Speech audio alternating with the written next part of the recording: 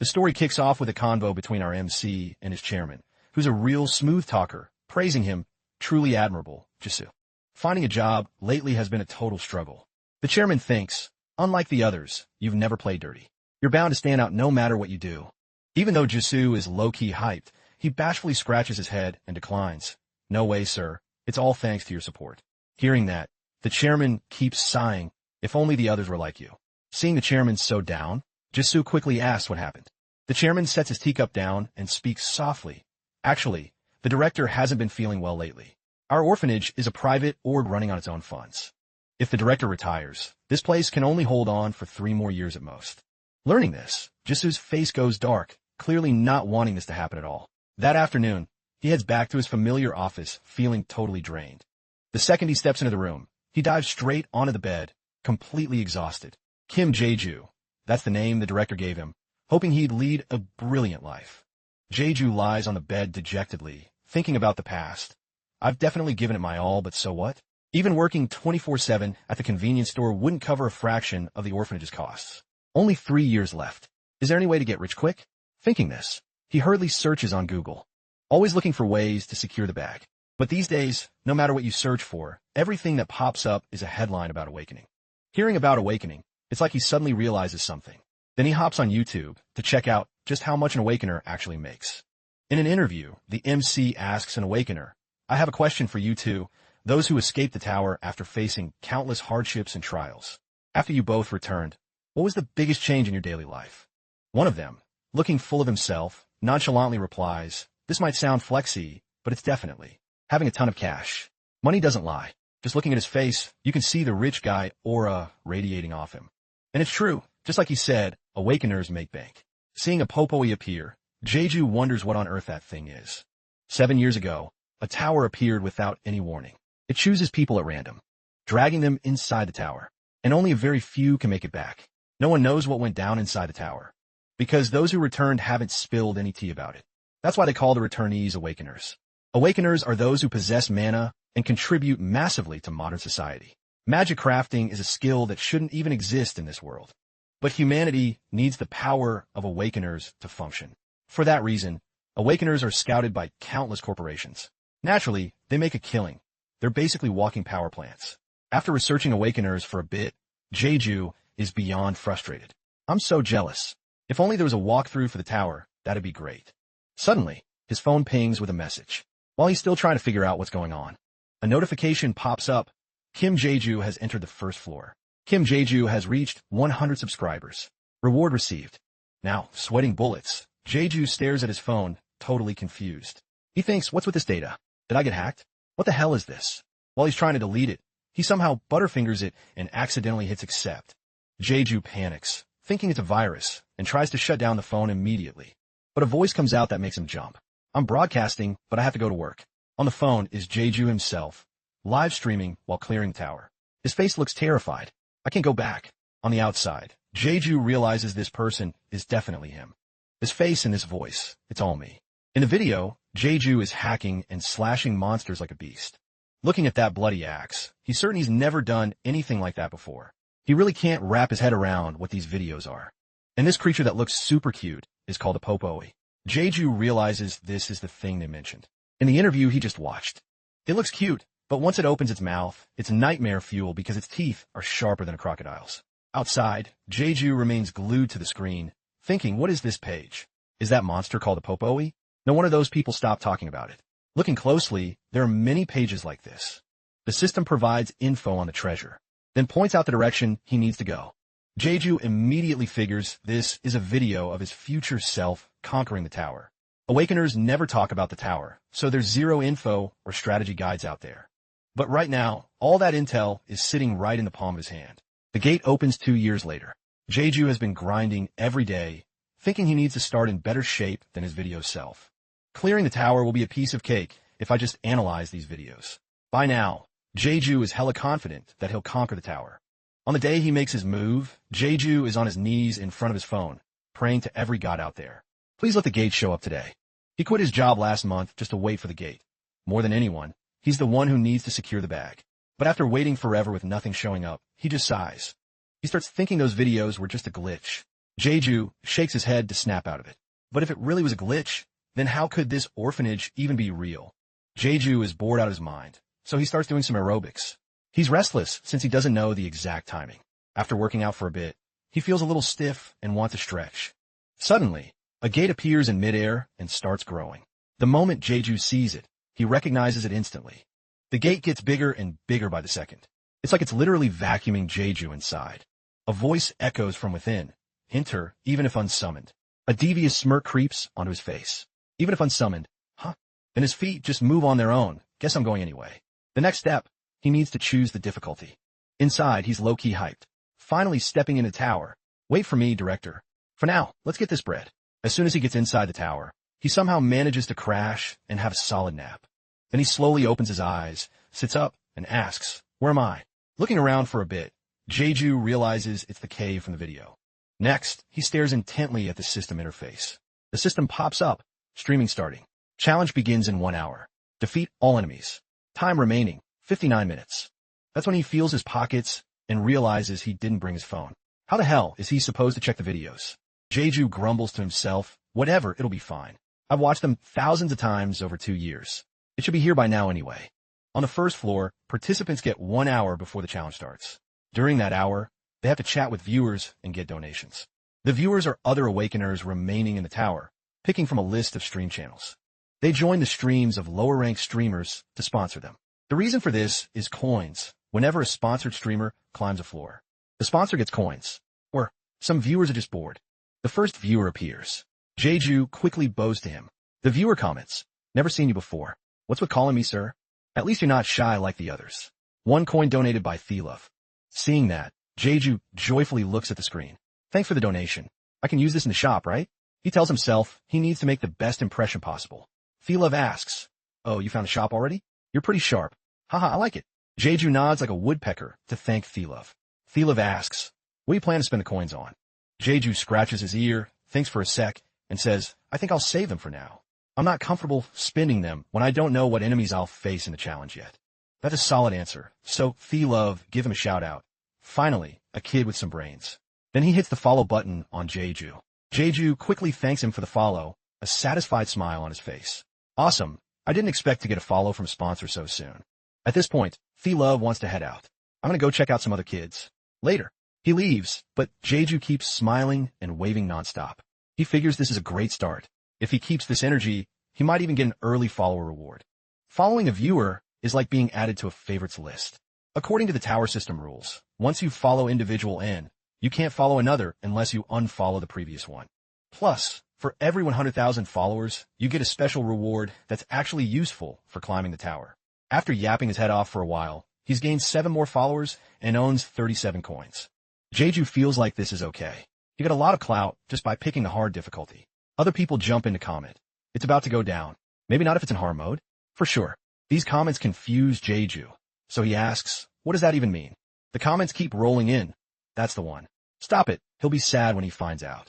It's hilarious, but if we say what it is, we're dead. There's someone called the admin. We'll get kicked if we tell you. That's not all. You'll get kicked too if he doesn't like you. Thinking it over, they're right. The admin is the one watching and controlling the tower. It's because of the admin that info about the tower hasn't been leaked outside. The reason Awakeners don't talk about the tower isn't to gatekeep it, but because the admin forced them to shut their mouths. Well, before I saw those videos, I also thought the Awakeners were hiding it for some reason. Looking back, there's hardly any time left. Jeju has to slap both cheeks to snap himself back into focus.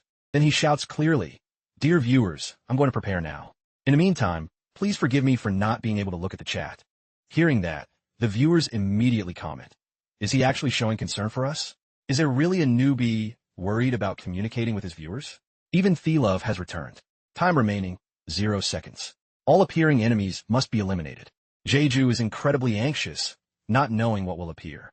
Maybe based on how small the portal is, it's a kobold, but his guess seems to be off. They are staring at him with extremely affectionate eyes. And what appears are these things that look like cotton balls flying out, looking absolutely adorable. Jeju? A wave of massive disappointment hits him, making him look at them with a total WTF expression. Other players are just as bored when they see them. What is this? I came here because I heard someone picked hard mode. Popois? Hard mode is supposed to mean death. Then they slowly start leaving. Popois are creatures with a cute appearance. but their teeth are tough enough to gnaw through the hardest steel. When attacking, their teeth act like a saw, and they are very sensitive to the scent of their own kind's blood. They are experts at finding and attacking the sinner who killed one of their kind. The reaction hasn't quite kicked in yet. Every viewer has encountered a popoi at least once. Jeju asks everyone, are these creatures really dangerous? Someone replies, yeah, when they want to attack, their fur bristles up so you can't stab them with a sword. And as for their teeth, they can eat anything they pass by. Why are they here on the first floor? I'm gonna go check if the other rooms are like this. User Thelove has left. Jeju sighs. That's that. Even though they said that, they definitely won't be coming back. Then he stands there, staring at these cute cotton balls, thinking, I need to think. 3 popois shouldn't appear on the first floor. That's too many. I have to recall my memories carefully. Social behavior, popoi habitats. They aren't the type to attack first. Wait, why aren't the popois reacting to me? Could be they can't see me? While thinking, Jeju keeps a sharp eye on them. Then he tries stepping into their path to see if they'll dodge. Sure enough, they avoid the tip of his foot. Jeju has an epiphany. He observes them more closely. They actually have noticed him, but they're hesitating because of him. He decides to sit down and try to mimic their behavior, so they'll think he's an ally. Others seeing his weird behavior quickly comment, I don't think this guy stands a chance. I'm moving to another room. You look pretty smart. What a letdown, lol. Not fun. Listening to these people is beyond depressing. I might look crazy, but this is the best I can do. Fighting them is my last resort. In another live stream, the character is a Seoul Uni student. He's getting lots of positive comments. He fights better than I thought. True, lol. Is that Seoul student actually a PE major? Someone watching then remarks, he's quite clever. I'll give him a follow. However, the system pops up. Cannot follow because you're already following another streamer. He smirks deviously, thinking, it won't automatically unfollow unless he dies. I guess he's still alive then. When he sees Jeju is still alive, he gasps, wait, he has more views than before. The rookie is still alive after fighting the popois. User Thelove has entered Jeju's side. The popois are still jumping up and down repeatedly. They don't understand what they're doing. This looks so cute. Jeju and the 3 popois are jumping just like kangaroos. I'm dying laughing here. He became one of them instead of killing them. Can't even lol. The system pops up. Sponsor 10 coins from User Thelove. Voice message sent. Jeju calculates internally. I know that glowing stone is a magic stone. Popois usually soothe their hunger with stones, and among those, their favorite mineral is the magic stone.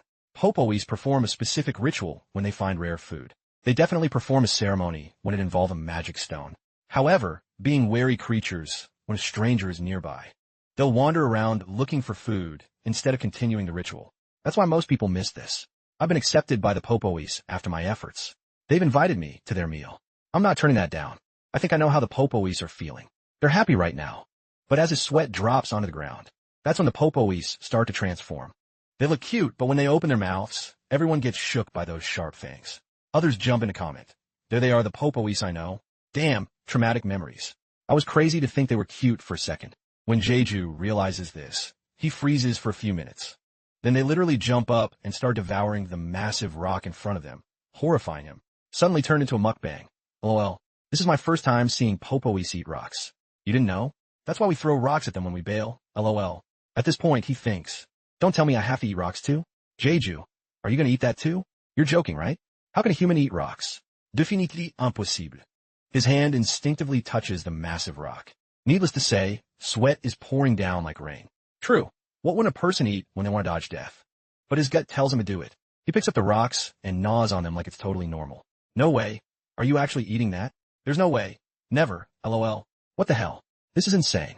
How are his teeth not shattered? Unexpectedly, Jeju is able to swallow it easily. What he feels isn't hardness, but it melting in his mouth just like chocolate. It's so refreshing and delicious. It feels like a surge of energy in his body, just like when eating high-quality food. A moment later, all 4 of them have gnawed that stone to pieces, leaving only small fragments. Suddenly, his whole body starts radiating a brilliant glow. Everyone is confused by the situation. His body's brightness is insane. Not only is he glowing, but the 3 popois are also glowing along with him. Is that what they do before they attack? Exactly. If he moves even an inch, those fangs are coming out. Kim Jeju, don't move. Don't do anything reckless. Jeju, please. Suddenly, the popois pounce. Everyone assumes Jeju is a goner. But to everyone's surprise, all 3 of them hop onto Jeju's shoulders, grinning ear to ear. What's the deal here? Too many plot twists in this room. Now that's a real man. The system interface abruptly appears before him like a godsend. It announces, challenge complete. The path to the second floor is opening. At this moment, Jeju feels life surging back through his body. He can't hold back his emotions and screams, I'm still alive. Afterward, Jeju is so drained from the exhaustion that he passes out and falls into a deep sleep before he knows it. When he slowly opens his eyes, he sees the three of them staring at him with worried faces. Jeju jumps in a panic and sits up. He's totally dazed, looking like a lost puppy, thinking, wait, did I get taken out? When he looks back at the smiling faces of the three Popoes, it finally clicks. He asks them, were you guys actually worried about me? They hop around joyfully as if answering his question. He looks back at these adorable cotton balls with an affectionate gaze. Then he reaches out to pet their heads and thanks them. Now he hears the commoners buzzing in his ear. Lame, so lame. Stop it, kid. Jeju. Oh, are you filming a tearjerker with those Popoes? Is he for real? I was actually super surprised. Watching him wake up in person and holding my breath was definitely worth more than just texting. Jeju turns back and quickly greets them. A message flashes by too fast for him to read. How many people are in the stream? Current stats, 127 viewers, 58 followers, and 258 coins collected. Seeing these impressive numbers, he can't even process it. He's frozen like a statue. Then he lets out a shout that rocks the tower. 127 people. Once he regains his composure, he bashfully scratches his head at his achievement. I'm really lucky. I couldn't have done it without everyone. Why the sudden thanks, lol? Isn't it just because you like the coins I sent? Alright, keep going. As expected, the light stone is actually a mana stone. Popoes usually eat rocks to stave off hunger, and their favorite type is the mana stone. If I said I understood Popoes perfectly, no one would believe me. Wait, it's nothing. They seem skeptical and keep grilling him. Don't humans hate Popoes? Don't hesitate. Hurry up and tell us. No, I saw it clearly. As soon as someone showed up, the Popoes vanished. He picks up a Popoe to show off its sharp fangs and smiles brightly, saying, I wanted to collab with them because I knew if I fought them, I'd be dead meat instantly. Didn't the initial guide say we had to eliminate all enemies? It only said eliminate. It didn't say I had to kill them. So I figured turning the Popoes into allies would be a better move. If I want to team up with Popoes, I had to try to understand them first, which is why I followed them. Yeah, that's how it went. I just got lucky. Hearing him say that, they continue to poke fun. Is there anyone else in the world who befriends Popoes like that? He must have been desperate to get that lucky. Scary good luck. He feels a bit down and thinks to himself, they don't fully buy it, but they'll let it slide. I need to make the stream look more like a rookie's. I should probably act like I don't know anything about the rewards. For now, he decides to head up to the second floor. Did he forget something? Always gotta remind the rookies to claim their rewards. What a scrub. LOL. True, but you old-timers watching rookies like him just have to deal with it. Hearing them mention it, he hurries to find where the reward is. Sure enough, a gift has appeared before his eyes. Why is it called cute? Isn't the box supposed to be bigger if the rank is higher? I think the admins wanted to troll Kim Jeju, but they didn't want to owe him anything. He's super hyped to open it and see what's inside. Inside is a bit of cash and a mana stone. Jeju picks up the stone to examine it. The reward is different from what I saw in the videos. They gave me a stone instead of a sword. Let me check these out one by one. The three Popoes see the stone in his hand and pounce to swallow it whole. He immediately holds the stone up high and scolds them, no. Jeju keeps holding the stone up and inspecting it. It looks just like a mana stone. It's only the first floor, and this already dropped? A normal mana stone would be bright with a blue glow, but this one is white, which is why the viewers didn't notice. You could buy mana stones on the 10th floor, the free stall, but this is too precious to feed to Popoes. This item is worth 5,000 coins. Thinking this, he waves the Popoes away. Sorry guys, I'll give you something better later. The others comment with reminders. Aren't you going to check the item info? Is he stupid? If we didn't say anything, he wouldn't even know how to do it. This kid's expression is so calm I thought he was dead. Upon checking, he sees he received a free name change ticket. Jeju decides to tuck it in his pocket since he's not sure if it's good or not. He figures he'll use it later. For now, he just moves on, telling himself he'll use it at the 5th floor. Next is a pouch of coins. It's almost time to wonder what to do with all this money is no object cash. He packs away his loot and raises his hand enthusiastically. Alright, I'm heading up to the 2nd floor now. Just as he's about to step through the door, the Popoes turn in another direction. He notices that they are acting very strange. Even though he calls out to them, they don't seem to listen. So I had to ask the crowd, hey everyone, do you guys have any idea why the Popoes keep acting out like this? Who knows? How will we know? If you're that curious, just keep following them. Without overthinking it, he just followed them. They hopped over to a wall and opened their mouths, getting ready to chow down. Mukbang round 2 is starting. They're probably protesting because Jeju didn't give them the light stone earlier. I was thinking the same thing. When they dug out a tunnel, he peered inside and guessed, "I don't think so." It's more like the Popoes found something new. Could it be a mana stone? Seeing him still standing outside, they called for him to follow them in. After hesitating for a bit, he finally decided to crawl on the ground. "Everyone, I'm going to follow the Popoes now." Does he seriously think he's got it all figured out? Why is he still following them instead of using the main door? That's way too extra. Look at the size of that hole. Your shoulders are totally going to get stuck. Crawling inside, he realized it was smaller than he thought. Just looking at it seemed painful. Is he okay? His skin's probably going to get all scraped up. He kept crawling in and said he was fine, but they didn't buy it. "I literally just saw your elbow hit a rock. I know that hurts. I've been there when I first learned to ride a bike." But in reality, he felt perfectly fine without a hint of pain. It felt like the jagged rocks were sticking out just to give him a massage. They kept nagging him to hurry up. When are you going to get there? So he decided to pick up the pace. Suddenly, he noticed his hands becoming invisible and starting to glow. Out of pure fear for himself, he screamed his head off. "I'm about to lose my freaking mind." Looking at his glowing hands, he asked in a panic, "Guys, what's happening to me?" They just mocked him in the comments. "You just realized now? You should change your name to Raymond. Toggle mode for flashlight, LOL. I am dying. Hurry up and change your name." He remembered feeling this way when he ate the rocks. The Popoes also glow after eating mana stones. So that's how it is? Either way, for now, he had to keep moving forward. As for this, he figured it was the power of a knight. A knight with high physical stats specializes in close-quarters combat. A mage possesses various spells and skills. You can also become a magic mage, who is useful everywhere. You can only choose one of the 3 classes. Additionally, there are some jobs that don't involve fighting, but those aren't popular because they're pretty useless in practice. The power being activated right now is similar to a knight's power, coating the body in an aura to boost physical stats. Finally, the Popoes came to a halt. Everyone noticed something on the ground. Since they were surrounding it, there had to be an item. Jeju hurriedly looked to see what it was. On the ground lay a necklace. It definitely looked like an item. Inside the necklace was a transparent stone radiating a light that he could stare at forever. The system popped up to inform him, "Rare grade, amulet of protection. Equipping this brings luck to the owner. It will be destroyed after saving the owner's life once." Seeing it was a rare grade, both Jeju and the viewers were floored. What? A high-tier item already? Why would an amulet of protection drop on the first floor? You'd usually have to trade a ton of vouchers for one of those. Holy crap, is he hacking or what? Someone explain fast. Looking it over, he also figured it was the real deal. Look at his face. He probably doesn't get why this is so huge. Damn, it's a one-time use item, but it's super rare. Basically hero-tier stuff. Jeju started recalling the video where Kim Jeju used an amulet of protection on the 15th floor to survive.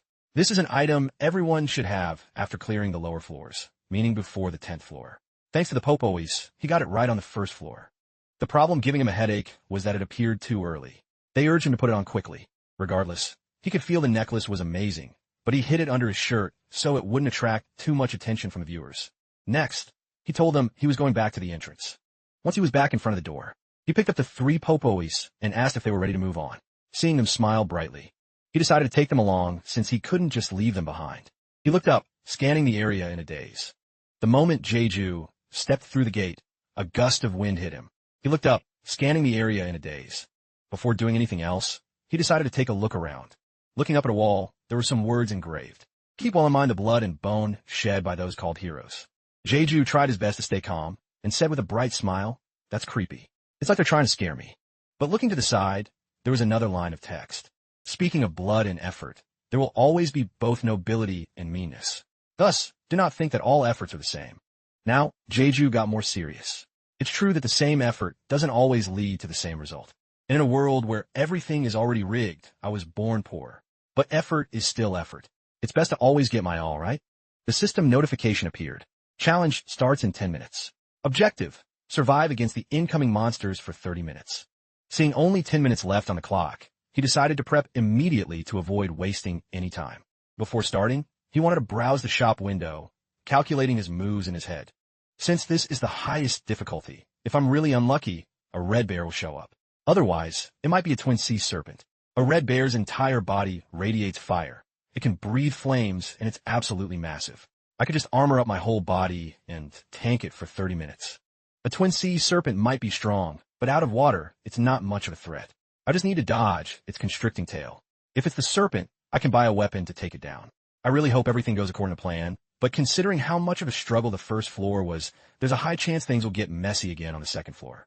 He thought this while trying to gas himself up. No, it'll be fine. They wouldn't give me an impossible task for a challenge. Whatever it is, I'm going all in. After the wait, the gate finally appeared. Seeing it was kind of small, he figured it might be the sea serpent after all. But the gate started growing larger. He shifted his thought. Maybe it's the red bear.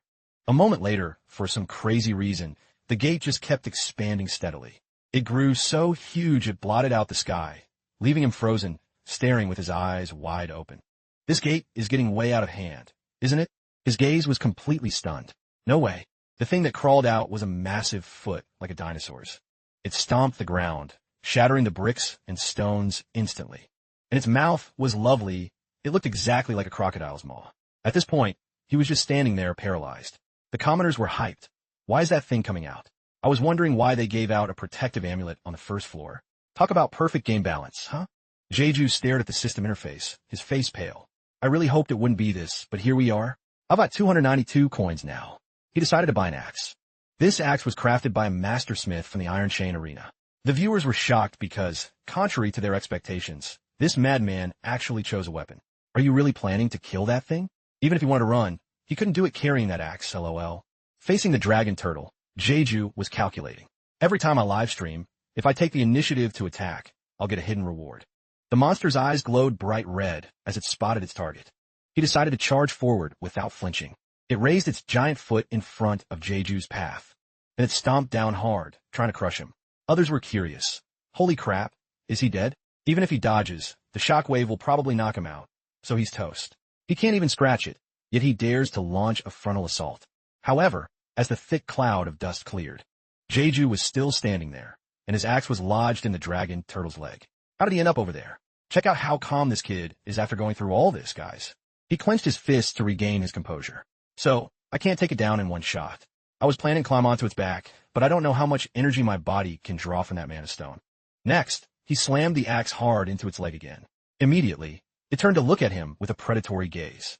Then, a brilliant energy started gathering in its mouth. Jeju managed to dodge it like a god. If it were a red bear, I just have to block and hold out. But with the dragon turtle, I've already figured out its attack patterns. A smug smile played on his lips because he believed he could kill it. Just wait for me, hidden reward. The dragon turtle was livid, staring at him with a rage vein practically popping on its head. Its legs kept swiping at Jeju, but he was able to weave through the attacks skillfully. Now, he decided to grip his axe and prepare for a strike. A decisive slash cut straight into its thigh. The dragon turtle couldn't handle the pain and let out a violent roar. Next, it tried to whip him with its tail, but it missed. He turned back and gave a slight smirk. How can I let you know what my next move is? Jeju took the chance to run in a different direction. While it wasn't paying attention, he looked back, thinking the monster was probably trying to find the best way to catch him, but suddenly, the dragon turtle pulled its body together and retracted its head into its shell. The chat started buzzing again. Is it hiding? Looks like it's healing. That healing move is so annoying. It barely bled, and it's already hiding in its shell. This is exactly why killing a dragon turtle is so hard. It can heal all its wounds inside that hard shell. So most of the time, you're just standing there like an idiot waiting. I've seen this before. But what's going on? Isn't this only the second floor? Well, this is the arena. Then what is that dragon turtle doing? Jeju didn't care about their comments anymore. He literally flew up and landed on its back in a flash. There were many sharp spikes on its back, growing like bamboo shoots. No way. Did he go up there thinking he'd be safe? He's such a noob. He probably doesn't know. Looks like he isn't even checking the chat. So warnings are useless. Many people facing a dragon turtle for the first time think the back is safe, but those spikes can turn red and explode before disappearing. He headed forward, aiming to find its weak spot.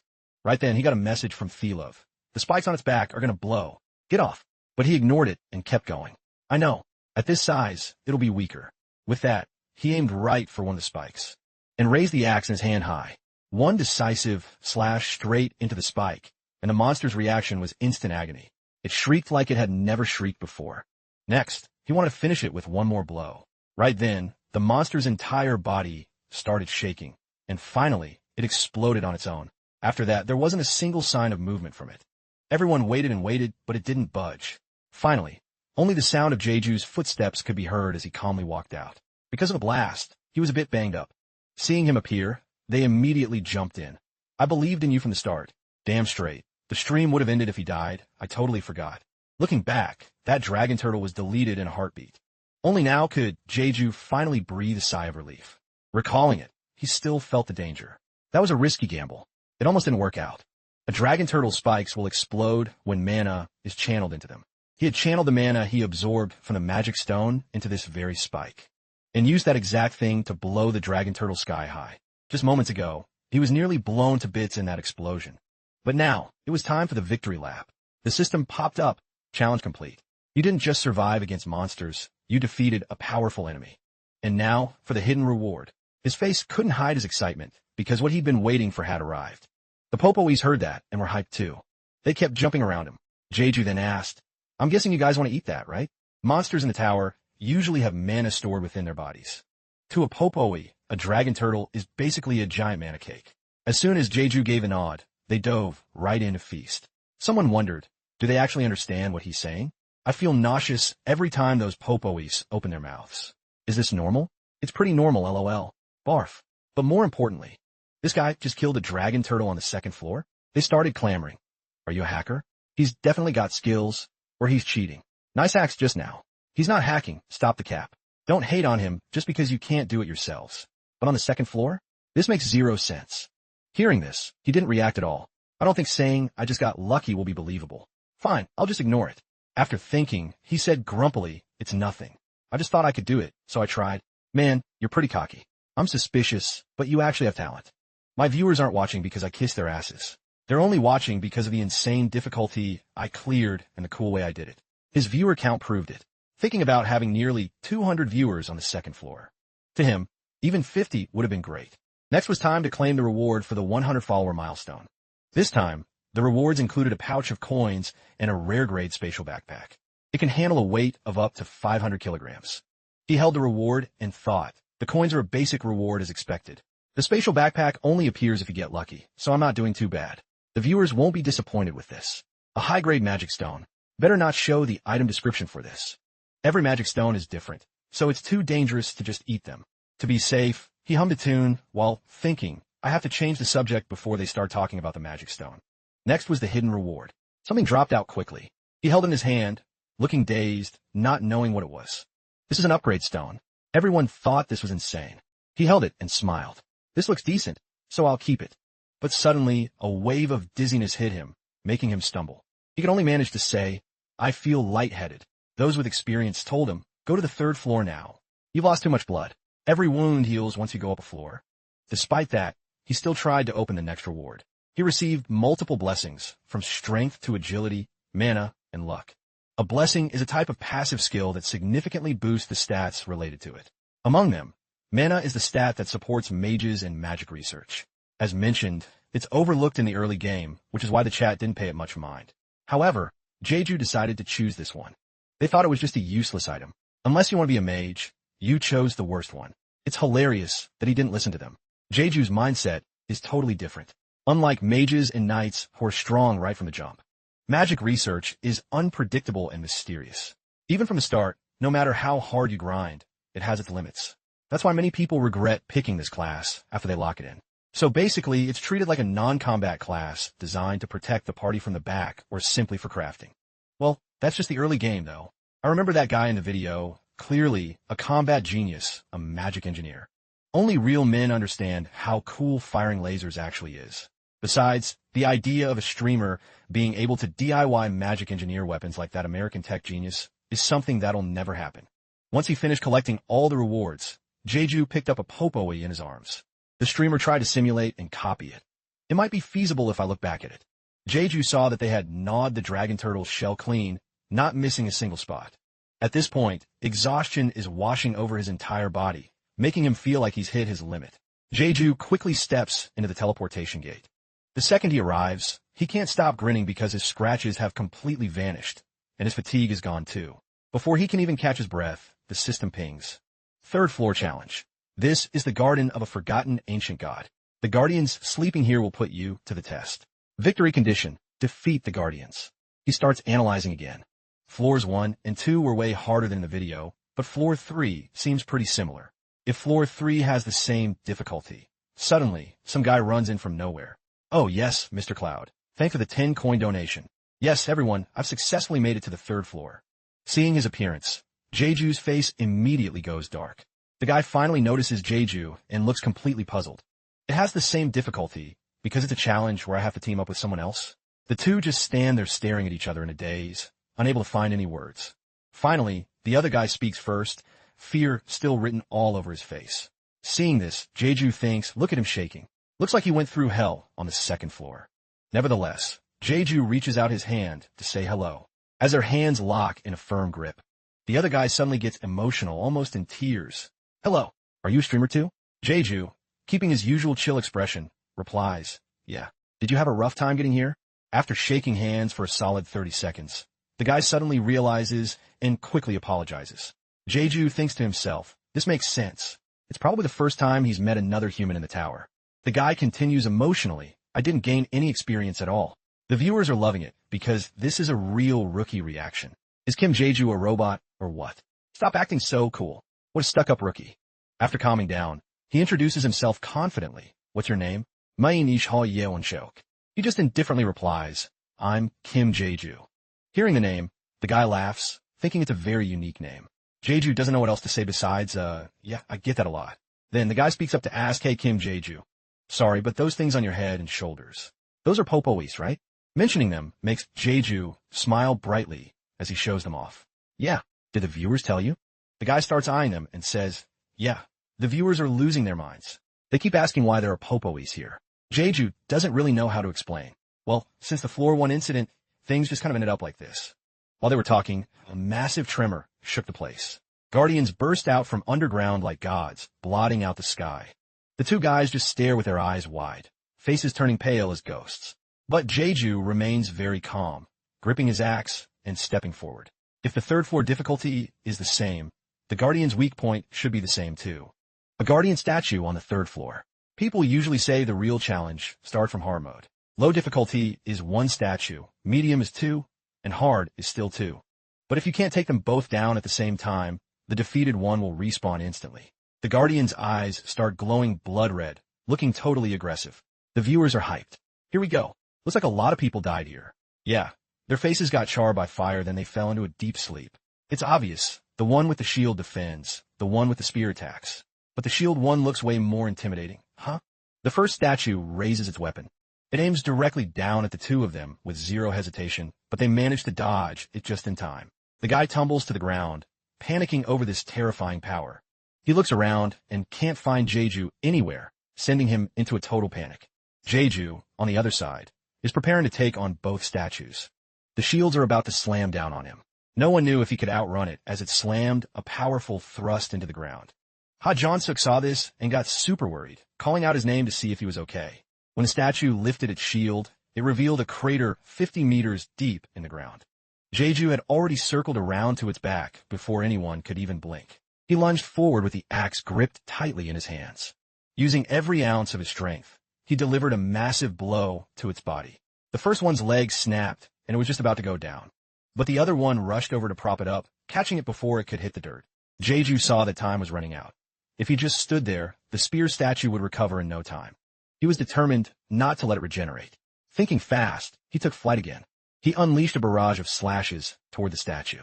Seeing it wasn't completely game over for the thing yet, he decided to give it another go. After a while, both statues finally collapsed into each other's arms and fell. Jeju watched closely to see if they would show any signs of movement. Finally, neither of them could budge an inch anymore. Seeing that the coast was clear, the other guy hurried over to him. He stared at the two statues, still shaking, and asked, Jeju, who the hell are you anyway? Jeju just grinned from ear to ear, feeling hyped. Before he could even answer, the statue's eyes flared a bright, menacing red. Realizing things were about to go south, Jeju shouted at the top of his lungs, get down. Ha Jong-suk just stood there like a deer in headlights, not knowing what was happening. A pillar was about to drop, right on his head. Jeju reached out to stop it, but looked like he was too late. He screamed, I told you to move. But that pillar kept coming down at lightning speed. He rushed over and tackled the guy to safety. By some miracle, they both managed to dodge the Grim Reaper's blade. At the same time, while they were still panicking, the two statues managed to respawn. He watched them warily. He didn't expect them to be able to throw spears. Just knocking them down wasn't going to cut it. He gripped his axe again, hoping this would be the final round. The two statues also got into their battle stances, ready to strike. Everyone was cheering wildly. They couldn't deny how absolute fire his moves were. Jeju charged at them once more. He jumped directly onto the massive shield. Facing it head-on, without a shred of fear, he leaped into the air, ready to gift it one last slash. The statue couldn't react in time, and took the full force of his blow. It immediately collapsed to the ground, shattering into pieces. The remaining one couldn't hide its rage and try to crush him with its bare hands. But there's no way it could keep up with Jeju's agility. Jeju flew in front of its face, but he hit a snag. He had nowhere to stand. But there was no time left for him to stop and overthink it. Before the statue on the ground could respawn again, he was determined to finish this one off for good. Once he found the perfect opening, he slashed straight through its arm with total precision. The second statue also started to crumble after that strike. He landed back on the ground, waiting to see if anything else would happen. The statue's head still flickered with that red glow in its eyes. But a second later, the light went out completely. Immediately, the system popped up, tutorial complete. With just that performance, Jeju raked in a ton of donations from everyone. He could have used the strategy of smashing the red eyes, the Guardian's weak point, but he couldn't have destroyed these statues that fast otherwise. Jeju looks up and smiles brightly. Didn't even need it. Anyway, it's done. Took way too long, right? People immediately comment. Took too long? My ramen isn't even finished yet. So cool. I've been waiting for a rookie like you. Jeju is looking around blankly, trying to find a gate. This is the only time he actually looks like a rookie. It's right in front of you, just go in. He fights like a total pro, but he doesn't even know where the gate is. LOL. Hearing that, he calculates in his head. I was a bit too badass just now, so I better act the part. As he walks forward, a hand reaches out toward him. Wait. Jeju turns around and sees it's hot John Sook.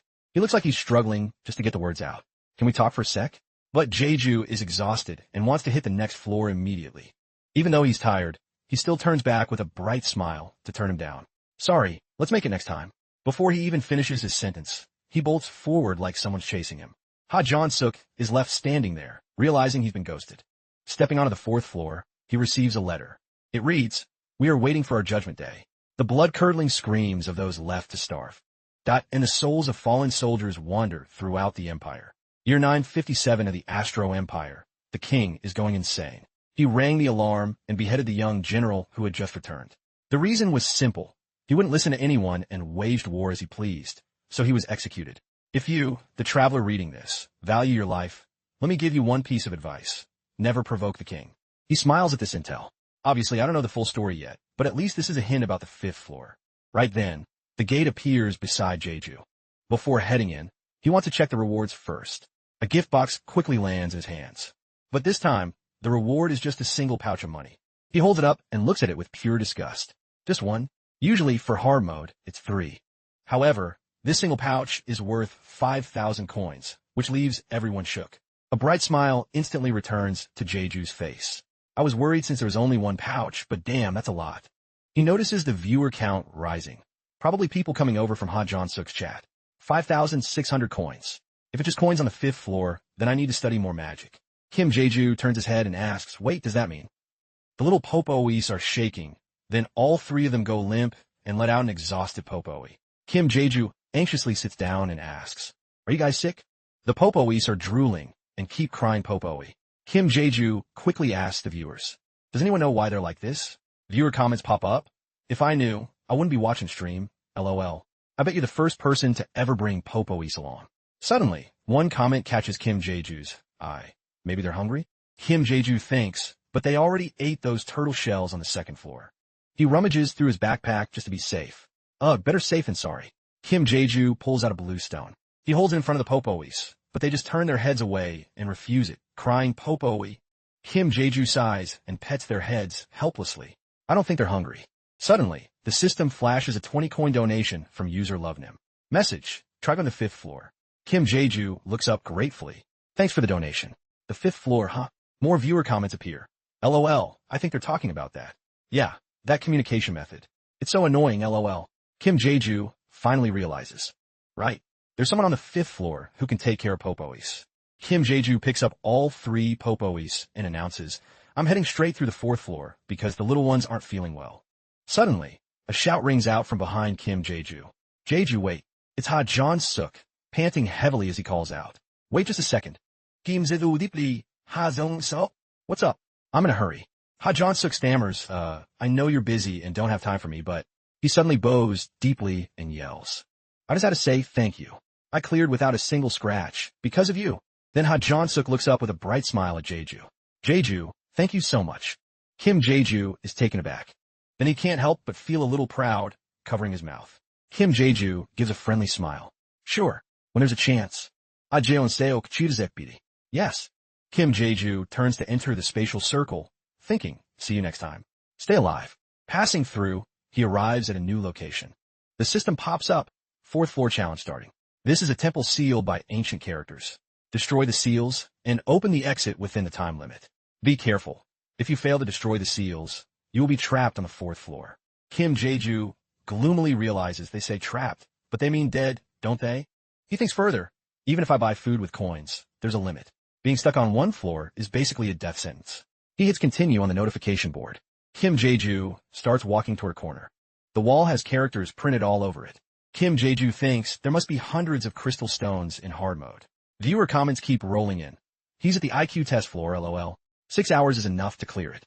Man, my brain would be the first thing to break here. Kim Jeju spoke up, I'm going to check the shop entrance. Suddenly, a notification appeared, editing entrance based on player's current floor level.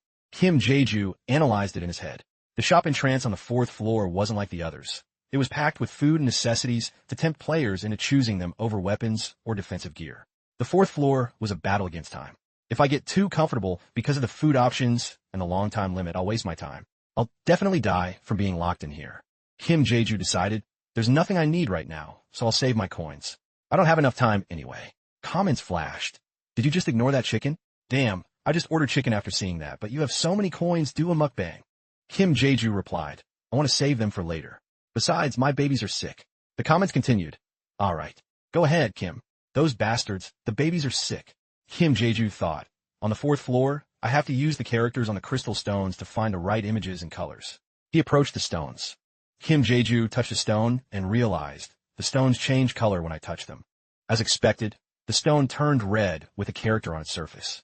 Kim Jeju thought, these are the basic rules. Kim Jeju thought wearily. Thinking back, I really struggled with this part.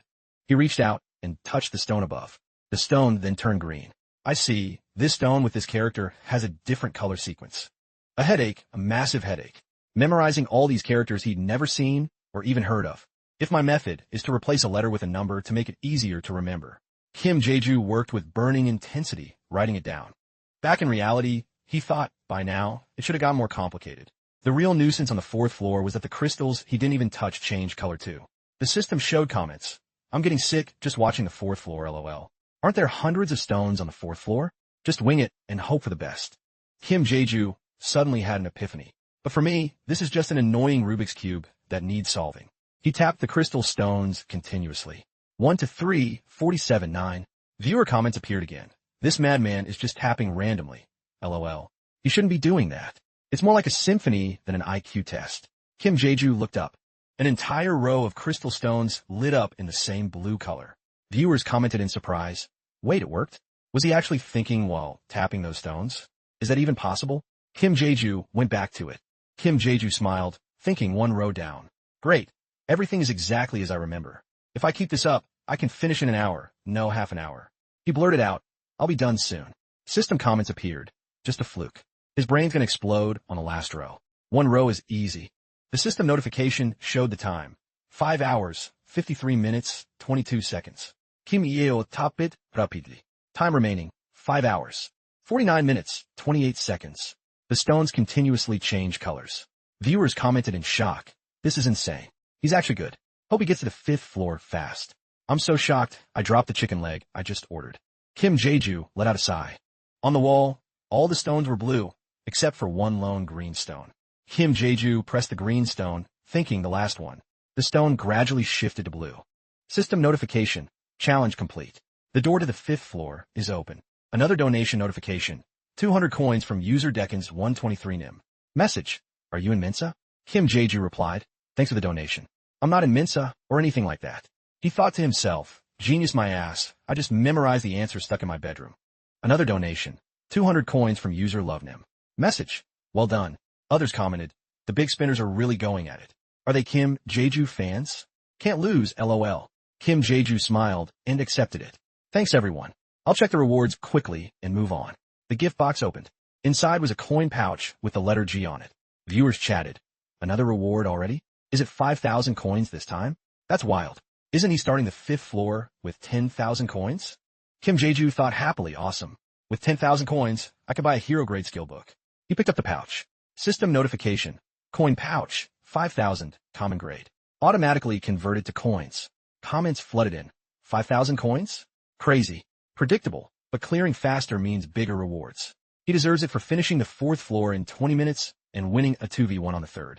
Kim Jae-ju realized, the Popoes are sick, I need to hurry. He collected the coins. Kim Jae-ju announced, I'm heading to the 5th floor right now. He hugged the 3 Popoes as they cried out. Comments kept appearing. Wow, 5th floor already? Is he keeping the top spot? The fastest kid is on the 7th floor, but Jae-ju spent all that time bonding with Popoes on the 1st. Kim Jae-ju thought, I'm still moving fast. It's okay, I shouldn't push too hard. Kim Jae-ju stepped through the circle, thinking, I just need to prove I'm the champion of the 5th floor. System notification, 5th floor challenge starting. During this time, viewers cannot skip time.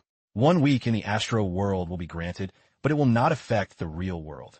You will possess one of the forms of the desolate Astro world. There is one other person besides you who possesses a different form. There are 2 ways to clear the 5th floor. Reach the predetermined ending or kill the other player. A bloody sword appeared in a magnificent white castle. Footsteps approached. Kiryu sat leisurely down in a chair. Before him was a neat and tidy desk. He opened a journal. It read, Imperial Calendar, February 20th, 994. I'm now 10 years old. I asked father for a magic beast as a birthday gift, but got a slap in the face instead. My brother's look of contempt pierced my heart. What's wrong? Imperial Calendar, February 22nd, 944. I made a secret basement under my room without father knowing. I offered a gold coin to Ford who helped me, but he refused. He said he'd give me magic beasts in the future. I think I'll sleep well tonight. Kiryu sighed. I think I know who I've copied. The second prince of the Astro Empire, Kiryu, Tuproc. The magic beast the prince raised was discovered by the emperor and burned alive. He earned the title of the executioner for getting into drunken brawls on the street. After reading, he closed the book. The info board appeared before him. He held the book, looking thoughtful. System notification. Proceed to the chosen ending. Character copied. Kiryu Tuproc. Mission. Become the emperor. Note. Seizing the throne by force is not accepted as an ending. Time remaining. 6 days, 16 hours. He leaned his hands on the desk, feeling helpless. Become the emperor? Isn't that asking too much? The chat laughed at his pain. Look at this insane difficulty ratio. Ha. You thought about training strength and taking it by force, right? Ha ha ha. Isn't that the second prince, the executioner prince? Yeah, the first prince has built such a good image that it won't be easy. The more he heard, the more impossible the mission seemed. Why was I assigned the role of the executioner, the second prince? The one furthest from the throne. If I had become a magic engineer as planned, it would have been perfect. The system pings again. 5th floor challenge starts now. Viewer actions are now restricted. Time limit. 1 week in Astro Standard Time. Real-world time is unaffected. He thought back to the info. When entering the 5th floor, reality is altered, so it won't even take a minute to reach the 6th floor. Viewers can't leave for the whole week. There are 2 ways to pass. Reach the chosen ending or kill the other player. If the other player reaches an ending before you, you will feel this world vanish with your entire body. Hearing that, he broke into a sweat. The chat was buzzing. This explanation is just a long way of saying you'll die. Why so wordy? I mean, it's no big deal. Tell us your real name, the floor you cleared. Hearing the arguments, he waved them off threateningly. Stop fighting, guys. I'll ban you from the chat if you keep it up. They didn't seem scared. Ooh, did Jae-ju actually find the ban function? Sharp eyes. He looked at the notification board. System notification. Choose the ability you want. Depending on your choice, the character the user must copy on the 5th floor will be granted. He felt a surge of excitement. Finally, I see it.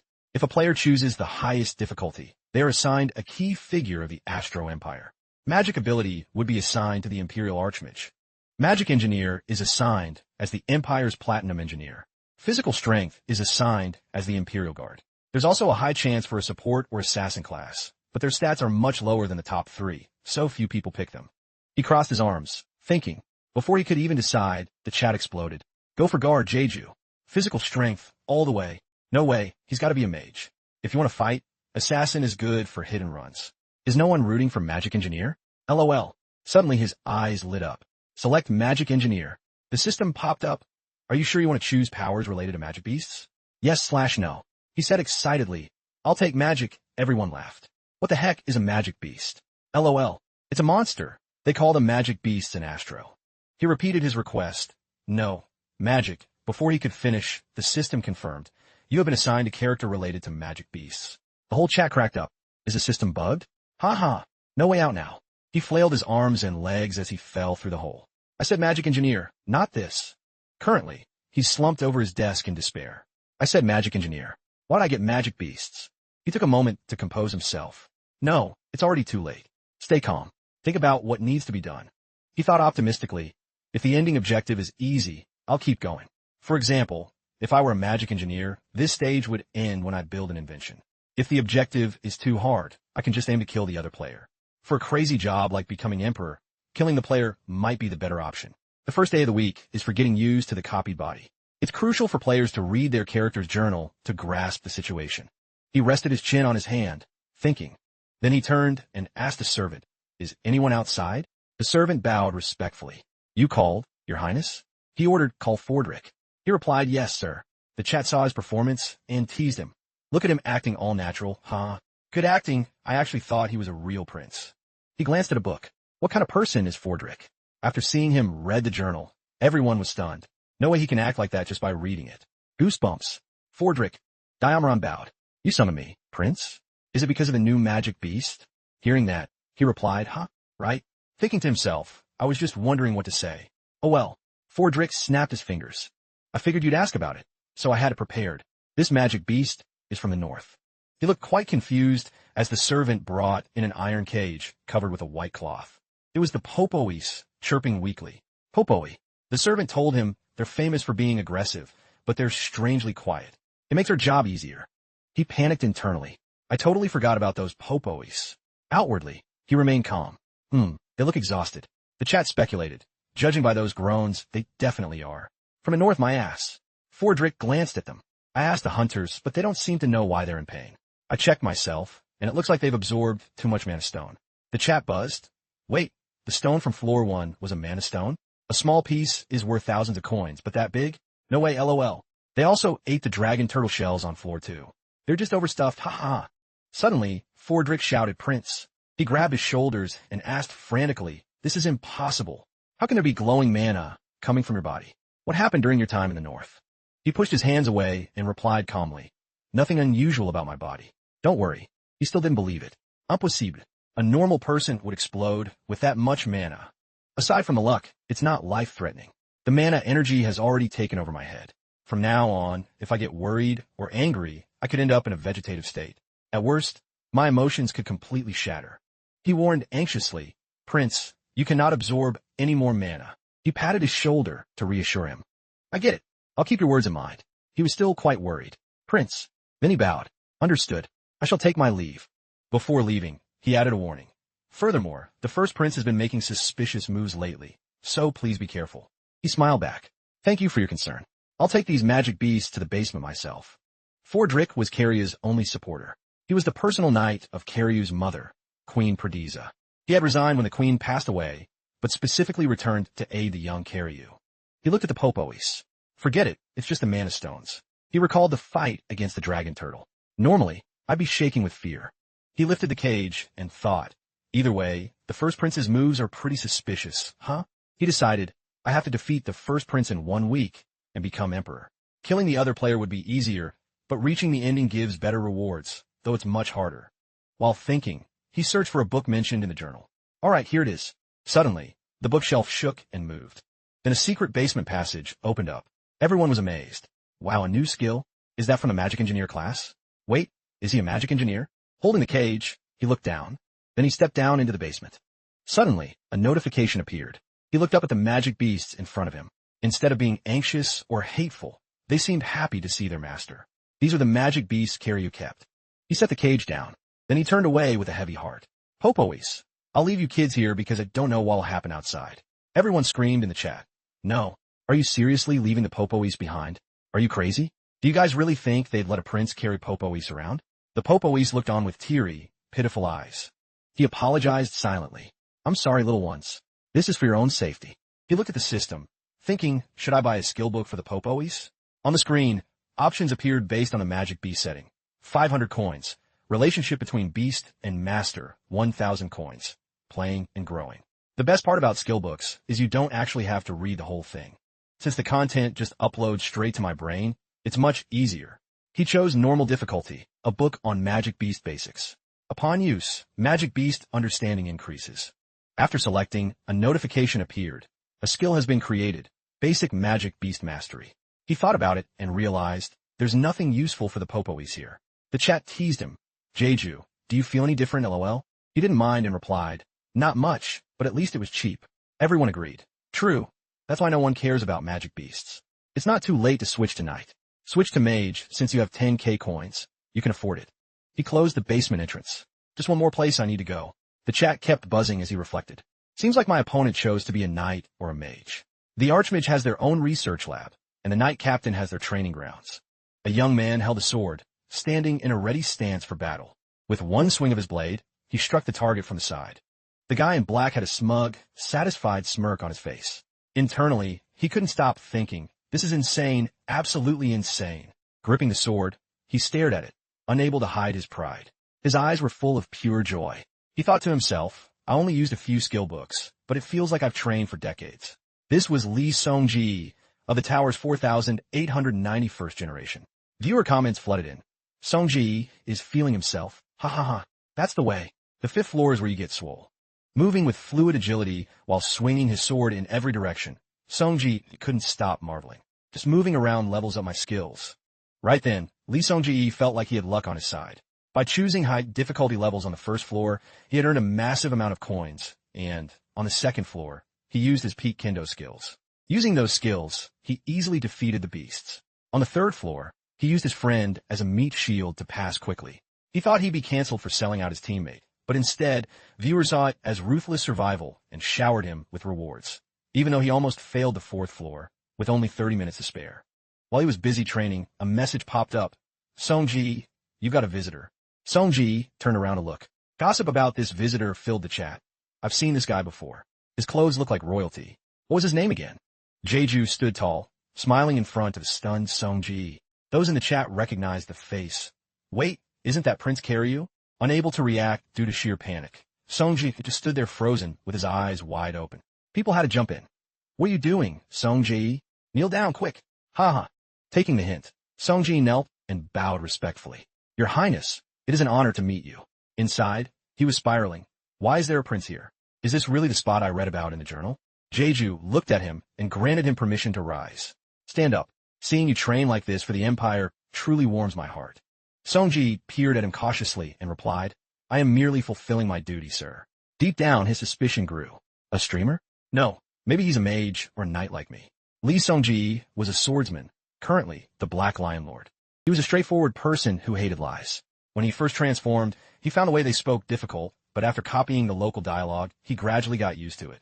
Song-ji sheathed his sword and asked calmly, What wind brings your highness to a place full of sweat like this? Viewers started cheering. Wow. Song-ji is a natural actor. Total savage. Did you guys miss how he sold out his bro on the 3rd floor? Jeju gave a warm, friendly smile. Oh, it's nothing. I just remembered how much you love to drink. Didn't you practically tear up at my birthday party last year because they didn't have your favorite wine? Hearing this, Song-ji broke into a cold sweat but tried to tough it out. Yes, sir. Viewers were amused. Look at Song-ji's face turning red. If there was another streamer here, he'd be busted in a heartbeat. Jeju kept smiling and offered. That's why I thought I'd send you some drinks. I'm not much of a connoisseur, so I totally blanked on the name. What was it again? Upon hearing that, Song-ji's jaw dropped. He was completely stuck, cold sweat pouring down, because he had no clue what those wines were. He turned to the chat. Desperate for a lifeline, he thought, what the hell is he talking about? Someone give me a hint. Viewers were buzzing. The test has begun. Who would know that? Song-ji is looking at the chat. Hurry up and help him. This info, expensive drinks in Astro are usually Reagan, Rosa, X-Gnome, or Pietai. Warning to this drunkard. Pick one fast, they won't know. Song-ji tried to regain his cool, bowed, and answered, I believe it was Pietai, your highness. Jeju rubbed his chin and tooted. Oh, really? He flashed a grin and replied, sounds familiar. I'll have someone bring it over to you tomorrow.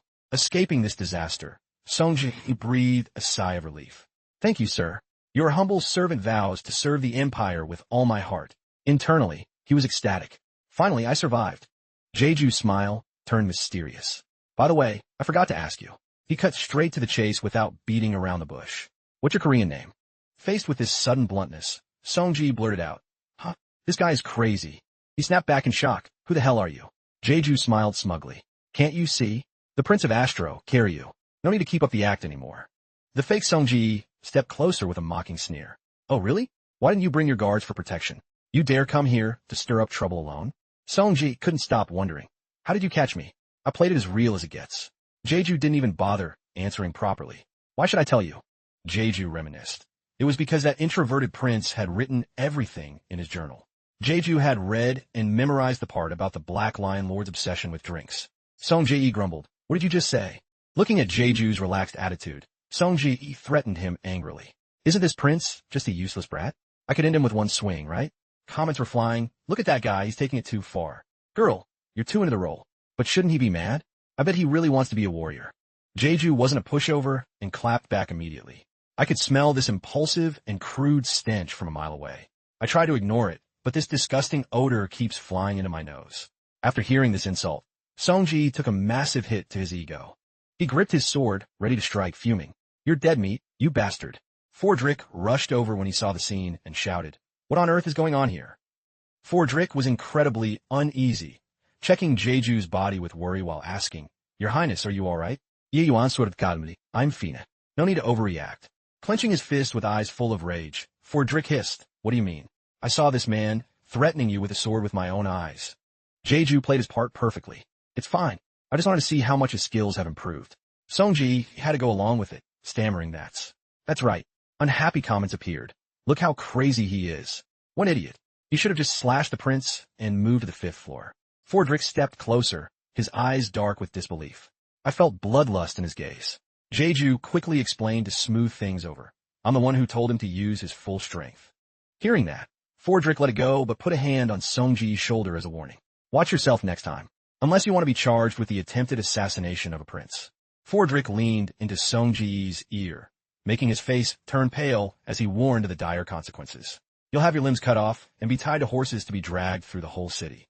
Songji immediately bowed to apologize. "It was my oversight, sir."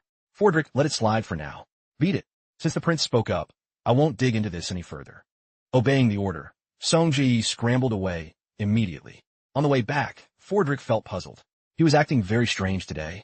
Jeju continued to defend him. "It's because you were looking for a reason to nitpick him." Confusion still clouded Fordrick's mind.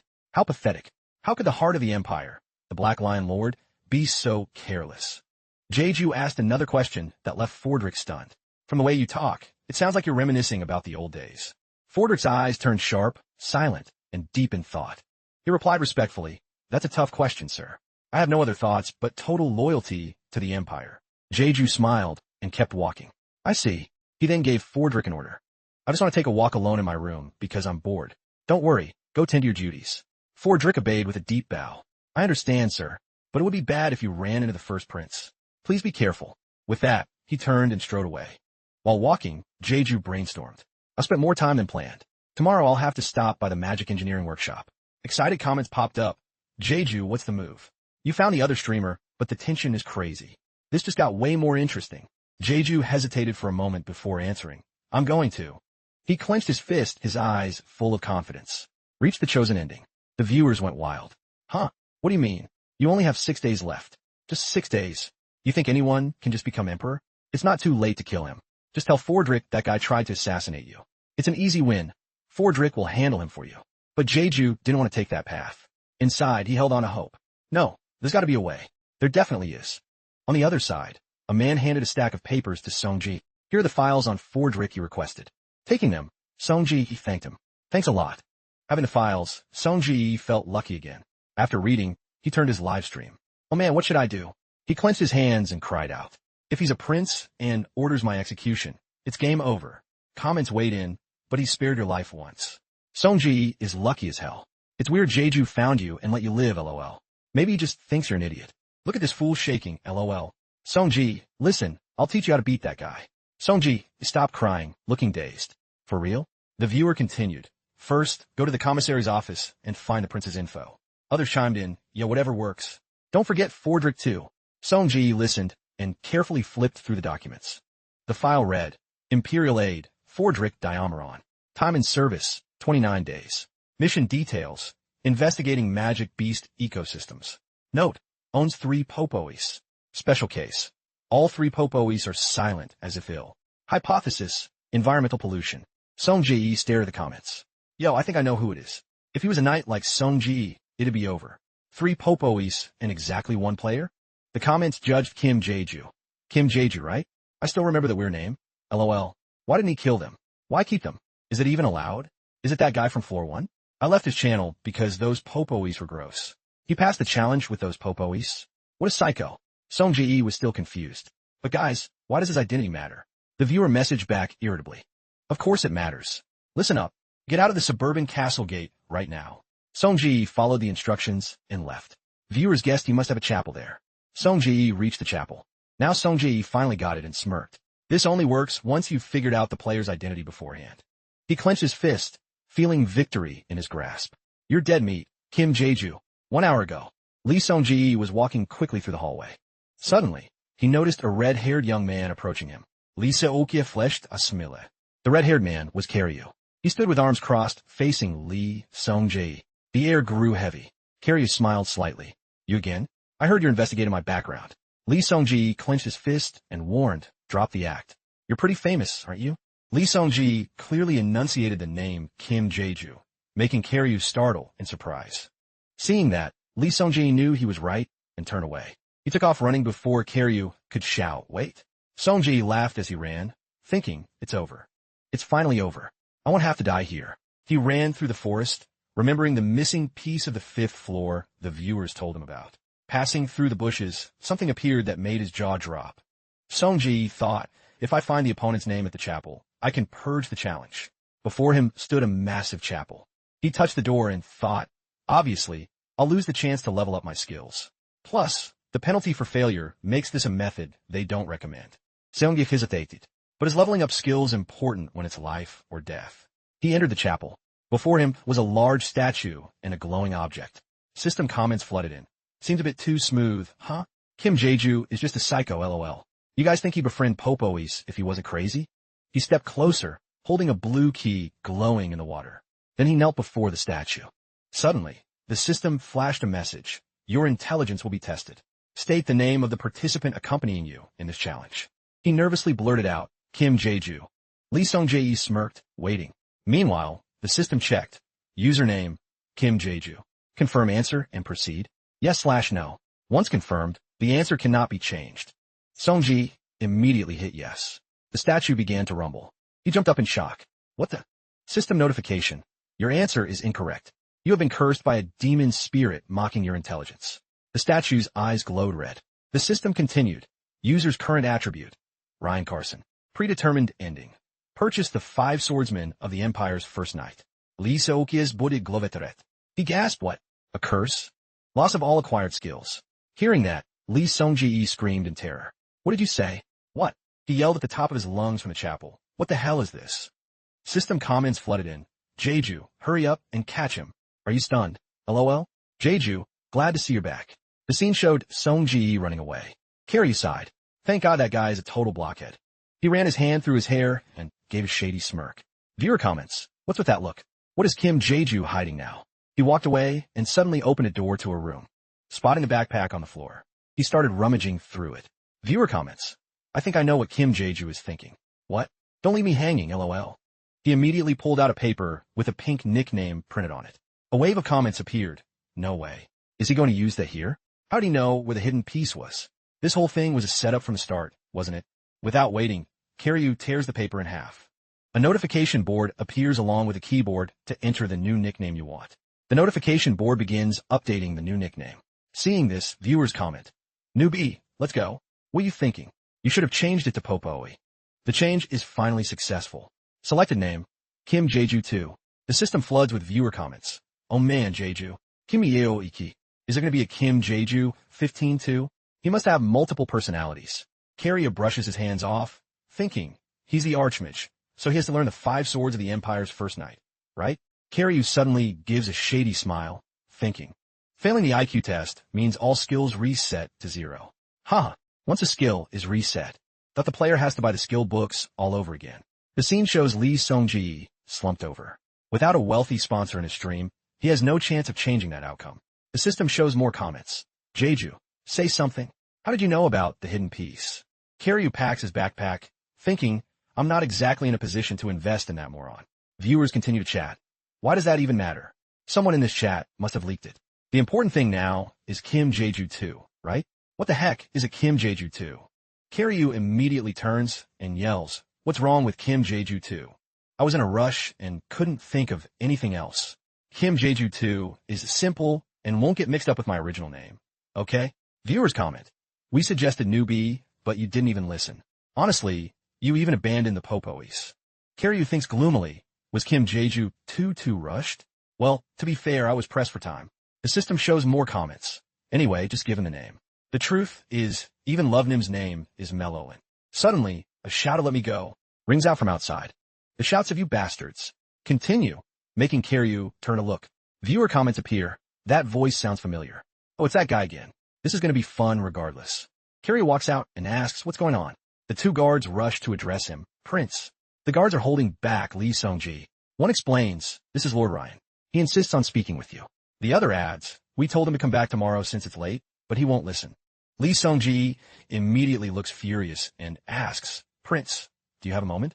Kiryu calmly replies, let him in. The two guards bow. Understood, sir. System comments. Wait, you're letting him in? Look at his face. He looks ready to punch him. Why are these guards so lazy? They should at least disarm him. These guys are part of the first prince's faction. They only get paid if he dies.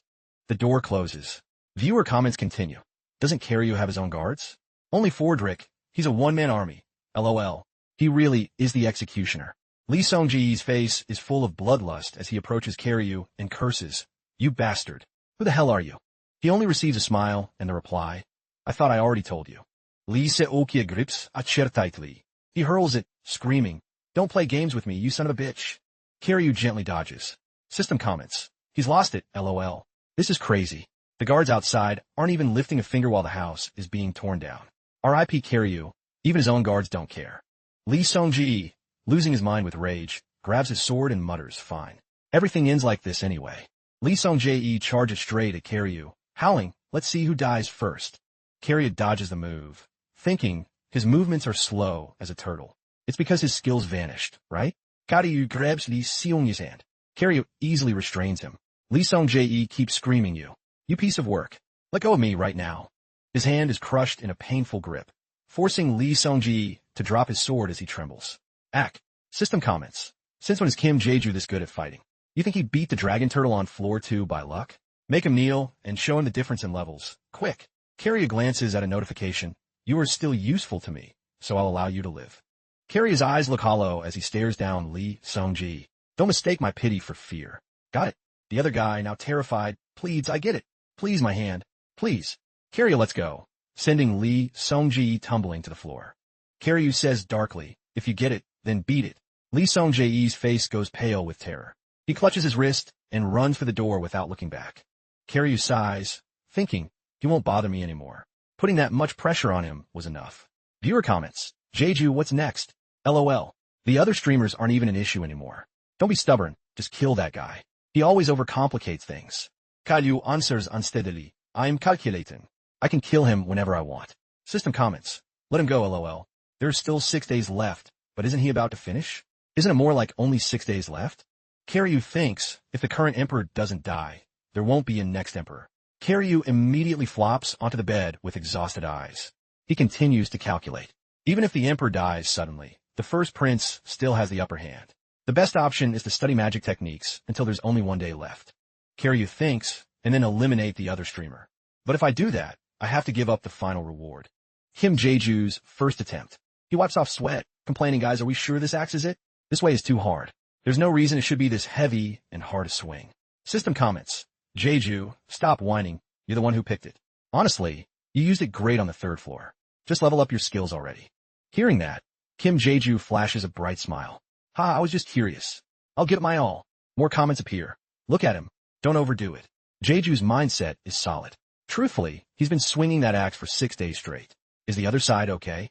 Now Kim Jeju notices the chat, thinking, is something up? Suddenly, a viewer comments, Jeju doesn't want to train anymore, so he's looking for a distraction, right?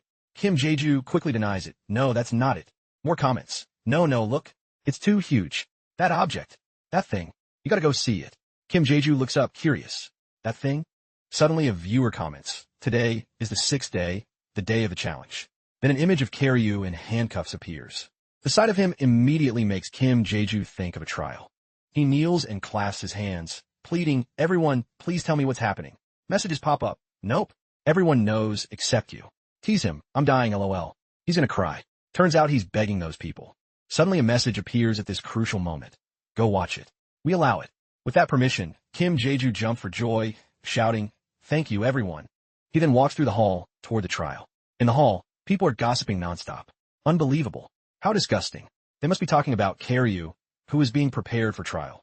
His appearance causes Count Sean to step forward and greet him. Well, who do we have here? He steps close to Kim Jeju and exclaims, if it isn't our brave Black Wolf Clan leader, Alex. Hearing this, he replies immediately, long time no see, Count Sean. But what's going on? His appearance makes him wonder what the Count is planning. Despite his skepticism, the man replied, oh, looks like you didn't know the Imperial trial is about to start. This caught him off guard. He knew there was a trial, but he never expected it to be an Imperial one. The messages started popping up. Definitely a conspiracy. Only royalty has to attend an Imperial trial. Thanks for the info, Swamp Man. Haha. Come on. Tell us something we don't know. I guess Kim Jeju is clueless. His reaction was quite surprising, causing Count Sean to look around suspiciously to check for eavesdroppers before leaning in to say something else. Seeing no one around, he whispered directly into his ear. The second prince was arrested and charged with assassinating the emperor. Hearing this, he couldn't believe his ears and blurted out in shock, wait, what? The man then gloated, it's a good thing. Only a fool wouldn't see we have no use for the second prince anyway. As they both arrived at the trial venue, he asked curiously, are all these people gathered for the prince's trial? The man replied, yeah, a meeting is still a meeting. All the royalty and nobility are here. Kim Jeju replied, I see. While he was standing there dazed, someone suddenly bumped hard into his shoulder. It was Fordrick. His demeanor looked extremely unstable. After bumping into him, he apologized immediately, but his voice sounded exhausted. My apologies, Lord Alex. One could clearly see his deep sadness. This made him start overthinking. It looks like he's on his deathbed. Messages flashed. Poor Fordrick, he's the only friend the second prince has. For real? Something feels off.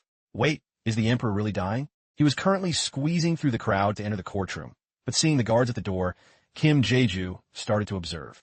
The emperor didn't trust anyone, so he had hidden a bunch of knights around here, dying in just one night. It really is fishy, just like the viewers said.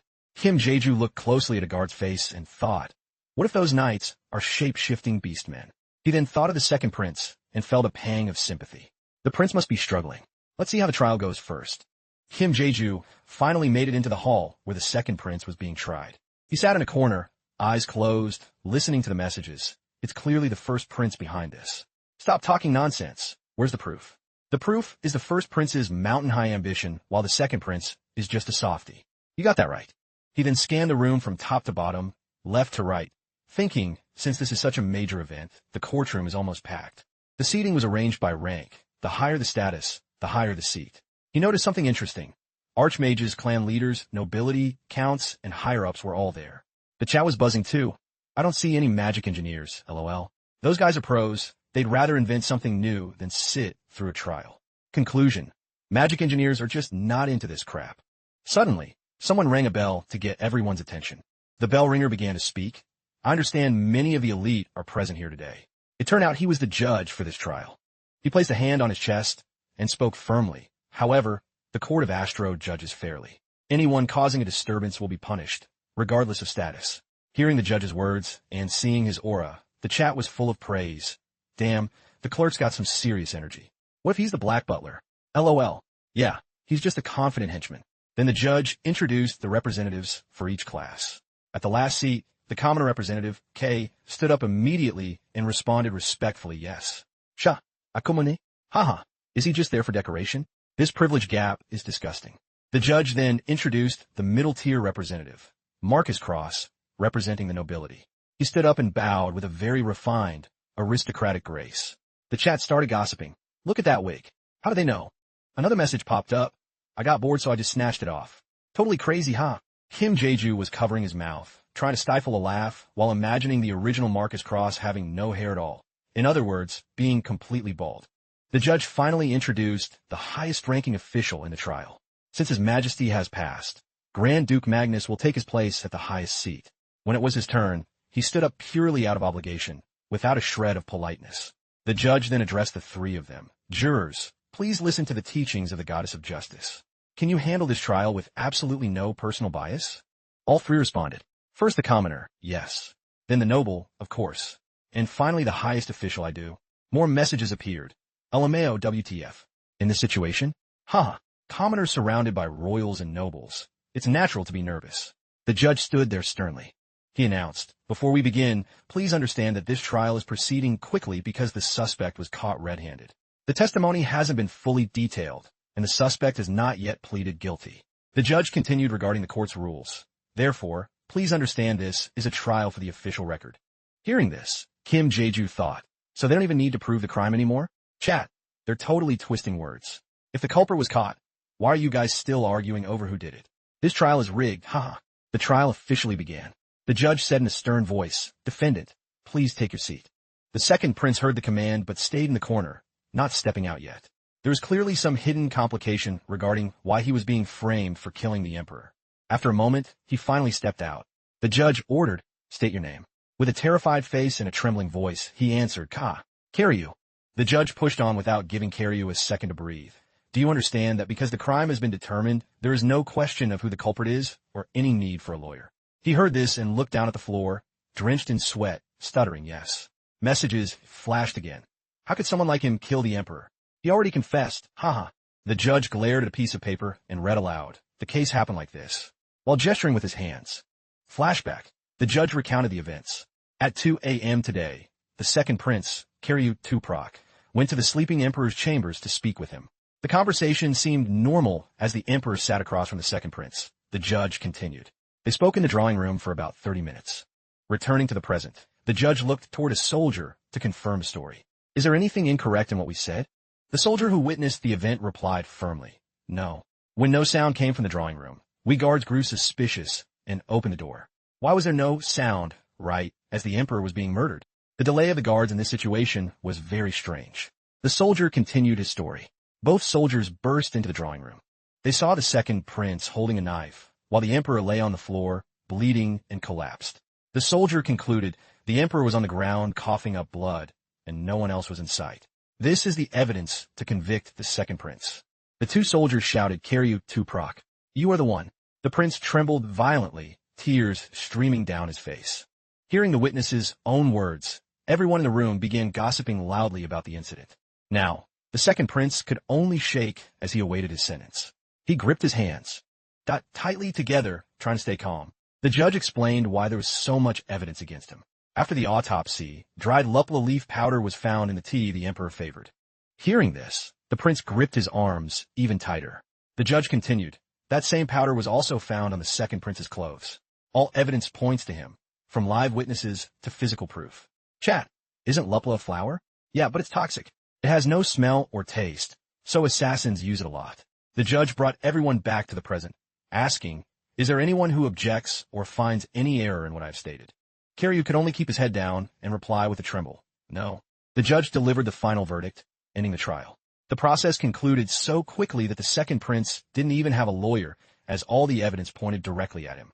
Hearing the judge deliver that final verdict, everyone reacted violently, shouting that they had come all this way for nothing. Even he couldn't believe it. He could only stare blankly, thinking, that's it? That's the trial? It just ends like that? He could only react by clenching his fists, thinking this. I know this is an injustice, but Kim Jae-ju had no right to speak up at this moment. Magnus sat there indifferently, handing out the sentence for the second prince. Let's stop here. The gods of Astro must be laughing their heads off. He announced the punishment for Karyu. The second prince, Karyu Tuprok, would be tied to horses and dragged across the kingdom. Hearing this, the prince trembled violently, unable to utter a word. Magnus continued the sentence. First, so all subjects in the kingdom know your crime. And second, so you may confess your sins before the gods and beg for forgiveness. He then looked at the class representatives and asked, do you agree? The commoner representative seemed a bit irritated and just gave a grunt, while the noble representative responded politely, of course. Suddenly, Fordrick sprang up and shouted. This makes no sense at all. Magnus, sitting next to him, asked with a questioning look, Lord Fordrick, Are you implying there's a flaw in this trial? He pointed out the missing elements. No matter how urgent the matter, the court cannot skip essential steps and rush to a verdict as if hiding something, much like the investigators did. He then turned to Magnus and said, "Secondly, please understand the prince's typical lifestyle. Please give us some time." Magnus shut his eyes tight and replied coldly, "Are you questioning the way I handle this court?" At this point, it was very likely Magnus had a hand in the emperor's death and was shifting all the blame onto the second prince. Magnus looked down at the second prince with contempt, waved his hand, and said, "There's nothing more to say. Take the criminal away." Following Magnus' order, 2 soldiers led the prince away to face his punishment. As for Fordrick, he slumped down and buried his face in his hands, looking utterly defeated. Even Jeju remained silent, prompting the chat to message, "Is Jeju asleep? I think he's in shock. Man, what kind of guy gets shocked by stuff like this?" He finally spoke, though his voice sounded somewhat weary. "Everyone, what kind of world is this?" The chat replied, "If I knew, why be stuck here with you? The torture mode is on, lol. What would he do without power? Don't overdo it. Everyone's like this on the 5th floor.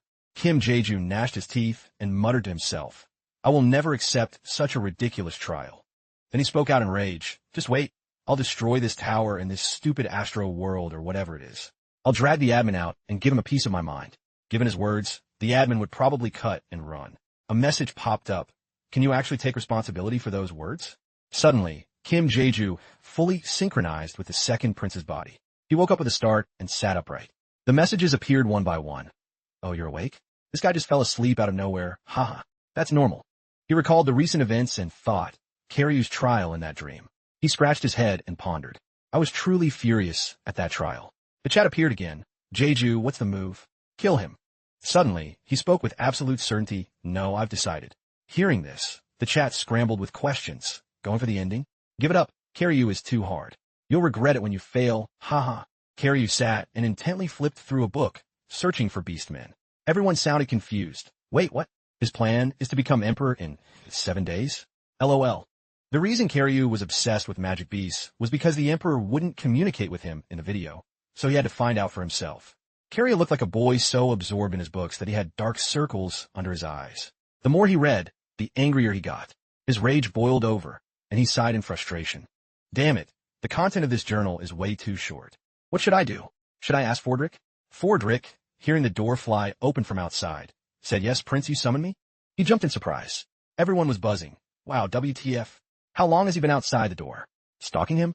Karyu faked a cough to regain his composure. "Ahem. Fordrick, I have something to ask you." Fordrick bowed respectfully. "I am at your service." He thought back to when he was a child, crying with his head in his hands. "When I wanted a magic beast as a kid, and my father slapped me. Do you remember me crying?" Fordrick placed a hand on his chest and replied thoughtfully, "Yes. If it concerns you, I remember every detail." "I'm surprised you still remember." The chat buzzed again. Isn't Fordrick more like his real father at this point? "Haha, totally haha." He raised a hand suspiciously. "When I asked father why he was so angry, he said you would tell me, that you hadn't told me yet. Wasn't that the right time?" Fordrick looked awkward. "It wasn't possible at that time." Karyu stomped away in anger. Everyone speculated. Is he going straight to the emperor? Did he not read the scroll before entering the 5th floor? The emperor is a total sicko. Don't even think about meeting him. Even after Fordrick said that. LOL. Hearing the comments, his face darkened. Everyone is being so negative. I guess they have a reason. The emperor had gradually gone insane since Queen Perdisa passed away. He felt someone had to be responsible for his wife's death and became unable to trust anyone. Karyu thought angrily. That means he loved his wife deeply. It's ridiculous that he doesn't love the child his wife left behind. He recalled the moment from before. Fordrick hesitated. It couldn't be helped back then. That magic beast you wanted for your birthday. As he spoke, he remembered the image of the young prince. I want this one. A massive magic beast with blood-red eyes. Far too dangerous for a young prince. Everyone tried to stop him. Jeju, chill out. You're in the palace. Why are you zoning out? LOL. He walked up to a door guarded by 2 soldiers. Karyu reached out to open the chat. Before I go in, I need to focus, so I'm going to turn off the chat for a bit. Okay? The chat was lively. Gaslighting communication? Gaslighting communication. Let's go. He made a cute gesture with his hands together. Don't be mad, guys. You'll see what you need to see when the time comes. The chat wouldn't have it. If I could leave this room, I'd be gone. Liar. You're only watching because you're curious. He leaned his hands against the wall and took a deep breath. Okay, chat's off. Focus. I am Karyu. I am Karyu. Instead of the shy and gloomy Karyu, a transformed Karyu, one that would surprise even the emperor, seriously contemplated his next move. He spoke to the guards. Hard at work so early in the morning, I see. He stood with his hands on his hips and said, I'm here to speak with His Majesty. The two soldiers blocked him. That is not possible right now. He got slightly irritated. Even for the prince? The soldier remains stern. No exceptions. He's fuming. How can these beastmen be so cold and expressionless? Suddenly, he strains his neck and bellows, Emperor. Second Prince Karyu Tuproc requests an audience. I have urgent business to discuss with you. He clenches his fists and waits. The door slowly creaks open. A foot gradually steps out. A tall, winged servant replies to him, wait in the lounge. He looks up, sweating. It worked. His silhouette is cast upon the table. Sitting in the middle of the empty lounge, he waits restlessly. He starts brainwashing himself again. I am Karyu. The door slowly opens. The Emperor of the Astro Empire, Radu Tuproc. He speaks first. Interesting that you've come to see me. He stands and bows. What do you think of a son coming to see his father? The Emperor laughs loudly. Since when did you treat me like a father? He gives a cheerful smile. It's always been that way. The Emperor rests his chin on his hand, hinting, I have always emphasized that you need proof for your words. Karyu speaks directly. I know you kept secret beastmen near me not because you were worried, but to keep tabs on me. Hearing that, he asks, you dare to guess that? He doesn't back down. The point is, that's how I see it. If that's parental love, then as your son, I will follow you. After speaking, he thinks awkwardly, I only know about the secret beastmen because the viewers in the chat were talking about it. The Emperor sighs upon hearing that. He then leans back arrogantly in his chair. Is that all you wanted to say? He glances behind him. Send the beastmen away so they can't distract us from our conversation. He cracks his knuckles, intrigued. Give me a reason. He smiles and tells him, you're a bit embarrassed. The two remain silent in a standoff. The atmosphere is a bit stagnant. Then the Emperor waves his hand, signaling everyone to withdraw. He looks at him and says, I can listen to the real reason why you wanted them gone now. He says confidently, if the magic ring truly controls the beastmen, then you can say I'm in the loop. Watching the ring glow, he adds, the ring you're wearing is a fake. The Emperor is momentarily stunned and remains silent. Then he regains his composure, amused. And where's the proof? Your next words could decide your fate. He doesn't waver. To be more precise, you have another ring. While reading the paper, he continues, First Prince Sloan Tuproc was initially discovered and commended by you 3 years ago for his great leadership in a victory against the Lavalic Plains. During the celebration ceremony afterward, there was an incident where the first prince spilled wine on himself. The Emperor cuts him off, displeased. Stop. You intend to convince me with just what's written on a paper? He holds up the document, unbothered. This is the content of the file, and I'm going to add to it. Recalling the image of the first prince wiping wine with a handkerchief and naturally taking the ring from you. The first prince then swapped the real ring with a fake one and hid it in his handkerchief. The Emperor begins to get dark and anxious, asking, this is entirely speculation from start to finish. Where's the proof for those words? He tries to calm himself. Steady. There's no reason for the Emperor to be angry. Here goes. I don't need proof. Don't you already know everything? I just wanted to tell you that I know too. The Emperor bursts into a fit of laughter. This is the first time I've truly laughed in a long time. Karyu puts both hands on the table. I take it I've earned a few more days to live? The Emperor remains calm. I didn't think you were hiding a secret card, pretending you didn't know until now. This means you want something from me. Clenching his fists, he replies, that's right. He speaks bravely. I want to be the Emperor. The Emperor's face darkens. A country cannot have two kings. He shows no mercy. I know. That's why. Then he utters the ultimate treason. That you should just die. On the screen now is Karyu's face. He is smiling a truly wicked smile. Seeing this face, he sneers, oh, for real? Kim Jae-ju, that bastard. Wow, that guy really has no equal. As he speaks, he watches Karyu through his monitor. When a support screen pops up, he doesn't hesitate to select 1000 and hits confirm. I've been waiting for someone like you, and you just show up out of nowhere. Immediately, the system announces, user One Punch Sir has donated 1000 coins and recorded a voice message.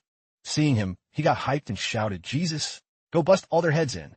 Everyone seeing this also commented nonstop, God, that guy's gross. Oh, EW, that gave me the chills, what did I just hear? Elmio, is Kim Jae-ju some kind of god? Meanwhile, Karyu was incredibly humble. Thanks, thank you.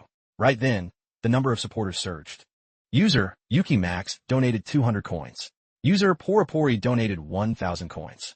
He stretched his neck and complained, man, disabling the chat box is such a pain, isn't it, Hyungnim?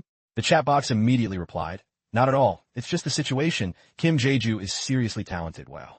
It feels like watching an open ending. LMAO, if everything goes according to plan, won't there be some time left over? What are you going to do next? Suddenly, as he looked up, something caught his eye. He then laughed out loud. For now, I want to go grab some breakfast. After that, I'm going to go learn some new skills. A little while later, he stood before a door holding some materials, wondering, is this the workshop? I'm finally getting to learn magic engineering. Just then, a voice nearby called out, what are you doing over there?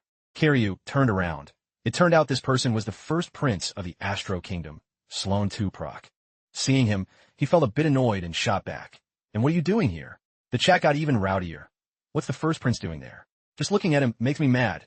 LMAO, is it because of what Kim Jeju said about him? Goes. Hearing this, he gave a mocking laugh. Humph. You've gotten more disrespectful since the last time we met. Has my father taken pity on you? He only thought to himself, he must have gotten info by controlling the Beastmen with that stolen ring. The chat was full of insults. Is he jealous? Hilarious. EW, a scumbag like him is known for being kind and talented. The real deal and the fake standing right next to each other. Kiryu silently wondered if he was curious about what he'd told the Emperor and had crawled all the way here because he couldn't wait. He then pretended to think and said, I want to see the Emperor at dawn. It seems you found out about it from someone else, making Sloan feel like his secret had been exposed, leaving him terrified. He began to tremble, clenching his fist to control himself. You used to just shake and hide behind Fordrick, yet now you dare talk back to me? The chat told Kiryu, Jeju, ignore everything and just give him a slap. LMAO, I'll give you all the coins I have for real. If you slap him, I can give you a total of 10,000 coins. Just as Sloan raised his hand to strike him. Immediately, a voice stopped him. Hold it. This voice belonged to the master imperial servant, Brand. He took a cigarette out of his mouth and asked, what's all this racket in front of my workshop? Sloan snapped, none of your business. How rude. He walked over to Kiryu, put a hand on his shoulder, and shot back. What do you mean none of my business? You two are making a scene right in front of my workshop door. That's exactly what I should be saying. Sloan was speechless, fuming but unable to say a word. He mocked him further. You aren't even the Emperor yet, and you're demanding respect? The chat fans were dying. LMAO, finally getting revenge, but will it be okay? Word is the Emperor treats talented people very well. Yeah, Brand is the best magic engineer, so he talks totally chill with the Emperor. LMAO, Brand is taking him to school. If you don't like people being rude to you, you'd better stop showing your face and causing trouble near my workshop, leaving him to swallow his anger. The chat praised him. He's awesome. Seeing him in person, I gotta admit, he's a legend. He gnashed his teeth, his face dark with rage. He said, I won't forget today's humiliation. In his heart, he cursed, how dare that old geezer insult me, right in front of that bastard Kiryu? He remained calm and said, do as you wish. I don't care if you come and spit on my grave after I'm dead. But I'll carve these words on my tombstone as my final message. Prince Sloan is a useless piece of trash who only knows how to lean on others. Brand rests here. The chat went crazy. He just called out his weakness point blank. LMAO, why do I feel the burn? What's with this attack range? LMAO, haha. He could only clench his fists and stare at him. Then he silently vowed that once I become Emperor, I'll kill that old man first. Let's see if he can open that filthy mouth after his head is gone. Finally, he left with just one sentence. I can't stay here any longer. It's too much of an eyesore, and turned to run away. Brand called out, fine then, Mr. Eyesore. It was not a pleasure, so let's never meet again. Kiryu also said, thanks for the help. He simply said, it wasn't help at all. I was just annoyed that my quiet morning was interrupted. The chat left messages. He's not helping because he likes you or anything. He's so savage. LMAO. As he prepared to turn and leave, Kiryu asked, lastly, I have something to ask you. Thinking he was going to request a quick assassination, he shut it down first. If it's in order to assassinate the first prince, I refuse. And walked away quickly. He panicked and shouted, that's not it. He replied again, ugh. If you ask again, I'll say yes. If you just want to look around, suit yourself, as he entered the workshop. He spoke an apology and thought to himself, seems like I didn't leave a bad impression. He stepped inside. A distinct smell of oil hit his nose. Ugh, this really is a magic engineering workshop. The oil smell confused the chat. Jeju, you really plan on learning magic engineering? I'm trying to tell him not to, while picking out food, me too. Scanning the scene before him. The chat complained even more. Kim Jeju always does the things we tell him not to. True facts, but he's better than us. LMAO, I can't even argue, how annoying. Just then, the electronic screen popped up. You have entered the area of an individual in harmony with magic engineering. You can now purchase related skill books. Skills related to magic engineering have been enhanced. Seeing this, he pondered, is it because I chose magic research at the start? Skills that aren't my main class are really expensive. He then started clicking something that confused the chat. Just the title makes me dizzy. I bought it too. then gave up right after starting to research because it was such a headache. LMAO, Jeju, you're not serious, right? But when the system announced the items in the card had been paid for, everyone found it even harder to believe.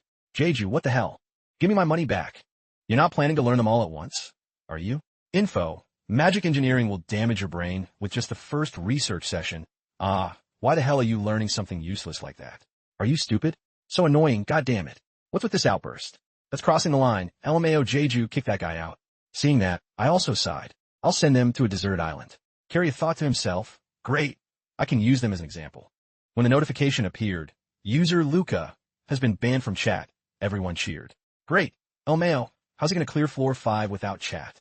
I love this decisive side of Jeju. LMAO. Right then, the system asked, do you want to use the skill books? He hit yes. Skills have been created. Basic Magic Engineering, Level 1. Basic Thermodynamics, Level 1. Basic Material Mechanization, Level 1. The convenience of creation and its correlation to daily life have been learned. Benefits received when researching skills have increased. Suddenly, a wave of nausea hit him, making him worry as he covered his mouth. Ugh, so nauseous. Learning all 4 at once. I still don't fully get it. It feels like I've only memorized the skeleton. He then tried to breathe steadily, telling himself, it's okay. Even if I only understand half, I can still simulate the skills even if I can't create them. Kiryu held his head, exhausted. Phew, I gotta level up the skills first. Those in the chat were also helpless. Yeah, okay. Do whatever you want, Jeju, just give up. LMAO, he really doesn't listen to us at all. Looking through the side door, he said, I'll stay here for a while. After that, let's get started. At that moment, a knock sounded at the door. Turns out it's Brand. Need something else from me? Kiryu's eyes lit up like high beams. Yes, I'd like to ask a favor. Everyone was stunned. Since when was he this polite? Royal Workshop info. Brand comes from a prestigious noble family and is the ultimate master. He even curses in front of royalty and the highborn. LMAO. Hearing that, he opened the door for him. Come on in. He politely replied, pardon the intrusion. Meanwhile, over at Sloane's side, he was running somewhere in a huge rush, panicking internally. I heard that idiot Kiryu met with Father at dawn. He must be plotting something. He's a bit scary, but nothing has changed. Then he mocked Kiryu. Pitiful Kiryu, you should have just stayed quiet in your tiny room. You'll get to witness my coronation as emperor from your grave. A voice rang out as Kiryu slowly stepped down. Old man Brand asked curiously, what are you doing in a place like this? He replied, I want to use your workshop. He crossed his arms and answered seriously, if you're here to play games, I refuse. Magic engineering isn't a toy.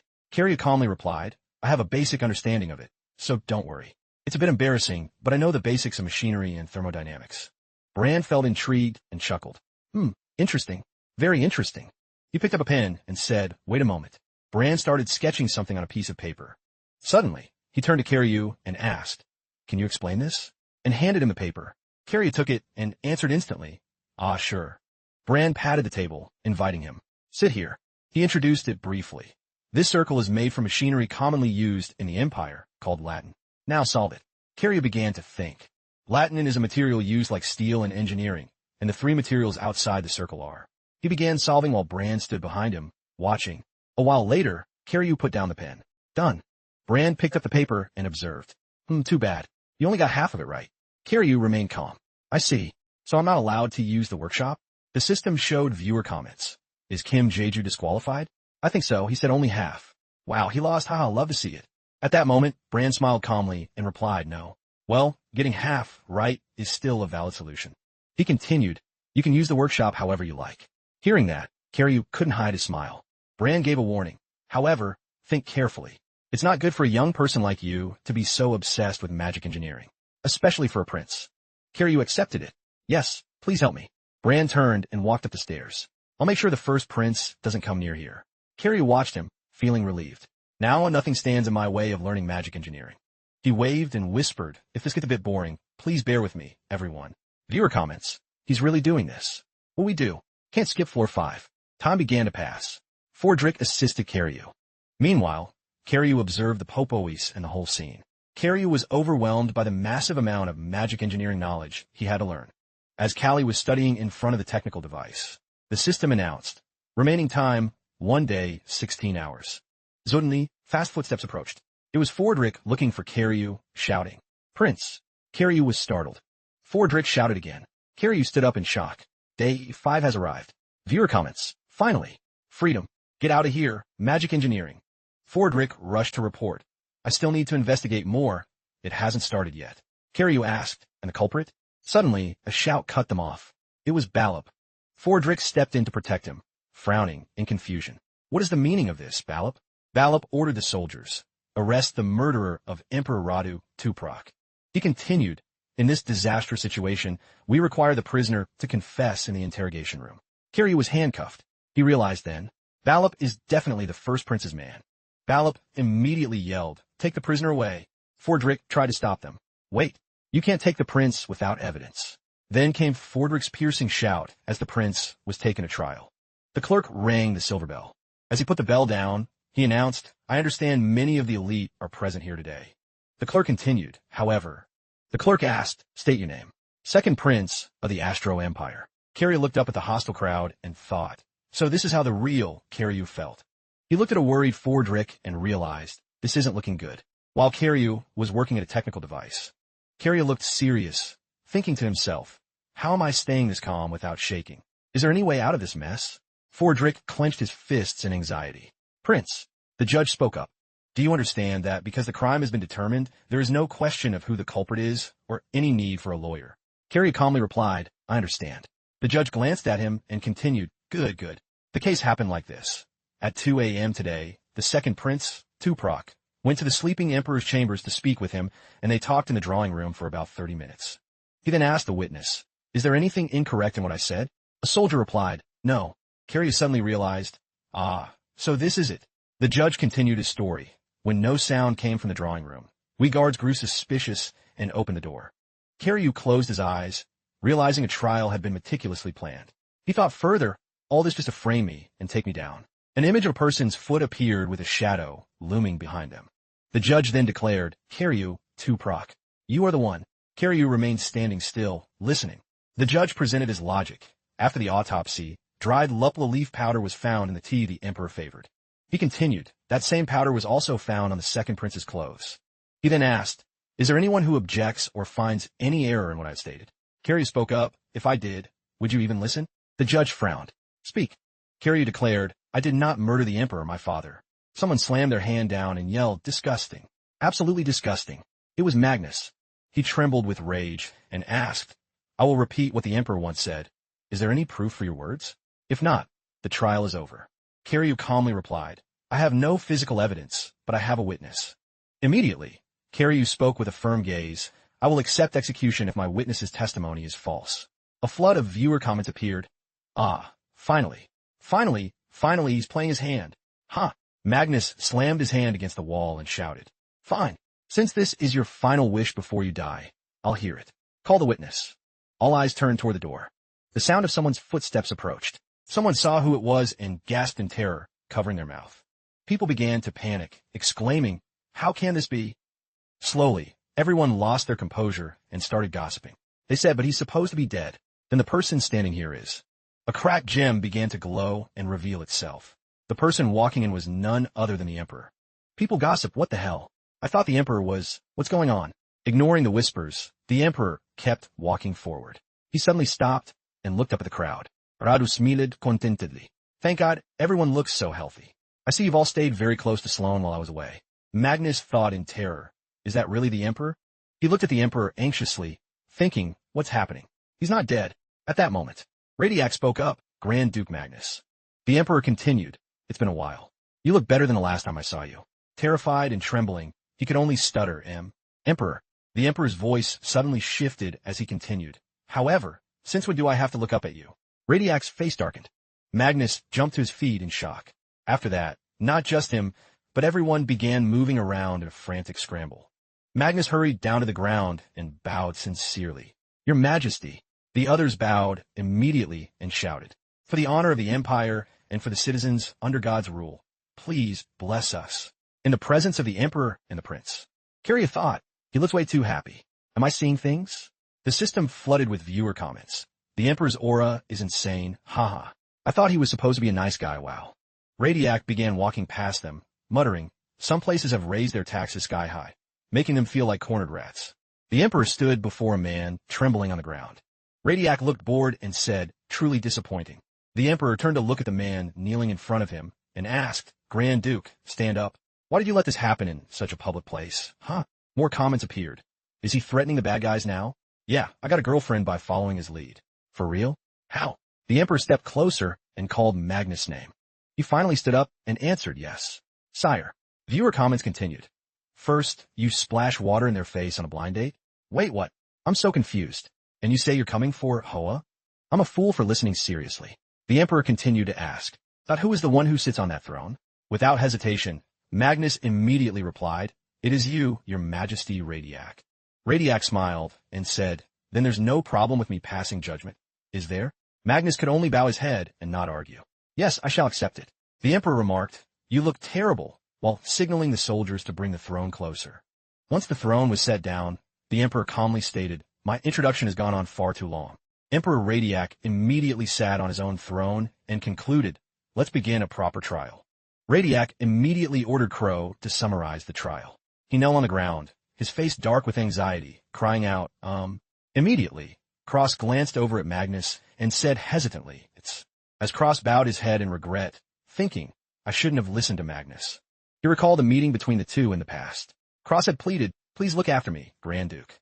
Magnus gave him a smile to persuade him. "Don't worry, just trust me. This is a small token of my gratitude." He opened a small chest on the table. Kraus stared into it with pure greed, returning to reality. Kraus, filled with regret and fear, stammered incoherently the trial. He trembled, thinking he had put his trust in Grand Duke Magnus. The Emperor, looking bored, sighed. Enough. I have no use for you anymore." Radiac immediately called another name. K. He answered instantly yes. The Emperor ordered, "Can you summarize the trial?" K replied, "Yes, sire. Currently, Second Prince Karyu Tuprok is under arrest and charged with the assassination of the Emperor, and the defendant, Karyu Tuprok, is requesting a witness." The Emperor raised his hand and announced, "I shall pass judgment right now. He is not guilty." The Emperor then asked, "Any objections?" The crowd only dared to bow and shout, "None." "An excellent judgment, Your Majesty." The Emperor stood up and declared, "Looking at the events during my absence, it seems Grand Duke Magnus has committed quite a few crimes." Emperor Radiac began to step forward and spoke out. "From this moment on, you're no longer a judge blessed by the goddess Mia." The Emperor stood before Magnus and asked, "Is that clear?" Magnus bowed his head anxiously and replied, "Yes." The Emperor immediately frowned and yelled in anger, "It's good that you know. Now, I'll say what I want." First, Radiac raised his right hand with an expressionless face, pointing out Magnus' crime. "You swore to judge this trial without a shred of personal bias." Immediately, a slap landed on the villain Magnus' face. A flood of viewer comments appeared. "Holy shit. What am I watching? LMAO. He's way too chill, haha." The Emperor pulled his hand back, his face darkening as he reminded him. "Secondly, I told you to oversee the nobility and look after the masses, but you failed to do so." Followed by a stinging slap. The kneeling crowd trembled. Emperor Radiac stretched his wrist and said, "Finally, thirdly, you conspired with Sloane and became a rat gnawing away at my empire. I am truly disappointed." Magnus, with one cheek already bruised, screamed, "It's a misunderstanding, Your Majesty. I lost sleep worrying about the starving citizens." The Emperor, using an incredibly furious tone, said to him, "Would a man like that sign papers to hike the prices of 10 food staples and send them to Sloane?" Magnus froze, tears falling as he couldn't explain. He could only stammer, "That was." The Emperor cut him off. "I see no credibility in your words. Fourth Patriarch Alex, Fifth Patriarch Leahy." The two stood up simultaneously and bowed. "Yes, yes, sire." The Emperor continued to order, "From now on, Magnus will be treated as a first-class criminal. Drag him like a dog to the deepest cell in the dungeon." Magnus was helpless, trembling in fear, unable to do a thing. The two immediately restrained Magnus. At this, he screamed and cursed, "You bastards, how dare you? Your Majesty, this is someone's conspiracy." He only received the Emperor's cold indifference. Immediately, Magnus was dragged out the door. He screamed at the top of his lungs, "Let me go. I said let go of me." The Emperor's face clouded as he thought, "A conspiracy? Huh?" Radiac glanced over at Karyu and thought, "Yes, I'm following this conspiracy." For days ago, in the Emperor's drawing room, the Emperor, sitting in his chair, asked, "Are you telling me to fake my own death?" Karyu, who was also there, replied yes. The Emperor listened and said, "Go on." Karyu replied seriously, "I have gradually lost patience witnessing my brother's actions." The Emperor responded indifferently, "And what does that have to do with me dying?" Karyu explained, "If Your Majesty dies, based on my brother's personality, he will find a way to eliminate me just because I'm an eyesore to him. The emperor rested his chin and asked, and Kiryu continued to explain, "You will do it in a childish way. He'll want to humiliate me by framing me for murder and opening a trial." The emperor understood and expressed, "So, Kiryu, it seems you have a plan to overcome and flip the script." Kiryu placed a hand on his chest and gave a light smile. Then, with a confident face, he stated boldly, "Yes." Returning to the present. The emperor also placed a hand on his chest and smiled. The emperor then ordered, "Then I shall conclude this trial. Release Kiryu." And Emperor Radiac, sitting on the throne, swung his hand and shouted the order, "Arrest First Prince Sloan Tuprock and bring him here for the attempted assassination of the emperor." At this, Sloan was already furious and shouted, "Get off me. I said get off." It seemed this situation had pushed him past his limit. The second prince watched along with everyone in the court, observing the first prince's reaction. "Get off." Sloan was losing his patience. His face was twisted with rage as he screamed at the soldiers beside him, "I told you to let go." The two soldiers escorted him to the defendant's dock. Ignoring them, he kept screaming the same thing, "Let go." Meanwhile, the chat messages popped up. "Look at that, the vibe has totally shifted. He's being influenced by Kim Jae-ju. LOL. They're extraditing him now. Haha. That bastard isn't even in handcuffs." In a fit of rage, Sloan looked the emperor in the face and screamed, "Father, this is all that bastard Kiryu's plan." But ignoring those words, Radiac looked at him with eyes full of bloodlust and growled, "Do I look like your father right now?" He growled again, "What are you doing? Address me with respect." Hearing those words made Sloan gnash his teeth. He was furious, but mostly terrified as he broke into a cold sweat. After adjusting his voice, he bowed his head respectfully and said, "Yes, my apologies, Your Majesty." Seeing this, the messages kept coming. It's so satisfying seeing his scared face. "Look at him, haha. Focus up, everyone." But that guy still wouldn't let Kiryu go. He glared over at him, his face turning red with veins popping out. In contrast, Kiryu only sighed, thinking, right, let him be mad. Suddenly, a system notification caught his attention. His system announced the following messages. "I'm sorry, Jeju. I'm sending coins as an apology. I cursed at you for the magic engineer stuff and made you unhappy. No need to forgive me, but please unban me from the chat." Seeing that, he just gave a friendly smile and closed the notification. Meanwhile, other messages were equally gloating. "Nice try, but no dice." That message was cringe as hell. "I told you to be good, haha." At this point, the emperor above declared, "Now, to begin the senten." Kiryu cut him off. "Wait, Your Majesty." Standing firmly below, he spoke up clearly, "Just a moment ago, I was in the position of the defendant. If you're asking if I feel insulted, then yes, I do. That's what I want to say." Up in the stands, everyone was buzzing about his audacity. Wow, he actually dared to interrupt the emperor. Something big is about to go down. Ignoring the gossip, His Majesty gave a slight smile and ordered, "Second Prince, continue." With the emperor's permission, he went on, "Thank you for your grace. I wish to personally prove the crimes of Sloan Tuprock. Please give me the chance to prove my innocence and expose the true criminal." Right then, the messages popped up again. "Our Jeju is such a smooth talker. Give us a chance." Radiac sat majestically, resting his chin on his hand. "I permit it." The emperor's words left the citizens in a state of confusion, exclaiming, "Wait, what?" He spoke up, "Thank you. I am honored, Your Majesty." But in his head, he was thinking something else. "Dioinia, you guys won't believe this. If this were the emperor everyone knew, he'd usually drag me away for being arrogant." His thoughts concluded like a calculated hand of cards as he immediately executed his plan. The second prince raised his hand and commanded loudly, "We will now begin the interrogation of the accused, Sloan Tuprock." He turned to him and began the questioning. "Your name is Sloan Tuprock, correct?" Being looked down upon by his little brother made the first prince fly into a rage. "You dare!" Kiryu maintained his composure. "I'll ask again." Kiryu continued, "Refusal to answer will result in an immediate verdict based on the laws of the gods. Please answer." As he finished, his eyes suddenly glowed intensely. Hearing that, though it was hard to swallow, he had to comply. On the outside, he seemed to agree, but inside his blood was boiling. The first prince's face turned red as a beet as he replied, "Yes." Seeing this, Kiryu said, "Then let me ask you right now." His voice turned sharp and authoritative. "Sloan Tuprock, you tried to kill the emperor, didn't you?" Hearing those words, he just stared down, unable to say a word. He patiently asked again, "I'll ask once more. You tried to kill the emperor, didn't you?" Facing the question, he could only slam the table in anger, muttering this. The first prince, losing all his cool, waved his hand in denial and shouted, "This is all total nonsense." Kiryu didn't budge. Even with that steely voice, he questioned him. "Sloan, do you have any evidence to deny the claim?" He could only let out a frustrated arg. Seeing his reaction, he thought, to bring proof that he didn't do it. Normally, this wouldn't mean anything, but knowing Sloan, if I pressure him like this. But what surprised everyone was that he started laughing, actually making noise. Hoo. Messages appeared. Is he laughing? Does he find this funny? Suddenly, he burst out into a mad, wild laugh. He laughed like he'd never laughed before, covering his face while making those ha-ha-ha sounds. Then he looked at him with eyes full of contempt and spat out, "Ha, you arrogant bastard. Evidence? You just said evidence?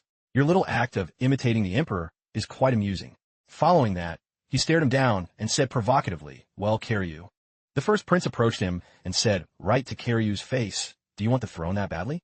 Trying to manipulate the second prince, he put a hand on his shoulder and continued, "I don't know who's been sweet-talking you, but..."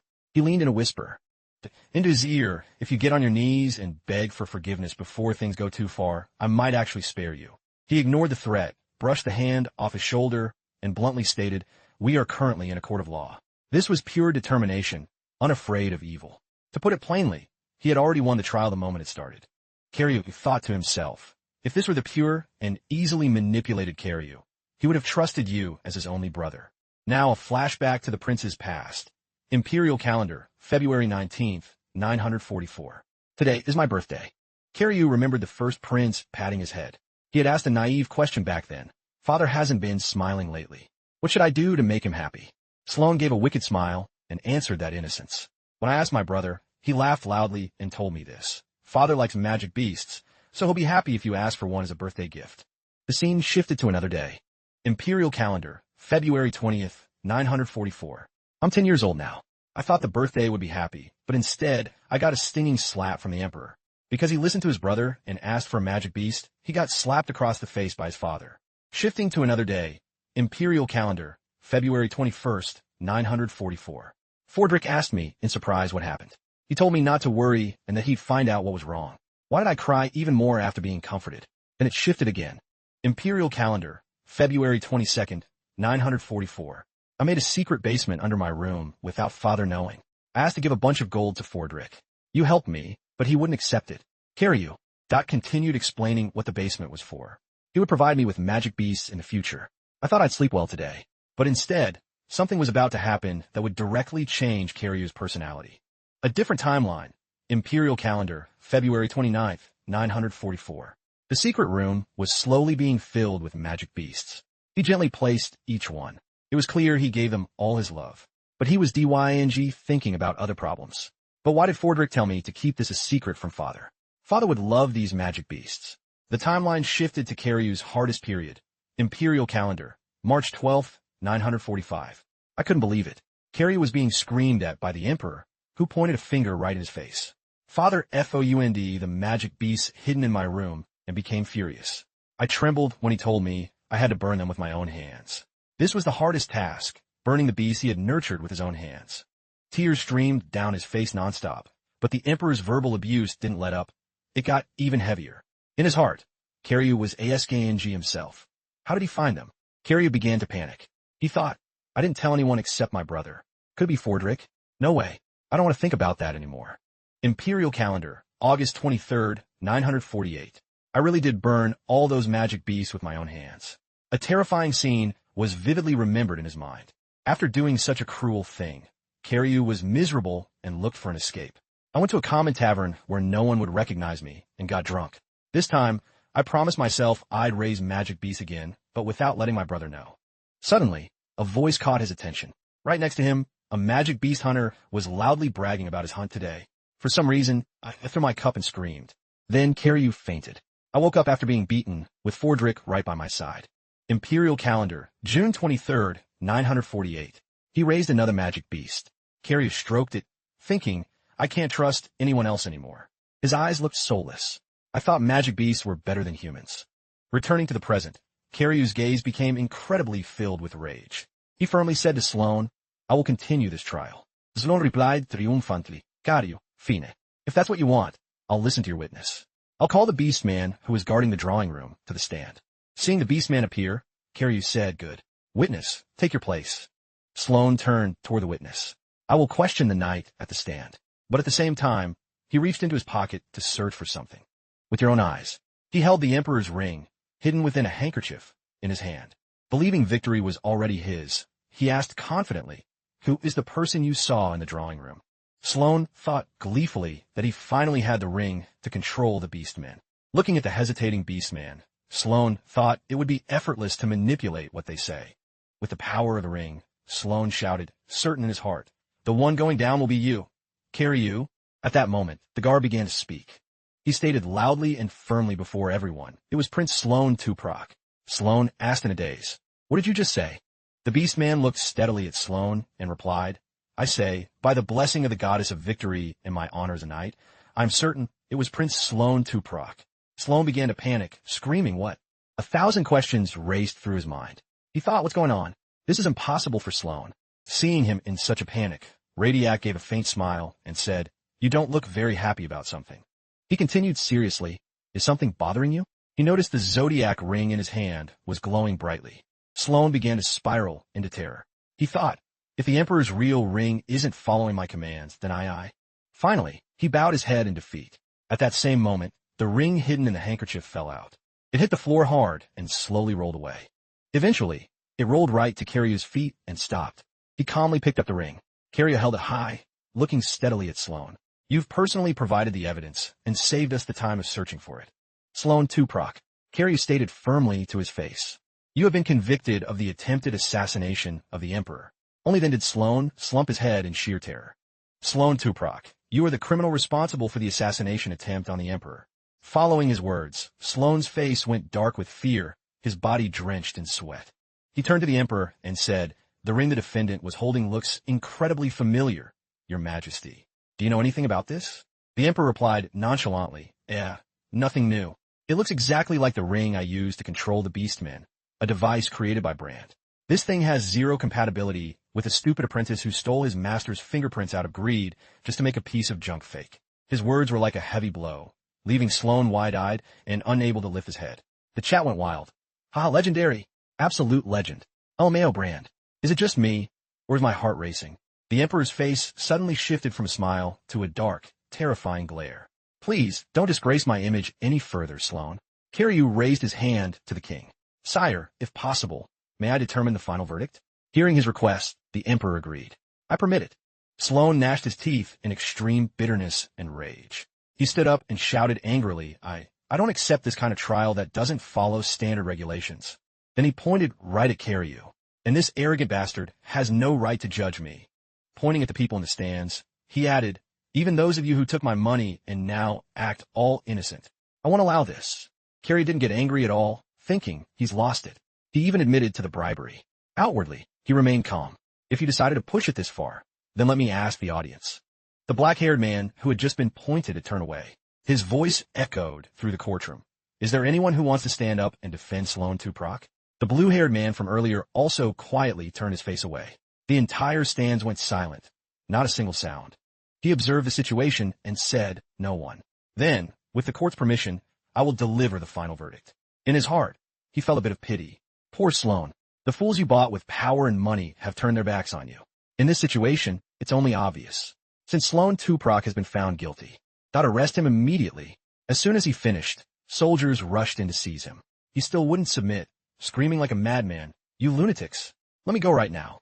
The chat was gloating. "Where's that soldier who looked down on Kim Jeju earlier? He even beat Cross at switching sides, haha. He'll probably just cry until all his hair falls out anyway." He placed his hand over his chest. "Sire, before I execute the sentence, may I send a personal message to the prisoner?" The Emperor asked curiously, "Oh-ho? Why do that?" Recalling what had happened to him before, he replied calmly, "Because I was once framed, I'd like to pay him back a little." The Emperor agreed. "Very well, I grant this request." He happily thanked him. Both were pleased, while Sloan was only bitter. You dare." The chat was buzzing. "Jeju, do whatever you want. Is this guy at Sundara? Jeju truly deserves to be the favorite." He clenched his hand and said to him, "Listen up. Consider this compensation for all the times you've framed me in the past." As he spoke, Sloan grew more panicked, unsure of what he planned to do. He raised his hand, ready to strike. "This might hurt a bit, brother." He slapped him straight across the face, a thunderous slap. The chat commented happily. Did he put all his stats into his hand? It's glowing. Look, like father, like son. LMAO. The Emperor's son is Kiryu, but my son is Kim Jeju. This is the son we raised with our coins. As he struck him, he listed the crimes. First, you mock the imperial law based on the will of the gods. People cheered. This isn't Kim Jeju, it's Kim Jeju 2.0. Wait, that's the issue, isn't it? Le Miao. Fide King Kim Yeo Ikinji. He raised his fist again. Second, you use your title as prince for personal gain. I am deeply disappointed. The punch was so hard it made him spit blood. Finally, because of his personal ambition. After these words, Sloane had to clutch his nose and cover his mouth, tears streaming down his face. The emperor watched from above, resting his chin. You try to murder your father. This goes beyond disappointment. It's disgusting. The watch on the emperor glowed. He clapped his hands together as if dusting them off. The personal message is finished. Once done, he said, now for the verdict. He looked down at him, collapsed on the floor. He calmly delivered the sentence. First Prince of the Empire, Sloane Tuprock, the criminal who committed acts unfitting of a prince. Let all the citizens know of this sin. Tie the prisoner to horses and drag him across the ground throughout the entire empire. Hearing this, he trembled uncontrollably, unable to finish his sentence. He turned and bowed. Furthermore, we confess to the gods that such a sin was committed and beg for their forgiveness. Finally, I hope the court and the jury reach a venerable decision. That is all. He thought leisurely. I'm just one step away from the ending I chose. The emperor said with satisfaction, I find nothing wrong with this verdict. What about the rest of you?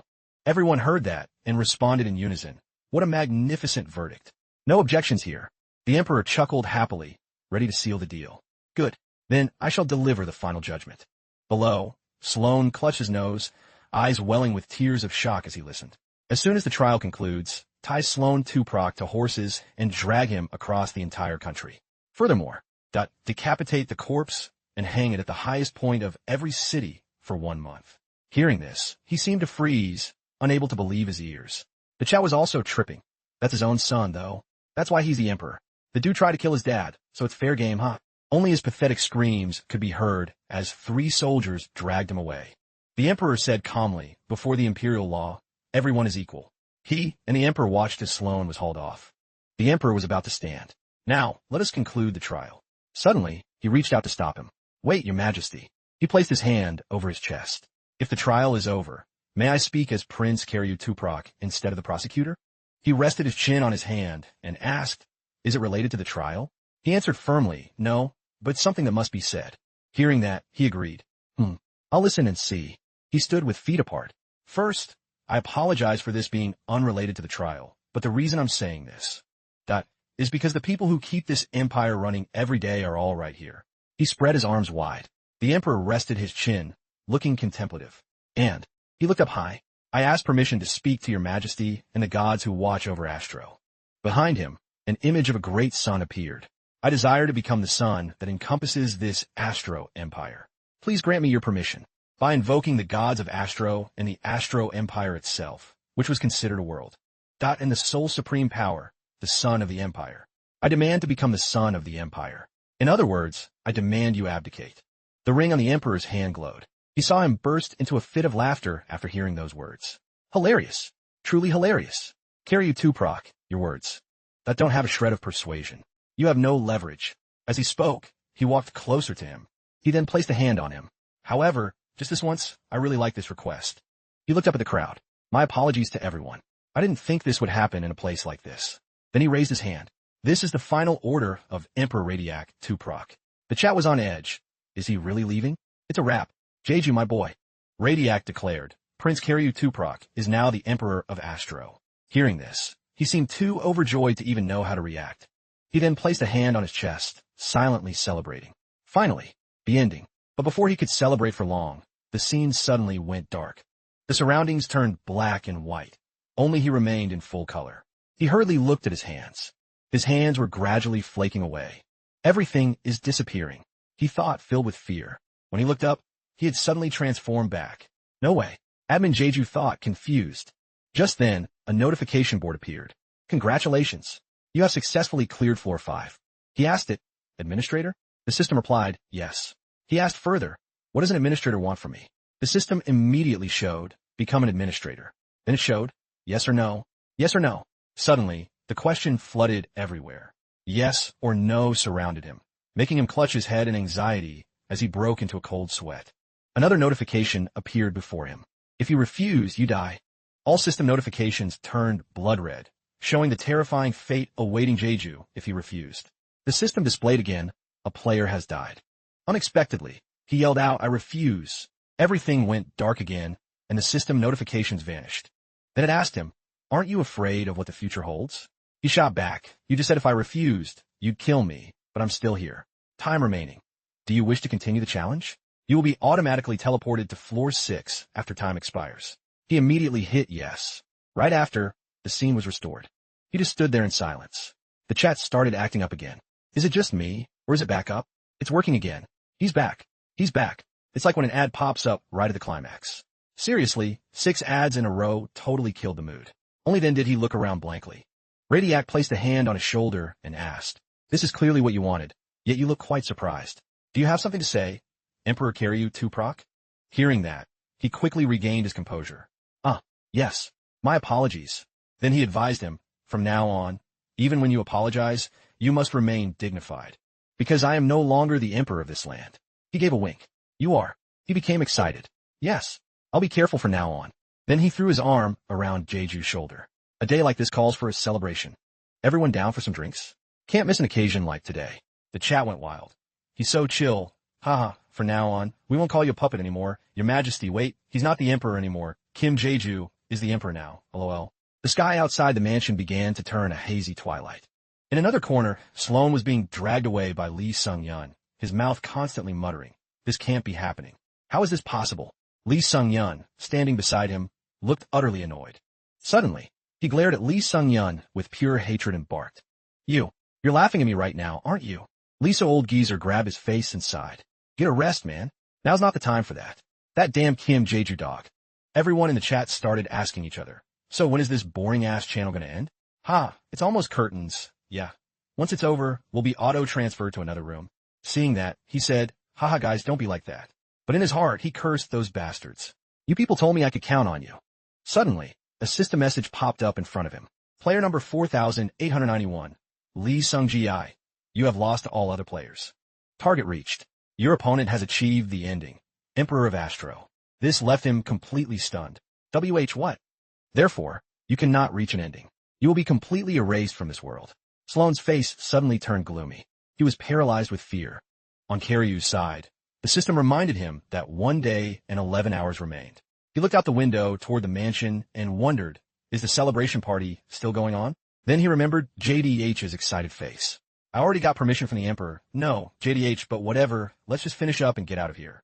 A moment later, he arrived at a door. When he opened it, a magnificent sight unfolded before his eyes. This left people a bit confused. "Wait, the Emperor wanted a drink with you. What are you doing here?" Yo, greeting to Emperor Kim Jeju. He ignored their questions and stepped inside. Suddenly, he stopped and looked up to admire the view.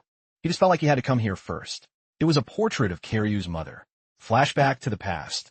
Jeju bowed his head, feeling heartbroken for him through the screen. Karyu, this poor guy. His tears and nose were running uncontrollably. "If I ever make it to floor 5, I'll definitely help you. I'll stand up and defend you myself." Back to Karyu. He closed his eyes, reflecting on that moment. He felt a surge of joy. "I did it. Everyone's waiting for me. He got to go." The chat laughed again. "The vibe on floor 5 is crazy. Just go grab a drink and forget all that. Those two things aren't even real, lol. True. The viewers were right. This world isn't real. I'm not really Karyu either. But I hope you're happy now, Karyu." With that, he opened another door and went back to join the party with everyone. In a luxurious room, Karyu was fast asleep.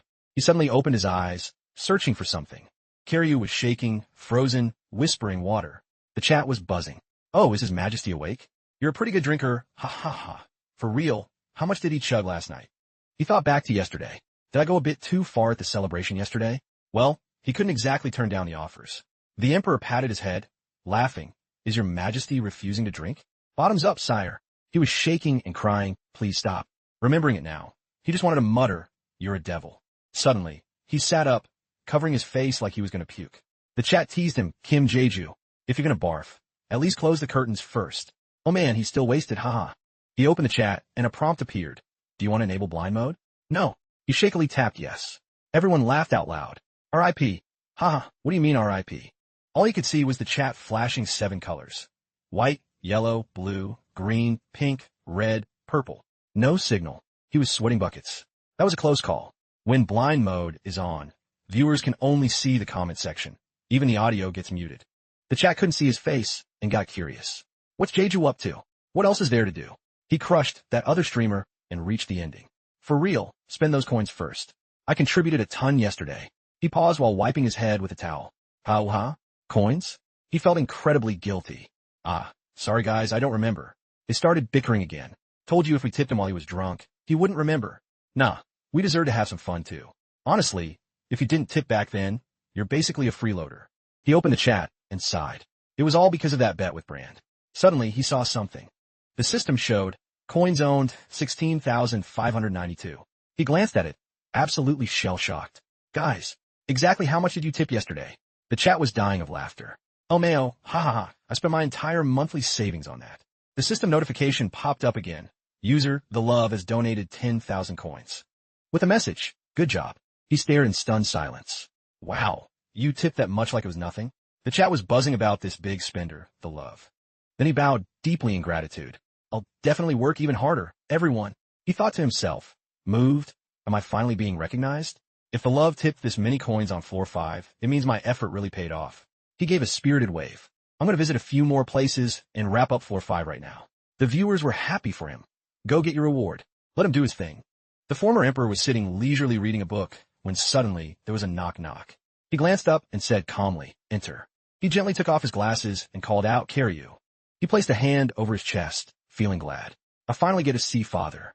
The former emperor said, You should rest more. There's a lot to prepare for. He replied reassuringly, I'm fine. I just thought I should come see you first. Hearing that, he set his book down. It seems you have something you want to tell me. He sat up straight. It's nothing major. I just read a few things in my diary yesterday. He slowly recalled, back when I was a kid and got caught with those magic beasts. Father gave me a real beating. It's not that I'm holding a grudge or anything. I'm just genuinely curious why father was so angry. He asked while looking at him.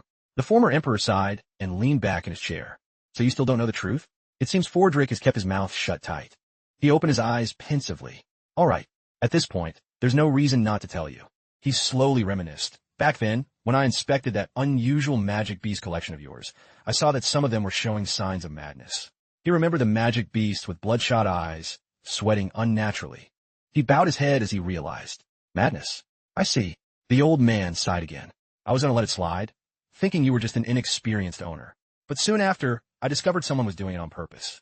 I believe you know who I'm talking about. He crossed his arms slyly, his voice turning somber. My feelings were complicated, but that was the main reason. I saw your mother in you, the shame of being so easily swayed by evil, and I truly couldn't stand it. Having finished, he went back to his book. Ahem. If your curiosity is satisfied, then go. Your schedule is packed. There's no time for play. He stood up respectfully. Yes, I will return later. Just as he reached the door, he suddenly remembered. Oh, by the way, father. This made the man glance over. He bowed sincerely. Thank you for raising and loving such a mess of a Karyu until the very end. After he left, the man sat in silence for a moment. Feeling a bit embarrassed, he slammed his book down. After becoming emperor, he really has changed a lot. He spoke as if struck by a thought. He smiled happily. I'll have to teach him how to be even tougher later. He walked away, feeling light. I finished everything and said my goodbyes. I should head back now. The supporters cheered. Yes, yes. Whatever you want, your majesty. I give up. Suddenly, someone asked, why don't you pick a warrior's weapon? Physical strength is king in the early game. Hearing the suggestion, Jeju waved his hands. No, I don't want to. Others joined in. Kim Jeju, magic engineering. With your power and coins, you could buy anything, but you chose a weird mechanical glove? That's actually kind of cute. He tried to convince them. Magic engineering is great, guys. They replied, whatever you say, Jeju. Just go for it. A man holding a pipe took a puff. Oh, look who it is. Brand chuckled while exhaling smoke. The son of the empire visiting a place like this? He didn't mind the teasing. I just came to say thanks. How's your health? Brand laughed dismissively. Don't worry about it. It's nothing. He brought up the past again. You lost that drinking bet, remember? Worrying about me? Maybe in 100 years. He broke into a cold sweat and laughed it off. Fair enough. Sorry for overstepping. The old man turned away. Forget the formalities. Are you here for those gloves? He nodded. Yes, I need them. He warned him carefully, those things are a bit unstable, so be careful with them. Honestly, I have no clue why you need such dangerous stuff. He expressed his confusion. He could hear the concern in the old man's voice. Thanks for worrying about me. He bowed in gratitude. Please stay healthy and finish many more great inventions in the future. Brand, flustered, pretended to scold him. This kid, you're the emperor, and you're bowing? He laughed out loud. Some might think I'll never see you again. TSK, TSK. He just smiled and didn't reply. After saying goodbye to Brand, he walked back carrying a box of gear. Once this challenge ends, none of this will exist anymore. He glanced at the system. 13 hours remaining. And Karyu's unfair death will just reset back to how it was. I hope the time I spent on this 5th floor meant something. He looked up at the blue sky and sighed. Meanwhile, on the 3rd floor in a grand setting, footsteps could be heard climbing the stairs. It was user 4901, Baek Jinha. He was panting and sweating profusely. Phew, guys, why is this so hard? The viewers mocked him. You picked the high difficulty yourself.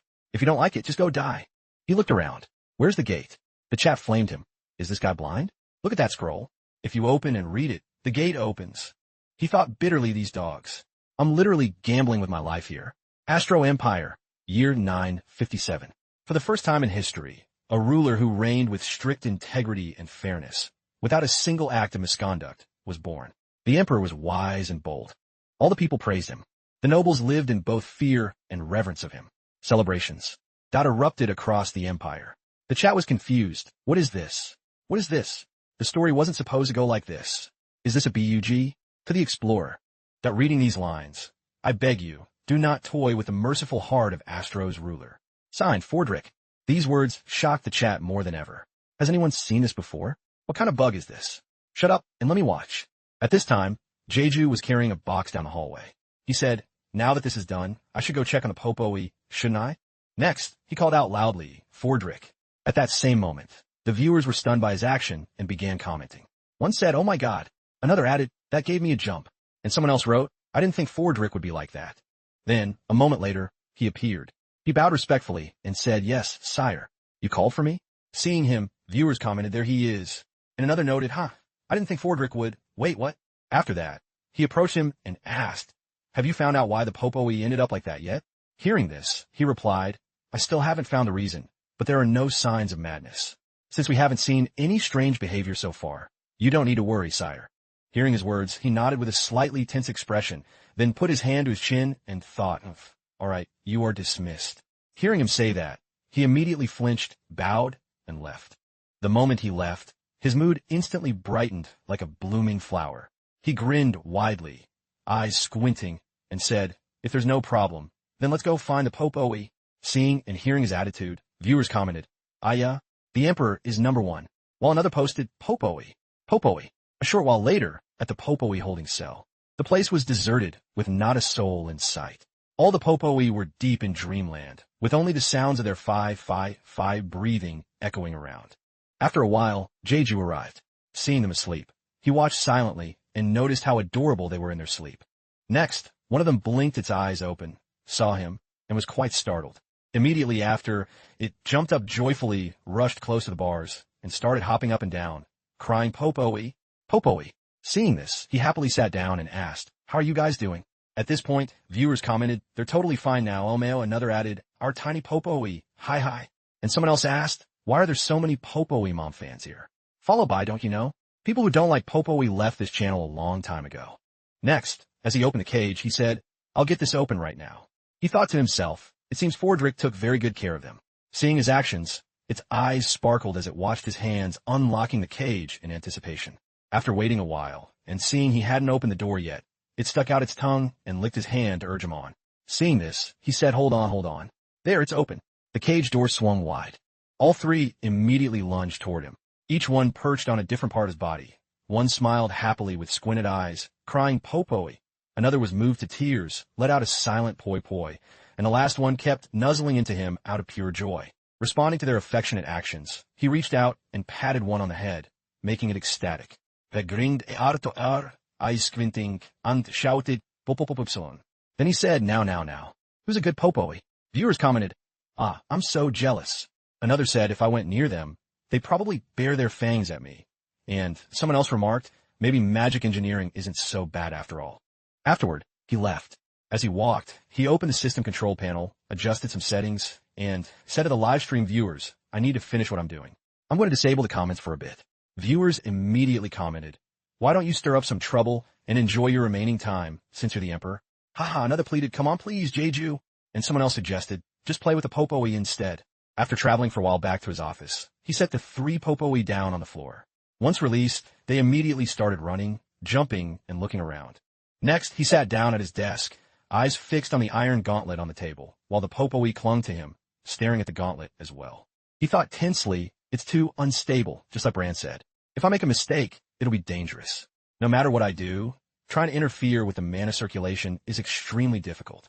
Next, he took it apart, thinking if I fix this, that breaks. If I fix that part, another perfectly good part fails. What a hateful cycle. This is exactly why I respect Renan so much. Then he recalled his image and thought, Renan, the magic engineer I knew through that video. When Renan appeared, even the tower's magic engineers were divided. Next, as he repaired the gauntlet, he thought, I'm not a prodigy like him, but I still can't give up. At that moment, the system notified him. Time remaining, 10 minutes. A while later, the gauntlet he was fixing glowed. Seeing this, he said to himself, Humph. I wonder if it's almost done. With that, he put the gauntlet on and moved his fingers. Looking at it with a pleased expression, he said, at least I can use it now.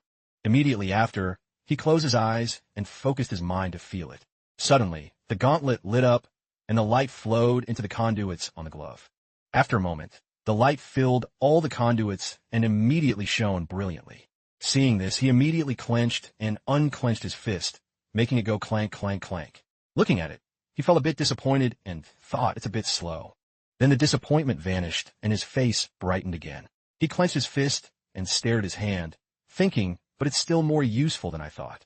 At that exact moment, the system clock appeared and began to beep, beep, beep.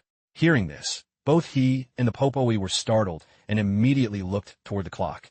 Next, the system announced, mute period has ended. Comments will be re-enabled now. Seeing this, he gave a forced smile, clapped his hands, and said, sorry about that. I had to focus. As he spoke, he thought, I totally forgot about the time. Seeing this, viewers commented, Jeju, let us talk. Oh, it's back on. Another said, Kim Jeju, you're way too persistent. Someone else added, you're going to pass out at this rate. Go enjoy the scenery for a bit. And another wondered, is the broken thing because it passed through your hands? Why do I feel kind of sad about it? Immediately after, the system announced the remaining time, 5 seconds, and began the countdown. 4 seconds, 3 seconds. By this time, he had put on his backpack and teleported at the 2-second mark. Suddenly, a spatial vortex appeared right at his desk. Time is up. He stood in a heroic pose. The system announced, you have achieved the chosen result and passed the challenge. The gate to floor 6 is opening. User entry restrictions have been lifted, transferring viewers from other streamers on the same floor.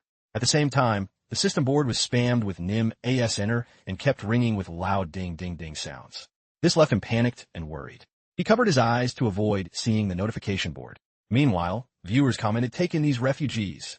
Another joked, streamer, do an intro. Someone else said, man, I thought Lee Sung-yeon was going to backstab him in that challenge, but it ended like this? Lame. Another added, you refugees, shut your mouths. Someone else posted, guys, Kim Jeju is a god. Followed by, are you all crazy? Imagine simping for a loser from floor 1. And finally, Jeju, just kick all those idiots out. Seeing his channel in such chaos, he thought, Lee Sung-yeon's channel had quite a few viewers. I don't want to ruin the atmosphere in the comments, so Reaching a decision, he said to the viewers, I'm going to disable comment permissions for viewers with less than 12 hours of watch time. After speaking, he immediately opened the control panel to mute them. Seeing this, regular viewers commented, much better. Another said, seriously, stop telling him what to do. He knows what he's doing, and someone else added, stay calm, guys. If we were like them, we'd probably act the exact same way. Reading these comments, he opened the control panel and laughed happily. Let's all just calm down, okay? Let's check the rewards first. Next, he tapped a button on the control panel. It made a beep, and immediately, a gift box came whistling down from the air. The box hit the ground with a thud. This startled him and the popoi. With eyes wide as saucers and jaws dropped, they stared at the gift box without blinking. Then the system announced, user Hedgehog Money donated 10 coins with a message. Wait, what's this? Why is the box so huge? User Mirror Bubble donated 10 coins with a message. What about me? What about me, admin? All my reward money is gone. At this time, he looked at the control panel and saw the coin limit for voice messages was 500. Seeing this, he said, I'll set the limit for voice messages to 500 coins too. Next, he said, they won't tip 500 coins right away since they just came from another channel. As he said this, the system suddenly announced, user Luca donated 1,000 coins. Reading this, he froze, closed his eyes, and sighed, too disappointed to even think. The system announced, honey, are you asleep? The read-only icon won't go away. Let me send a message. I'm sorry. I'm begging you. If you want, I'll even bang my head on the floor. Please lift my chat ban. Reading this, he said no way. Permission denied.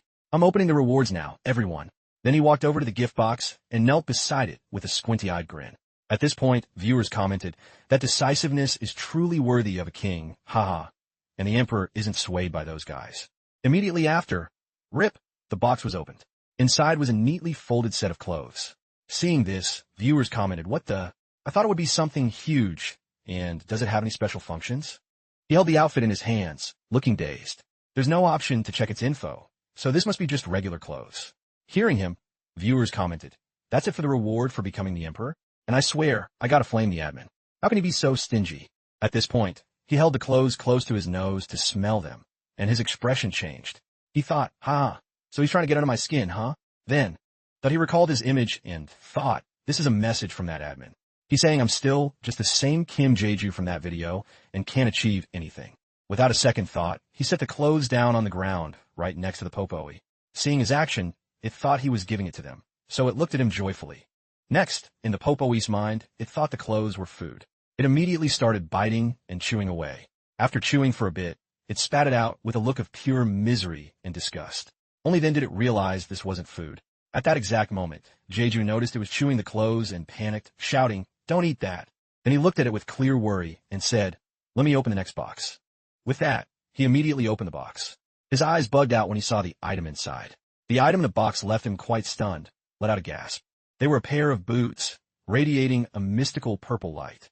The system announced, Seven-Headed Snake Lord's Leather Boots. Rank, Hero. The boots of Lotenton. You can control all types of snakes, each with its own special ability. Made from the hides of snakes that died during childbirth, they possess unique serpentine traits. Special abilities: hardness control, size control, invisibility, color camouflage, and script decryption. Seeing that, he immediately kicked off his shoes and slipped the boots on. He thought, holy crap, I have no idea what the admin is thinking. Watching this, viewers commented, El Mayo, a hero rank item just like that? Another added, the admin seriously has a screw loose for giving that out. Someone else noted, but those are notoriously hard to use. He thought there was a reason why the viewers weren't that amazed by a hero rank item. It was because this thing was incredibly difficult to control. Immediately, he pulled up an old video of himself running like the wind and shouting, I'll show you guys what Superman looks like. It looked extremely difficult. He spoke, but these things might be. He stopped mid-sentence as he tripped, causing his whole body to stumble. Next, he fell freely down a ravine, which made him panic and scream, HHH. At the same time, that he sighed and closed his eyes, thinking about how he couldn't use them in those videos and had to watch others use them instead. Then he opened his eyes and looked down at his feet. He put his old shoes back on.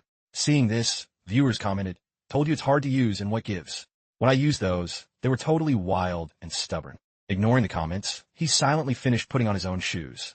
Meanwhile, viewers commented, seeing him use them so easily makes me feel salty, for real, haha. Another asked, are they okay? Do they feel uncomfortable? And someone else added, I guess emperors are just built different from birth. Seeing those comments, he smiled, put his hand to his head, and said, yeah, I think they're great. He thought to himself, despite the bad rep, using these doesn't feel uncomfortable at all. It must be because I ate that mana stone.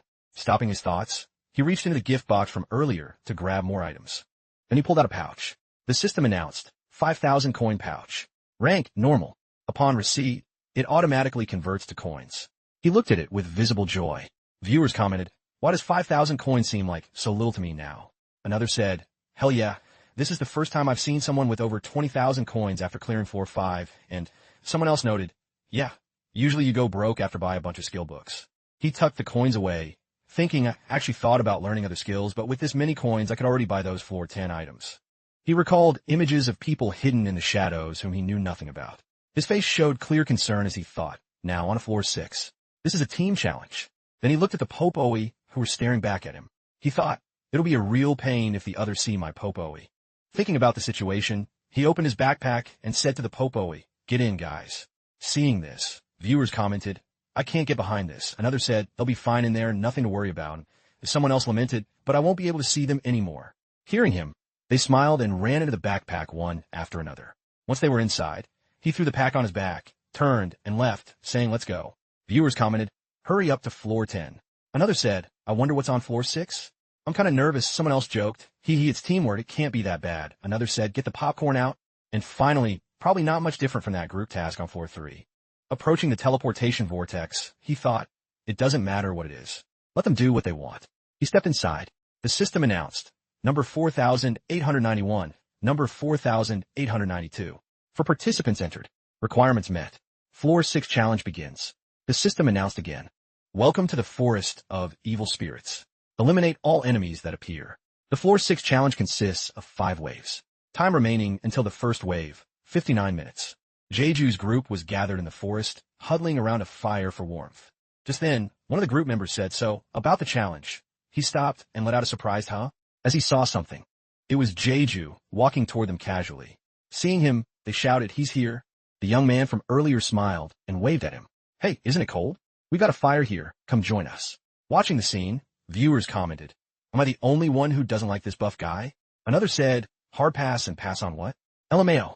Jeju approached them and said, looks like I'm a last member. Nice to meet everyone. He observed the two of them, thinking that muscular guy is a knight, and that man looks like a mage. Next, he observed the girl standing by the tree. And the last one. He paused because she suddenly spoke up. What are you looking at? He was taken aback. Huh? She stared at him intently and said coldly, is this your first time meeting a human or something? Facing her attitude, Jeju felt a bit flustered. He said shyly, sorry. Your mask is interesting. He thought, I expected it, but her personality is really fiery. Viewers commented, who does she think she is, talking to the emperor like that? Another said, for real, she needs to be taught a lesson, ha ha ha. And someone else noted, but that mask is actually super expensive. Seeing the tension rise, Hyuk spoke up, hey, whether we like each other or not, we have to clear this tutorial together, so let's not fight. Suddenly, his expression and gaze changed completely. With a sharp look, he glanced at Jeju and said, since we have a new member, why don't we all introduce ourselves? Seeing his change in attitude, viewers commented, I don't like that jerk. Another said, his eyes look cross-eyed as hell. And someone else noted, the truth is, the troublemakers usually die first during this phase. Then he spoke enthusiastically, I'm Jang Kong-hyuk. I am Dwajiste Shuste. My job in the outside world was a fitness coach.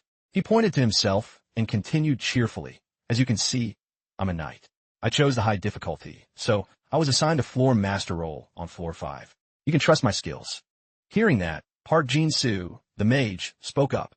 I'm Park Jin-soo, a mage. I'll handle my part, so don't worry about me. As I said earlier, I have no intention of following your lead. So when this is over, we go our separate ways. Seeing his attitude, Hyuk thought there seemed to be some hidden history between those two. He clapped his hands and said cheerfully, all right, now it's our student's turn. Viewers commented, that Jim Bro's tone is so annoying. Another agreed, he's definitely going to try too hard to be the leader. Someone else said, I'm going to go check his stream. Another added, I'll take the mage's side. And someone else said, I'll check on the girl. At that moment, many people left the live stream. SSS-Class, unknown. Seeing the situation, she crossed her arms and spoke up, I'm Lee Saha. I don't want to go into details, but I'm pretty good at punching and getting punched. As she finished, everyone turned their eyes toward Jeju. And the last person, this made him jump. Then he said cheerfully, my name is Lee Jeju. I worked at a supermarket outside, and I'm a magic engineer. Hearing his introduction, everyone was stunned and shouted in unison, what? That trash class? Next, Hyuk's face showed clear concern. Doesn't a magic engineer mean you don't know how to fight at all? No, what were you thinking? Are your viewers devils or something? Seeing his agitated state, Jeju said, no, I chose it myself. Viewers commented, that jerk is insulting us viewers. Another said, look at his face, ha ha ha, his thoughts are written all over it. And someone else noted, well, we actually did try to stop him from picking magic engineer. Reading those comments, Hyuk sighed, slapped his forehead, and said, even your viewers try to stop you? Man, I'm gonna go crazy. Hearing their conversation, Saha spoke up, what does it matter? We can handle it ourselves. Old man, you're worrying over nothing. Hearing her words, Hyuk got angry and pointed at her face. What? You might not know because you're young, but right now, seeing his attitude, she thought, lowly magic engineer. Seeing things getting heated, Jin-soo bit his finger and said, the student is right. Stop arguing, and let's make a plan. Next, he held up the finger he had just bitten. The blood from the wound flowed upward into the air. He said, first, let's look at our situation. Their entire team's position was now surrounded by thick fog. He said, the fog surrounding us looks like normal smoke from the outside, but when touched, it's hard as rock. In other words, this fog is the boundary of the stage. Then they began assigning roles. Tank, Jang Kong-hyuk. Mid-range brawler, Lee Saha frontline. Saha will also support the center with magic. Main DPS, Jinsu. Non-combat / useless. Magic engineer Jeju. Watch from the back and help if someone's in danger. As he said this, he put his hand to his chin, looking pensive. Oomph. This setup is okay for now. It's a bit troublesome since one member isn't a combatant. Hearing those words, Jeju was stunned. He thought, I guess their reaction is only natural. That's the general consensus on magic engineers right now. But whatever, nothing crazy should happen anyway. Just as he thought that, a system notification popped up. He immediately looked up. The system announced, 15 seconds until Wave 1 begins. Then the countdown started. Wave 1 start. Immediately after, a massive dark silhouette with 2 sharp horns slowly emerged from the fog toward them. Its arms, looking like insect legs, began to twitch with a sickening crack sound. The chat went wild. Something's not right. Aren't spirits supposed to float? Why do they look like demons? What the hell is this? Why does it have a physical form? Yeah, I was thinking the same thing. Guys, look at those legs. Hyuk pulled his sword from the ground. Gripping it with both hands, he said excitedly, let's get this party started. Seeing his reckless attitude, the others shouted, wait. Jisoo and Hiha tapped frantically on their system panels. Beep, beep, beep. Hiha said, everyone in the chat is talking about how weird this is. Wait a second. Jisoo added, same on my side. Seeing their hesitation, Hyuk pointed at himself and grinned. Hey, I was the floor master floor 5, you know? With that, he lunged at the monster. First come, first served. Victory is mine. He swung his sword at the beast. The monster instantly raised its leg to block. A massive clang echoed. His face turned pale, and his eyes filled with terror. He thought, what the F? How is a spirit type this hard? While Hyuk was stunned, the monster immediately swung its leg to counterattack. The counter was too fast. He tried to block with his sword, but the strength was overwhelming. It sent his sword flying from his hands. Then, quick as a flash, before he could recover, it moved its legs and snatched him up. In an instant, he was completely pinned. Panicked, he screamed, what the hell? Let go. Let me go. Ignoring him, the monster unhinged its maw to attack. He looked on in sheer horror, paralyzed. A squelch sound followed as fresh blood sprayed everywhere. Seeing this, Saha shouted, "Oh man, get back." The chat was losing it. Hold up, this is too weird. Mr. Fitness Coach is throwing a fit. Throwing a fit? Elmio, are you crazy? Ha! Meanwhile, Hyuk clutched his wounded arm. Crying from the pain and rage, he kicked the monster repeatedly.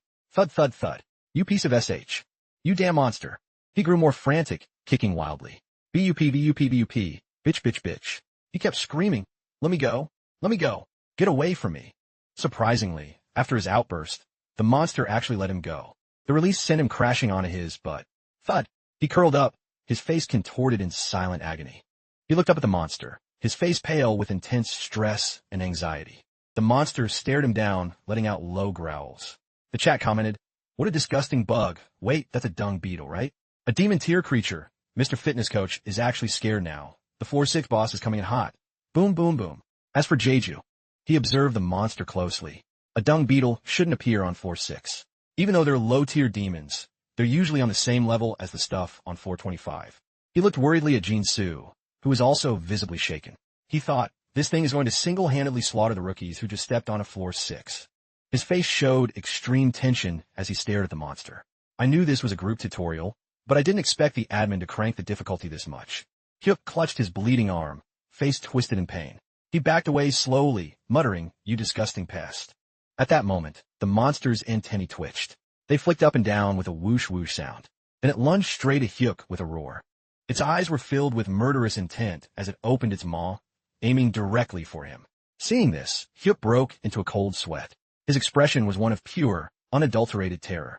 Knowing he couldn't defend himself, he squeezed his eyes shut and waited for the end. Am I going to die? Right at that moment, a hand shot out. That hand grabbed the monster's tooth, stopping it dead in its tracks. It was Saha. She stood there heroically, gripping the monster's tooth. The creature began to tremble, letting out a low gurgle in response to her strength. Her eyes remained fixed on the monster's movements as she calculated her next move. She began to twist the arm, holding the tooth. The monster's tooth let out a crack sound as its whole body shook in pain. She clenched her other fist. Crack. She landed a direct punch to its head. Thud.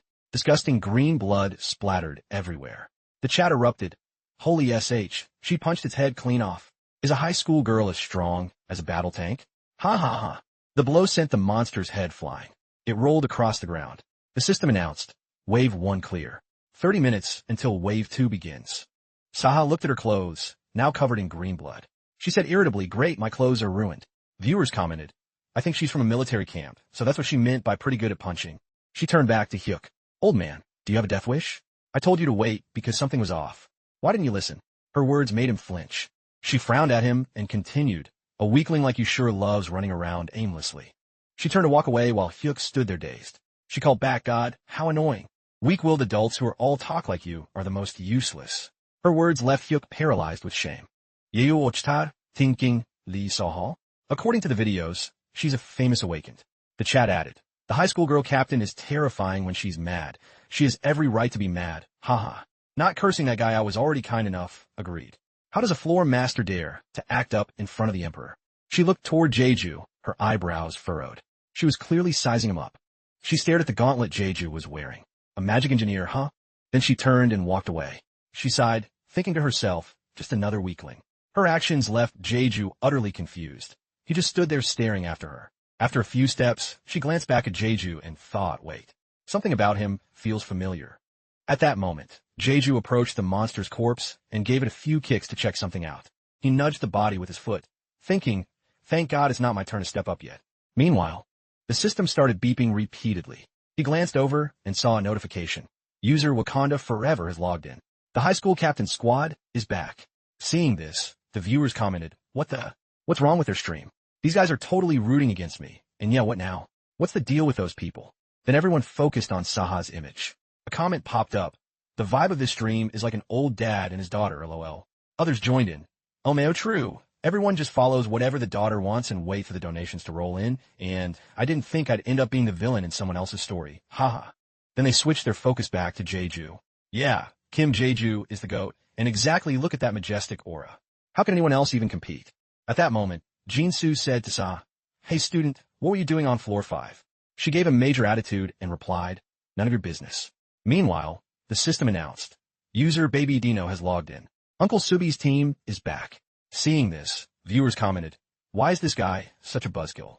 And the vibe in this uncle's stream is dead boring. Viewers asked why. Is something up?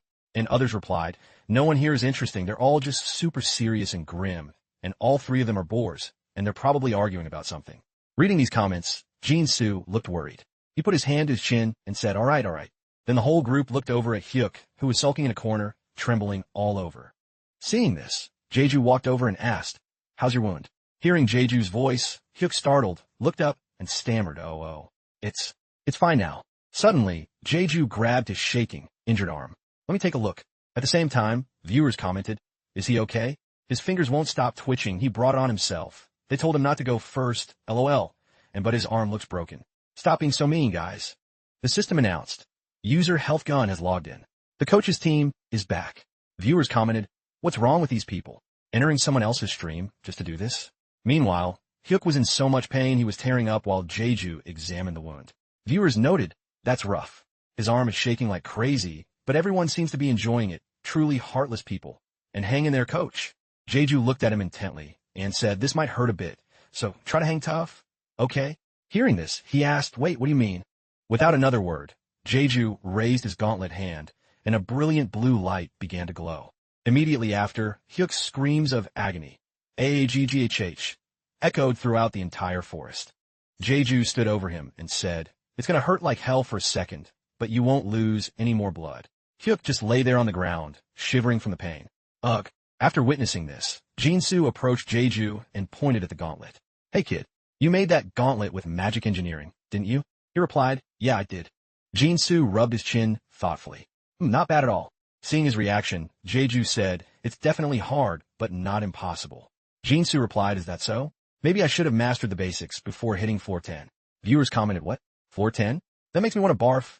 And ha. Watch this guy's coins disappear in no time. Meanwhile, Saha watched the 2 of them from a distance, discussing the gauntlet. She didn't understand a single thing they were saying. She thought sternly, if he's a magic engineer, he's just like the rest of them. Nothing special. As she was thinking, Jinsu turned to her. I used to be a decent brawler myself. You take the front, I'll support from the back. And you, kid, just stay in the rear like you are now. Any problems? Jeju replied, no problem. Then he glanced at Hyuk, who was still curled up. As for Hyuk, I think that treatment was a bit too intense for him. Seeing him in tears and pain, Jinsu added, in that state, he's just a dead weight. We're better off leaving him behind. Just then, the system announced, Wave 2 start. Instantly, a swarm of monsters emerged from the thick fog, their growls echoing through the mountains. Now they were standing right in front of the group, their antennae twitching. Viewers commented, save them. Anyone got bug spray? And I'd spray them, but there's too much fog. At that exact moment, Saha kicked off the ground with a massive burst of speed. She landed a punch that sent one monster flying into the air. Then she lunged forward, her fist piercing through another monster. Green blood splattered everywhere. Another monster noticed her. It stared her down with a low gurgle. She glared back with a look that could kill, her eyes sparking with blue electricity. Then, BM, she punched it right in the face, shattering its skull. It hit the dirt, dead before it could even realize what happened. Viewers commented, damn, is she insane? Who is this girl? And that last punch was actually pretty solid. Huh. The system announced, Wave 2 clear. 30 minutes until Wave 3. Sa, annoyed, flicked the monster blood off her. Ugh, they ruined my clothes again. Jeju watched her and thought. So she really handled the entire second wave by herself. He reflected on what he knew. Makes sense. The title Melee Genius wasn't just for show. Lee Sa, a player who easily climbed to floor 4 through luck and donations. But on floor 5, she played the role of a commoner wandering the streets, accidentally met a master, learned close-quarters combat, and awakened. After that, with her flexibility and dueling skills, the Melee Genius name became famous. She's in the same boat as me, but I didn't expect to meet her here. Honestly, having Saha around when things are this rough is a stroke of luck. Meanwhile, Jinsu used the blood from his fingertip to trap 4 tiny monsters. 2 this wave, so next will probably be 4. Student, block them from the front. I'll provide backup. And kid, you handle anyone who slips through to the rear. Hearing his plan, they both nodded. He gave a sleazy grin. I trust you guys. In the end, we won't lose anyone else. The system announced. Time until wave 3 o'clock seconds. The 3 of them immediately took their combat stances. A horde of monsters appeared, their antennae twitching incessantly and their mouths letting out constant growls. Saha looked at them and thought, wait, it's already wave 3, but why are there still only 2 monsters? She stopped thinking and stared at them, massaged her shoulders, and stretched to warm up. Oof. First one to step up is the first to die. With that, she charged at full speed toward the monsters. Jeju watched her charge with a worried look. Is she going to be okay? Honestly, this doesn't look like it'll be easy. Hearing him, Jinsu turned and said, you noticed 2, didn't you? Why are there only 2 this time? Jeju replied, yeah, exactly. As he spoke, a sudden noise rang out. Jeju startled and immediately snapped his eyes toward the source of the sound. Right then, a monster's attack suddenly swung down toward him, but he reacted instantly, shifting his weight back to dodge the surprise strike with ease. With a tense expression, he thought, so there aren't just 2 monsters on this floor. Next, 2 more monsters slowly emerged from the thick fog.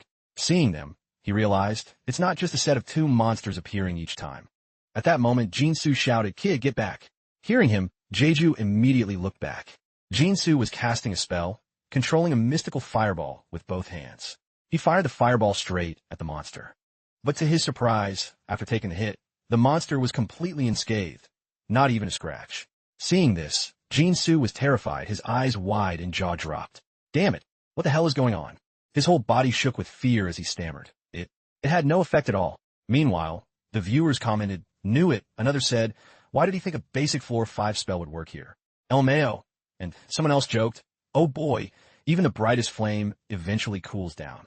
Seeing how things were playing out, Jeju placed a hand on his shoulder and said, please step back for a moment. Next, Jeju stepped toward the monsters with a serious look. It's time. Seeing this, the chat buzzed. The king is about to make his move. Let's go. Ha ha. And we finally get to see this. Ha ha. Meanwhile, Saha was frantically throwing punches, thud, thud, thud, thud, at a monster, leaving it in a pathetic state before finally knocking it out. She began moving toward the remaining monster, thinking, how is the rear holding up? Are they okay? Suddenly, a voice cried out, this is bad. Startled, she immediately snapped her eyes toward the sound. She glanced toward the 2 men, her face full of worry. Did 2 more show up over there? She thought. At that exact moment, the monster in front of her saw her looking away and immediately lunged. It opened its wide, drooling maw, intent on swallowing her whole, letting out a roar, growl.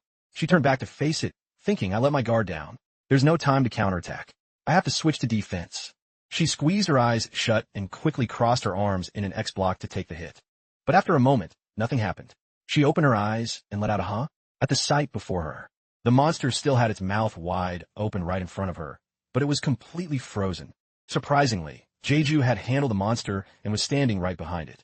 He let go, and the beast slowly collapsed. After it fell, he looked at her and said, "Oh geez, blood splattered on you. Are you alright?" Meanwhile, viewers commented, "Whoa, I totally believe in you now. The real Superman has arrived." And so it's true, Jeju is using Lotentan's boost. Jeju then stepped toward the other monsters. Standing before the horde, he said, "I'm coming for you." He thought, against monsters they're facing for the first time, mages can easily become easy prey. The monster saw the two of them and began raising its claws to strike. Seeing this, he immediately clenched his fist and charged at the monsters. He thought, these things can fly straight at their prey at terrifying speeds. Just then his fist was blocked by its two legs with a loud clang. He thought, they also have an incredibly hard outer shell that resists steel weapons. But if you look at them from a different perspective, but they're really not that much. Right then, his gauntlet glowed brilliantly. His punch punched straight through the monster's head, spraying green blood everywhere. He turned to the last monster, which was staring at him intently, letting out a low gurgle. He moved instantly, his eyes glowing bright. A series of thud-thud sounds followed as blood splattered all over.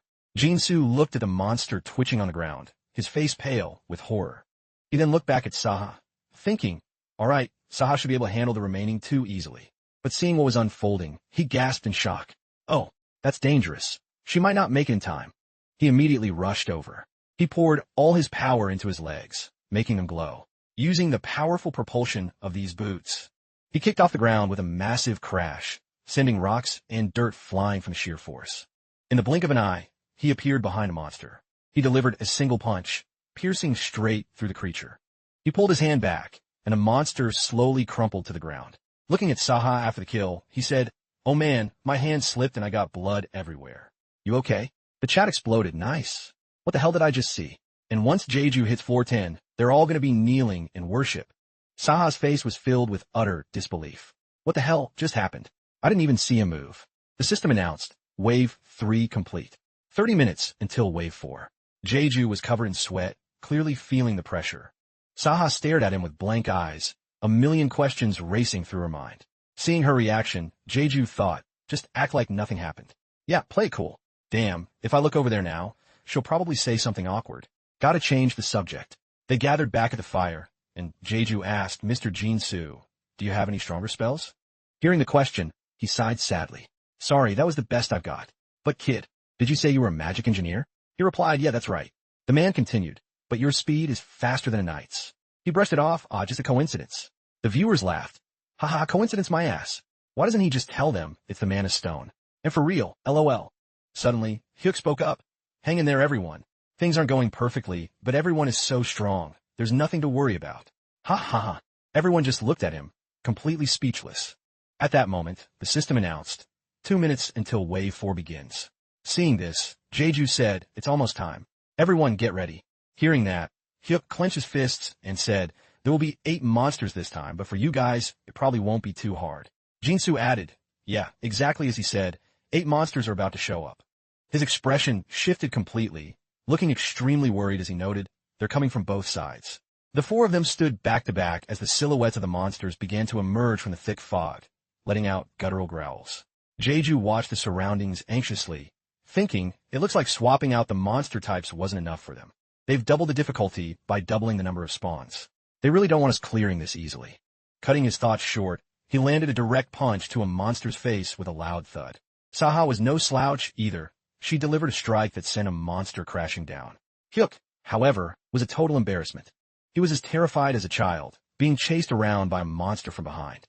Seeing his pathetic state, Saha immediately jumped in to save him. After a while, the system announced, Wave 4 complete.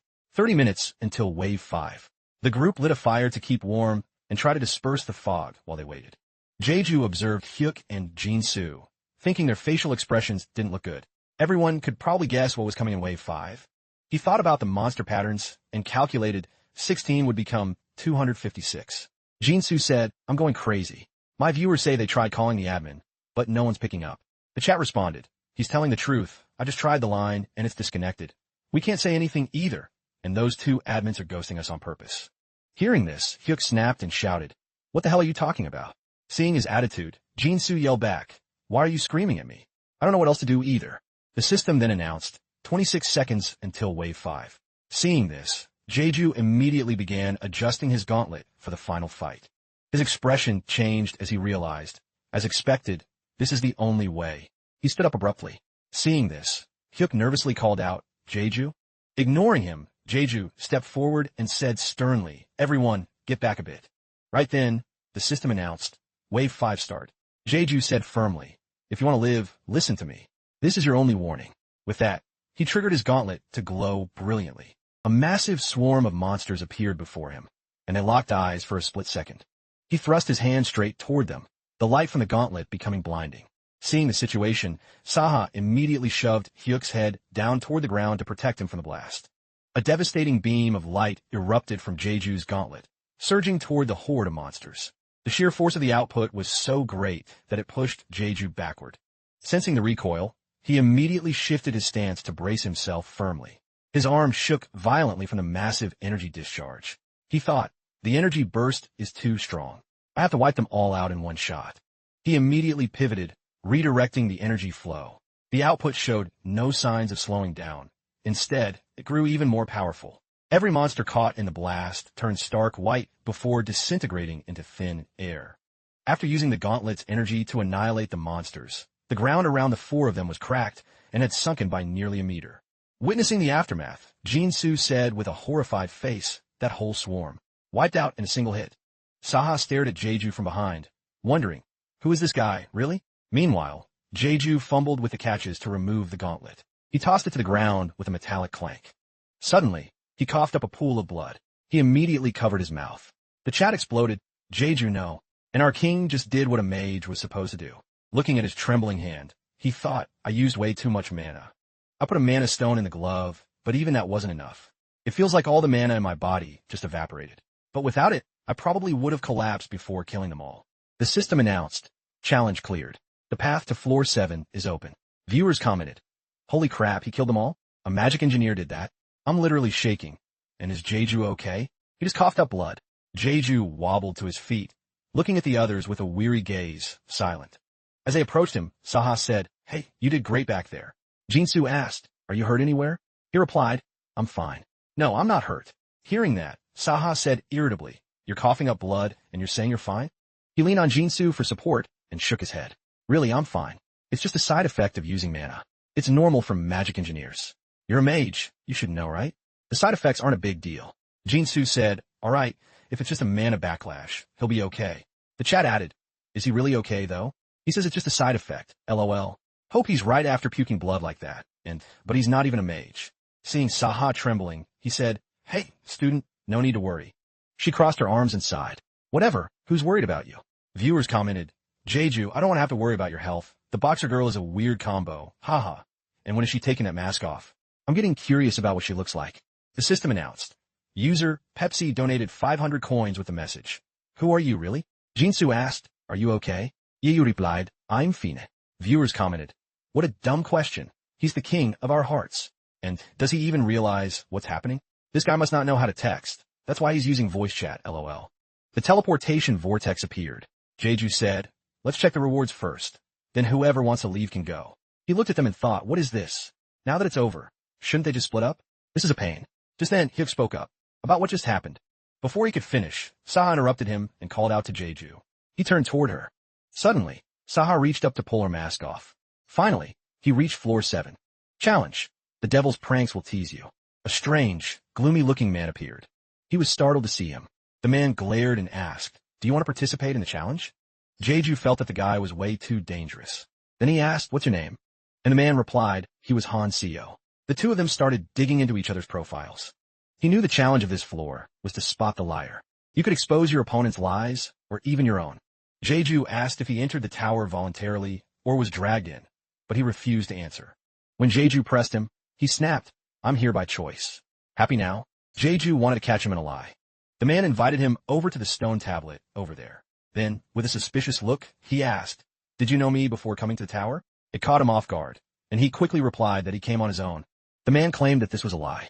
In just a short time, he could tell whether all of Jeju's answers were true or false. The eye of truth kept glowing brightly. Jeju got pissed off because his emotions were being manipulated. Then Jeju asked, if the person you had to kill was your own wife, would you still be okay with it? He said he'd never been married, so he didn't have a wife. Jeju called it out. That's a lie. The result was spot on, leaving the man completely disappointed. After a while, he had to give up because Jeju was just too smart. Suddenly, the statues came crashing down, and the guy started to fade away. Finally, he received the reward for floor 7. He got a dual item set, the 7-headed snake's protection gauntlets.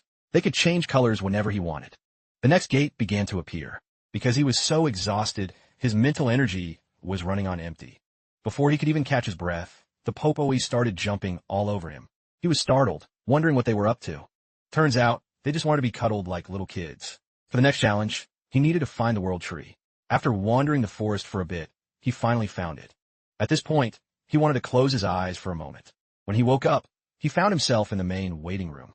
On the next floor, he got a new teammate, this girl right here. She was thrilled to see the popoi.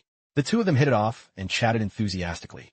She introduced herself as Heiyon, someone widely known by the nickname the Witch. She didn't seem to care about anything except the popoi, which made her motive suspicious.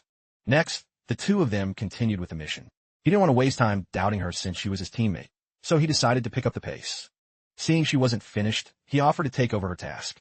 Even though she declined, it wasn't a big deal. When she saw the mission was complete, the girl didn't hesitate to give Jeju a big hug out of nowhere. Jeju pushed her away and asked her straight up, what was her real goal for being here? She stopped pretending and showed her true colors immediately. She asked if this was his second time entering the tower. He found the question strange. What makes you think something like that is even possible? She went back to playing coy because her livestream viewers were dying to know. He told her he was certain she had died by his hand. So how was she still here? She said her viewers had saved her and given her a retry at the tower. He was worried because she was a witch. If she set her sights on someone, she'd hunt them down to the bitter end. But if he played his cards right with his answers, he might avoid the risk she posed. He suggested trading for the cloak she was wearing, which made her scowl. But in the end, she had to hand it over. She looked like a bashful teenage girl. He kept reminding himself not to let her play him. She's a witch, after all. She said it was a cloak that helped generate mana. In exchange, he came clean. This was his second time in the tower, but it wasn't a regression or reincarnation. He just knew the tower inside out. It's a place with a completely nonsensical architecture. Without donors, climbing the tower is an absolute grind. So, he was simply someone who knew every secret the tower held. She asked if that included user information. He indifferently told her she'd have to judge that for herself. It seemed he'd skipped over the explanation. As for how that was even possible, it's a secret. I already answered your question about whether I'm a regressor or a reincarnator, didn't I? Finally, she had to admit, I'm not exactly sold on this, but it's actually pretty interesting. It's been a long time since I felt this way. I like guys with secrets. Looking at her like this, who would ever guess she was a witch? After that, he wanted to leave the area immediately. But she wouldn't let him off that easy and called him back. At least tell me your real name. Kim Jeju, right? The question hit him like a ton of bricks. Later, he traveled to another city. First, he needed to scout the area to see what the deal was. He noticed something was definitely off about this place. This man was a noble. He bumped into a commoner, but acted like a total elitist. He saw that this place was surrounded by nothing but lies. Next, he went to a fountain and sat down next to an old man. He remembered the video. In those tapes, he had met the floor 10 manager right here in this park. He asked how long the man had lived there, but he said he didn't even know. So are you happy now? I don't know if I have any emotions left in me. Recalling the invitation from that day, will you take the admin position? Jeju agreed that he would. Suddenly, Jeju turned and asked him, are you all right, admin? After that, he didn't know what he was saying anymore. He just saw a scene of total devastation unfolding. This was Taro, and it had fallen into the hands of monsters. They had all reached a level where they were immune to all damage from level 15 players. And on this floor, there were countless monsters like that. No warriors had to die, but it wasn't going to end just like that. On floor 15, there was no finish line. Monsters would keep spawning endlessly from the heart. This was a nightmare that would repeat forever until the end of Taro. Even when that day came, it wouldn't stop. Everything would be on a constant loop. Now that he was back in reality, the man asked, you've witnessed your fate. What do you think? He stood up and replied, no matter what you do, I'm not changing my mind. Do what? I haven't even finished. That was just a sneak peek of your future. Jeju replied, I already changed the future you showed me last time. You should know that. You saw it. So you knew I was watching Kim Jeju. That's exactly why you have to become an admin. Fefu angrili assertive. No. I'm not the Kim Jesu in that video. He asked again, then do you know why those tapes were shown to you? He replied immediately, no, but I'm turning down the admin job. I don't want to die. I'd rather take on the challenger's trial. He crushed a pigeon in his hand. Aren't you curious about the reason behind those tapes? If you want, I'll tell you. Go ahead. Better to know than to be in the dark. What exactly is the admin world? Have you ever thought about it? Like the name suggests, they're the supervisors and managers of the tower. But what about the astro world? You think it was just made for entertainment? Wrong. If I thought the world on floor 5 was fake, I wouldn't have acted like a prince. I would have just decapitated that Lee Sung-ji guy. To be honest, there were a few other candidates who could have taken the admin position. So there are multiple admins? 2 new people will replace the old one? There is only ever one admin. Those who leave the position go on to live their own lives. I've done everything possible to create a streaming system that fits everyone, but every time I fix this damn astro world, it just keeps breaking again and again. If I plug one hole, another leaks. If I keep filling it, it's like pouring water into a bottomless cup, just like that gauntlet you made. I'm getting way too emotional in front of you. An admin is like a jar filled with water. But I've been this jar for far too long. Suddenly, his face melted grotesquely. I don't even remember why I chose this. It's been so long. I'm broken. I no longer feel love, hate, or sadness for humans. All that's left is a sense of duty to meticulously keep this jar full. When someone becomes an admin, they feel that same duty I do. But everyone fails. Either the jar is too small to hold it all, or it cracks from trying to contain too much water. But not you, Kim Ji-soo. You're different. You do your job perfectly. You help Astro without spilling a drop or cracking your jar. Then what was the point of those tapes I watched? That is the future if you become an admin. No, it's already the past. I hope your curiosity is somewhat satisfied. Do you have any other questions? I told you that you'd be the best admin, and your actions fit the role perfectly. Seething with rage, he clenched his fist tight. Admin. A girl acted bashfully, running her hand through her hair. I like guys with a lot of secrets. Hearing her, some people were completely caught off guard.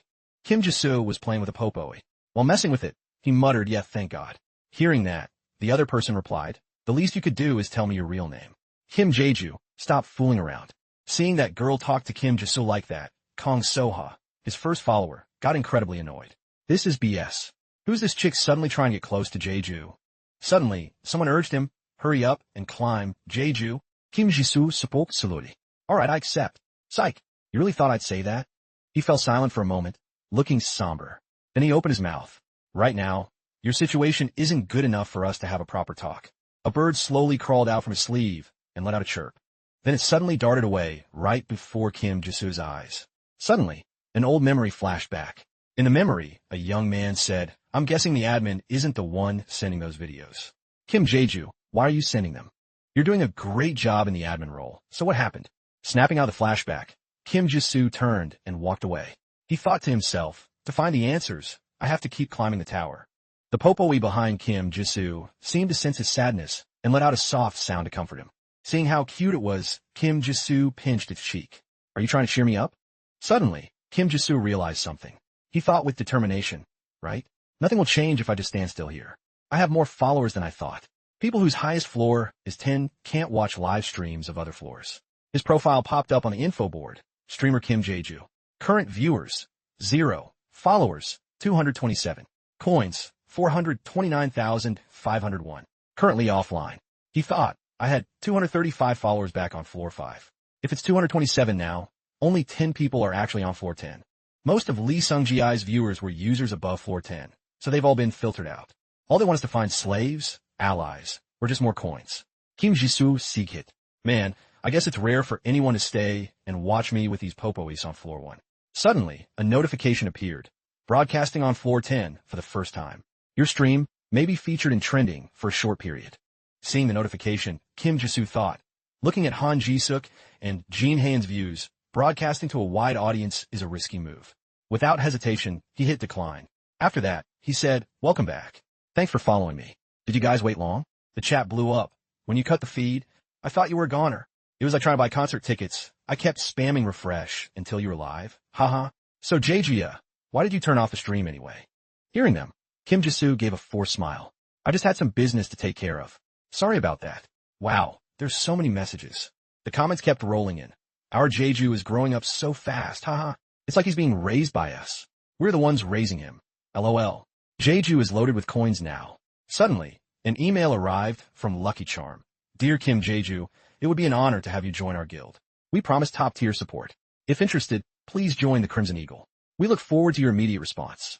The chat went wilder. LMAO, that's way too formal for a floor 10 guild. I bet it's a bunch of boomers chatting. Kim Jisoo thought, it's all friend requests and guild invites. I don't need to tie myself down to a guild yet. A viewer commented, the Emperor just needs to watch, haha. Seeing how lively everyone was, Kim just said, I'm going to organize some gear before heading to floor 11. Since this is my first time in the free zone, sorry guys, but we need to stay here a bit longer. He thought, first, let's switch channels. To channel 97. Seeing him leave, people kept commenting, don't go. The Popois are OG. Does an Emperor need to care what others think? Let him be. There are too many people looking for Jeju now. There were 100 channels per country. I was on Korea channel 1. The only thing that changes when you switch channels is the users entering the tower. The locations and people of Astro stay exactly the same as they were in the game. The chat was relentless. Whoa, that was fast. Look at the scenery. That's TN Land Park, right? It looks way cleaner. I bet the floor 10 guys can't find Jeju now. They don't know this channel. Kim Jisoo entered a village. Walking down the street, he said, there aren't any useful magic items here. I wonder if the workshop's brand value has tanked. Across the street, a woman was at a stall. This apple pie is way too expensive. The baker replied, we only use the freshest apples from the first harvest, ma'am. After a while, Kim Jisoo stopped in front of the gray workshop. This was the Empire's industrial magic engineering hub. The East workshop was right on the main road. As Kim Jisoo entered, his followers were buzzing. What? Isn't this Brand's workshop? I'm getting goosebumps. Where did Brand go? Is this a parallel universe or something? Kim Jisoo opened the door and called out, is anyone here? Cray replied sluggishly, what is it? A traveler? Hate to break it to you, but we aren't taking any orders for items right now. Kim Jisoo replied, I'm not here to place an order. Is Brand here? Cray looked puzzled. Why are you looking for the Empire's best craftsman here? You should go to the palace. The chat went nuts. Wait, what? Is this a technical glitch? That admin jerk is ignoring all feedback and changing the map however he wants. Where is Brand? Is he dead? Seeing Kim Jisoo's silence, Gray continued, was that all you wanted to ask? Kim Jisoo immediately replied, actually no, I want to fix a few things. Or, you could let me borrow a crafting table and some materials. I know a thing or two about magic engineering. Cray looked impressed. Oh, interesting. Usually, travelers who come here have zero interest in magic engineering. At this point, Cray officially introduced himself. I am Cray. What's your name? Kim Yeo. After the introduction, the two shook hands politely. Cray spoke up again. Jeju? Travelers always have such interesting names. Kim Jeju smiled and replied, I guess so. His fans got hyped hearing Cray say that. We think it's interesting too. It's not just Kim Jeju, it's Kim Jeju Z, Cray continued. Anyway, show me the item. Kim Jeju replied, oh right. Here it is. After inspecting the item, Cray shared his thoughts. Looks like this was made in a real rush, It's got a messy mana source. Pretty dangerous. But it looks cool. When you're done fixing it, make sure to grab a mana stone so I can test if it still works properly. Kim Jeju replied, thanks. I'll try to find a mana stone as soon as possible. Seeing Kim Jeju give the gauntlets to Gray for repairs, some people criticize Gray. These gauntlets are a masterpiece. Gray's harsh review is a bit much. Others were surprised. He said he'd actually fix it, while others wondered, but Jeju, what are you going to do while you wait? Opinions were flying everywhere. Faced with the endless comments, Kim Jeju gave a short reply, going to get a mana stone. From floor 10 onwards, there's a free auction house on the community tab where players can buy and sell items. However, only items matching the rank of players on the new floors are visible. Because of this, it's hard to find things like mana stones. Usually, people go to a real auction house for items like that. As Kim Jeju walked along, his followers kept questioning him. Kim Jeju, are you heading to the rich district? That place is a total gamble. For real. How can you buy items without even knowing their stats? Staring at the vast space ahead, Kim Jeju thought, the disadvantage is that I can't see the item info. I just have to trust my own eyes. There's got to be a decent mana stone somewhere. I really want to buy some blood arts, but that's not something you find just by wishing for it. Suddenly, a voice came from behind. Excuse me? The person placed a hand on Kim Jeju's shoulder and spoke. You're a player, right? Looking at that cloak, you must be a mage. Hearing the question, Kim Jeju replied, I'm not a mage. Suddenly, the person turned around, waving and calling out, Asu, over here. Sorang played along and replied, Appa? I've been looking everywhere for you. The guy replied bashfully, I thought he was a mage.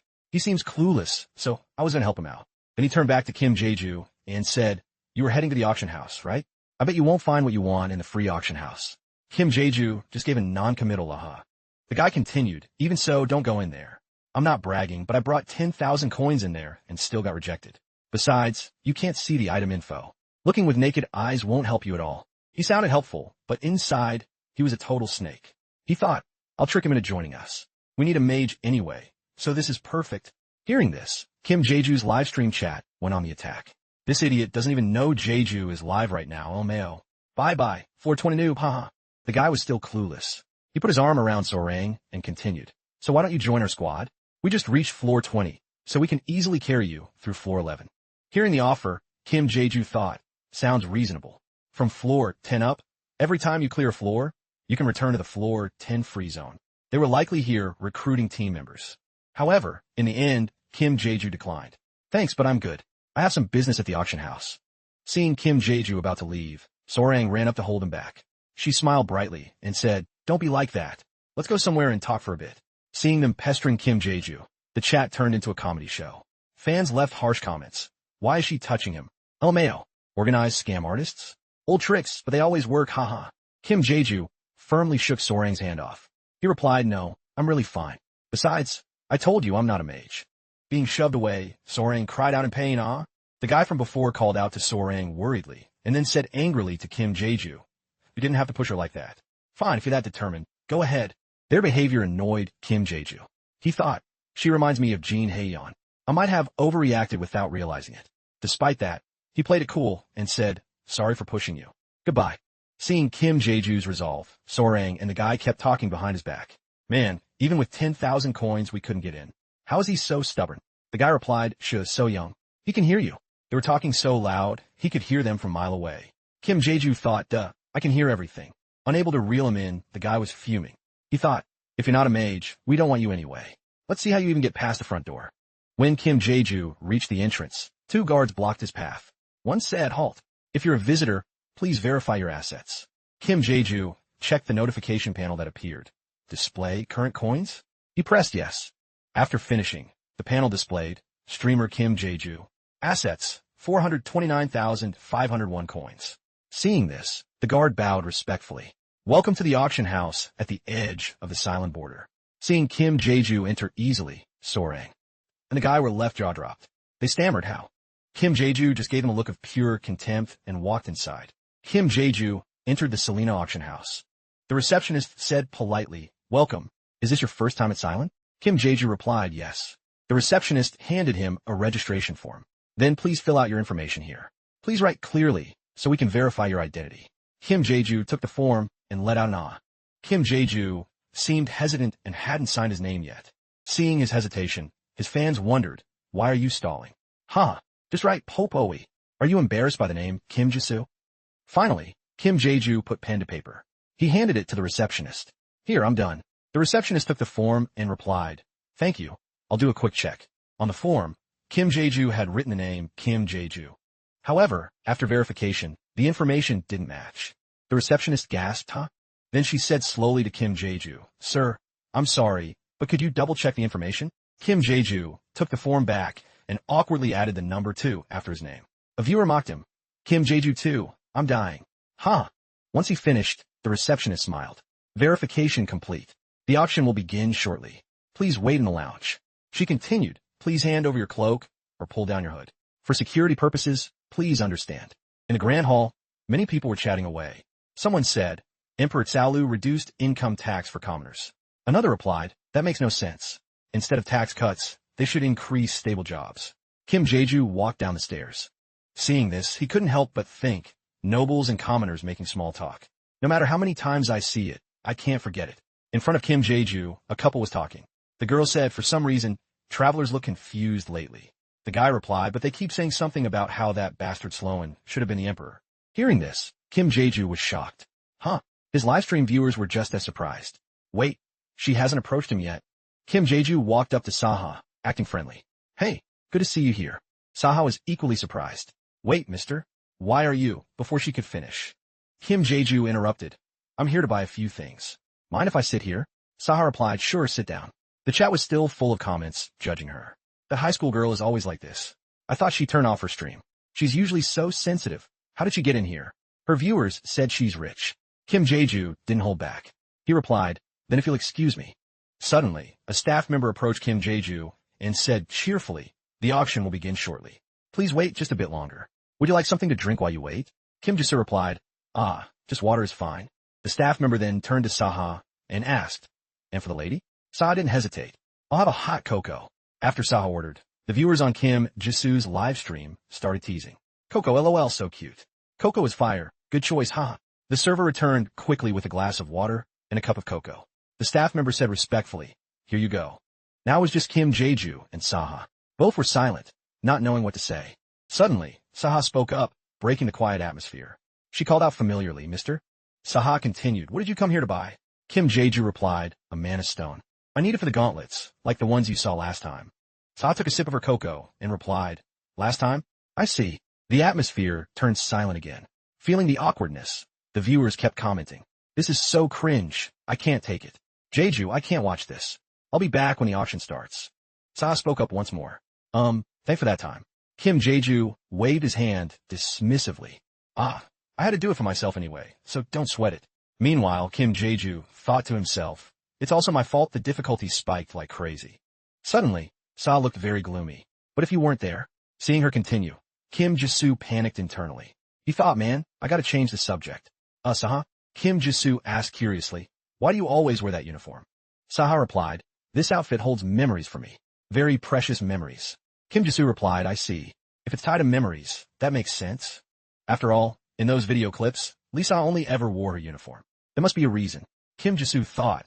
Once she hits floor 15, Lisa will gain power that no one can ignore. Making friends with her now is a solid investment. Acting on his thought, Kim Jisoo made an offer. Ms. Saha, would you like to be friends with me? Seeing him so blunt, Saha was surprised. Huh? Friends? Kim Jisoo's followers were also confused. So random, Jisoo. You don't mean friends with benefits, right? The comments were full of rude jokes. A friend request from Kim Jisoo popped up on the panel. He added, even if we aren't friends in the real world, how about a friendly relationship where we can call on each other when needed? Saha went silent for a moment and then reached toward the friend request. The viewers were curious. Is she really accepting? A high school girl and the military aren't enough for an emperor. Their ranks are worlds apart. Saha slowly put her cocoa down and asked, but mister, how did you get so close to the popoi? Saha's face clearly said, I'm not jealous or anything. Many viewers laughed at her obvious vibes. Gotta put in work on floor 1. Hearing Saha's question, Kim Jae-ju simply replied, that's a trade secret. Saha's face darkened. So stingy. A viewer commented, trade secret my ass. Suddenly, a notification arrived. The auction is about to begin. Those participating, please enter now. Saha stood up to leave. Kim Jae-ju said, I have to go too. Can't just sit here. The comments kept rolling in. It's been a while since I've seen the floor 10 auction hall. Having 30k coins on floor 10 is pretty rare. Everyone was taking their seats. Every move was watched by the online community. Conflicting comments exploded. I don't know if Selena is considered elegant or not. It's such a mess. It looks chaotic from the outside. Kim Jisoo looked around, seemingly searching for something. After a while, Kim Jisoo finally found a seat. People around him were whispering. The afternoon auction is a good time. I wonder if there are any good items today. Up on stage, Raiden was giving the opening speech. Welcome everyone to Silenon. I am Raiden, your host for this afternoon's auction. The purpose of this auction house is for the royal family, nobles, and commoners to understand one another, regardless of social status. And of course, that includes the travelers. The queen loves everyone. Kim Jae-ju sat in a corner, silently holding paddle number 71. Seeing him like that, netizens kept talking. This traveler looks pissed, huh? Host, your talk is so boring. Tell us about your first love. This guy would turn his first love story into a lecture. Raiden continued. The procedure is simple. I will start by reading the starting price. If no one else bids, after a count of 3, the item goes to the highest bidder. That is how you win. Now let's begin. First up, we have a red earth dragon egg. This is a fresh egg brought in today from the south. 3 creature hunters lost their lives retrieving this from a treacherous volcano. The netizens were more active than the actual bidders. Isn't this usually for collecting rather than fighting? You can use it to swap flies, though. Jae-ju, not interested? You studied magic creatures. Seeing the item was an egg, Kim Jae-ju rested his chin on his hand.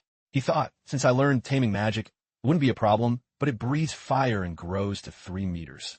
Carrying it around would be too dangerous because it stands out too much. The chat was filled with harsh comments. Collecting? So dumb, huh? What is this? Some floor 20 loser? Raiden started the bidding for the egg. Starting price is 3,000 coins. Participants kept raising the price. 4,000. 5,500. Finally, Raiden struck the gavel. Sold. The red earth dragon egg goes for 6,000 coins. Wiping sweat with a handkerchief, Raiden said, now for the 8th item. This is a very carefully selected piece. Lady of the royal family donated this necklace for the auction. Maker unknown, material unknown. We only know it is precious and beautiful. Starting price is 10,000 coins. Because the price was so high, the audience buzzed. Why is this junk necklace 10k? The stone is big, but not worth 10k. Kim Jisoo was also very surprised. He shouted 10,000. With that, Kim Jisoo raised his paddle for 10,000. Raiden quickly said, yes, we have a bid for 10,000 coins. Looking at the necklace, Kim Jisoo thought, this is probably it. That red stone. It's the bloodstone I've been looking for. Seeing Kim Jeju bid, Raiden pointed at him excitedly. Traveler number 71 has excellent taste. People were shocked. Netizens commented nonstop. Why throw away 10,000 like that? Lord, weren't you here for a mana stone? Haha, no way. Kim Jisoo thought. Of course a jewelry expert wouldn't know what it's made of. Because a bloodstone isn't a gemstone.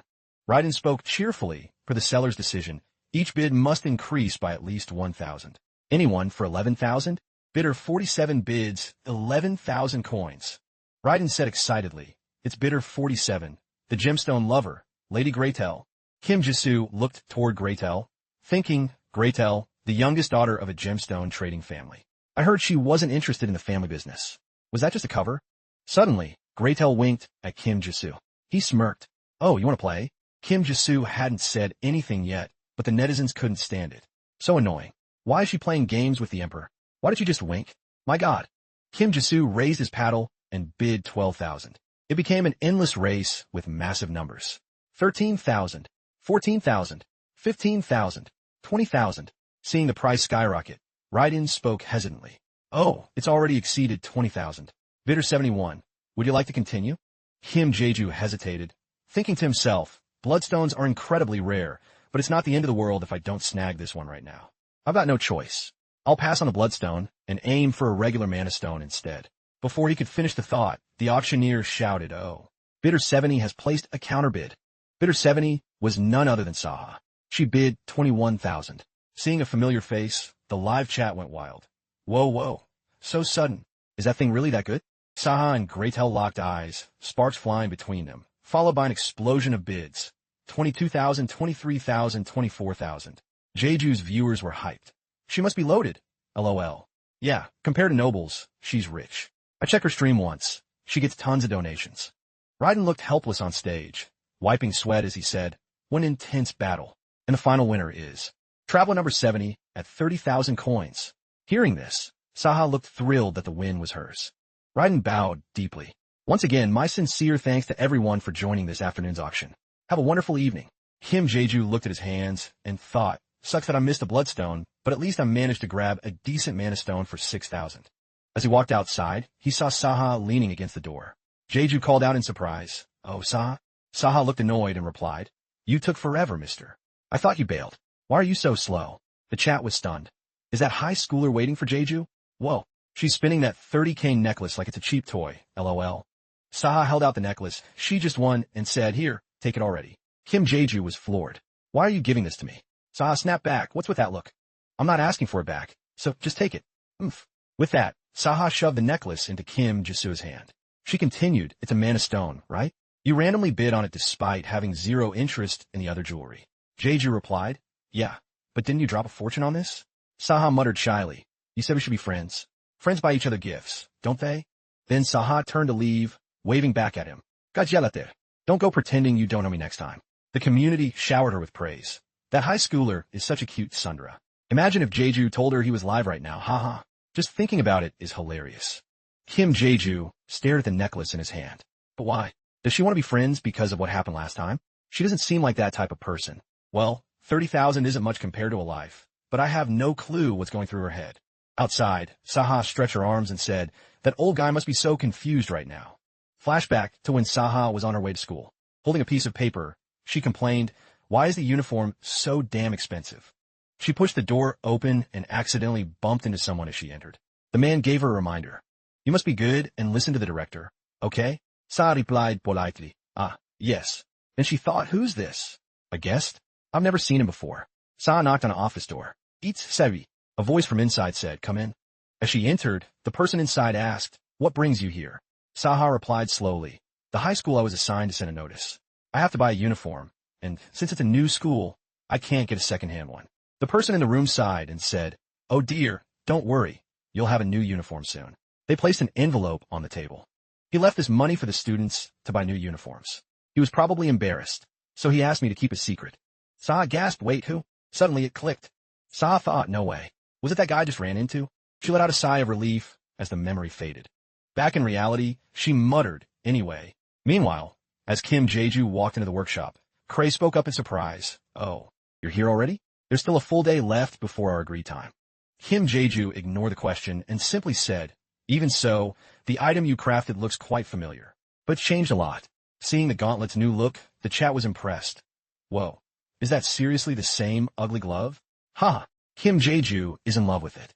"Hey mister, kids these days don't talk like that."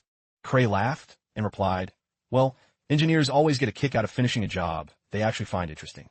Kim Jae-ju pulled out the necklace from earlier. He said, "That's lucky. I didn't think you were almost done. Since the bloodstone is smaller than I thought, I came to ask you to adjust the sizing a bit." Cray put on his glasses. "You don't need to worry about that. I've designed the gauntlet structure so that any magic stone can be fitted right in. Since the sizes of the stones you might want to use will vary, that means that I just had to make the gauntlet adjustable." As Cray inserted a stone into the glove, he said, "It's hard to explain in words, so just see for yourself. If you press this button on the gauntlet like this, that a slot for the mana stone will open. If you drop a stone in here, it'll be locked firmly into place." Cray smiled as he handed the gauntlet back to Kim Jae-soo. He continued, "Now you won't have to stress about stone sizes and can swap them freely. Plus, to change stones, just double tap that button to eject it. Shattered stones, or ones drained of power, will drop out automatically." Kim Jae-soo was thrilled. Staring at the gauntlet, he said, "With this, I really don't have to worry about the shape of the stones anymore. But the quality is so high. How much is the labor fee?" Seeing him bring up the fee, the chat went off again. "LOL, dude, you have 50k coins, what's the problem? It's fair to worry about the cost. The color of the whole thing changed. If you need more cash, let me know." "Damn, I love this." Cray waved him off, telling Kim Jae-soo not to worry. He rubbed his head and said, "I had fun making it. That's payment enough." Cray placed the stone in Kim Jae-soo's hand and spoke slowly. "It'll take about another hour to finish. Could you wait outside?" Kim Jae-soo cheerfully replied, "Sure, thank you." After Kim Jae-soo stepped out, a flood of comments appeared. "Jae-soo, he finished earlier than you expected, so have some fun before you leave. Why the rush? Tour floor 10. Exactly, floor 10 has changed so much, we're curious too." Kim Jae-soo shook his head to steady himself and said no. Suddenly, a spatial portal appeared. The gate grew larger and larger. Kim Jae-soo suddenly announced, "I'm heading up to floor 11 first thing tomorrow." By this time, Kim Jae-soo was fast asleep. Suddenly, a popoi jumped on top of him. The popoi opened its mouth, revealing sharp teeth. Kim Jae-soo woke up after his long slumber and asked, "What's wrong, buddy?" He stammered, wondering what was up with the popoi. Then Kim Jae-soo fully woke up and asked, "Are you guys hungry?" Pausing for a moment, Kim Jae-ju said, "Wait, let me start the stream first." Kim Jae-soo started the live stream. Viewer count, 200. Seeing the numbers, Kim Jae-ju said in surprise, 200? Aren't you guys sleeping? The viewers replied, "It's been forever, Jae-ju. I've waited all day. I woke up early, haha." "Don't lie. You stayed up all night waiting for the notification." Kim Jae-ju thought, "I have 227 followers, so most people must have been waiting to jump in." While thinking, he pulled some popoi food out of his backpack. After taking the food out, he said, "All right, eat up." While the popois were eating, Kim Jae-soo put on his cloak. The live viewers started asking, "So, Jae-ju, have you thought of a name for your gauntlets yet?" Kim Jae-ju thought a name. At that moment, Cray spoke up, "It's finished. Try putting it on." When he put on, Kim Jae-ju thought, "This is so comfortable. Way better than before." Seeing his reaction, Cray said, "Looks like you really like it." Kim Jae-ju spoke up, "I really can't just take this for free. You put so much effort into crafting it. Please, at least let me pay the commission fee." Hearing this, Cray said, "No. If I take money, it'll ruin the best day of my life." Kim Jae-ju replied, "Man, you're making me speechless." After a while, Cray added, "However, please give that item a name. No matter how exquisite a piece of gear is, without a name, it's just a dead object." Kim Jae-ju replied, "Yes, I understand. I'll think about it." The viewers commented, "But it is a dead object, lol. For real, I'm dying. It's a glove, not a pet. You heartless jerks, don't you know what sentimental value means?" Hearing that, Cray said, "I trust that a person like you won't lie." Kim Jae-ju smiled and said, "Haha, thank you." While walking, Kim Jae-ju said, "I have to come up with a really cool name. If I don't try, that promise won't mean anything." The spatial gate connected to floor 11. Even though it seemed like something was behind it, you couldn't pass if blocked by an invisible wall. Moreover, except for players, Astro residents couldn't even see the gate, let alone enter it, Kim Jae-ju thought. He had switched channels, but there were still quite a few people. The viewers commented, "Are you going straight to floor 11 without a party? Bringing those floor 10 losers, lol. If you just random match, you'll definitely get some deadweight." There are many team challenges starting from floor 11, so usually normal players form parties after researching the recruitment page on the community tab. Seeing this, Kim Jae-ju said, "I'm planning to just wing it and go into floor 11. The chat was buzzing. The scrubs always random match just to try and survive, haha. Usually they'd be begging for their lives, but now they're about to be carried by the great emperor. The losers will try to act like they're good if it's a random match, haha. True. How can anyone stand that?" Flashback to the past, Kim Jae-ju. Thought, I want to work together and help the people from floor 1 who are watching my stream. But now I don't know what tricks the admin will pull on floor 11, so I need to be sure first. If I form a party and those people get dragged into levels where the difficulty has been rigged, it'll be a disaster. At that moment, the system displayed a notification. Select your difficulty. High, medium, low. Rewards are based on difficulty. Stronger and more confident players from floor 5 would increase the difficulty, while those intimidated by viewers would lower it to survive. Kim Jae-ju looked at the notification and said, "Well, I don't need to worry about that now." The system voice rang out. "You have selected high difficulty." Seeing this, the viewers commented, "Total alpha move. The Emperor is so confident, haha." Jae-ju's team said, "Let's go." 2 people were standing by the beach. One of them said, "This is so annoying. Do you think the answer will just pop out of there?" Hearing the guy say that, the girl replied, "We have to get it before it surfaces." The system gate appeared. Under their curious gazes, Kim Jae-ju stepped out. The system voice rang out. Players 489, 1489, 04880. A total of 3 people have entered. The required number has been met. The floor 11 trial will begin shortly. Fight and defeat the magic beasts. Beast difficulty will be adjusted based on the player's average difficulty. Time remaining before the trial starts, 20 minutes. Seeing Kim Jae-ju, the girl asked, "Huh? You're wearing a cloak, so you must be a mage, right?"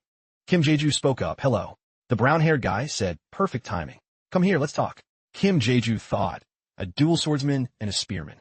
They must be thrilled to see someone in mage gear. The viewers commented, "Judging by the armor, they're both knights. If so, they'll obviously be the ones fighting, lol. It's going to be tough on this floor with just 2 knights." Seeing Kim Jae-ju, the brown-haired guy asked, "Are those gauntlets? You're a mage, right?" Kim Jae-ju replied, "No. It seems my cloak gave you the wrong idea. I'm a magic engineer." Hearing this, the brown-haired guy asked in shock, "A magic engineer? Oh, for God's sake. This is driving me crazy." The viewers commented, "Look at that attitude. What did you expect from a random match?" The brown-haired girl laughed and said, "Sorry, our current situation is a bit. You understand, right? How many tools can you use to support me? I heard you can bring up to 20. Kim Jae-ju replied, "It's fine." "Tools? Hearing him, the girl replied, "Ah, I see. Well, no other choice then." The viewers commented, "Look at their annoyed reactions. It's only because we know Jae-ju.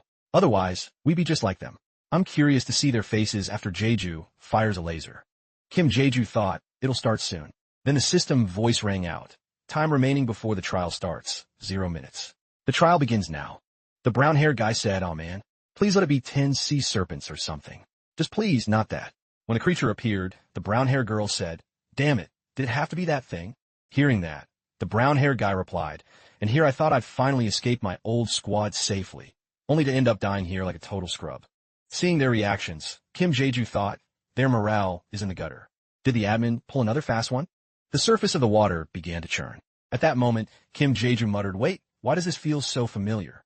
As the creature surfaced, all 3 gasped in shock. A dragon turtle. A viewer in the chat commented, "Jae-ju was all worried a second ago.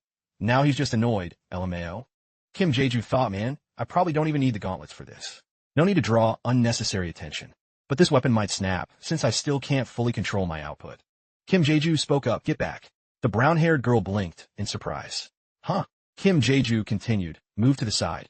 I'll handle this myself." When the guy saw Kim Jae-ju holding an axe and wearing those gauntlets, he stammered in fear, "What the?" Meanwhile, the chat was roasting him. He was acting all tough before. Now he's shaking, lol. Is he seriously scared of that budget Toronto axe and gauntlet set? So cute, huh? In front of them, the dragon turtle let out a ferocious, ear-splitting roar. Kim Jisoo motioned for them to stay back. No time to explain. If you don't want to die, back off. The brown-haired girl replied, confused. What are you even talking about? The livestream viewers started chiming in. The little turtle is triggered because it got ghosted.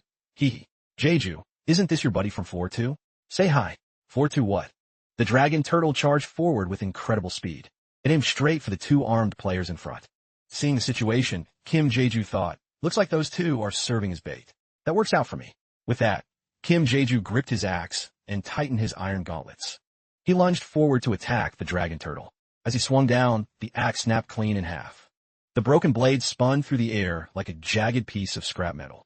Even though the axe broke, the dragon turtle let out a pained shriek. Holding the broken handle, Jeju thought, looks like the durability wasn't up to par. Suddenly, Kim Jeju used magic to fuse the axe back together. The chat exploded. Damn, that transformation was smooth. Seeing that makes me want to buy Toronto gear too, haha. And then you'll just dump it back in the auction house in a day. The dragon turtle's eyes glowed a deep crimson. It looked absolutely livid. It turned out it was regenerating. Seeing the turtle heal, the viewers commented, oh, it's in recovery mode. Unlike floor 2, there's water here. If he doesn't finish it fast, it'll be a grind. Yeah, if it dives into the water, its heal rate will go through the roof. Kim Jeju thought, I can't let it reach the water. I need to take it out as fast as possible. Thank God it hasn't dived yet, or I'd be dead trying to chase it down there. The guy from earlier ran up, panting heavily. Let me help you. Kim Jeju replied, it's too dangerous. Stay put. In the comments, the viewers were screaming, stay back and stop being a third wheel. Why is he so mad? Be polite for once. What kind of act is this guy putting on? Ignoring them, Kim Jeju leaped onto the dragon turtle's back. Standing on top, he thought, back on floor 2, I had to use everything I just to climb this thing. Now it's just a simple hop. The chat was buzzing. Oh, so this is the one from floor 2? Wait, why do only a few people know about that? It's popping off now. Kim Jeju nimbly moved across the turtle's back, making the viewers dizzy. Is he doing a disco dance? How is he this good? Gripping his axe, Kim Jeju thought good. The size is just right. Kim Jisoo aimed for a spike on the dragon turtle's back and swung down with everything he had. The dragon turtle let out a massive roar. Kim Jisoo thought, now it's really pissed. The chat suddenly got serious. Kamikaze Jeju, run for it. While running, Kim Jisoo thought, I have to be fast. If it explodes, I'll survive. But those two won't be able to dodge the blast. At that moment, Kim Jisoo lunged in for a final strike on the dragon turtle. Both were moving closer to the shoreline. Kim Jisoo leaped off the dragon turtle's back. He raised his hammer high, intending to swing it forward. Griping the hammer tight, Kim Jisoo thought, even if my only experience is playing those 50-cent basketball arcade games. Suddenly, Kim Jisoo struck down, pinning a metal rod straight into the dragon turtle's back. A massive, unannounced explosion rocked the area. When the smoke cleared, Kim Jeju turned around.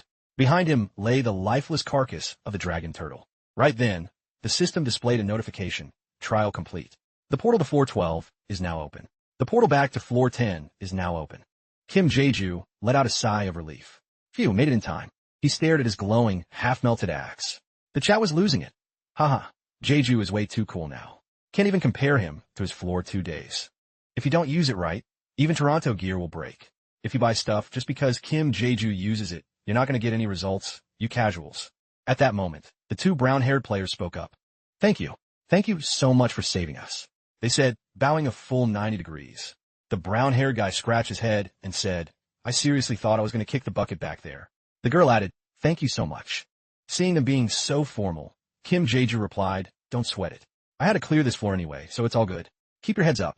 Seeing Kim Jeju's expression, the chat teased. He's blushing, LMAO. So cute, he's actually a softie. The guy spoke up, I'm really grateful, so, if you don't mind, could I get your name? Kim Jeju's face immediately went stiff. He snapped, just go. The guy stammered, okay. The chat laughed. Look how cold he is. He won't even drop his handle. Why not tell him it's Kim Jeju too? Sad. Are you trying to make number 2 look bad?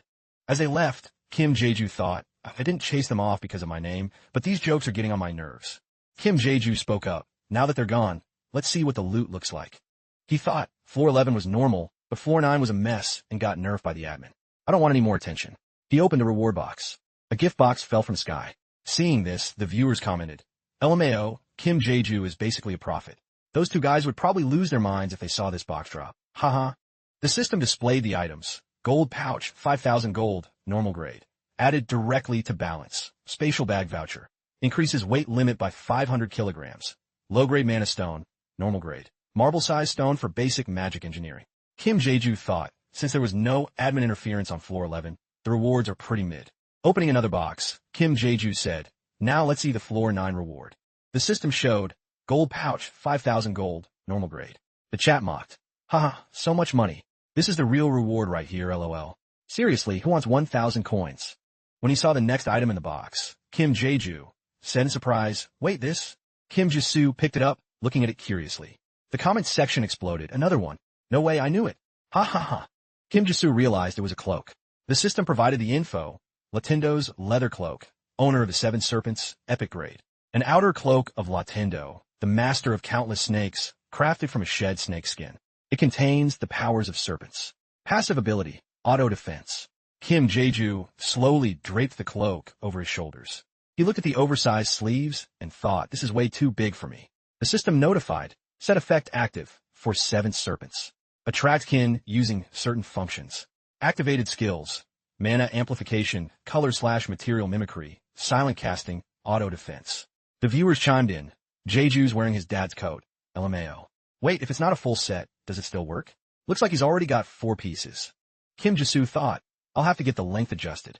This cloak is too flashy, so I'll change the material texture too. Looking at the back, he decided, I definitely need to add a hood to this. After some adjustments, the cloak fit Kim Jisoo perfectly. The chat was buzzing. He looks fire. They should have given him another Latendo item on floor 11. Didn't he basically dig himself out to save floor 11? That battle between Love and the admin was wild. Kim Jisoo wasn't sure either. After checking, he immediately contacted Hyunum, saying he would head back to floor 11 again. Seeing the comment section filled with question marks, Kim Jisoo laughed. Ha, who knows? Even if it's just a pebble on the road, you gotta kick it to move forward. In an instant, the system announced that Kim Jae-ju had returned to floor 10. On floor 10, blood sprayed with every swing of his axe. Under the trial complete notification, Kim Jae-ju, in his new cloak and wielding his axe, obliterated a dragon turtle in a single shot. The viewers were satisfied. Ignoring the people staring at him in awe, Kim Jae-ju stayed in his own zone. He felt that even though it was a replay, the difficulty was still insane. Suddenly, a tidal wave surged out of nowhere, but Kim Jisoo didn't get a drop on him. The cloak expanded automatically to shield him, leaving him bone dry. Kim Jisoo opened a portal and left without a word, ignoring those behind him who wanted to ask for his name to repay him. Kim Jisoo wandered alone near the park. The sound of the fountain and the fresh air cleared his head. Finding a random stone bench, he sat down. He was a bit worried since this was where he first met the admin, but it was the quietest spot he knew, so he dealt with it. The viewers watched curiously. Suddenly, something was squirming inside his bag. Round, pure white heads popped out of the backpack, the popoes. They were chirping away as if asking for permission to go play. After some chirping, they jumped out one by one. These little round guys didn't even need instructions. They naturally lined up in a row. It was adorable. Watching the eager little guys skip away, Kim Jisoo called out, don't go too far. The chat shifted all focus to the cuties. Hearing the compliments about his popoes, Kim Jisoo's mood lifted as well. He turned to his viewers because he was thinking about giving them names. To the curious viewers, Kim Jisoo looked at his kids and explained he simply liked them, and since there were 3, he couldn't just call them Popoe forever. Before he could finish, a donation popped up. User Sweet Red Bean Bread Onpang donated 1,000 coins. Named them Posin, Podin, and Posuk. Kim Jisoo read the names, his face darkening. He judged them to be a total disaster. Seeing the chat lively with talk about magic beasts, a light bulb went off in Kim Jisoo's head. He immediately opened the system shop. After scrolling through, he focused on 3 items. Relationship between mana stones and magic beasts. History of magic beasts and humans. Getting closer to magic beasts. Kim Jae-ju muttered, there are a lot of related skills for sale, and they're cheap too. He sighed and mocked himself, who also waste money on magic beast skills. Seriously, who buys books that nobody wants? Even as he said it, purchase successful notifications filled the screen. Kim Jisoo looked at his 3 skill books with high expectations. Within a second, that they merged into Kim Jae-ju for him to absorb. The notification stated that his understanding of magic beasts and skill EXP gain had increased. Kim Jisoo's head spun from the dizziness. Luckily, he didn't have to actually read the books, but the info dump always gave him a nasty headache. The Popoes, seeing him unwell, that all rushed over, looking at him with worried faces. Before Kim Jisoo could even feel touched, he wondered if it was just because of the skills. He patted their heads. The feeling of the Popoes was much different than before. Kim Jisoo suddenly stood up with determination, startling the Popoes who had no idea what was happening. It was time for the naming ceremony. For the first one, he drew from the goddess of affection, Polaha, and named it Laha. You love to eat, but make sure to take care of the others first. May goddess Pohala bless you. For the second one, he used the god of courage, Razgadin, and named it Kodin. A name fit for a brave, one who will lead and protect the other Popoes in danger. May God Razgadin bless you. Finally, he used the goddess of wisdom, Tabarin, and named it Barin. This one is the most careful and skillful of the three. May goddess Tabarin bless you. Kim Jisoo looked at the little ones, who were overjoyed to have received names and wouldn't leave his side. In the comments, some focused on how adorable they were, while others cared only about the new names. However, a few noticed that the Popoes actually understood Kim Jisoo's words. Kim Jisoo doted on the little ones, hugging them close to his chest. Suddenly remembering he would still live, he felt embarrassed showing this side of himself. Clearing his throat, he tried to regain his serious composure. Ahem, I've finished naming them. Now, let's head to floor 12. Kim Jisoo opened his backpack and called out each Popoe's name one by one. They obediently crawled into the bag. Quite a few people watching didn't like this, suggesting Kim Jisoo should keep them in his attribute inventory instead. Seeing the user comments, Kim Jisoo explained, at least until I reach floor 15, I need to avoid unnecessary attention. Just wait a bit longer. But those words made him think. Regardless of his new skills, he felt a pang of guilt, as if he were literally locking them up in a bag. At floor 15, the system displayed, user 4855, user 4874, user 4875, user 4891. A total of 4 people have met the requirement. Difficulty, high 2, medium 1, low 1. Arriving at the scene, Kim Jisoo scanned his surroundings. He walked toward the group, talking and greeted them in a friendly voice. I guess I'm the last one to arrive? A guy in armor with a long scar over his right eye greeted him warmly. Hey there, I am Kim Yihun. Kim Jisoo happily shook hands and introduced himself to them. Suddenly, Kim Jihin flinched, thinking he had just heard the sound of Snake. Behind him, a feminine voice rang out. Snake my ass. With that, she turned to Kim Jisoo. Nice to meet you. I am Lee Sojun. Kim Jisoo greeted them back. Hello. Looking forward to working with you. It seems like you two already know each other. Lee So-hyun cheerfully explained they met on floor 10 and formed a party. She also complimented Kim Jisoo's outfit, saying it was truly unique. Lee So-hyun examined him. She hadn't seen a long cloak with a hood like that in any shop. Kim Jisoo must have made it himself. Hearing Kim Jisoo claim it just appeared somehow, the users in the chat laughed at his smooth deflection. Looking behind him, Kim Jisoo saw one more person, a young man in armor. What puzzled Kim Jisoo was why the guy's eyes were sparkling while staring intently at him. Embarrassed, Kim Jisoo turned to ask the boy a question, which made the kid jump. The boy stammered. So, you said your name is Kim Jisoo, right? Seeing the boy act this way, the live viewers were filled with question marks, judging his reaction. Kim Jisoo's face darkened in confusion. Is there a problem with my name? Suddenly, the boy's eyes lit up and he asked excitedly, You happen to be the emperor, don't you? Kim Jisoo froze in shock. He immediately rushed over to cover the young man's mouth. Kim Jisoo glared at the boy with dagger eyes, threatening him to stay quiet. The users in the comments were dying of laughter, having realized the reason. Seeing the guy awkwardly about to kneel, Kim Jisoo made him stand still immediately. Kim Jisoo sighed helplessly and told him he didn't need to do anything special, just start by introducing himself first. The high-energy young man introduced himself as Young Sang-jun. The chat was flooded with LOLs over this unexpected meeting. Some recognized him as the cranky guy from floor 10 who got kicked out of the broadcast back then. Kim Jisoo's face was grim. He thought he wouldn't run into any more viewers since only 8 people were watching when they were kicked off the stream at floor 10. Now his viewers were busy making fun of them. He thought he might have to switch to a foreign server. Seeing Kim Jisoo and Young Sang-jun talking, Lee So-hyun figured they knew each other and asked Kim Jisoo about it, making his face even darker. This made the viewers even more hyped. Young Sang-jun was too flustered to answer Lee So-hyun. At that moment, Kim Jisoo, though annoyed, calmly extinguished the fire by saying they had met on floor 11. Lee So-hyun laughed heartily, feeling that this was better than all 4 of them being complete strangers. Suddenly, Kim Jihin turned to Young Sang-jun with a curious look. But you're acting weird. Just a moment ago, you were full of confidence talking about your great gear. Why are you suddenly so nervous? This made Young Sang-jun even more self-conscious. The honest young man, having his secret exposed, became even more flustered and almost blurted out that Kim Jeju was the emperor. Standing behind him, Kim Jisoo's face got blacker than soot, while the viewers were engrossed in this hilarious situation. Luckily, Young Sang-jun managed to calm down and immediately changed the subject. He asked Kim Ji-hyun and Lee So-hyun if they weren't in a guild.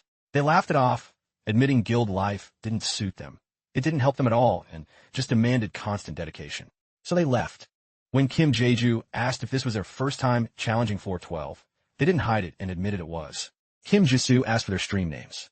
Kim Ji-hyun scratched his head. They had stopped broadcasting long ago. His viewers didn't even reach 20, and they mostly just came in to talk trash without donating a single cent. Kim Ji-soo told himself they had likely given up halfway. In any case, it must have been hard for them to get info on Floor 12 after leaving their guild. Kim Ji-soo assessed them. Floor 12 was no walk in the park, especially for knights and other melee classes. Since both were knights, their first few attempts would definitely be rough. Curious, Kim Ji-soo turned to ask Young Sang-jun what he had been doing before coming to 412. Young Sang-jun honestly replied he had been kicked out of his guild and was just wandering around. He also mentioned that while looking for Floor 1 users to partner with or mentor, he found an incredible broadcast of a rookie, which was Kim Ji-soo, though Young Sang-jun didn't say the name. He admitted he got rich after supporting him, which let him get new gear. He was happy. That was how he made it to Floor 12. Kim Jae-ju got a headache, not knowing whether to call him lucky or unlucky. Kim Ji-hyun cut in. He told them they needed to start planning the mission, reminding them they only had 10 minutes left.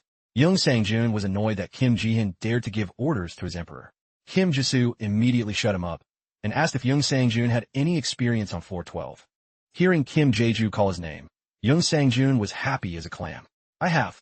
Kim Ji-soo, feeling exhausted, reluctantly told Young Sang-jun to decide their positions. Anyone object? Kim Ji-hyun watched with suspicion. If I didn't know better, I think he was Kim Ji-soo's military subordinate. Hearing that, Young Sang-jun's fire flared up. After hearing Kim Ji-soo talk, Kim Ji-hyun was shocked. They were playing on high difficulty, yet Kim Ji-soo dared to say he specialized in magic engineering? Hearing Kim Ji-hyun being so petty, Lee So-hyun couldn't help but feel indignant. Beside them, Young Sang-jun was just one step away from throwing hands with Kim Ji-hyun. Only Kim Jae-ju remained calm. He told himself he knew this would happen. Every time he revealed his class, he got this reaction. The users watching below started eating popcorn and enjoying the drama. Hearing Kim Ji-hyun ask if he had any useful tools, Kim Ji-soo said he only had one. It was used for combat support, featuring a magic cannon function and power boosting capabilities. Kim Ji-hyun, not knowing when to stop, puffed out his chest and advised Kim Ji-soo to become a knight like him instead of weird stuff. Lee So-hyun was also annoyed to see her friend bragging like that, while the viewers were dying of laughter, despising the blowhard. Lee So-hyun shyly admitted she was an assassin, and this place wasn't very favorable for her, since there was nowhere to hide. Kim Jae-ju knew that compared to knights, assassin skills were weaker and didn't help much when fighting monsters. Kim Jae-ju's viewers were also surprised to hear this, wondering how she passed Floor 5. Some even thought she might have charmed her opponents, because she was pretty. Young Sang-jun cut in and asked to decide their positions. Using some stones and leaves as examples, he placed them on the ground. Young Sang-jun arranged it so that Kim Ji-hyun and himself would stand in the front to block the enemy, Kim Jae-ju in the middle to provide support to both sides, and Lee So-hyun in the back to perform assassinations. Young Sang-jun also warned them that something more important than their positioning was not to rely too much on their skills in real combat like this. Their enemies could be yetis or venomous hounds. Young Sang-jun explained that, put simply, these creatures are very fast learners. He got serious, noting that if one of them dies, the rest won't fall for the same moves again. It would be a grave issue if everyone relied on identical sword skills and movements. That's a recipe for dying in a split second. Kim Ji-hyun, lacking real-world experience, found this absurd. He shouted back that he had learned all these skills since 4-5, yet Young Sang-jun was telling them to forget everything and rely only on raw strength. Young Sang-jun shook his head in frustration. Whatever, suit yourself, he thought, realizing this was exactly why he disliked working with rookies. Kim Ji-soo watched from behind, assessing the situation. They weren't vibing well at all. If this kept up, things are going south. After finishing with Kim Ji-hyun, Young Sang-jun turned to Kim Ji-soo. He whispered into Kim Ji-soo's ear, "You have top-tier combat skills, but there must be a reason you're hiding them, right?" Kim Ji-soo uncomfortably told Young Sang-jun to drop the honorifics. He added that in a team fight like this, going solo isn't a good look. People will think he's just flexing. Hearing that, Young Sang-jun couldn't help but blurt out, "Flexing? No way, imp." Kim Ji-soo managed to shut him up just in time by threatening that if he used that word again, they would never see each other again. Seeing Young Sang-jun's clueless face, some viewers wondered if he was intentionally trolling Kim Ji-soo or if he was just actually a dummy. At that moment, the system announced, 23 seconds remaining until start. Kim Jisoo turned and urged them to get ready since time was almost up. As the clock hit 0, a massive roar accompanied by a violent gust of wind swept in. Yetis. A pack of giant Kong-like Yetis with white fur and red eyes charged at them like maniacs. Every single one of them let out a deafening RAKU. Young Sang-joon cursed under his breath at the sight.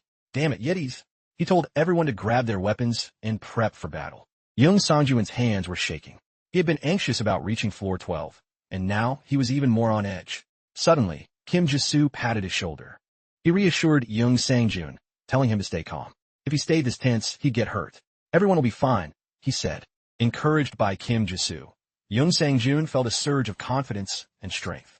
His eyes sparkled as he looked at Kim Jisoo. The arrogant Kim Ji-hin couldn't understand why Kim Jisoo and Young Sang-joon were scared of something that didn't even have weapons.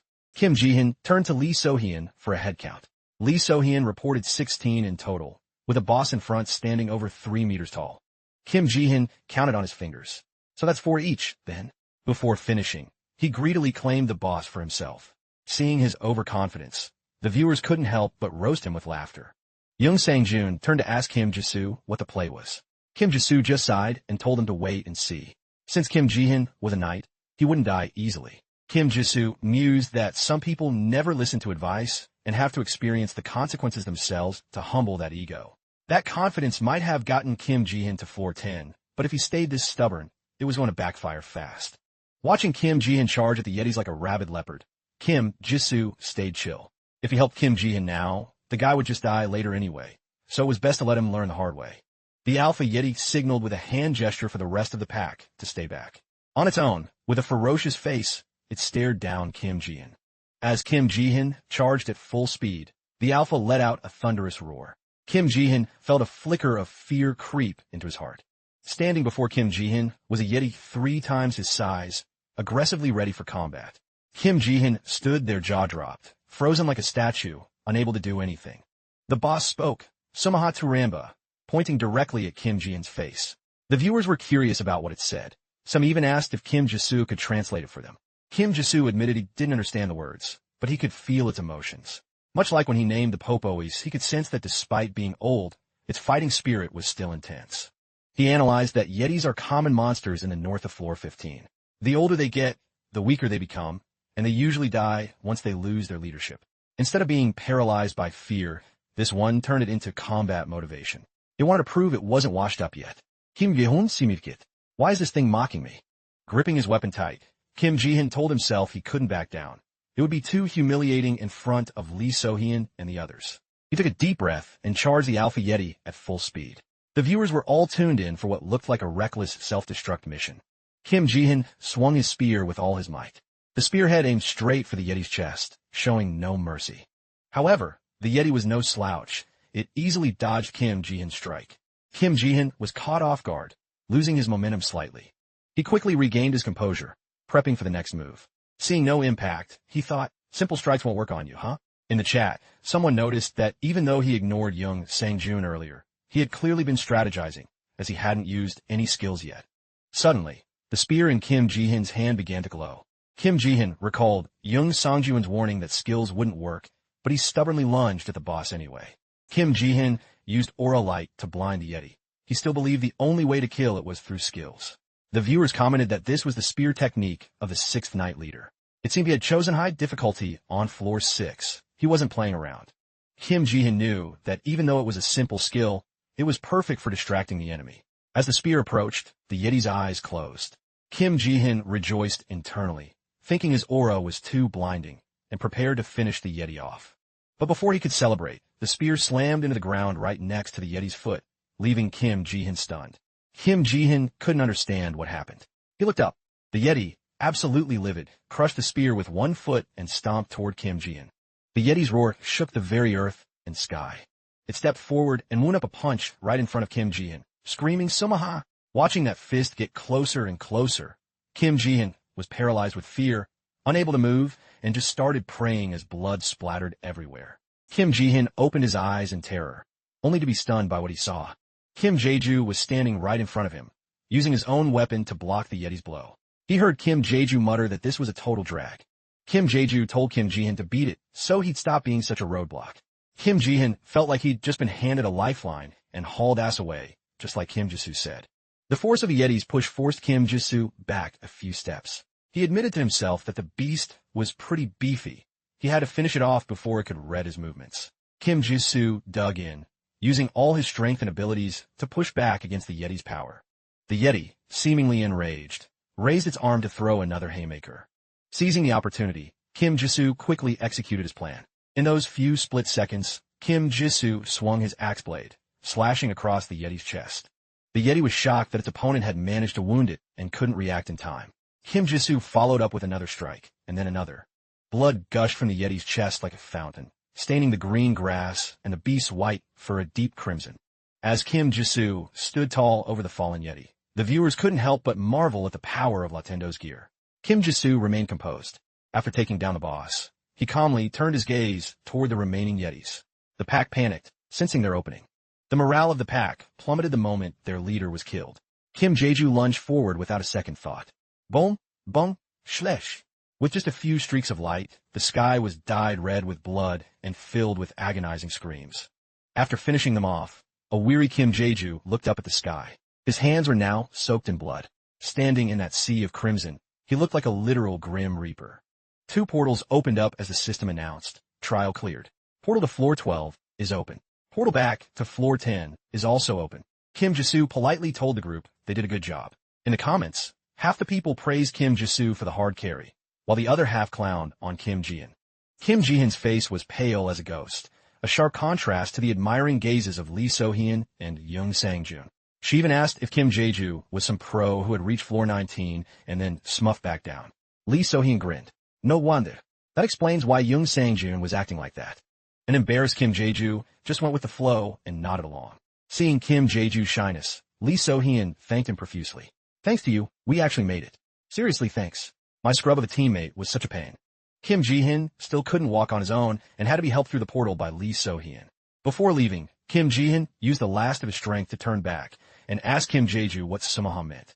Lee So-hyun scolded him for asking that now, but Kim Ji-hyun insisted it was important because he couldn't forget the Yeti's cold, mocking stare. Kim Jae-ju recalled that Sumaha was the first thing he heard in the video. Kim Ji-soo thought for a moment and said, "It means brat." That Yeti called Kim Ji-hyun a little brat. Kim Ji-hyun turned beet red from embarrassment, mumbled a thanks, and scurried away to escape the cringe. Watching Kim Ji-hyun ditch his partner to save face had the viewers dying of laughter. Lee So-hyun cheerfully waved goodbye to Kim Ji-soo's group, saying it was time to go grab a bite. Kim Ji-soo scratched his head. Before he could even speak, people in the chat were already shipping those two, while others, afraid Kim Ji-soo might actually like her, told him to stay focused because the road ahead was long. Young Sang-joon was busy fanboying over Kim Ji-soo. Oh wow, even people who just met you are totally captivated by you. Young Sang-joon realized something and said shyly to Kim Ji-soo, "You're still streaming, right? A guy was stuck on floor 10, like me, should get out of here fast. Your viewers are probably talking mad trash about me." Seeing Young Sang-joon about to leave, Kim Ji-soo hurriedly asked, "Young Sang-joon, did you watch my stream since floor 1? Young Sang-joon said he started watching from floor 2 because he was curious how Kim Ji-soo killed the dragon turtle. Seeing Kim Ji-soo ask that, the viewers wondered if he was scared of his cringe past being leaked or if he was planning to silence the witness. As he was about to step away, Young Sang-joon heard Kim Ji-soo say thank you from behind. Young Sang-joon was stunned. Fearing he hadn't heard clearly, Kim Ji-soo said it louder. "Thanks for watching my stream and for the donations. Being a floor 10 player can't be easy, so I appreciate it." Young Sang-joon let out a chuckle. "Why would you say that? Thanks to you, I made money and had an amazing experience. Watching your stream was the first time I realized people actually live in the tower." With that, Young Sang-joon knelt down respectfully. "I hope you make it to floor 100 and live a great life." Kim Ji-soo was flustered by the sudden gesture. Suddenly, something made Kim Ji-soo's jaw drop. The thing that had Kim Ji-soo floored. That was the sight of Young Sang-joon going absolutely hyper. He completely ignored Kim Ji-soo and lunged toward the portal the second he spotted a Popoe. As Kim Ji-soo stood there dazed, every single viewer saw how much of a dork Young Sang-joon was, though he was actually kind of cute. Kim Ji-soo chuckled, thinking to himself that he'd better bounce as soon as he saw what the rewards were. Below, the chat was spammed with nothing but Popoe. Kim Ji-soo opened the system and clicked on the reward box. Watching the loot drop, 1,000 coins, a basic swordsmanship skill book, a spatial bag, Kim Ji-soo thought this should be enough. For a normal difficulty run, these rewards were expected. He decided to save the swordsmanship book for when he ran out of magic to learn. Seeing Kim Jisoo packing up to leave, the viewers thought he was salty because they were laughing at him, so they flooded the chat with explanations. Seeing this, Kim Jisoo straight up told them he wasn't bored or upset. He moved out because he needed to head back to floor 10 to switch channels before heading to floor 13. Outside, the freezing wind howled, and the world was buried in snow. Around a flickering campfire, a few people sat trying to keep warm. One of them sensed something and announced with a smirk that a newbie had arrived. Kim Jae-ju stepped casually out of the portal. It turned out he had switched over to the US server. He walked up to the group and gave them a warm greeting. A bald guy saw Kim Jae-ju and asked if this was his first time on floor 13. Kim Jisoo didn't hide it and admitted it was, but the guy immediately clocked him, noting he didn't speak English and had just switched channels based on his lip movements. Kim Jisoo scratched his head awkwardly and admitted he was Korean. He thought to himself that this guy had solid observation skills. Even with the system's auto-translation, his lip sync was off, and the guy realized instantly he wasn't Asian American. Unexpectedly, the bald guy was quite friendly, laughing as he introduced himself to Kim Jisoo as Kurt In.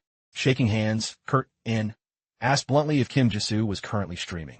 Kim Jisoo sheepishly said he didn't have many views or followers yet, which made the chat feel both amused and a little bad for him. Kurt In cheerfully turned around to introduce the rest of the group to Kim Jisoo. Kim Jisoo thought Kurt In seemed pretty high energy. He just met these people but didn't hesitate to introduce him to them. But reading the user comments, Kim Jae-ju realized the truth. They obviously know each other but are playing dumb. 3 knights, 2 mages, 1 assassin. Who are they trying to kid? This squad could solo floor 13 with just 6 people. That's the Black Scorpion crew, a bunch of bottom feeders known for dar plays. They had 6 members but formed an 8-man party, pretending to be strangers while waiting for marks to join. They'd act friendly to the 2 newcomers to lower their guard, then flip the script. Groups like this usually have a plan.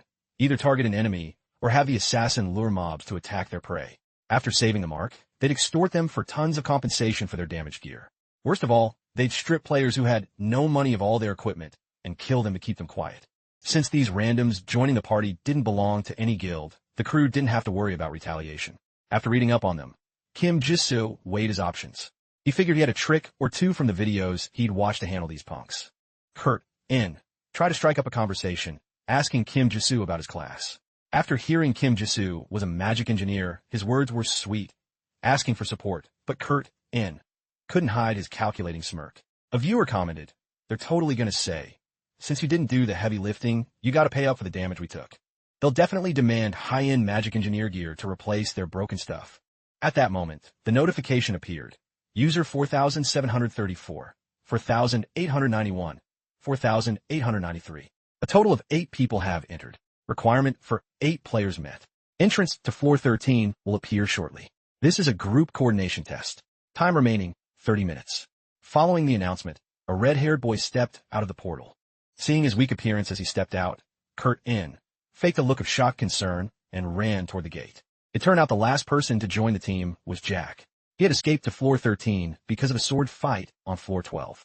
Kurt In pretended not to know what was going on. He concerningly asked Jack why he didn't just go back to floor 10. Jack fearfully explained that they were colluding. Someone was blocking the floor 10 gate, so he had no choice. Hearing this, Kurt In really started acting. "Oh man, thought those bastards almost got you." The guy sitting behind Kurt In couldn't help but snicker at how over-the-top the acting was. Jack noticed the reaction and got upset.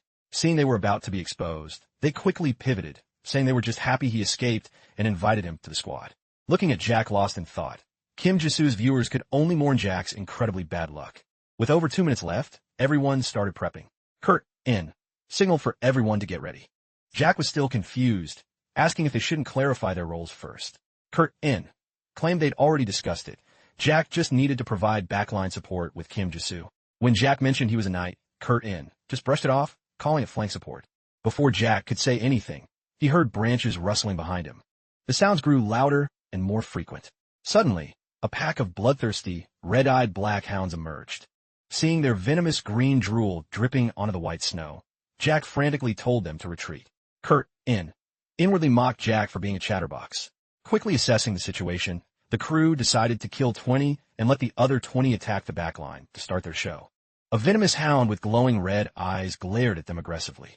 One hound lunged forward, and simultaneously with its movement, a foot lashed out. A single strike sent blood spraying across the snow. Everyone froze in the back, unable to react in time. Kim Jisoo, holding his axe, looked at them calmly. What are you guys doing? Why are you creating unnecessary distance during a fight? Kurt and his crew realized things weren't going smoothly. They pointed their swords at Kim Jisoo. Weren't you supposed to be in the back? When the hell did you get to the front, before he could finish? Several venomous hounds lunged at Kim Jae-ju from behind, shocking everyone. These beasts were feral, attacking anyone and everyone in a bloodlust. Kim Jae-ju's cloak moved fluidly, performing a few basic maneuvers that sent the hound's blood flying everywhere. He looked at the punks and reasoned. Now that I look closer, you guys don't seem like you actually want to fight. Instead of whispering about these hounds, you should have swung your swords and cut them down. Kurt and his cronies stared at Kim Jisoo in shock. Wait, you said you were a magic engineer? Then that cloak. Kim Jisoo simply said, it's just gear, leaving the chat dying of laughter. Suddenly, Kurt shouted for them to focus. The atmosphere shifted completely. Kim Jisoo felt the guy in front of him was now more dangerous than any of those venomous hounds. Turning back to see the hounds behind him ready to attack, Kim Jisoo thought, bees have better instincts than humans. They must know I'm the scariest predator here. He watched as Kurt and his crew slowly closed in on Kim Jae-ju. They formed a tight perimeter. Seeing they weren't hiding it anymore, Kim Jae-ju's expression didn't flicker. He asked calmly what they were planning to do. The venomous hounds closed in on Kim Jae-ju, looking up at him while on the other side. Kurt slowly and cautiously asked Kim Jisoo if he was a manhunter. Kurt suspiciously probed, asking if Kim Jisoo was actually a criminal hunter. Kim Jisoo gave a cold smirk. He knew that at this point, they wouldn't believe a word he said anyway. Kurt questioned him angrily. You dare play me? Claiming to be a magic engineer. You think I'm blind? Kim Jae-ju fired back effortlessly. I have no idea what you're yapping about. Your delusions are getting worse by the minute. Kurt screamed. It's obvious. You're wearing Latendo gear that can emit snake sound. Don't think just because I'm a criminal, I don't watch the live streams. Kim Jisoo gripped his axe and asked back, and what exactly does that have to do with being a magic engineer? Kurt pointed directly at his face and barked. A normal person's body couldn't handle the pressure of Latendo's items. You think I'm some kind of idiot? Kurt's lackeys weren't staying quiet either. We don't know how you got your hands on those items, but the party's over. You've looked down on us for long enough. On the sidelines, Jack stood alone, completely lost. He watched the situation unfold, trembling with fear. Kurt looked at Kim Jisoo with bloodshot eyes. You think this is our first time handling arrogant hunters like you? His gaze grew more manic as he continued. They always exist, but the ones who survive in the end are always the ones standing right in front of you. Jack grew more confused by the second. What on earth is happening? Help! Kim Jisoo tightened his grip on the axe. He challenged them. So, you're saying I lied to you about being a magic engineer? The guy beside Kurt whispered in his ear, that gauntlet just transformed. Is that another Latendo piece? Kurt agreed. Those are rare items only found on floor 20. Hero grade gear worth thousands of coins. Hearing hero grade, Kurt's crew flinched a little, looking a bit rattled. Kim Jisoo dropped his bag onto the ground. Seeing this, Kurt assumed Kim Jisoo was surrendering. He looked smug, but reality was about to hit him like a truck. Kim Jisoo rolled up his sleeves and warned, what you see isn't always the truth. If you still don't believe me, then so be it. With that, he let the gauntlet be exposed to do its thing. He confidently raised his hand and told the punks, I'll prove I wasn't lying. The viewers' excitement spiked as they geared up for the show. The gauntlet in Kim Jae-ju's hand began to glow intensely. Kurt, not understanding what was happening, cursed loudly, you're just wasting time. Suddenly, as if receiving a command, the venomous hounds lunged wildly at Kim Jae-ju. However, they screeched to a halt. Kim Jae-ju was nowhere to be found. Their prey had vanished in a thin air, leaving them looking around in total confusion. They looked back and forth, wondering what had just happened. Suddenly, Kim Jae-ju appeared like a grim reaper right before their eyes. He threw a massive punch into the pack of hounds. He didn't give them a single second to recover. On the pure, white snow, red flowers of blood began to bloom once again. The remaining hounds looked at Kim Jae-ju with pure terror, while the viewers watched the scene with absolute satisfaction. Kim Jisoo looked at the final unfortunate victim with zero mercy, prepping another strike. Kurt and his crew realized the situation had turned south. Breaking into a cold sweat, they gripped their weapons tight. They braced themselves for the fight. The pack of venomous hounds was growing even larger than before. Kim Jisoo knew they were gathering because they could sense his overwhelming aura. He reached out his hand to release his energy, thinking he might as well wipe out the whole nest while he was at it. A massive surge of mana erupted from Kim Jae-ju's hand, looking like the power of a Thanos gauntlet. After the display, all that was left on the ground was a straight path of pulverized earth, flanked by 2 walls of white snow. Kim Jae-ju was pleased with himself, noting his stability had improved. His output was more controlled than when he fought the cleaners, but his body still held tons of mana, meaning his mana consumption had dropped significantly. The side effects were much milder now. He didn't even need ground support anymore and could rely on his own footing. Up in the trees, the assassin thought this was his best shot, assuming Kim Jae-ju had dropped his guard after dealing with the beasts. He seized the moment, aiming for Kim Jae-ju's back to strike. Clutching his dagger, he was confident he'd succeed just like every other time. But he never expected that Kim Jae-ju's cloak would take care of him on its own. The trial complete notification rang out, and that was the exact moment the assassin hit the dirt. Seeing that, his lackeys couldn't help but exchange looks. They scrambled in a panic toward the portal. They didn't even dare to look back. In a flash, Kim Jisoo stood blocking the portal, intent on settling the score with these punks. They were terrified and didn't dare to utter a peep. Kim Jisoo suddenly remembered something. He turned to Jack and smiled, telling him to go ahead. This moment touched the viewers' hearts. It felt just like a scene from a classic movie. Jack, still dazed, realized he had received an unexpected favor and thanked him profusely. Once Jack had passed through, Kim Jae-ju got down to business with the scumbags. Kim Jae-ju's expression shifted. He asked if they had any objections. If not, he'd take their silence as full agreement. Kim Jisoo thought to himself that letting them die like this would be way too easy. He turned to them with a grin, ready to have some fun. He opened his bag and asked with a smile, "How many coins do you guys have?" The bastards heard him, but no one dared to speak. Suddenly, one of them spoke up to mediate. "Wait, calm down, my friend. You must be misunderstood. Kim Ieo Sunidet. Who's your friend? There's no misunderstanding here. Sit down." Kim Jae-ju got serious. "There's zero misunderstanding. If you were just a common gang, I wouldn't remember the name so well. Black Scorpion, you guys usually prowl around floor 13, looting survivors. But with your rapid accumulation of cash and power, you've developed a taste for forbidden fruit since reaching floor 20 and became notorious." Before he could finish, one of them was silenced by the cloak wrapping around his mouth and torturing him. Seeing this, Kim Jae-ju calmly turned back to them. "I have a few new rules to make you more cooperative. First, keep your mouth shut until you're asked a question." Kim Jisoo thought, "Just from the videos, I've seen there's no robbery or murder you won't commit. And yet you dare say you're just joking?" He continued, "Second, lying to me is strictly forbidden." After it had its fun, the cloak tossed the guy aside like a piece of trash. The man looked like he had just returned from the gates of hell, slumped on the ground, staring at Kim Jisoo in terror. Kim Jisoo spoke coldly. "I'm going to set a few rules so we can cooperate easily. First, do not open your mouth unless answering a question. Second, no lying when answering." As he stated this condition, his eyes suddenly went dark. Then he directly delivered a straight knockout punch to the guy. Now, Jae-ju looked like a bloodthirsty monster. His voice was low. It sounded like a question, but it was a threat. "I trust you understand me, Kim Jihin?" Seeing him act so arrogant, Jihin gnashed his teeth in rage. He seemed unable to contain his fury. He barked straight at his face, "You bastard. Who the hell do you think you're looking down on?" It seemed anger had clouded his judgment. He turned to look at the people following him, pointed directly at Jae-ju's face, and snarled. That bastard Kim Jae-ju even took off his gauntlet. "Everyone charge. Kill him and take his items." There were thousands. Then, Kim Jihin suddenly froze when he saw his teammates cowering. What? Why are they acting so scared?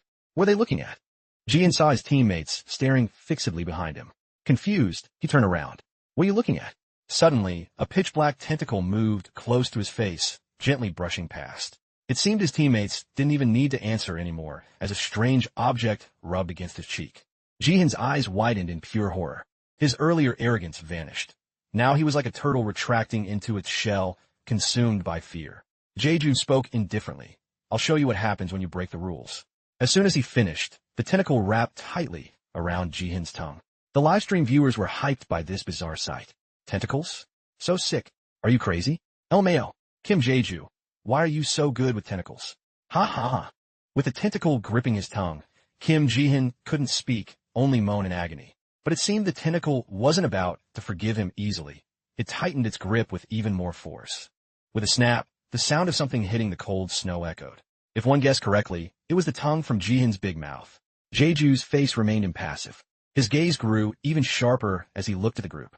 "You guys don't even deserve to be treated like humans." After witnessing the gory scene, The chat became even more frenzied with new comments. Look how ruthless Kim Jae-ju is. Totally savage, LMAO. But so cool. That Kim Ji-hin was just a kid trying to flex. Blood wouldn't stop pouring from the man's severed tongue. Kim Ji-soo, losing patience, spoke to the rest of them. Anyone else have an opinion? Speak up now. His eyes returned to their original color, looking much softer. Seeing no one answer, he spread his hands. Then I'll assume no one has any objections, right? The viewers mocked them ruthlessly. You think they dare to talk? They only know how to obey after their tongues are pulled. LOL. Jae-ju glanced at Ji-hin, who was trembling in pain while clutching his mouth. He said coldly, does anyone have a healing potion? Fix him up. The purple-haired guy next to him, assessing the situation, stammered a yes, sir. Having settled that brat, Jae-ju turned his gaze back to the others. Kurt, in, please step forward. The bald man flinched at being called out. He gritted his teeth and stepped up, not daring to look up. What do you want? Jisoo flashed a smile. A bright, radiant smile with a thumbs up, his tone sounding like he was giving praise. To others, Kurt in, you're just trash and a criminal they want nothing to do with. But I think you're a good leader to your teammates.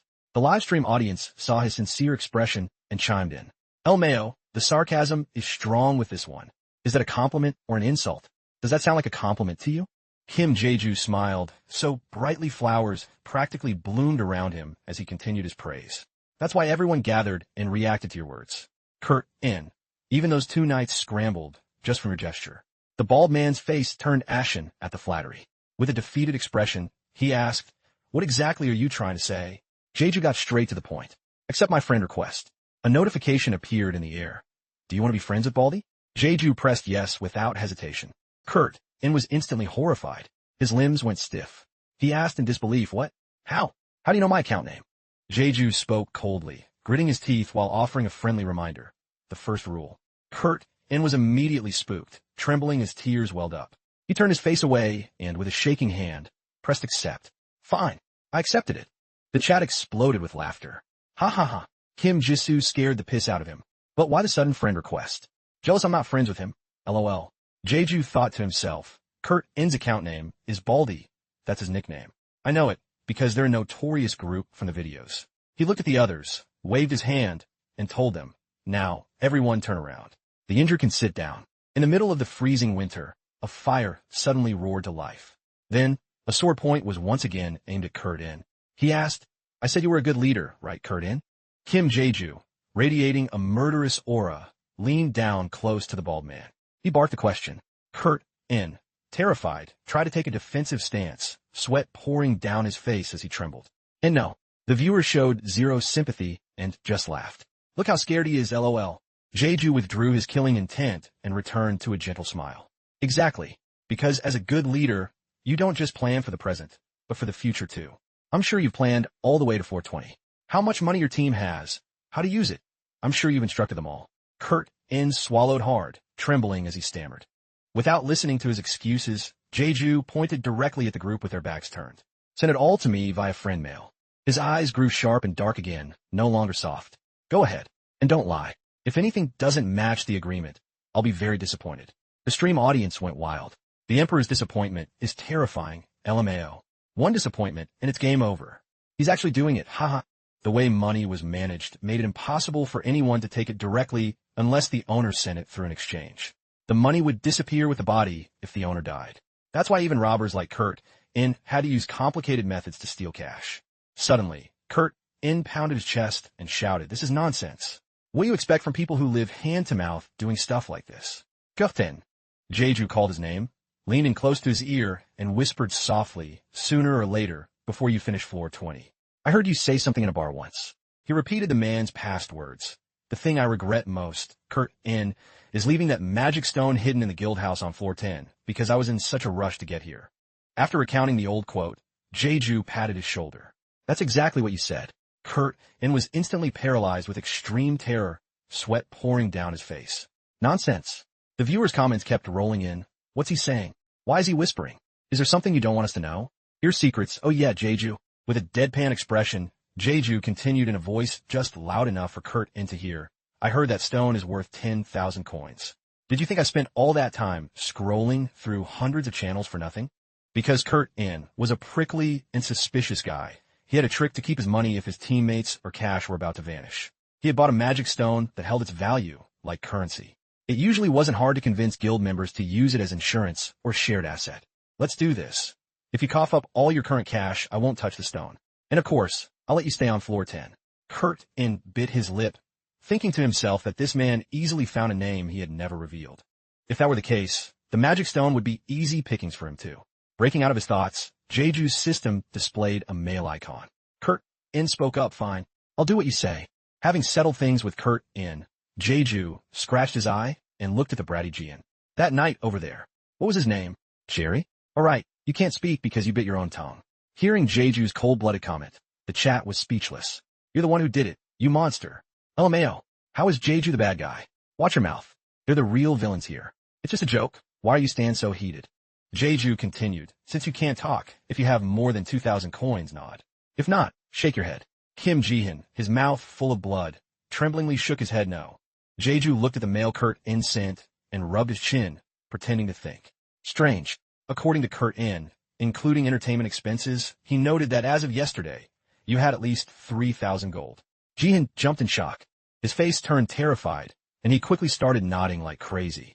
Jeju flashed a brilliant smile. But his face quickly went dark as soot. Don't play games with me. No one gets out of here alive today unless you spit it all out.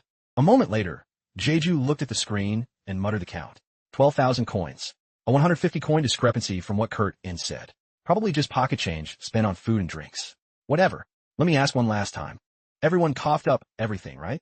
The group bit their lips in terror and nodded frantically. Good. Now put all your healing potions in a bag and set it aside. The purple-haired guy held a backpack full of healing potions, gritting his teeth and cursing internally. He's taking every last bottle. This guy is more cold-blooded than us. Jeju took the bag of potions and said good. Time to say goodbye. Now, beat it, he said, gesturing toward the newly opened portal behind them. The group was instantly overjoyed, thinking they were finally free. But it seemed they celebrated a bit too early. From behind Jeju, a familiar pitch-black tentacle slowly emerged. After 7 screams and deep crimson blood soaking into the white snow, the group was now covered in blood. Their legs had been mangled by the tentacles, leaving them in a pool of gore. Jeju spoke indifferently. I only took a little from everyone's ankles. Consider it karma. Child predators, serial killers, kidnappers, and scammers. Quite a distinguished group you've gathered. The peanut gallery in the chat went wild. For real? How'd he know? Oh, Mayo, if that's true, they totally deserved it. Jeju took the healing potions they had donated and poured them out right in front of them. The group cursed in agony. You bastard. I'll kill you. What the hell is this psycho doing? Kurt lay flat on the ground, gritting his teeth. Son of a. Jeju walked up to one of them and grabbed his collar. Did you know? Floor 14 is a maze. The fun part is, it's a 6-man team challenge. Kurt spoke up in horror. Jeju immediately stood up, cutting him off. And you guys have just enough accounts to form a 6-man party, right? Let me help you out. The man being held by the collar panicked, clutching Jeju's sleeve. Wait a second. Jeju ignored him and kept walking. The man clung to his sleeve, being dragged along as he screamed. No, you promised. You promised to let us go back to floor 10. A decisive slash cut through the air. Jeju spoke coldly. The condition for going back to floor 10 was spitting out all the money. Another man shouted in rage. You said yourself the amount was correct. Jeju replied calmly. That was only the amount Kurt knew about. The real total is different. And I never said you could keep a single cent. You still have some, but no one wants to hand it over. Kurt barked in anger, damn it. You never had any intention of letting us go from the start. You lying piece of trash. Jeju looked down at them with cold eyes and tapped a gift icon on his screen. Instantly, a gift box dropped out of nowhere. No, I didn't lie. Like I said, the problem is there's still money. There's definitely money that hasn't been turned in yet. After finishing the business, Kim Jeju dusted off his hands. A barrage of comments flew by. What Kim Jeju said to Kurt totally exposed him. Tell us what happened. Hurry up and spill. Jeju smiled. Humming a tune, he answered flatly, I don't want to, and turned his back. Stop moving away from the gift box that had just dropped. Suddenly, the gift box appeared right in front of Kurt who was slumped on the ground. No matter how many times I clear floor 13, I should get at least 1 gold as a reward, right? The chat went wild. El Mayo, you planned this from the start? He's not wrong, though. I got goosebumps. This guy is literally Satan. Teacher, I still don't get this part. Jeju walked over to Kurt grabbed his collar roughly, and dragged him along. Come on, let's go have some fun. The bald man panicked. Hey, your pulling power is a bit too much. Kim Jeju didn't give a damn about Kurt cries of pain and tossed him straight into the spatial portal. He thought to himself that since they were in a party now, the 6 of them would have to clear the floor 14 trial together. Trying to navigate a maze with a missing foot is basically suicide. As he was thrown into the portal, Kurt reached out in a rage, screaming his final curses. "You bastard. I'll curse you for the rest of your life." With the group tossed into floor 14 to face their fate, Jeju calmly turned back to the viewers. "Now, I'll check my rewards." The fans were totally smitten. Kim Jeju is the first person to captivate me like this. "Wait, didn't you come here to watch the stream?" "Sure." His Majesty is speaking. He's checking the rewards. Jeju held 2 rewards, a normal grade 1,000 coin bag and a normal grade magic orb. He assessed them, a 1,000 coin bag and a normal magic orb. Decent enough, I guess. He stashed the loot in his bag. Seeing the mediocre rewards, the viewers expressed their boredom. "Those are so mid I want to fart. Since I saw the box, I didn't expect much anyway, lol. Jeju, are you going back to floor 10 to sell this junk first?" Seeing the comment, Jeju replied, "No. My bag is still pretty light. I don't have enough items yet. Going back to floor 10 now would just be a waste of time."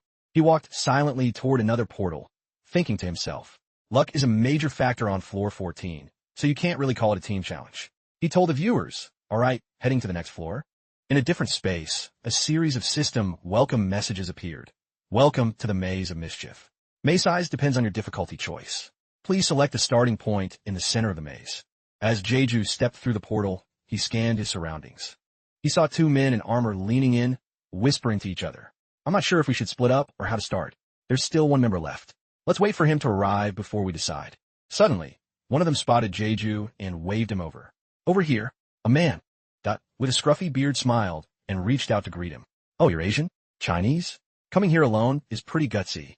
Out of politeness, Jeju shook the man's hand and smiled. "I am Korean." The man burst out laughing. "North Korean or what?" "Haha, just kidding. I am Robert. Let me introduce you to my comrades." The viewers, seeing the old man's vibe, started commenting. "Why is every foreigner like this with Koreans? LOL. Deja Vu looks like they've been a team for a while. 2 knights, 2 mages, and the last one. Not sure." Robert finished and gestured toward the others. "I'll keep it brief. From the left, Fordman, Ricky, Cody, and Chris."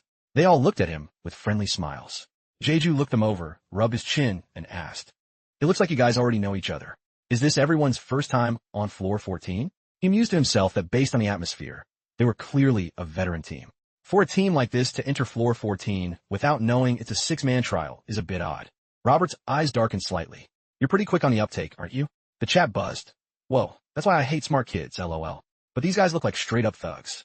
Having said that, Jeju and Robert exchanged some words that no one else could hear. Robert's team originally had 6 people, but Fordman's friend unfortunately suffered a severe injury on floor 13, so that person temporarily left the group to head back to floor 10 for treatment.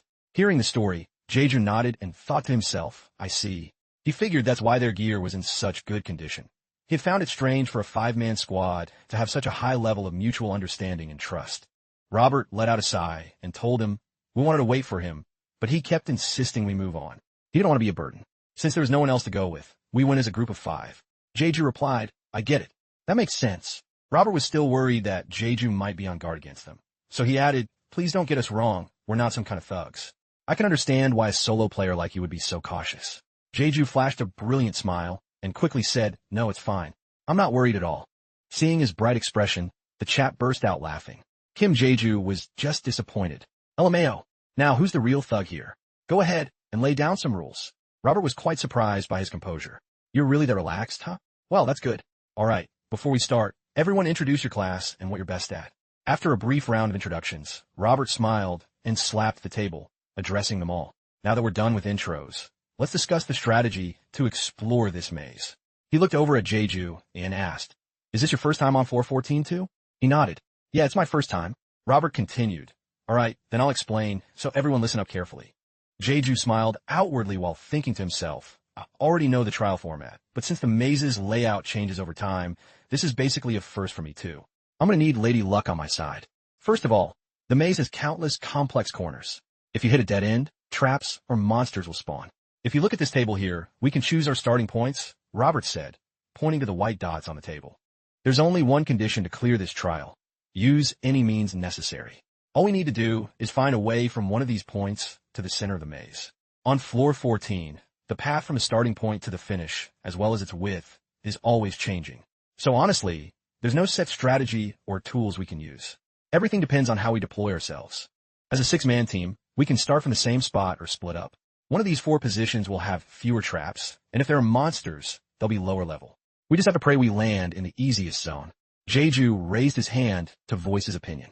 If we split up like that, and one of us happens to land in the easiest spot, can we clear it solo? Robert smiled and shook his head. No, that's not going to happen. Even if we don't know which path is easiest, the mortality rate for going solo is extremely high.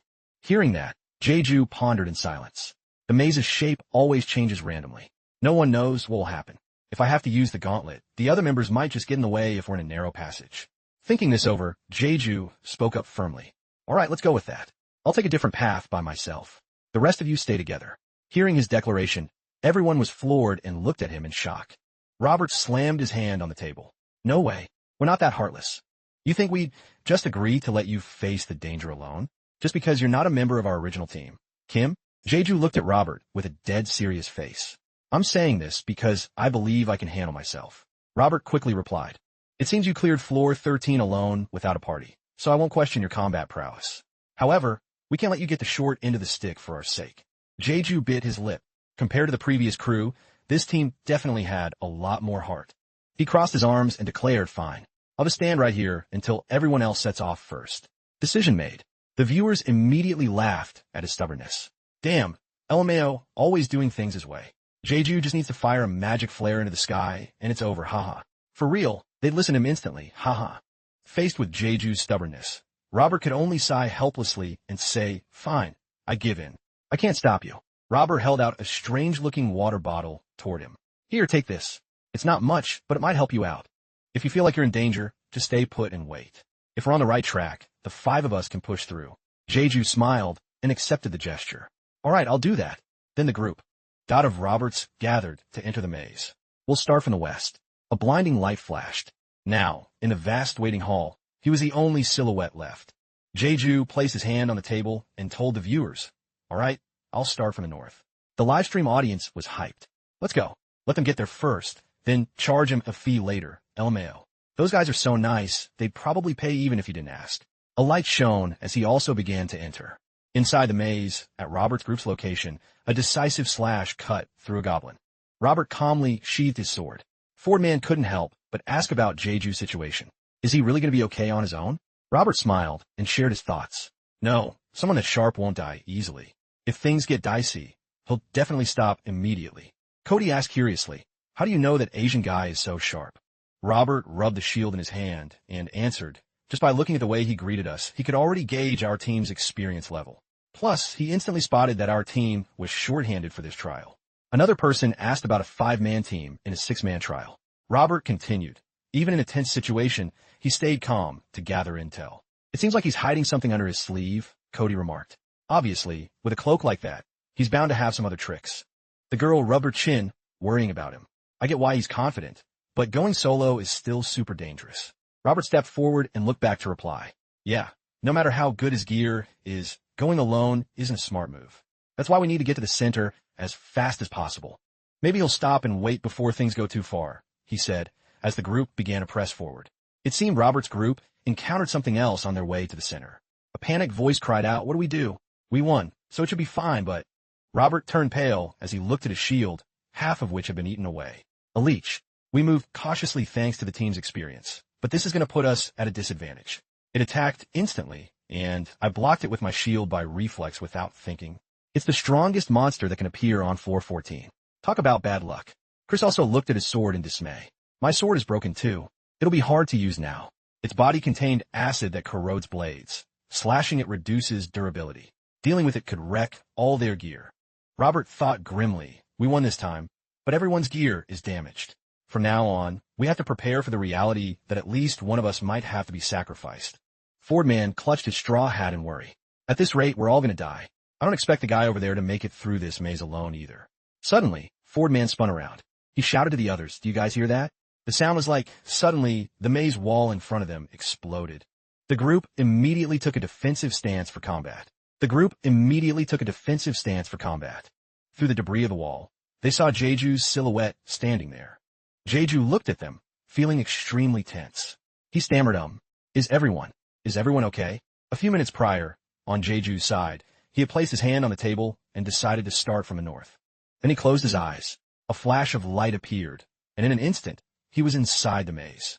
As he walked, Jeju kept scanning his surroundings. Suddenly, the backpack on his shoulders started to wriggle. A fluffy-looking monster gleefully poked its head out from his bag, chirping its signature popoe. Jeju looked back at it and asked Barin, "What are you doing out here?" The viewers watching the stream chimed in. "LMAO, so cute, but why is its name Barin? For real though, it's precious. Popoe." The popoe scrambled out of the bag and perched on his shoulder, nuzzling him. Jeju smiled playfully and stroked it. "Are you bored, little guy?" He then moved the popoe from his shoulder to the ground. He asked curiously, "You want down? Why, are you hungry?" The popoe didn't seem to hear him. The moment its feet hit the floor, it began looking around restlessly. Watching its strange behavior, Jeju was puzzled. He called its name again, Barin. Suddenly, its cute and cuddly appearance vanished as it opened its mouth wide, revealing rows of razor-sharp teeth. The viewers were startled. "Whoa, physics. LMAO. Is it weird that I still think it's cute?" "Same here, still adorable. Popoe." Jeju's pet, Barin, began frantically gnawing on the wall in front of them, leaving Jeju standing there stunned. Jeju was bewildered, thinking to himself, "There's no way. Is there magic energy coming from this black wall?" He had never heard of black mana stones before. Seeing the popoe go from soft and sweet to a ravenous beast shredding the wall had the viewers shook. WTF, is the whole wall just a massive mana stone? Does this even make sense? That a wall that's supposed to be unbreakable, even with high-tier skills. Suddenly, two more popoes started crawling out from the back of Jeju's bag. The two quickly joined Barin in devouring the wall. The peanut gallery laughed. Did Barin grow his own squad? This restaurant has great reviews, huh? Jeju, have you been starving these little guys? Kim Jeju watched in confusion as the trio shared their meal on the wall, falling into deep thought. He rubbed his chin. "I'm positive I gave them a feast of stones to fill their bellies whenever I had time." While he was lost in thought, one of the popoes hopped back toward him, carrying a small fragment of the wall they were feasting on atop its head. It smiled adorably, stretching its body up to offer the piece of stone to Jeju. Jeju smiled and knelt on one knee, taking the fragment. "I'm not mad, I was just thinking. Is this for me?" "Thanks, Barin." At his thanks, the popoe chirped in pure joy. He pulled a gauntlet from his bag, thinking, "First, let's see if this is actually a mana stone." He quickly slipped it on. He placed the small fragment Barin brought into the center of the gauntlet. LMAO, look at Jeju using it immediately. Seriously, if you owe Jeju money, you'll end up losing everything, even your underwear. Even his boxers? Haha, savage. He ignored the laughing comments. He focused intently on the gauntlet. If this is really a mana stone, this should activate. Seeing a flicker of light from the gear, the viewers got curious. Ooh, is it going to work? Then the light on the gauntlet faded. The stone slipped and fell as he tilted his hand. Jeju sighed in disappointment and put the original stone back in the gauntlet. So it's not a mana stone after all. The three popoes were still energetically bouncing around on the ground. A second later, they fell into formation, one on each side and one on Jeju's head. He smiled. "All right, let's roll like this for now." "Oh, man, I was wondering which way they'd go." "There's a penalty if you climb or fly over the walls on floor 14. Guess he's literally walking through the maze, as the name implies. Should be fine, haha." Ignoring the buzz, Jeju walked straight through the hole the popoes had chewed in the wall. Now, one man and three monsters reached a three-way junction. He stopped and crossed his arms, debating his next move. The chat flooded with advice. "Jeju, trust me, just touch the wall and keep walking, haha. What kind of low-budget method is that? I tried that and ended up stuck in there for 3 days. Suddenly, Jeju's eyes caught sight of something unusual. A brilliant red light was beaming down from above onto a specific spot in the maze. Jeju immediately recognized it as a blood demon. More importantly, it looked like the light was centered right where Robert and his team were. Jeju looked at the popoe on his shoulder, pointed at the wall in front of him, and asked, "Think you can break through that?" At his request, the popoe, Laha, immediately leaped toward it. The little guy bared its sharp teeth and slammed into the wall. A loud boom echoed. Where Laha hit, a massive hole now gaped in the wall. Wait, what? That was way different from what Barin did earlier. The kid's got a buff. LMAO. That aura is the sign of a buff.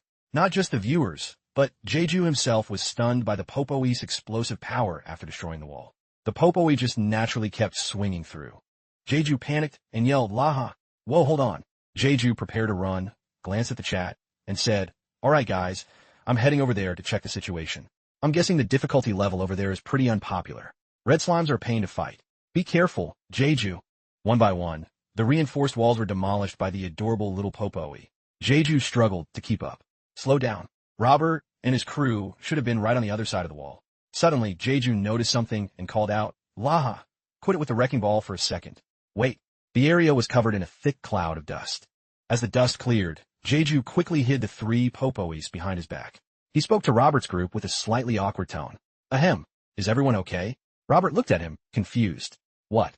Wait, did you just smash through those walls to get here?" Jeju gave a forced laugh, his hands busy stuffing the Popois back into his bag. "Well, one way or another, it turned out like this. Anyway, I was worried because I saw a blood demon, but it looks like no one's hurt." Robert looked down at his shield and gave a wry smile. "Actually, no one's physically hurt, but our gear is pretty much trashed. It's kind of embarrassing, man." Chris held up his corroded sword and scratched his head. "You know about them, right? They're pretty toxic, so our equipment is in bad shape." Jeju gave another awkward laugh. "Ah, I see. Well, wait here for a bit. It'd be dangerous to keep going with your gear in that state." After putting some distance between himself and Robert's group, Jeju let out a long sigh. He walked forward, but kept looking back to observe. He told himself, "Okay, I've warned them, so they probably won't move recklessly." Confident they wouldn't follow, Jeju let the 3 Popois out. He smiled. "Let's go, kids. We just need to follow the light pillar." The 3 little ones chirped in obedience. After a series of loud bangs from the Popois smashing through obstacles, they quickly reached the final wall. The 3 Popois used their sharp teeth to gnaw through wall after wall, while Jeju simply ran after them. The viewers were speechless at the cheating, but not really strategy. "This works, right? I just imagined it. And then he actually did it, lol. Isn't this a bit too much? He's gonna get a penalty if he tries to fly over." With the help of the Popoi trio, Jeju reached the massive pillar of light in no time. He looked at it and thought, "This is the center of the maze. I just need to touch it to clear the trial." He reached out toward the light, but suddenly remembered something and paused. Jeju took off his backpack and signaled the 3 Popois to get in. "Better hide the Popois first. Other players will be summoned here the moment I touch that pillar." Watching him herd them like a mother hen, the viewers couldn't stop laughing. At this point, that spatial bag is just a den. LMAO. A Popoi kennel? Once the kids were tucked away, Jeju quickly reached out and touched the pillar of light. The system notification rang out. Trial cleared. The pillar he touched began to glow with even more intense power. Robert's team, still at their previous spot, saw the brilliant light from the pillar in the distance. Simultaneously, they received their own system notification. Trial cleared.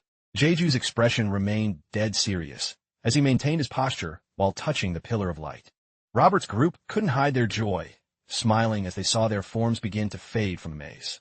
The notification's portal to floor 10 is now opening and portal to floor 14 is now opening flashed. This was the moment Jeju and the others were teleported by the light from the maze back to the original lobby. The moment they arrived, Robert's eyes widened in relief. He quickly rushed over to where Jeju was standing.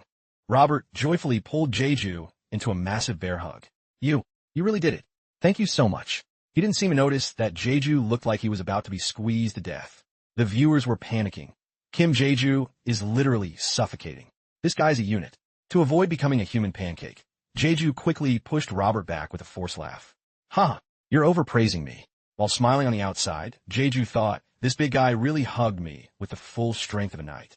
If my body wasn't reinforced by mana stones, my ribs would have been toast." Robert, though pushed away, kept a grateful smile on his face. "Thanks to you, we cleared the trial without a single injury. I give you a reward, but I'm flat broke right now, haha." Chris also smiled and gave Jeju a thumbs up. "I thought we were cooked the moment my sword snapped. Thanks a ton, man." Cody let out a sigh of relief. "All that stress is finally gone. It's all thanks to you." "Thank you." Standing before the spatial portal, Robert raised his hand to ask, "We're heading back to floor 10 to check on Fordman's friend in the hospital. What about you?" Jeju smiled. "Don't worry about me. You guys go ahead." His fans were buzzing in the chat. If Kim Jeju wasn't here, Robert would actually be considered pretty strong. LOL. Nobody compares to Jeju right now. At this rate, Kim Jeju is probably on the same level as those guys on floor 20, right? Before stepping into the portal to floor 10, Fordman took off his hat and bowed slightly. According to Eastern custom, I should say goodbye like this. Some viewers were still debating. Floor 20 is actually no joke, though. He needs to hit floor 15 first. Plenty of strong people level up there. The admin didn't mess with him this time. So floor 15 should be a breeze, right? Now alone in the vast meadow, Jeju stood with his hands in his pockets, deep in thought. The floor 15 trial in Northern Astrid. That's the place to learn skills, complete quests, and grow. People say this floor is easier than floor 5. However, But that's only true if the administrator doesn't step in and play dirty. That scene the administrator showed me last time. That didn't feel like a mere hallucination. Seeing Jeju standing dazed for so long, the viewers asked worriedly, why does Jeju look so distracted? Jeju, are you nervous about 415? Perk up, man. Snapping out of his thoughts, he scratched his head and looked at the chat. I was just lost in thought. I'll check the rewards and head out immediately. He thought to himself, right, there's been no sign of admin interference since 410, so 415 might be a lot more normal than I expected. With that, he clicked to receive the rewards. 4414. As soon as he clicked, a gift box dropped. The viewers looked at it in disbelief. Is this the standard for floor 14 rewards? Might as well be a box of trash, lol. Who knows? Jeju looked at it skeptically and decided to walk over and open it. Kneeling on one knee, he reached out to open the box. The moment it opened, a blinding light spilled out. The rewards for floor 14 were a standard knight's two-handed sword, a 1,000 coin bag, and a lowest grade mana stone. Jeju rubbed his chin looking at the loot. His fans were not happy with the haul. This chest is garbage. Hey admin, this box is mid as hell. Even though the rewards weren't exactly high tier, he took them all. Jeju turned to the viewers and said, I've collected my rewards. I'm heading out now. Suddenly, a notification popped up. User Macroman has donated 1,000 coins. He flinched in surprise. Then the comments flooded in. I'm making up for that crappy reward box. I couldn't stand seeing that trash loot. Open wide. Coins are coming in. Everyone, let's donate. We can't let Jeju lose his motivation. A stream of donation alerts followed. Jeju scratched his head bashfully. Haha, thanks guys. After thanking everyone for the donations, Jeju turned toward the portal. Jeju, you're going straight to 415? Hit 420 and do some flexing first. The donations say go straight to 15. 415 is a rest floor anyway. Let's go. Jeju smiled and spoke up. As much as I'd love to jump into floor 15, I have to stop by floor 10 first. I need to get some things in order. The viewer's mood instantly dropped. Why though? Please just keep going. Don't go back. Jeju didn't say anything else. Only a mysterious smile played on his lips. He knew that what he needed to bring with him was currently on floor 10. Floor 10. Astrid Central Empire, Travel Management Bureau. A blue-haired person at the reception desk frowned and asked, You're trying to find out where the Black Scorpions are? The man in the hooded cloak standing before him smiled and nodded. Yes. Please fill out this identification form first. Also, please lower your hood. He complied, revealing that it was, of course, Jeju. After a moment, Jeju interrupted the receptionist's train of thought. I'm finished. The receptionist looked over the form and said, All right, let me have that. I'll provide the info once your identity is verified. Your name is Kim Jeju 2, correct? With a strained face, he forced out, Yeah, that's me. Seeing his awkwardness, the chat teased. Are you still embarrassed about Jeju 2? Just aren't already, lol. After a moment, the receptionist smiled and handed the form back. Identity verified. Your personal info will be recorded. Do you consent? Jeju smiled, nodded, and said, yes, while holding the form. Jeju pulled his hood back up and walked away, a smirk forming on his face. After walking for several minutes, Jeju reached the marketplace. He held the form and muttered, the north entrance of the traveler zone. So it's right at the end. His viewers were complaining loudly. Why are you going there? When are you hitting floor 15? Hurry up and keep climbing. Stop bossing him around and just watch. Jeju let out a long sigh, thinking asking the same question over and over is really exhausting. Even if they are from the Empire, they won't remember a traveler once the channel is switched. To them, the channel they are in is the entire world. And so, to find the location of the Black Scorpions, he had to repeat that same question across 87 different channels. Suddenly, he spoke up. Is it here? He was looking at a dark alleyway. Fits the gang leader's style perfectly. Jeju was standing at the corner of a gloomy, deserted alley. Jeju reached out and knocked loudly on a door. It seemed no one was inside, so he decisively kicked it open. The peanut gallery laughed. Using the universal key, I see. Just call it an automatic door. I'll report it. LOL. Once inside, Jeju scanned the area, thinking there's a way to find it. That way faster than I could figure out on my own. With a sly grin, Jeju took off his backpack and opened it. The 3 popoes. That came crawling out as usual. Jeju held a small mana stone near them. This is a low-grade mana stone. Think you can find it? Seeing the trio, the viewers got hyped. Popoe. Popoe. Bloodhound mode. On. The Popoe mom is going to be so pissed. LOL. The 3 popoes followed Jeju's orders. Assigned to find the stone, they scattered in 3 different directions. Very quickly, one of them located the mana stone's position and started jumping up and down frantically to alert Jeju. He smiled. So it's here, huh? Then he stomped hard on the wooden floor, shattering it completely. Beneath the floorboards was a stash of mana stones, shimmering brilliantly. Score. Jeju thought. The viewers were stunned. Whoa, what the heck? That's gotta be worth at least 20,000 coins. Looks like there are even some mid-grade ones in there. Jeju smiled and reached down to grab stones. This must be what Jeju meant when he whispered, "I'll let you live, so cough up the stones." Poor Kurt in, always giving and never getting anything back, lol. Jeju quickly stashed the stones away, while his Popoi trio watched with greedy eyes. He pulled a few out and placed them on the ground. He smiled at the little guys. Good job. Here's your reward. The scene shifted outside to the spatial portal leading to floor 15. Jeju scrolled through his inventory, mentally checking things off. Fuse, swordsman's book, backpack, two-handed sword. Check, check. He had sold everything off. Jeju only kept a few mana stones for his gauntlet.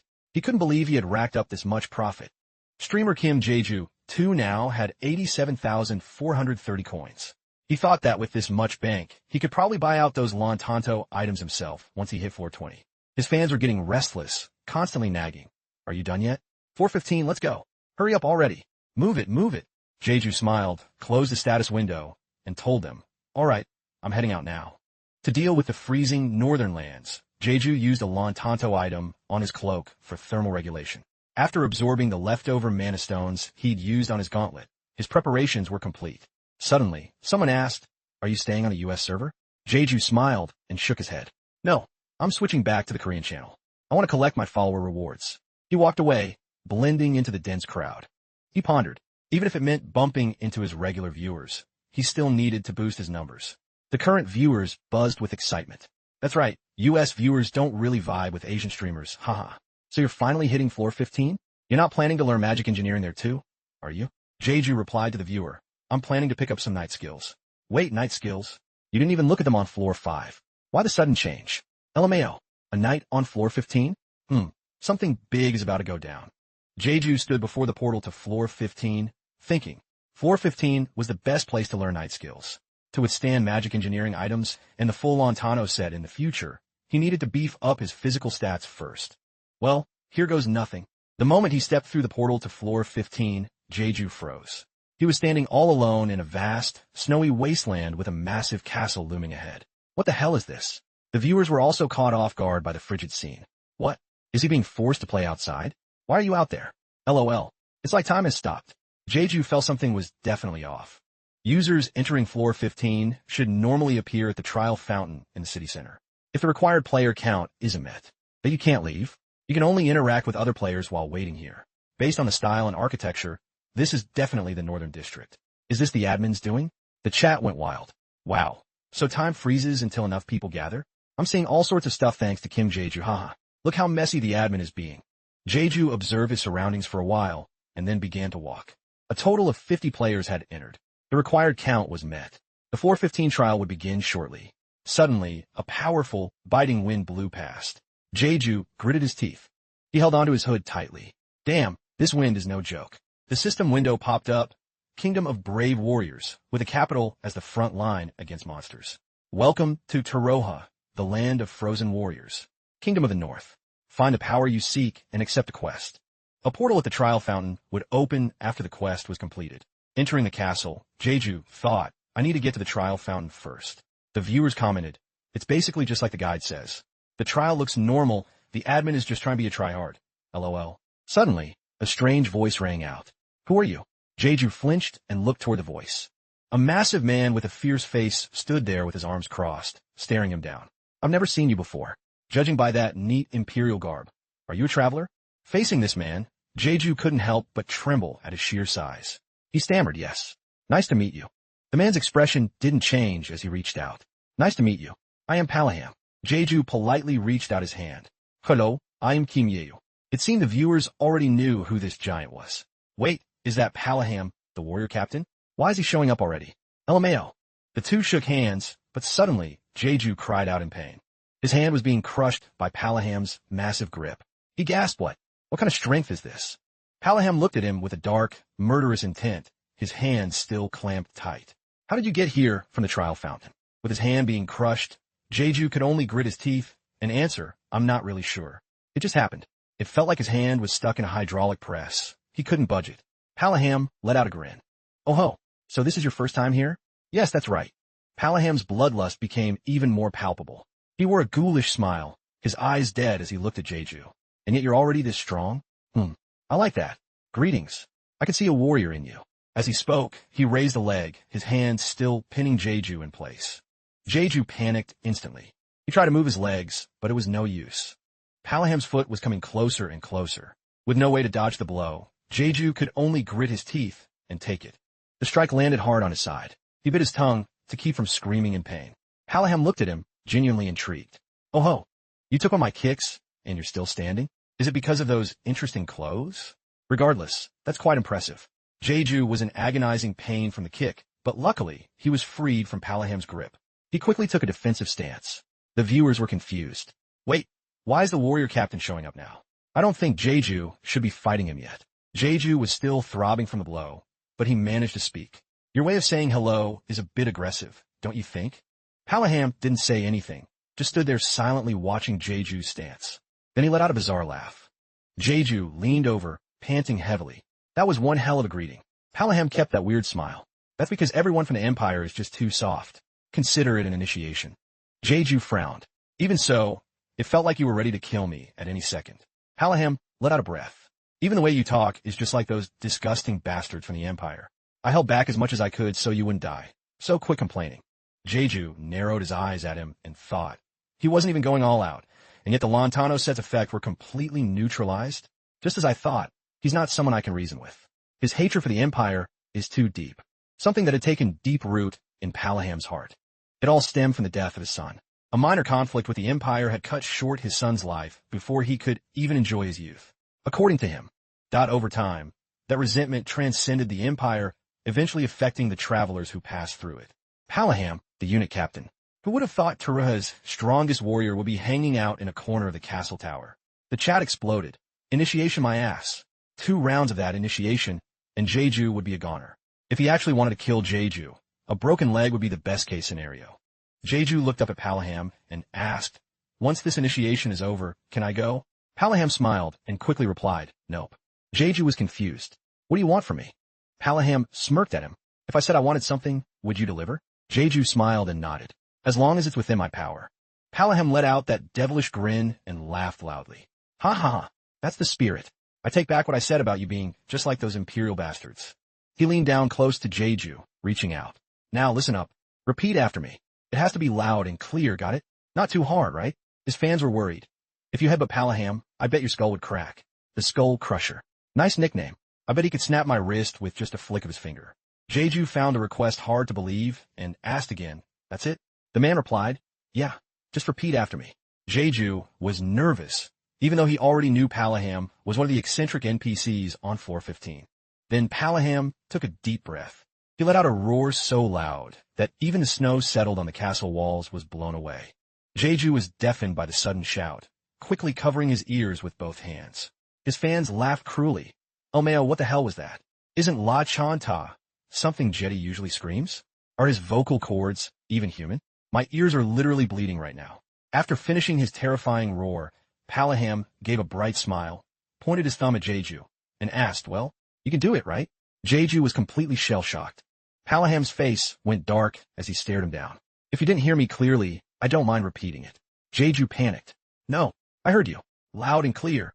I'm just wondering what it means. Palaham crossed his arms sternly. You don't need to worry about that. Just repeat what I said. Don't be like those imperial pricks. Jeju looked at Palaham and said, I don't want to repeat something when I don't even know the meaning. Palaham sighed. Stubborn brat. The viewers were confused. Wait, who's messing with whom? What are you going to do now? A long-standing Korean tradition? I'll show you my great bow. Great bow, LOL. Truly a man of etiquette. Palaham let out a sigh, then smiled and turned around, gesturing for Jeju to follow. Since it's your first time, I guess you don't know the greatness of Taruha. Follow me. His fans were buzzing. There's your chance. Run, Jeju. He really thinks he can outrun Palaham? LOL. Fat chance. Jeju watched Palaham's back as he walked ahead, thinking, there's no reason to overcomplicate this. The warriors following Palaham aren't scary. Sure, things were a bit clunky at first, but I was going to meet Palaham eventually anyway. Palaham was one of Taruha's greatest warriors, and since Jeju was planning to learn how to break skill forms, this start was actually pretty clutch. If he could break a skills form, his body would no longer move according to a set pattern. Instead, he would have full manual control over the skill. Having finished his thought, Jeju followed Palaham. Got out of the fortress. Palaham walked slowly toward a large cannon. Patting the cannon on the city wall, Palaham smiled and asked, "Do you know what this is?" Jeju looked at it and answered, "Looks like a mana cannon." Palaham burst out laughing. "Ha ha, you know what it is? Back in the Empire, this thing is still in development. In the last battle, I trapped those Imperial bastards and wiped them out with this. After that, it seems they want to try making their own, but from what I hear, they're still struggling with it." Palaham looked up at the sky where the snow was stopping, replaced by a clear blue sky. "Oh, the snow stopped just in time. Should I get a test run? It's been a while." Palaham pointed toward something that looked like an unblossomed flower in the distance. "See that black thing over there?" Jeju followed his finger and nodded. "Yeah." Palaham continued, "It wasn't that big originally. From here, it used to look like a tiny speck. When I got closer, I realized monsters were using their bodies to shield it. It's the first time in my life I've seen such a creature." Jeju asked curiously, "So you came back right away?" Palaham picked up a large mana stone and answered, "I only came back because the condition of my men was pretty bad. Don't get the wrong idea. Do you know where those monsters came from?" Jeju hesitated. "No," but in his head, he thought, "As if there's anything I don't know." Palaham took a mana stone and loaded it into the cannon. Palaham's expression turned serious as he aimed. The serious face vanished in an instant, replaced by pure rage. He slammed the cannon and roared. "They sprouted from that black piece of shit. Can you believe it?" Watching the cannon charge up its energy, the live viewers were panicking. What the hell is Palaham doing? No way. Is he firing without even adjusting the angle? LOL. Looks like he's already locked on. With enough energy gathered, the cannon fired powerfully toward the distance where that black thing was rooted. With just one shot, the flower-like object was pierced straight through its body. The tentacles surrounding it began to thrash around frantically, squirming and writhing. Palaham looked bored. He leaned his arm on the cannon and told Jeju, "The thing that looks like a pile of crap wiped out the great Truha clan. Isn't that some total bullshit?" Then he smiled at Jeju again. "Isn't it fascinating? This damn world just keeps repeating itself. Once destroyed, it only leaves behind faint memories. Yet they're clear enough for us to know everything is looping." Jeju remained silent, thinking. Unlike Floor 5, the people of Truha on Floor 15 had memories of their kingdom's fall, an ending repeated countless times. As soon as it sprouted, that organic creature's heart immediately sucked the life force from the surroundings to bloom. Once the petals fully opened, demons and monsters would pour out like a flood. It was the disaster that led to the extinction of Truha. Suddenly, Palaham burst out laughing. "We've been rambling about nonsense for too long. The greatness of Truha feels like a bad joke now, doesn't it?" Jeju looked at the man before him with nothing but respect. This man had witnessed monsters invade and destroy his kingdom, and had experienced his own death countless times, yet he remained so calm. He was truly strong, both in soul and body. Suddenly, Palaham turned to him. "I think I've joked around enough. If you have business to attend to, do it quickly and get lost." Jeju asked in surprise, "Is the initiation over already?" Palaham gave him a thumbs up. "Yeah, honestly, you did great." Jeju looked at him deeply and said, "My business is with you, Unit Captain Palaham." The chat was baffled. "Wait, why now? Is Jeju low-key ignoring our advice? Are you a glutton for punishment, or what?" Palaham was surprised. "Oh ho, so you knew about me beforehand? Interesting. Tell me then, what's on your mind?" Jeju looked at him seriously. "I want you to teach me how to be a warrior." Palaham's face went blank. Then he suddenly burst into a boisterous laugh. "Ha ha ha. People must pull your leg a lot, don't they?" Suddenly, he wore a mysterious smile. "Well, it's true there have been a few travelers here and there." Palaham continued with rising intensity. "But I'm warning you, most can't even stand 1 hour of my training, let alone a whole day." Jeju maintained his cold gaze, ignoring the threat. "Are you turning me down?" Palaham smiled and shook his head. "Now why would you say that? I'm not that cold-hearted." Former players flooded the chat. "Then why did you make me fight 20 Jetty, you psycho? Victim here. How did you even survive? LMAO. 20 Jetty? Just quit already, haha. You just watched from afar and only helped when I was about to die." Palaham reached out toward him. "Fine, I'll give you a quest. Go get familiar with Taroha, and then come back. Being too gung-ho from the start will just get you killed faster." Jeju cut him off. "But if you only have faint memories after each time this place is destroyed, how can I be sure you'll remember me next time?" Palaham smiled and dismissed the concern. "Don't worry. Extraordinary travelers like you aren't that easy to forget. What if I say I want to learn right now?" Palaham flashed a chilling smile. "If that's what you really want, then so be it. Look, that's the exact look he gave me before throwing me to 20 damn Jetty. Is this PTSD?" Jeju turned pale and forced a laugh. All right. I'll do as you say and take the quest first, then come back later. Palaham returned to his normal state. Good choice. At your level, hunting red-tusked white boars would be a perfect fit. But aren't you already in the middle of a quest? Jeju flinched when he heard that. What the wait? Let me check. Floor 15 notification. You have been assigned a quest. Gua, hidden. Objective. Remove the heart of the organic organism. You cannot leave floor 15 until the quest is complete. Warning. If you fail to retrieve the heart before it blooms, Taroha will collapse. Looking at the words, if you fail to complete it before the organism blooms, Taroha will be destroyed. Jeju froze. What is this? What does this even mean? After entering floor 15, a window popped up in front of Jeju. Floor 15 trial notification. You have received a quest. The quest giver is undisclosed. Quest 1. Eliminate the organism's heart. You cannot leave floor 15 until the quest is complete. Warning. If you cannot take the heart out before it blooms, Taroha will fall. Jeju stared at the notification in horror, thinking, I was worried about this. Is he really insane? No, he's definitely gone off the deep end. But then he noticed the line. You cannot leave floor 15. He slapped his face in despair. If I can't leave, it means I'm toast when Taroha collapses too. At this moment, comments from the audience appeared. Yellow Avatar. That crazy admin. I don't get why he's being so quiet. Purple Avatar agreed. He just drops a quest and bails. Orange Avatar chipped in. Giving up a quest is different from running away. But can he even finish this? Light Blue Avatar wondered. Is this even doable on floor 15? Seeing Jeju's frustrated face, Palaham asked with concern, is something wrong? Jeju sighed and answered, yeah. Meanwhile, in the comments, the audience was also worried. Light Blue Avatar. Even at floor 25, it's rare to see one of those. Dark Blue Avatar. I thought he just had to deal with the mobs it spits out, but he actually has to kill it? Pink Avatar sympathized. Even for Jeju, this is way too much. After reading the comments, Jeju thought seriously. Just as they said, this was an impossible quest for floor 15.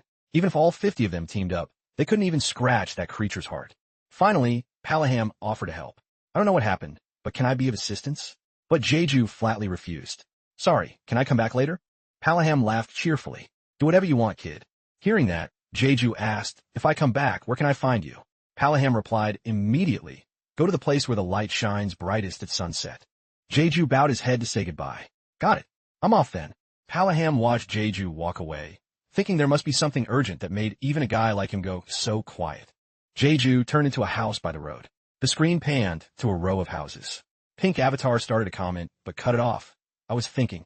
Brown Avatar expressed confusion at the cliffhanger.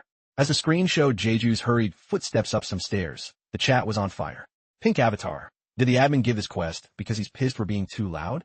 Gray Avatar. El Mayo probably. Purple Avatar. Come to think of it, you're probably right. That admin bastard. Dark Blue Avatar. This is a straight-up purge, blue. Green Avatar. They're always so quick to do stuff like this. Jeju walked with a frustrated look. It's obvious who gave this quest. Trying to put me through another test. Huh. Admin? I have about a month. Usually, it takes less than 30 days for an organism's heart to bloom. He recalled the trial notification. If I can't finish it in time, I'm dead. Green Avatar sympathized. Giving that quest is definitely crossing the line. Red Avatar agreed. If I knew it'd be like this, I would have quit at floor 1. Pink Avatar asked curiously, Jeju, what's the plan? Jeju sighed. I need to know if I'm alone here. Others probably got the same quest. If so, we can team up. Jeju walked straight ahead, reassuring himself. I'll probably find the others around the trial fountain. As Jeju passed the house, someone on the second floor was staring at him. Suddenly, a door burst open. A man in a brown shirt rushed out, gasping. Oh, our savior. He grabbed Jeju's leg, pleading, please, I beg you. He sat on the ground, reaching toward Jeju and shouting, stop the looming destruction and save us. Jeju watched him in panic, his body freezing up, not knowing what to do. Jeju quickly turned to leave, but the man still tried to hold on. Oh, savior. Jeju hurried to pull his hood over his head. The comment section is starting to blow up again. Orange Avatar says, looks like business as usual for them. Gray Avatar agrees. Can't blame him. That's just what the admin fed them. Pink, the love Avatar adds, if the admin didn't do that, they'd lose it and commit mass suicide. To keep Taroha going, the admin created a lore where one day a female savior would appear and redeem everyone. In the name of God and surrounded by a beautiful halo, this person sent a prophecy to the residents of Taroha. If they just wait, players will eventually help them escape their tragic fate. That belief is their only coping mechanism, their only hope. The prophecy is symbolized by an angel with 2 golden wings, a radiant halo, and countless smiling people praying at their feet. Jeju recalled the prophecy and thought seriously, I'm not sure if any player has actually done this. For players, this is just another part of the tower they need to clear. The reality is these people might realize the truth, but they have no choice but to keep hoping. They know that if they lose even that hope, they'll completely break down. Jeju sighed again. For now, I need to focus on the trial. Jeju continued heading straight toward the trial fountain. Floor 15, Trial Fountain. When Jeju arrived, he saw a modern high-rise building standing strangely among ancient wooden houses. At the base of the building, 2 people were standing and chatting. A girl with purple hair laughed and asked the armor guy next to her, there were supposed to be 50 people, but why do I only see 49? The guy laughed back, I don't know, maybe a glitch somewhere. But hey, it's not as cold here as I thought. The girl teased, only a meathead like you would think it's warm. I'm literally freezing over here. As he approached them, Jeju raised his hand in a stop gesture and said, excuse me. The armored guy stepped forward defensively. The purple-haired girl asked warily, what is it? Jeju took off his hood and explained with a bright smile, sorry. I'm a player too. I just had a few things I wanted to ask. The armored guy and the girl greeted him back cheerfully. The guy spoke first, oh, you're the last one. Nice to meet you. The guy confidently pointed to himself and the girl. I'm Kim Sang-hyuk, and her name is Lee Ju-sung. Jeju happily introduced himself. I'm Kim Jeju. Sang-hyuk pointed at him in shock. What? Your name is really Kim Jeju? This reaction annoyed Ju-sung, who smacked him and yelled, hey. She then turned to Jeju with an awkward smile. Sorry about him, Jeju. My bad. He's a bit childish. You just got in from outside, right? Jeju didn't mind Sang-hyuk's reaction and smiled back at Ju-sung. That's right. I wanted to ask the other players something.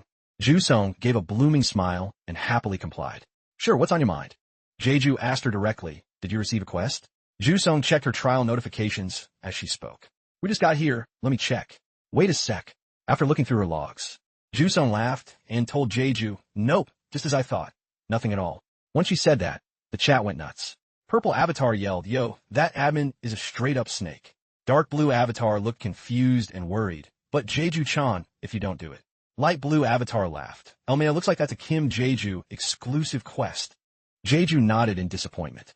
I see. Ju-sung asked awkwardly, is something wrong? He just smiled back. No, don't worry about it. Thanks for your time. He began thinking to himself, if I'm the only one who got the quest, the other players are just bystanders. Ju-sung smiled and waved.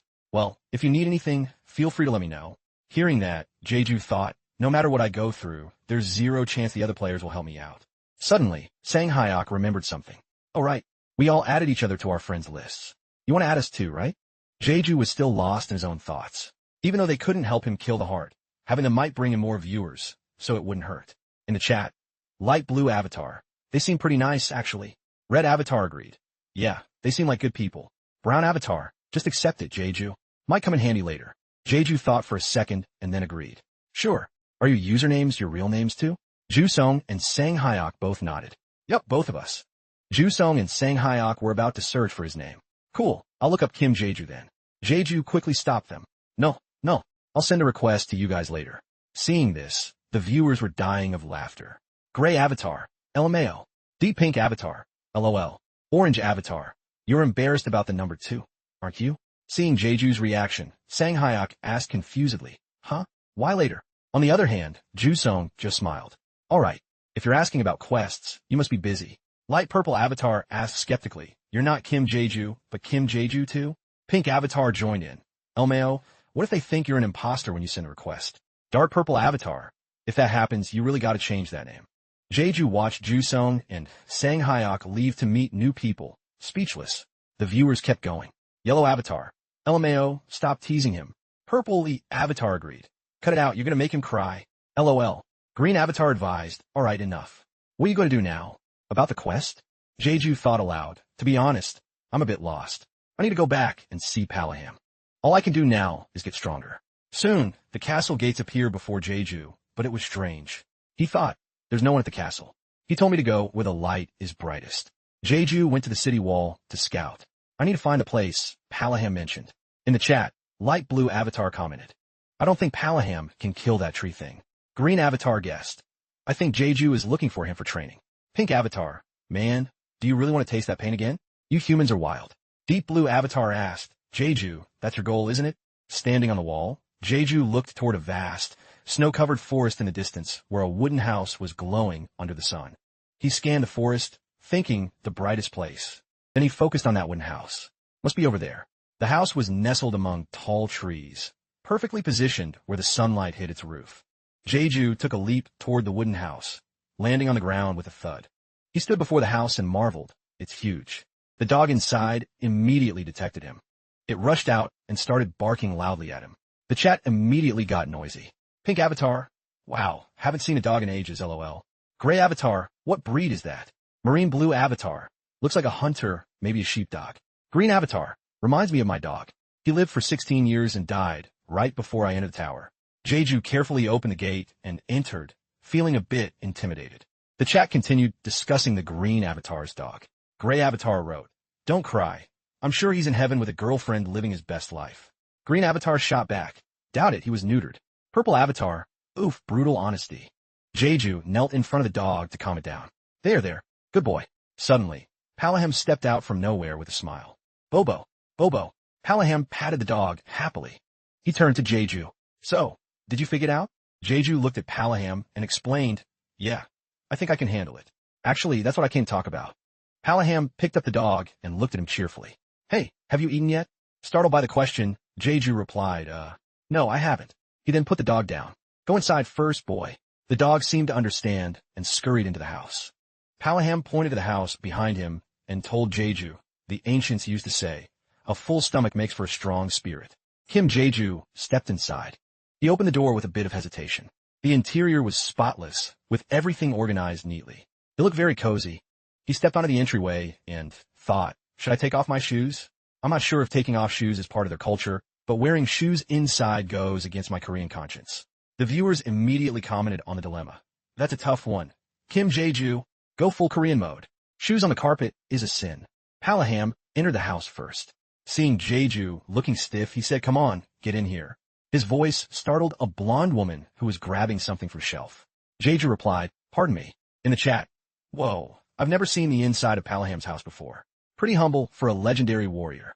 If you knew the world was a constant loop of destruction, I guess you'd become a minimalist too." The blonde woman was cooking a pot of soup. She looked at him with a warm smile, stirring the pot as she spoke to Jeju. "Welcome. Are you one of the new adventurers here for this cycle?" The viewers kept buzzing about her. "Wait, is that actually Palaham's wife? Man, she's so nice. Well, now we know his type." Jeju lowered his hood and gave the woman a smile.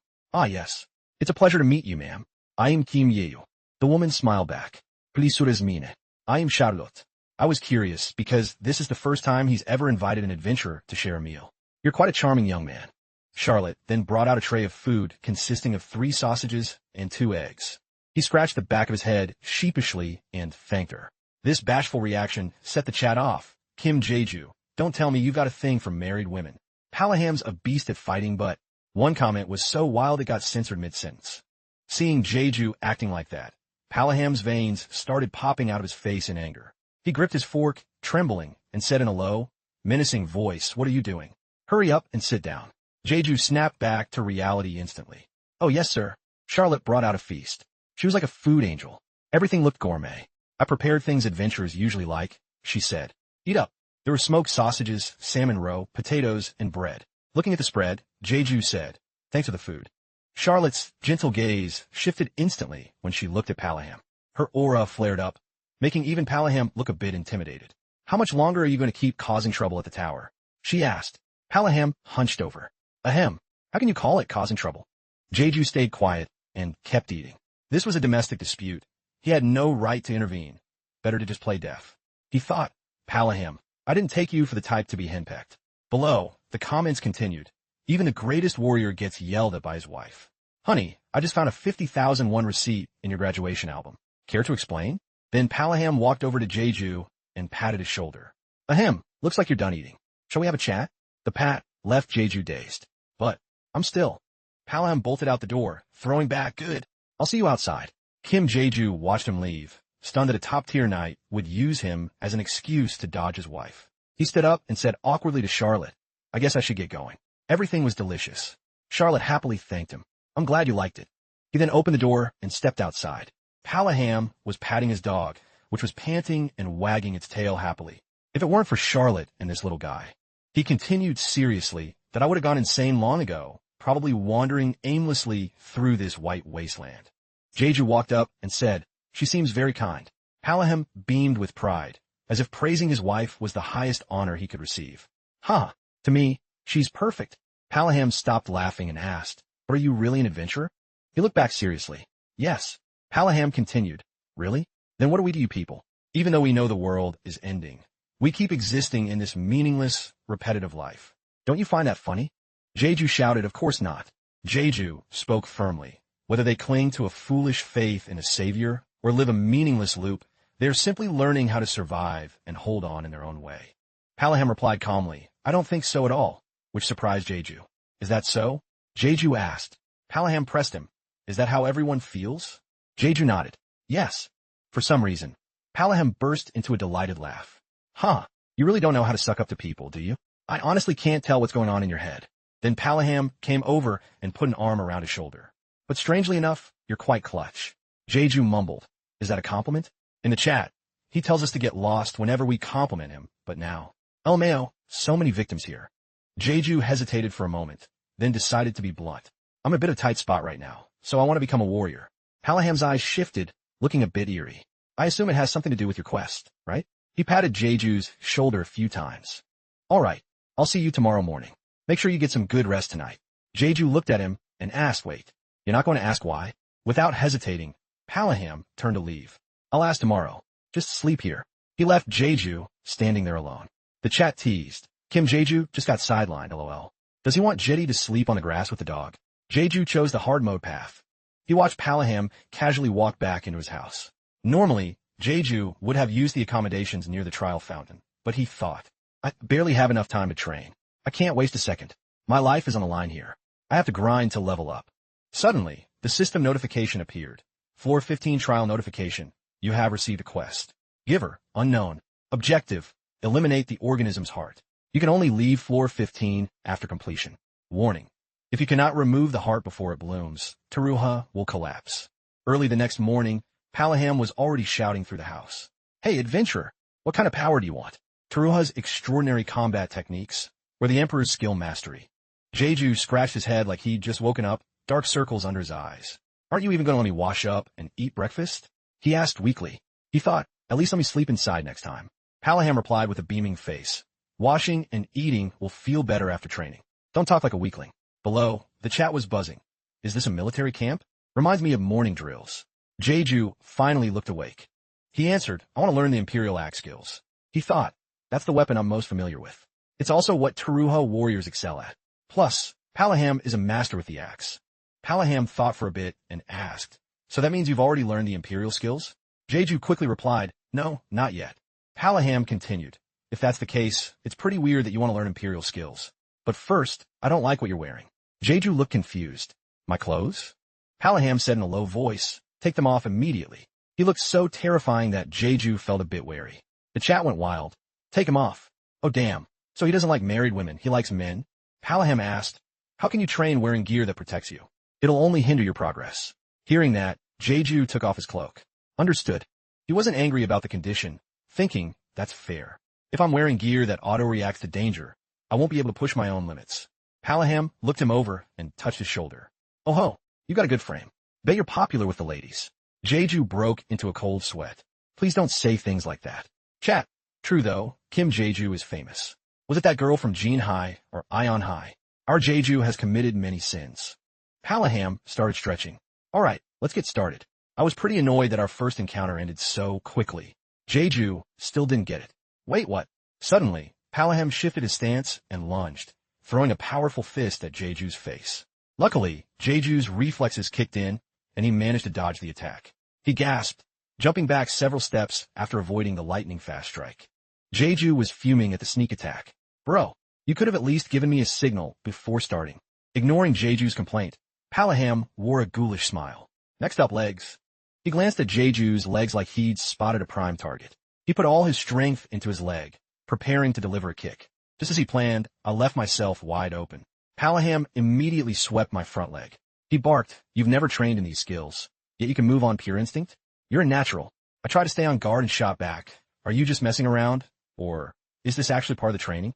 He lunged again with a fist, shouting, "You talk too much. This one's for your head." Looking at Palaham's hand flying toward my face, I thought, there's no way I can dodge this in time. I quickly threw up my arms to block his heavy punch. My arms trembled as if they were about to snap. I thought to myself, this power. It feels like I just got hit by a sledgehammer. Palaham grinned with satisfaction. "It's not over yet. Let's keep going." Then he started raining blows on me. I couldn't even counter, I just had to tank the hits. But before every strike, he'd call out the target: chin, stomach, next is the head, ribs, head again. He was picking apart every vital spot on my body. After those hits, my body was covered in bruises. I panted heavily, thinking, what the hell? Is this guy a monster? It's been an hour, and he hasn't stopped attacking for a single second. Jeju reached his limit. He closed his eyes tight, thinking, I can't keep going like this. He collapsed onto the ground, letting out a long breath. I've hit my limit, I thought. I haven't even had breakfast yet. Palaham looked perfectly fine, standing over me with his arms crossed. You said you never learned Imperial skills, right? I looked up at him. He flashed a wide grin and continued. Then that's impossible, Jeju. I couldn't make heads or tails of what he was saying. I thought, what does he mean by that? Suddenly, the system window appeared as Palaham asked, so, how is it? Do you like it? System, you have learned a new skill. Teruha Warrior Martial Arts, Level 1. I quickly answered Palaham. Even though I was exhausted, I forced a smile. This is actually amazing. I smiled with pure satisfaction. This feels great. The chat was going wild. Wait, WTF? I've never seen that before. Any pros ever seen this skill before? I pulled myself up with trembling hands, staring at the notification and unable to stop grinning. I thought, I didn't expect this to happen. The viewers commented, looks like Kim Jeju didn't even know LOL. We don't even know if this skill is any good. He learned it by getting punched? LMAO. It's a passive skill, so it's gotta be good. I smiled, thinking it wasn't a bad outcome at all, even if it wasn't a system-assigned path. Users generally classify skills into two main types. Active skills, which are used when a user manually triggers them, and passive skills, which stay active all the time. Passives are usually created through frequent use of actives. High-level actives also have a small chance of triggering a related passive. Passives created this way don't consume mana or aura, and since they increase the user's overall odds, the more you have, the better. Palaham looked at me and asked, don't tell me I was wrong? Jeju was so focused on the system, he forgot the legend standing behind him. I asked, were you worried you guessed wrong? Palaham chuckled again. I was just testing you. I figured you were just looking for a gap to stop getting punched. Jeju was smiling on the outside, but on the inside, he really wanted to curse the guy out. Feeling a surge of energy, I asked Palaham, want to go again? He just kept laughing. Someone's suddenly gotten very passionate. I took my stance, thinking I have to test out this new skill. I lunged at him, thinking here I come. Palaham was genuinely surprised that Jeju still had so much gas in the tank. He thought his speed and movement. Anyone would agree he deserves to be called the Teruha Warrior. He continued, how can he mimic my movements after seeing them only a few times? Right then, Jeju's fist came flying toward him. He caught the blow effortlessly with one hand. He thought I knew it. It looks good at a glance, but his attacks are still clumsy. Palaham sighed and said, you still have a long way to go before. His hand suddenly tightened around Jeju's fist, looking genuinely annoyed. He looked at me with fire in his eyes. So this punch was a trap? My bad for letting my guard down. I've got nothing to say. He thought, I actually made a mistake there. The chat blew up. I think Palaham is actually pissed now. Holy crap. He actually landed a hit, LOL. But I think he's about to pay the price, LMAO. At first, I just wanted to see what the skill was about. But as I lunged forward, I changed my mind. My body felt so light, I thought I could fly. For the first time, I felt like I could do anything. But the gap in power was so massive, I didn't even dare think about recovering my previous condition. That overconfidence led to the idea of actually landing a punch on Palaham. To Palaham, this was a failure. My hand was shaking. I looked at him and asked, could you let go of my hand first? That just made him squeeze harder. He repeated my words back to me, emphasizing every syllable. Could you let go of my hand first? I didn't dare look at his angry face and turn away. A viewer commented, Jeju-chan, it was nice knowing you. My screams and the sounds of me getting pummeled echoed through the air. Palaham's dog had been listening the whole time and didn't even dare look up at what his master was doing. Palaham roared, your waist. I tried to block the strike with my arms, but I really didn't have the strength left to endure it. I let out a yell. That kick from Palaham sent me face-planting into the dirt. Palaham laughed, haha, that was refreshing. What do you think? I tremblingly tried to sit up. That kick to the gut literally made me drool. I stammered out, I think. You try to kill me. Palaham chuckled with delight. You're overreacting. I'll make sure you stay alive. Charlotte opened the window from inside and yelled, Palaham, That's enough. Come get breakfast now. It seemed nothing could stop the wife's command. Palaham walked over and helped me up. Let's go. I brushed the dirt off my clothes and smiled back. Okay. The notification popped up again. Truho Warrior Martial Arts, Level 2. Everyone immediately commented. Doesn't it usually take a month for a passive to hit Level 2? This is insane. LMAO. Is Truho Martial Arts really that easy to level up? Kim Jeju is the only one with it. So, I don't know. No way. I'm sure others know about it. I thought to myself, just like the viewers said, it's not easy to level up a passive. His punches got way more passionate after I landed that one hit. But Palaham is actually a great teacher. The results prove it. I looked at the notification with satisfaction. Others commented, I'm on floor 30, and there's a post on the board saying Truho Martial Arts is trash. LMAO. WTF are you talking about, bro? I'm sure only Jeju knows that skill. Thank God someone pointed that out. Even though the sky was gray, Jeju looked up and smiled. The sky is beautiful. Truly, when you're in a good mood, everything looks great. The chat quickly followed up. WTF? It's gonna be dark and gloomy for a month, LMAO. Did Palaham punch the sanity out of you? LOL. Then I checked in on my viewers. Aren't you guys gonna eat? Everyone commented back. Look at him changing the subject, LOL. We're eating while watching, haha. Watching Jeju get beat up while eating fried chicken is the absolute best.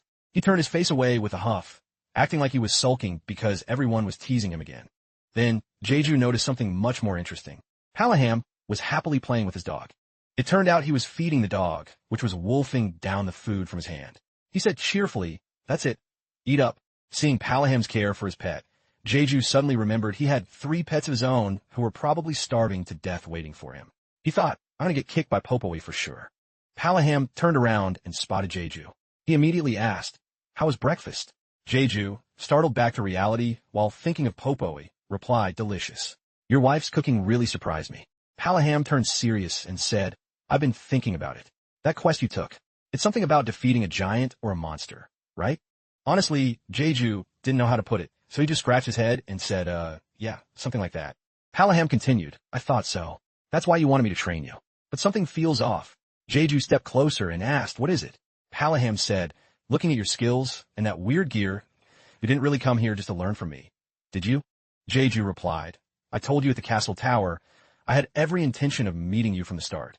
Palaham went on, no, there's no reason to force yourself here right now. Either there was a delay in your plans, or you got a quest you didn't want, or worse, an impossible one. Jeju glanced at Palaham and asked, and so? Then Palaham pointed at something red in the far distance. He asked, is that it? The thing you have to defeat? It was a creepy, unblossomed red flower. He followed up, or am I wrong? Jeju remained silent. He really didn't know if he should tell the truth. He stayed quiet, weighing his options. He wasn't sure if honesty was the best policy here. After a moment of silence, Jeju nodded. You're right. He thought, there's no reason to lie. He's only asking to confirm his own suspicions. Below, the chat started up again. Look how sharp he is. Bruh, it was just a hunch, but man, with age comes wisdom. Palaham looked at him and said, the gods sure have a twisted sense of humor sometimes. Jeju froze and asked, you believe in gods? He replied, surprised? Do I not look like a believer? Jeju said awkwardly, well, a little bit. Jeju looked toward the distance where Palaham had pointed. Do you think trying to kill that thing is a fool's errand? Palaham started walking and said, nothing in this world is truly meaningless. He grabbed a wooden fence and continued, what one person calls pointless might be more important than anything else to the person actually doing it. Jeju recalled his past and everything he had been through, thinking more important than anything else, huh? Then Jeju looked up at Palaham and asked, so, will you help me? The atmosphere suddenly grew eerily quiet, with only the sound of the wind blowing from the distant mountains. He didn't dare say another word. Then Palaham turned back with a cheerful face. All right then, let's go. Jeju looked at him, confused. Go where? He pointed toward the red flower. Over there, obviously. There's a saying, to defeat your enemy, you must first understand exactly what they are. The flower seemed to sense something dangerous approaching. Jeju said flustered, wait, are you serious? I haven't even learned any combat skills yet. Meanwhile, Palaham's face remained as radiant as ever as he looked at Jeju. It was as if Jeju's remark made Palaham a bit pouty. He turned away and said, if you don't want to do it, then forget it.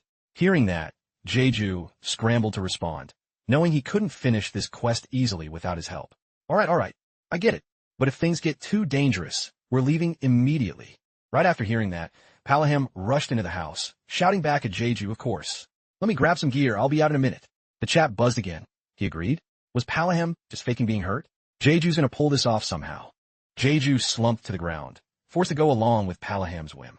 I really have no choice, he muttered. I bet he'd be pissed if I didn't ask him to come along. Chat, does a recon mission even matter? If Palaham actually gets mad, Jeju is definitely going to become a human punching bag. While waiting for Palaham, he turned to play with the dog. Hey there, good boy, he said happily. Suddenly, there was a rustling sound in his bag. A white creature jumped out first, crying popo-y. The others also tried to squeeze out of the bag. The viewers were baffled. WTF? Why are they suddenly coming out? Are they hungry? Haha, popo-y, popo-y. Palaham's dog looked a bit aggressive, as if it saw them as rivals, while the popo-ys didn't understand why they were being hated. Chat, don't tell me it's jealousy, lol. He's watching them, bro, haha. Only the popo-ys get to be Kim Jeju's sidekicks. He hugged the 3 popo-ys gently. Feeling his affection, they calmed down. He turned to the dog, which was still confused about why it was being snubbed, and gave it an I'm sorry look. He smiled at the 3 popo-ys. Sorry I couldn't let you guys out sooner. Just as he was talking to them, Palaham walked out. He was confused. Huh? He walked over and asked, what are you doing with them? This sudden appearance made Jeju jump. Oh, well. Not knowing what to say, he just blurted out, it just kind of happened. A viewer commented, look at him making excuses. Palaham didn't think much of it and replied, I see. This response led the chat to discuss his personality. Palaham sure is a man of few words, lol. Probably because he's a unit captain. Look how cool he is. The 2 of them stood there in that position for a long while. Then, Jeju tried to change the subject. He pointed at the dog and asked, what's the dog's name? The popo-ys looked at the dog with total disdain. Palaham turned to the dog and said, I guess I forgot to introduce you too. This fellow is Kuan La Chanta. We usually just call him Chanta. The dog whimpered. Chat, wait, didn't someone call Jeju La Chanta before? So that was a dog's name? LMAO. Maybe it has another meaning, lol. Jeju looked like he was holding back a laugh at the silly name. He replied, I see. That's a great name. Then he looked toward the hill where the flower was located. He thought, the heart of that organic organism. The source of destruction that caused Teruha's fall. Now I have to fight it. Can I really destroy it? He wondered. He continued his thought, no, I have to. Even the admin has his hands in this. I have no other choice. A few hours earlier that morning, 2 men were talking. The older one asked, I heard a certain warrior invited an adventurer to his house for a meal. Huh? The younger one replied, that's right, Lord Leto. Then the younger man handed the other a cup of water. This Leto person held the cup and thought, what the hell is that guy thinking? He continued thinking, an invitation to dinner from the greatest warrior. That's an honor reserved only for those who have been accepted after proving themselves. Then he rubbed his head. What a headache. This red-haired man was Leto, a centurion of Teruha. A centurion is an officer in charge of 100 soldiers. He thought, no matter how much the gods are mocking us, to be invited for a meal in a place like Teruha, even if it's just a fading honor. Leto handed a cup of water to a gray-haired man and said, that guy's probably up to some nonsense again. The other man replied, I think it's different this time. The gray-haired man continued. The captain and that adventurer just finished a sparring session earlier. I don't think the captain was playing around. This young man was Carol, Leto's friend and a deputy officer. Leto asked in surprise they sparred. Then Leto started laughing like a madman, unable to stop. Ha ha ha, that's just the kind of nonsense the captain does. Man, I feel bad for that adventurer. Then Carol added, it's been a long time since I've seen the captain look that truly happy. This sentence made Leto go silent instantly. Something inside him skipped a beat. He stood up and said to Carol, now even I'm getting curious. Leto immediately got up to leave, saying, well, we don't have anything better to do anyway, right? It's better than sitting in a bar, drowning our sorrows in booze. Carol looked over his shoulder and replied, all right, should I call the other warriors? Leto threw on his fur coat and reminded him, what are you talking about? We're just happening to pass by, right? Carol asked with a dark expression. We? Leto turned back to Carol with a radiant smile. Of course we're going together.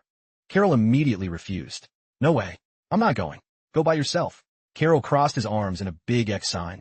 Behind him, Leto asked, what's wrong with you? Leto didn't hesitate to laugh out loud. If you come with me, I'll grant you a peaceful death. And just like that, Leto dragged Carol by his shirt while the guy screamed, I don't want to. The scene shifted to a snowy pine forest where 2 men carrying weapons appeared. The man carrying an axe laughed and said, I'll bet 500 coins again. The man walking beside him, holding a wooden staff and breathing heavily, said, I can't believe you're betting with coins. You adapted fast, huh? It was Leto swinging his axe as he spoke. Our currency is worthless anyway, Carol noted anxiously from behind. Suddenly, Leto gripped his axe tightly, veins popping. We should cooperate with our saviors. Carol commented with a grim face, That sounds nice, but you're just spending all your hard-earned money buying drinks for other adventurers. Leto turned around, ignoring Carol's words, and shouted, "Ah, we're here." A loud sound rang out, startling both of them. The two looked at each other. They both sped up toward a wooden fence up ahead. Leto and Carol peered over the fence. They saw a battle between Palaham and Kim Jeju. Palaham was throwing a heavy punch straight at Jeju's arms. Kim Jeju was in so much pain his arms were trembling as he cried out. Kim Jeju tried to sweep Palaham's legs, but the captain dodged it. Leto matched in surprise. He can already control his power like that, Carol replied. He was already like that when he punished me. Leto glared at Carol as if to say, "Are you kidding me?" Leto followed up, "I'm being serious here, Carol." Carol shot back a look that said, "When have I ever joked?" and replied, "I'm being serious too." Leto looked back at Kim Jeju. He thought for a moment that the guy didn't look like an adventurer at all. The movements of both Kim Jeju and Palaham were reflected in Leto's eyes. Leto remarked, "He moves exactly like a Truha warrior." Palaham and Kim Jeju continued to trade blows. Leto noted, even though Palaham is holding back his strength, he's still holding his ground while looking for an opening to counter. Leto watched and thought, with those skills, he could even surpass a centurion. Just then, a loud boom echoed from the fight. Suddenly, Leto shook his head. "Wait, what am I thinking?" Carol suddenly spoke up. "That adventurer is a damn good warrior," which took Leto by surprise. Leto replied, "That's only because the unit captain is going easy on him. If he were serious." Before he could finish, Carol interrupted, "Oh, definitely. For sure." The match ended, and Palaham shouted, "That's enough. Come over here and eat breakfast." A voice called out, "Lord Leto." It was Carol. "Time to wake up." Leto, still groggy on the ground, groaned. Leto turned away and said lazily, "Let me sleep a little longer." Carol made a move to scare him. "Look out, there's a snake right next to you." Leto jumped up in terror, screaming, "A snake? Where?" Then realized he'd been played. Leto turned around and yelled angrily, "There's no snake." Carol gave a sparkling smile and insisted, "I am," as a golden snake appeared behind him. Leto replied angrily, "Ack, you damn snake." Carol reminded him, "Anyway, get up. The warrior captain is heading out again." Leto was surprised. Looking into the yard, Kim Jeju appeared with a popoi on his back, along with Palaham and Shanta. Leto blurted out, "Hey, wait up." Leto noticed the popoi on Kim Jeju's back and added, "Wait, isn't that a world tree spirit?" Carol replied, "Yeah. From what I recall, I've never seen an adventurer carry one like that before." Leto laughed and said, "I trust your memory.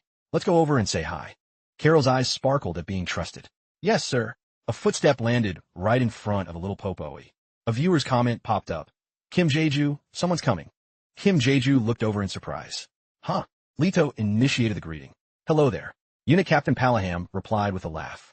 "What are you doing here? I thought you'd be wasted in some bar by now. Did you come to check if I've lost my mind? I guess it's because this is the first time I've invited an adventurer over." Leto replied anxiously, "That's not the reason." Palaham didn't bite at all and laughed loudly. "You should learn how to lie first." Palaham then turned to introduce him. "This is Kim Jeju. As you can see, he's an adventurer." Kim Jeju stood there, giving Leto a slight smile. Leto remarked to himself, "What a strange guy." Leto said aloud, "Nice to meet you." He thought, just a moment ago he was fighting like a warrior, but based on his gear, he must be from the Empire. Leto was startled when he caught a sharp glare from Palaham. Leto's face darkened with a smile as he followed up, "Allow me to introduce myself. I am Leto, a centurion in command of the Truha soldiers." Kim Jeju smiled nervously and replied, "Nice to meet you. I'm Kim Jeju, an adventurer." The system window popped up with viewer comments. "A centurion? What a guy like him doing here?" Palaham continued, introducing the others. "The quirky-looking fellow behind me is Carol. He's not a warrior, but he's sharp. His intellect is probably second only to the Queen's." Carol modestly waved his hand. "You're exaggerating." Carol smiled as he introduced himself to Kim Jeju. "I am Kered. It's a pleasure." Kim Jeju smiled back, "Likewise." Suddenly, a popoi wiggled and cried out, "Papa." Carol was instantly smitten. "Ah." Seeing this, a comment appeared. "Looks like another popoi fanboy. LOL. Palaham suddenly shouted, "Perfect." Palaham laughed heartily. "I was planning on bringing a few more people along anyway. It's great that you showed up on your own." Palaham asked with a grin, "So, Leto? If you're not up for it, just say the word." Leto asked, "Where exactly are you planning to go?" Palaham pointed toward the mountain range buried under thick layers of snow. "Over there." Leto looked in that direction, disbelief written on his face. "Are you serious?" Palaham laughed. "Relax, we're just going for a little sightseeing." Leto nodded with a smile. "Fine." Carol, however, was trembling in fear. Leto, I really don't think this is a good idea. Leto. Leto suddenly reached for his axe, his expression turning grave. But I have one condition. He continued, regarding that adventurer. Leto leveled his axe toward Kim Jae-ju. Leto thought, this insolent adventurer, then shouted his demand. I want a duel with him. Holding his axe with total confidence, Leto thought, I'll show you the true strength of Truha.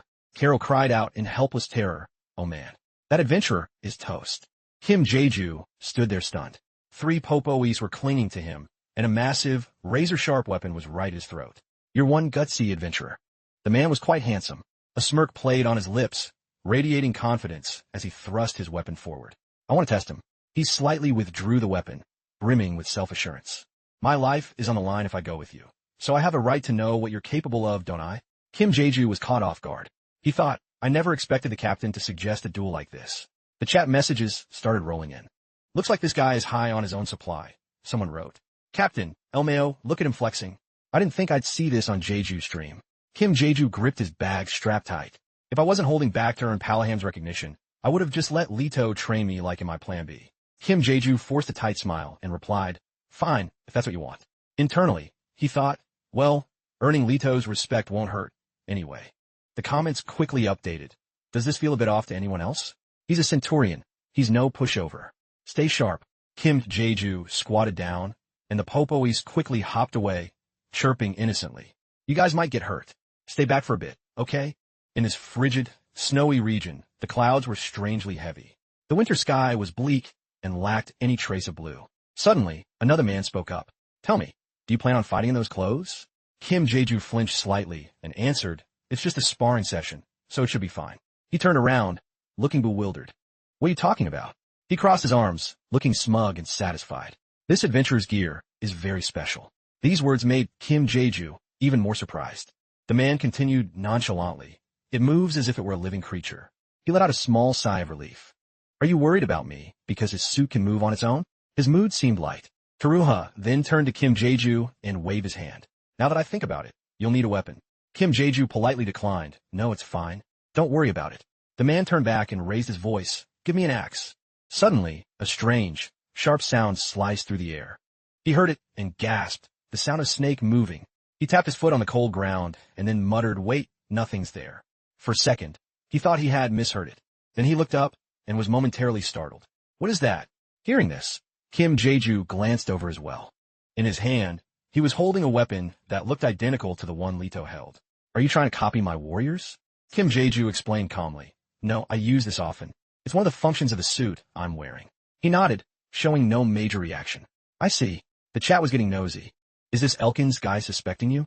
It was the time to copy that low-budget guy. Truha narrowed his eyes, observing the weapon. A large blade attached to a long handle. To anyone, it looked exactly like a warrior's weapon. How does an adventurer dare? Does he think I'm a joke? A sinister smirk crept onto his face.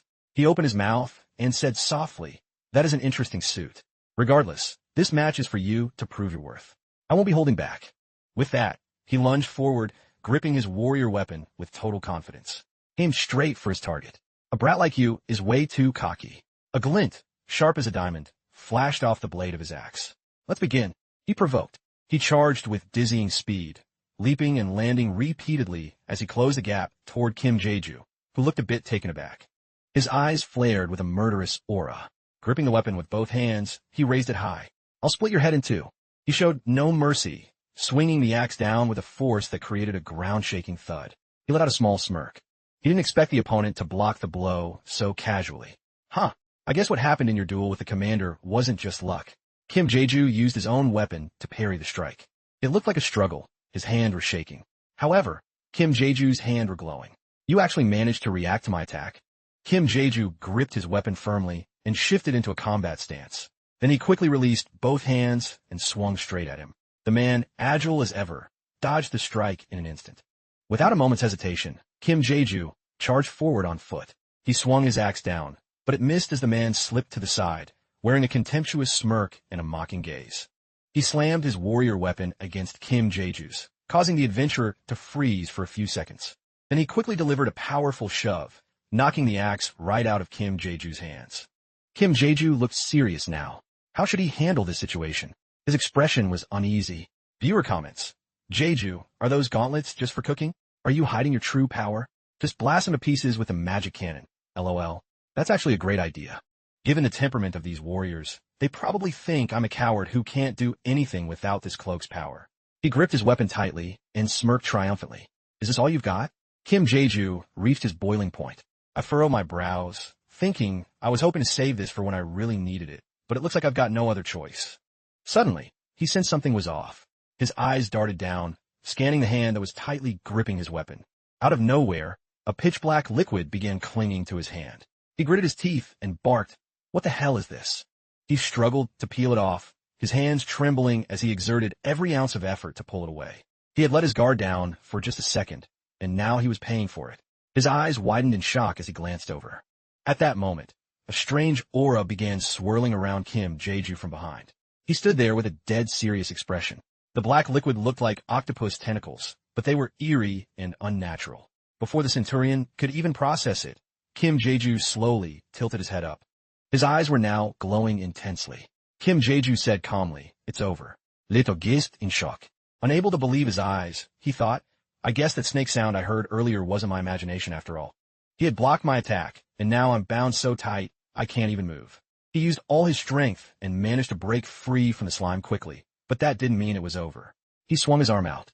With a determined and smug face, he shouted, "I'm definitely going to teach you a lesson." Kim Jeju's eyes flickered toward him. He allowed a soft sigh and didn't say a single word. Before Leto could even swing or regain his composure, the slime, under Kim Jeju's control, wrapped tightly around his entire body again, leaving him completely stunned. Kim Jeju spoke calmly, "I suggest you stop moving. It'll be better for you." The fluid coiled tighter and tighter around his body, inch by inch. In a low voice, Kim Jeju said, "Let's end this here." Hearing that, Leto was helpless, staring wide-eyed and unable to utter a single word. Kim Jeju seemed to hesitate for a few seconds. Suddenly, a round of applause broke the silence. The clapping sounded very satisfied. "All right, that's enough." It was Palaham's clapping. He said with a satisfied grin, "In this case, the adventurer wins, right?" Leto raised both hands in a reluctant gesture of surrender. "I give up." Kim Jeju waved his hands dismissively, feeling a bit awkward. "If I didn't have my gear, I'd be the loser," Jeju replied. The slime began to slide off Leto. Leto responded, "Regardless, I accept the defeat. You can enjoy your victory." Chat, why did he stop using honorifics? He doesn't need to act tough anymore. LMAO. This guy lost so fast. You think he can still use formal speech after that? LOL. Kim Jeju raised his hand and looked at it. A beautiful purple light emanated from it. He says, "I should be happy, but if I didn't have the power of Latanto, I probably would have lost the moment the match started." Besides, since Leto was trying to act brave in front of Palaham, it makes sense he was fired up. The way he treats me is like a kid jealous of a classmate getting praised by their favorite teacher. If we fought again, he'd definitely be on high alert, and I wouldn't stand a chance. In a quiet neighborhood with ancient buildings, a voice suddenly echoed, "Give me a break. We're heading into the middle of the Raton Mountains. Why on earth are you bringing so much stuff?" Two people were watching the bickering. One whispered to the other, "Are you sure about this?" This conversation is getting weirder by the minute. A bunch of personal gear was strapped to someone's back. No sleeping bags or ground covers in sight. The two gossiping observers watched as the group began to walk away, chatting as they went. "Last time you said great warriors don't need this stuff. Then you spent a week sick as a dog after sleeping outside. I knew this would happen, so I had sand prepped the gear." The man kept rambling. "But your bag is literally nothing but booze. I'm talking about actual supplies."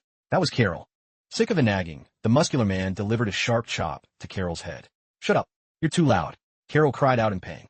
Hearing the commotion, Kim Jeju turned back and thought, "You've got to be pretty talented to nag a unit captain like that." Chat. So Carol is the one who preps everything for Palaham? Poor guy. Looks like he does all the heavy lifting. That's why they say never go hiking with your boss. Palaham stepped forward toward Kim Jeju. "Where'd the spirits go?" Jeju asked, confused, "Huh? What spirits?" Palaham replied, "You know those cotton ball things. Kimi e osimidet. Oh, the popois. I was afraid they draw too much attention, so I put them in my bag." Palaham replied, "Interesting. I thought they hated being cooped up. Seems they really like you. Make sure you treat them well." Then Palaham walked ahead and put his arm around Leto's shoulder, laughing and chatting about something. Kim Jeju looked thoughtful. "Spirits. Chat. What even are spirits?" "No clue. Lol. Who cares what they are? They're cute, and that's enough for me. Unlike magic beasts, nobody knows anything about the history of the popoi. The only thing we know is they started appearing when a branch of the world tree broke. As for their ecology, no one knows why or how they were created. Does Palaham know something about them? Kim Jae-ju wondered, unsure when he'd get an answer. By the time they reached the city gate, the snow had stopped falling and parts of it were already melting. Palaham led the way with a cheerful face, followed by Leto, Kim Jae-ju, and Carol. At the fortress gate, Palaham paused and turned back to the three of them with a smirk. Everyone ready to have some fun? After traveling quite a distance, the snow began to fall again. Kim Jae-ju walked along, lost in thought. Ahead of them stood a massive mountain, completely blanketed in snow. The path was already buried deep. The four of them stood there for a moment before continuing their trek. They pushed through the freezing, leafless forest. No one said a word to each other. Kim Jae-ju, walking in front, turned back and asked, "Are you okay? Need a hand?" Carol was panting, completely exhausted. "No, don't worry about me," he said with a forced, awkward laugh. Kim Jae-ju looked at the two leading the pack. He put a hand on his hip and thought, he's definitely not okay. He's not a warrior, so he's way weaker than them. Palaham just dumped all the luggage on him and didn't give a second thought. Then Kim Jae-ju spoke up. "Hey, let's take a break before he could finish." Palaham waved him off. This caught Leto by surprise too. Kim Jae-ju was stunned into silence, his mind filled with deep, complicated thoughts. Suddenly, a strange sound erupted, the fierce growl of a beast accompanied by the grinding of teeth. A bizarre creature appeared before them. It had blood-red eyes, pure white fur, and 2 long ears. It was an ice giant. But it wasn't just one, there was a whole pack of them. They were everywhere.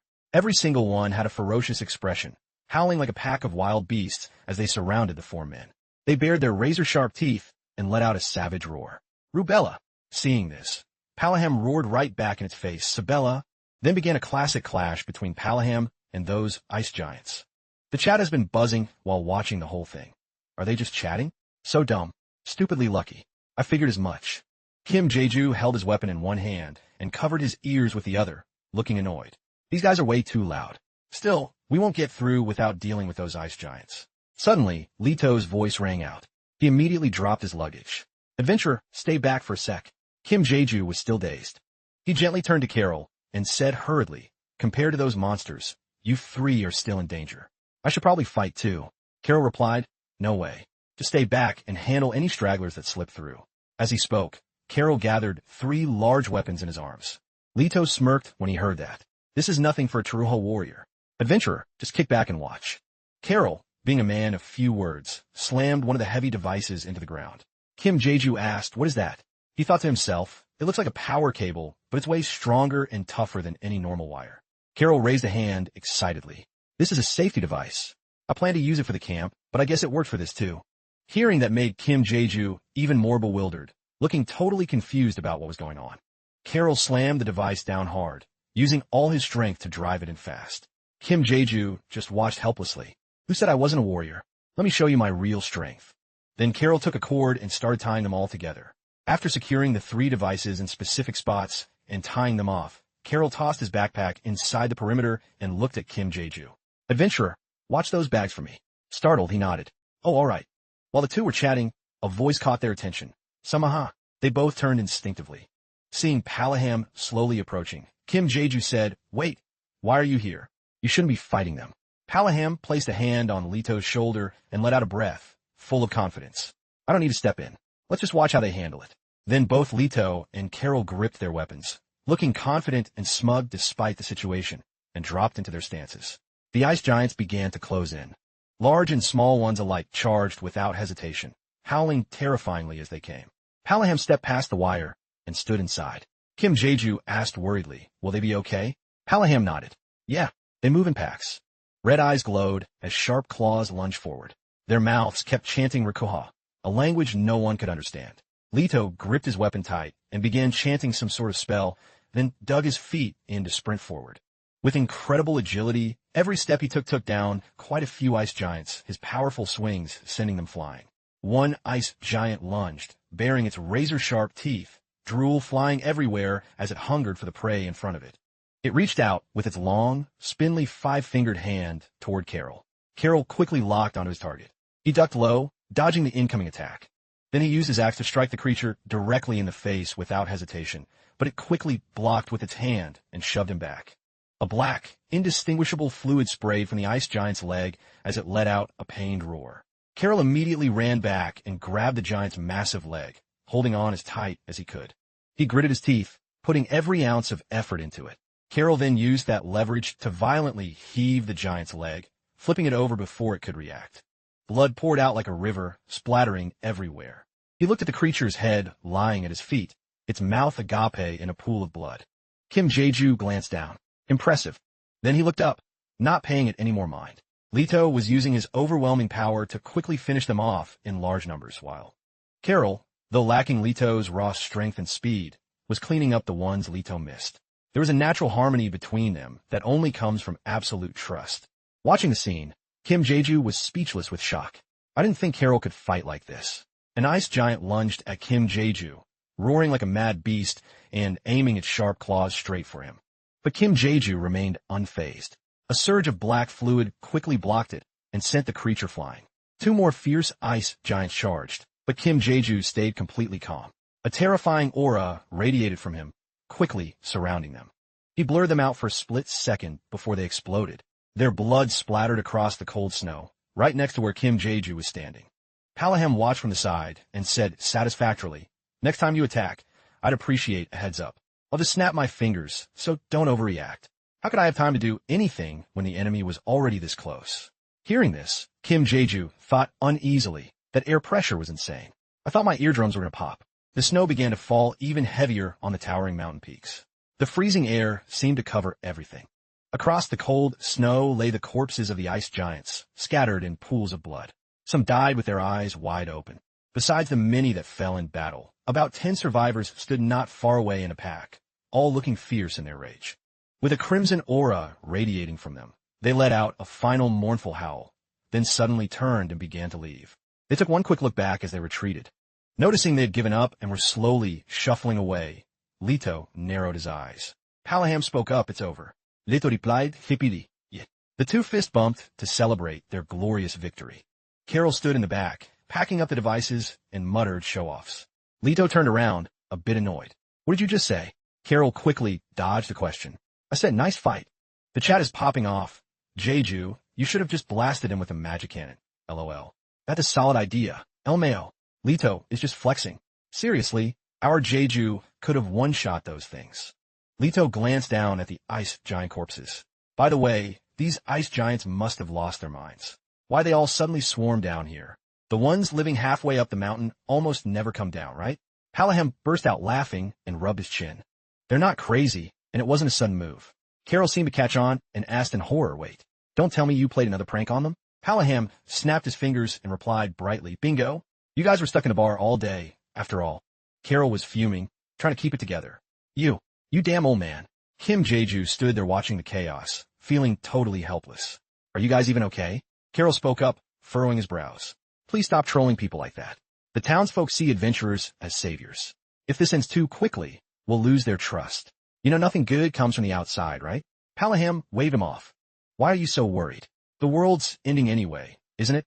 Kim Jae-ju stood aside, observing quietly, and began to think about this premature development. Originally, the heart of the organism takes a year to bloom. The heart I saw from the castle walls wasn't even half its mature size. So, for it to fully develop and bloom, it should take 5 to 7 months. In other words, I could only take it down then. Palaham's image flashed through his mind. However, the city will meet its end, and it's all because of one person, Palaham. The Palaham I know will fire the magic cannons from the ramparts at the world-ending heart.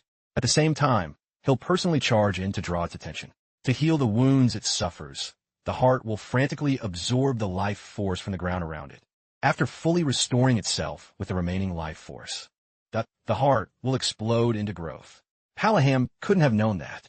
Kim Jae-ju touched his chin, deep in thought. More accurately, he's just venting his rage on a recurring disaster. Then Kim Jae-ju turned to Carol. "Carol, let me ask you something." Carol answered quickly, "Ask away." "Anything." The corner of Kim Jae-ju's eye twitched as he watched Palaham draw attention. His voice turned cold. In a serious tone, he asked, "Do the city residents and the people on the mountain not notice him?" Carol looked uneasy and hesitated, rubbing his forehead. "I ask myself that all the time. Maybe they don't know, or maybe." Carol glanced away, lost in thought, his expression darkening. Then Carol walked ahead of Kim Jae-ju. "I don't know either. Let's move." Watching Carol's back and his reaction, Kim Jae-ju's suspicions were confirmed. Based on his expression, I think I have my answer. Not many people in Truha have the power to suppress information like that. As they walked on, the chat continued. After reaching the north, I'm a bit let down. Why? I thought you loved the snow. No way. At first, I thought there'd be elves in the woods. Instead, it's just hairy beasts. Someone report this to the admin. Give those blonde, pale elves some blackfish and silver tea luxury treatment. Already. The Blizzard player is temporarily banned for being too edgy. LMAO. Blackfish and silver tea? Bruh. Suddenly, a branch snapped. It was Palaham. He turned around and asked, since you're talking in the chat, do you know why there's no snow within a certain radius of Truha? Carol spoke up nervously, Captain, that's... Leto turned to comfort Carol. Relax. The captain has a reason for bringing this up. Carol hesitated. But Leto. Palaham held up a gemstone that emitted a beautiful glow. He looked proud. In Truha, there's a stone that gives off an incredibly beautiful and warm light. It's sleeping deep beneath the city. Not just the magic engineers of the kingdom, but the best mechanics of the empire were recruited here to build a machine powered by this stone. Thanks to that machine, Truha doesn't get buried in snow, and we can live comfortably. It's basically a massive heater. He didn't say that back on the 15th floor. Kim Jae-ju is flexing his knowledge of magic engineering. Kim Jae-ju's face turned serious.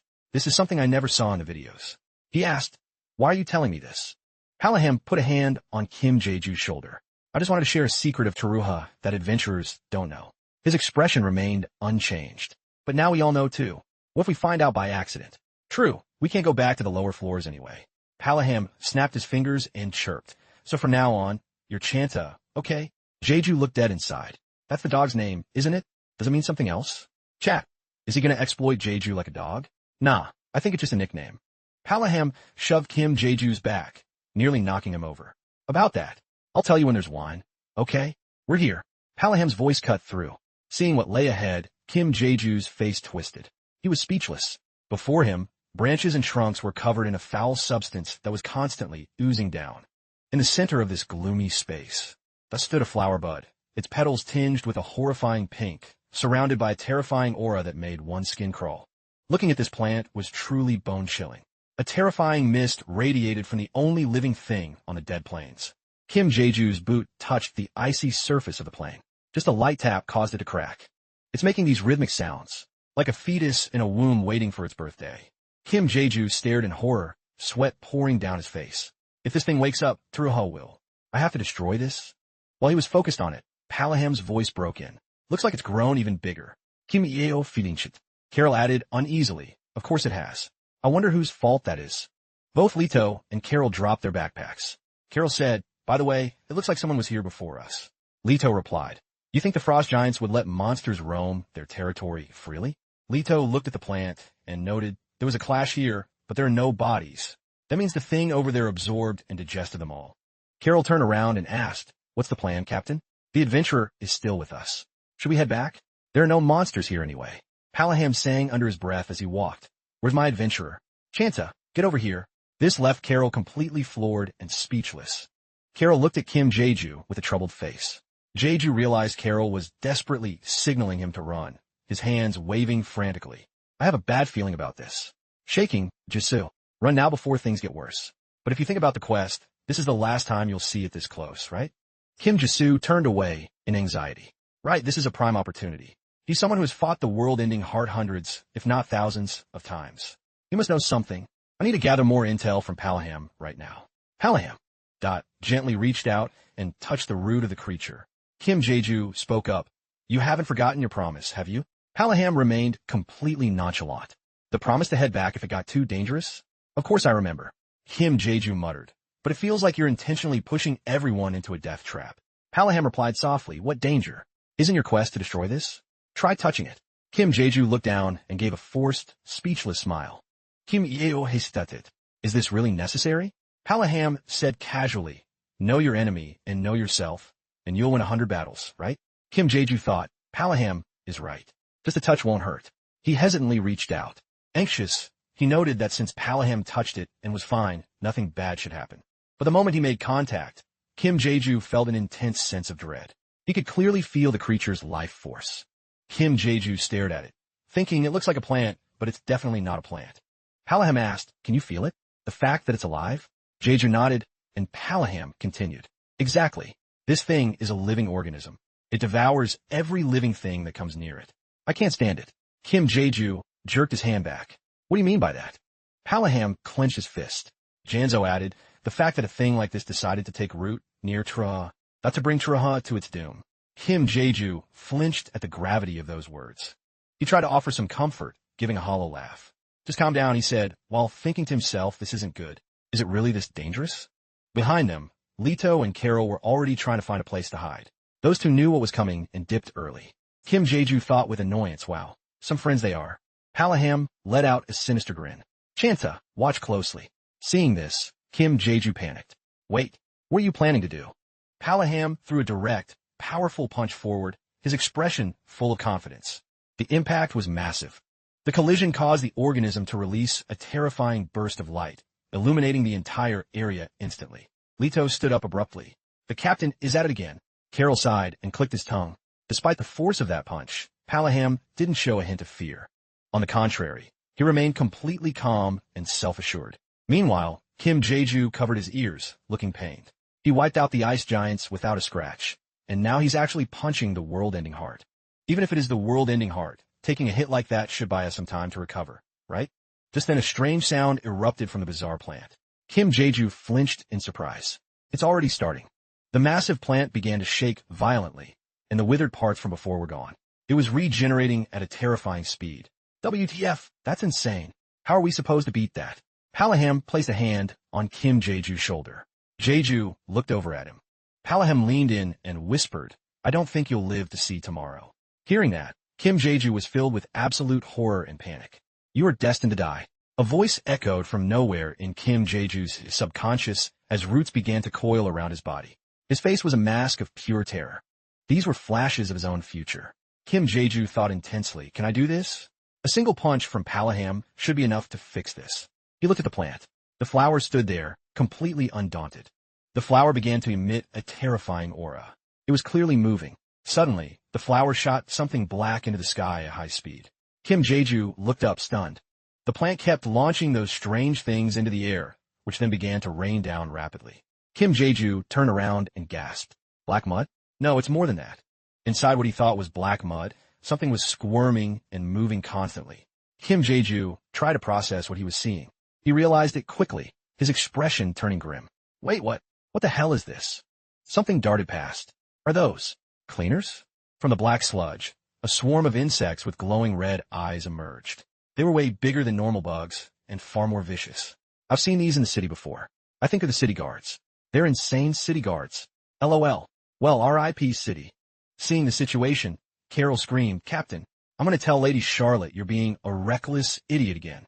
Leto also gripped his weapon. Palaham replied softly, save the talking for later.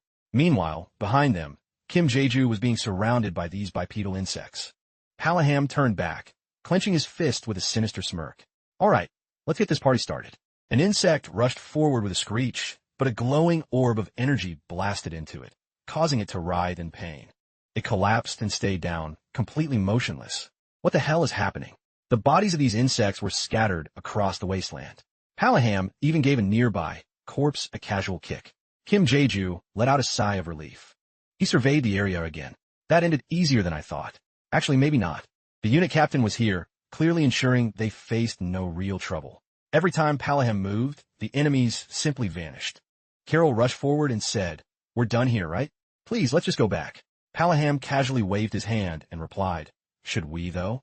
Palaham looked at Kim Jae-ju and asked softly, Chanta, you satisfied yet?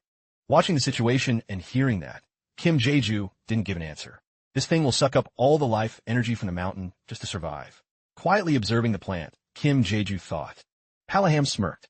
You gonna bore a hole in it with your eyes or what? Let's go back and grab some drinks. Meanwhile, Jae-ju was deep in thought. I get why Palaham keeps acting out. Even if Palaham does nothing, Teruha will eventually be destroyed no matter how long it takes. He can't do anything other than what he's already doing. When Palaham asked if I could handle this, he wanted me to give up from the start if I lacked the ability. Kimio replied coldly. No, I'm not satisfied. He thought to himself, if I go back like this, I'll gain nothing. Kim Jae-ju took a light, slow step forward. Facing this thing, all I feel is powerlessness. Then he climbed onto the plant without a hint of fear. He had clearly made up his mind. The higher Kim Jae-ju climbed, the grimmer his expression became. I can feel the thorns inside. They're absolutely massive. Carol spoke up anxiously. Chanta, what are you thinking? Kim Jae-ju replied softly, I need to see it with my own eyes. Kim Jae-ju stood atop it. With one gloved hand, he remained uncannily calm. So it's like this? Well, this is a huge surprise. Kim Yeo raised his hand and unleashed his power. I have to increase the firepower if I want to kill this thing. That's the only way to destroy it before it can regenerate once the flower blooms. Sure enough, the flower bud began to slowly peel open, revealing sharp thorns inside. Kim Jae-ju didn't hesitate and immediately fired his spiritual energy into the blooming center. If I can't kill it with a magic cannon, the world-ending heart will evolve even faster than it is now. Think carefully. If you fail, aren't you just wasting time? What else can he do? He has to do something. Honestly, this mission is impossible. Jae-ju just got screwed by that crazy manager. If I go back now, the world-ending heart will grow even stronger. After that, even a magic cannon won't damage it, and it'll spawn monsters even tougher than those cleaners from before. That's right. This is the manager's death sentence for me, because I turned him down. That's why Kim Jae-ju exerted his full power, putting his heart and soul into it. His feet pressed firmly against the plant's surface. I think it's possible. Kim Jae-ju pushed himself to the limit, being as aggressive as he could. Suddenly, a powerful light exploded with a boom, illuminating the entire area. Come on. Kim Jae-ju encouraged himself, pushing as hard as he could. His hand continued to emit magical energy. Suddenly, Kim Jae-ju felt his vision starting to blur. Not good. Very quickly, Kim Jae-ju's consciousness began to fade. Damn it, the magic cannon's power is dropping. Kim Jae-ju furrowed his brows. Blood dripped from his nose and ears. Sweat poured down like rain. If this thing recovers, I'm out of chances. I'll die. An endless sense of unease began to consume him. He kept pushing, determined, with no intention of giving up. What are you doing, Jae-ju? Just give up. Suddenly, Kim Jae-ju noticed something. He blinked and looked closely. At that moment, the flower bud shot something else into the sky. Kim Jae-ju watched it intently. The object soared up rapidly. Is that a guard? It wasn't pitch black like the ones before. Maybe it sensed the danger. It's not fully developed, but it's already spawning high-level monsters. If it spawns as many as last time, Palaham better get Leto and Carol to help. I need to hurry. Without another second's delay, Kim Jae-ju decided to jump inside without hesitation. Huh? Why are you going in there? The wounds had healed, and the space was shrinking. He quickly tucked himself into the cramped space. Is it over? Long chain-like tentacles sprouted from his body, helping him move faster. Then, using his gloved hand, he gently released his gathered power. I'll say this now, just in case. Kim Jae-ju smirked and said, Thanks for watching, everyone. On the main screen, Kim Jae-ju's hand was trembling. He was suppressing his rage. Kim Jae-ju, you. Finally, the man couldn't contain his fury and screamed, You crazy bastard. Kim Jae-ju, are you insane? Stop talking nonsense and run, damn it. From a plant. Got a massive beam of light shot into the sky.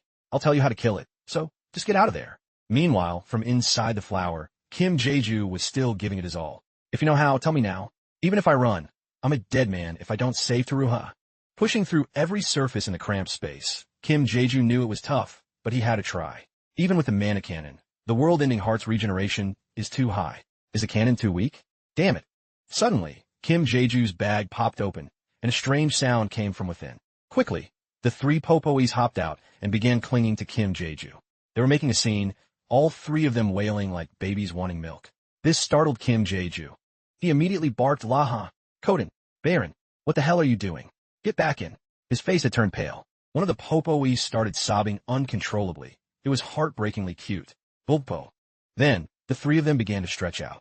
Their transformation left Kim Jae-ju completely stunned. They sprouted vines and began touching the surfaces of the cramped space. Their whole bodies trembled as they made contact.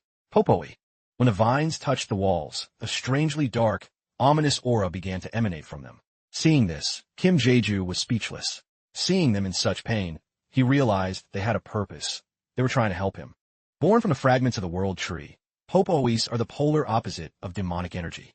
Just touching the world-ending heart caused them immense pain. They were constantly suffering and enduring it, with tears streaming down their faces. They were doing everything they could to help me. Kim Jae-ju spoke up anxiously. I'm so sorry, guys. His voice sounded deeply apologetic because for a split second, he had misunderstood them. So, not to let the Popoes down and to ensure the mission's completion, Kim Jae-ju didn't hesitate to quickly crawl and keep pushing forward. In that dark and cramped space, the Popoes tried to help Kim Jae-ju finish the job faster, while Kim Jae-ju immediately reached out and poured all his strength into it. The power release was exhausting, but he didn't lose heart.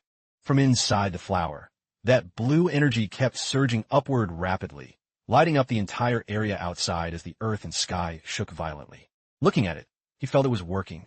Just a little more. Kim Jae-ju was somewhat happy with the progress, but it didn't last long. Kim Jae-ju's joy was short-lived because something unusual, beyond his calculations, occurred. Suddenly, blood coughed out of his mouth as he writhed in nonstop agony. His hands trembled, and his breathing became increasingly unstable. Damn it, this is it. It wasn't that Kim Jae-ju decided to give up. It was just that his body could no longer resist. Then, Kim Jae-ju and the Popoes fell rapidly, his face full of unrest. I really hoped I could beat that admin. Just like that, his body went limp, letting himself fall into the void. Amidst the white snow, a small campfire flickered. 3 people sat there, none other than Leto, Palaham, and Carol. His eyes slowly opened, blurredly seeing Palaham grilling something. He's gonna die anyway, so what's the big deal? Then the scene before him gradually cleared. Carol was quite grumpy. We need to let the adventurer know about this. Palaham replied nonchalantly, I know for real. In his subconscious, he thought of Palaham and Carol. Kim Jae-ju snapped his eyes open and looked around dazed. Above him, the Popoes were fast asleep. Am I still alive? Meanwhile, Carol's voice was irritated. We don't have much time. The demon flower is about to fully bloom. Kim Jae-ju turned away slightly. For some reason, I feel sad about that. Looking at the dying, pained Popoes before him, he gently touched them. Normally, they'd react when I wake up. He touched and stroked them. Seeing them like this made Kim Jae-ju feel incredibly sorry. Looks like they've been slightly poisoned. I have to get to the 20th floor to treat them. Holy water can only be bought there. Then, Kim Jae-ju reached out his arms and pulled the 3 of them into his chest to hold them close. Leto spoke up, Unit Captain, I have a question. Leto continued, about this adventurer, Chanta, why did he bring up the story of the Sunstone? Palaham looked back, hesitated for a moment without saying anything, then finally said, I'm curious too. I want to see how much he knows. Leto replied with some uncertainty. Your tone makes it sound like he knows some unbelievable secrets. Palaham let out a sigh. I might be wrong. Tell me what you guys are talking about. Kim Jae-ju sat up and asked, what is it that I don't know? The chat immediately buzzed. Hey Jae-ju, you okay? Both Leto and Carol were stunned. You're awake. Palaham turned back without any overreaction. On the contrary, he was very cheerful. You're up? There's no urgent business yet, so come over here and eat something first. You bastard, you gave me a scare. Oh man, he literally just imagined Kim Jae-ju dying. Kim Jae-ju was quite surprised. It's urgent? Will you tell me? Palaham said coolly, if you want, I'll tell you. But eat first. The chat observed the situation through the screen and asked, are the Popoes okay? Another account replied, they're still fast asleep. Doesn't look like anything can wake them right now. The hand resting on Palaham's shoulder suddenly stopped and trembled. The fire was still blazing. How are you feeling? Kim Jae-ju replied calmly, I'm fine, except for my arms being numb. Everything is good. Palaham smirked. That's weird. Your spirit is weak, but your body is fine. Kim Jae-ju gave an awkward smile. Well, I think it's all thanks to my suit. In his head, he thought, it seems the wrist guards protected me. Palaham burst out laughing and said, your suit really is useful. It even gave me a hard time trying to move you here. Comments popped up. The coat moved on its own to keep him away from you. Let Palaham and the coat duke it out, lol. So that's it. Palaham was the one who pulled me out of the world-ending heart. So while he was unconscious inside the plant, Palaham had quickly rescued him. Kim Jae-ju replied, thank you. Palaham gave a very smug smile. Then, a look of doubt crossed Kim Jae-ju's eyes. After a long hesitation, he finally spoke up. Why did you help me? The time for destruction was set, because I clearly saw the world-ending heart is still alive and breathing. It has become much stronger and can summon even more terrifying monsters. Palaham spoke up, his brows slightly furrowed. Leto, when do Truho warriors like us abandon Chanta? Leto replied calmly, either when he dies, or when he runs away like a coward. Palaham asked back, and does Chanta fit any of those conditions? Leto answered, no. Palaham held out a piece of grilled meat. Did you hear that? Seeing the delicious grilled meat, Kim Jae-ju didn't say anything more. Palaham directly gave it to him. Eat. You need energy before you can do anything. Palaham is literally BB-ching for Kim Jae-ju. LMAO. Jae-ju reached out to take it. Looking at the piece of meat in his hand, his expression was far from normal, lost in his thoughts. Then Kim Jae-ju quickly wolfed it down like someone who had been starving for days. He ate so fast, looking like he was truly enjoying it. This made Leto and Carol happy too. After he finished eating, Palaham said with satisfaction, "Huh, you look much more refreshed now." Then Kim Jae-ju wiped his mouth and replied cheerfully, "It was delicious." Palaham immediately offered him another piece. "Want another?" "Kim yeo dejvinit." "Another one?" "Oh no, I'm full. Can we get back to it now?" Palaham replied, "Sure, ask away." Kim Jae-ju became serious. "How small is the sunstone?" Palaham raised his hand. "How small?" Kim Jae-ju asked. "Do you know where it can be found?" He answered, "I don't know." He put his hand to his chin, lost in thought. Even Unit Captain Palaham doesn't know where it is. If we get that sunstone, we can destroy the world-ending heart.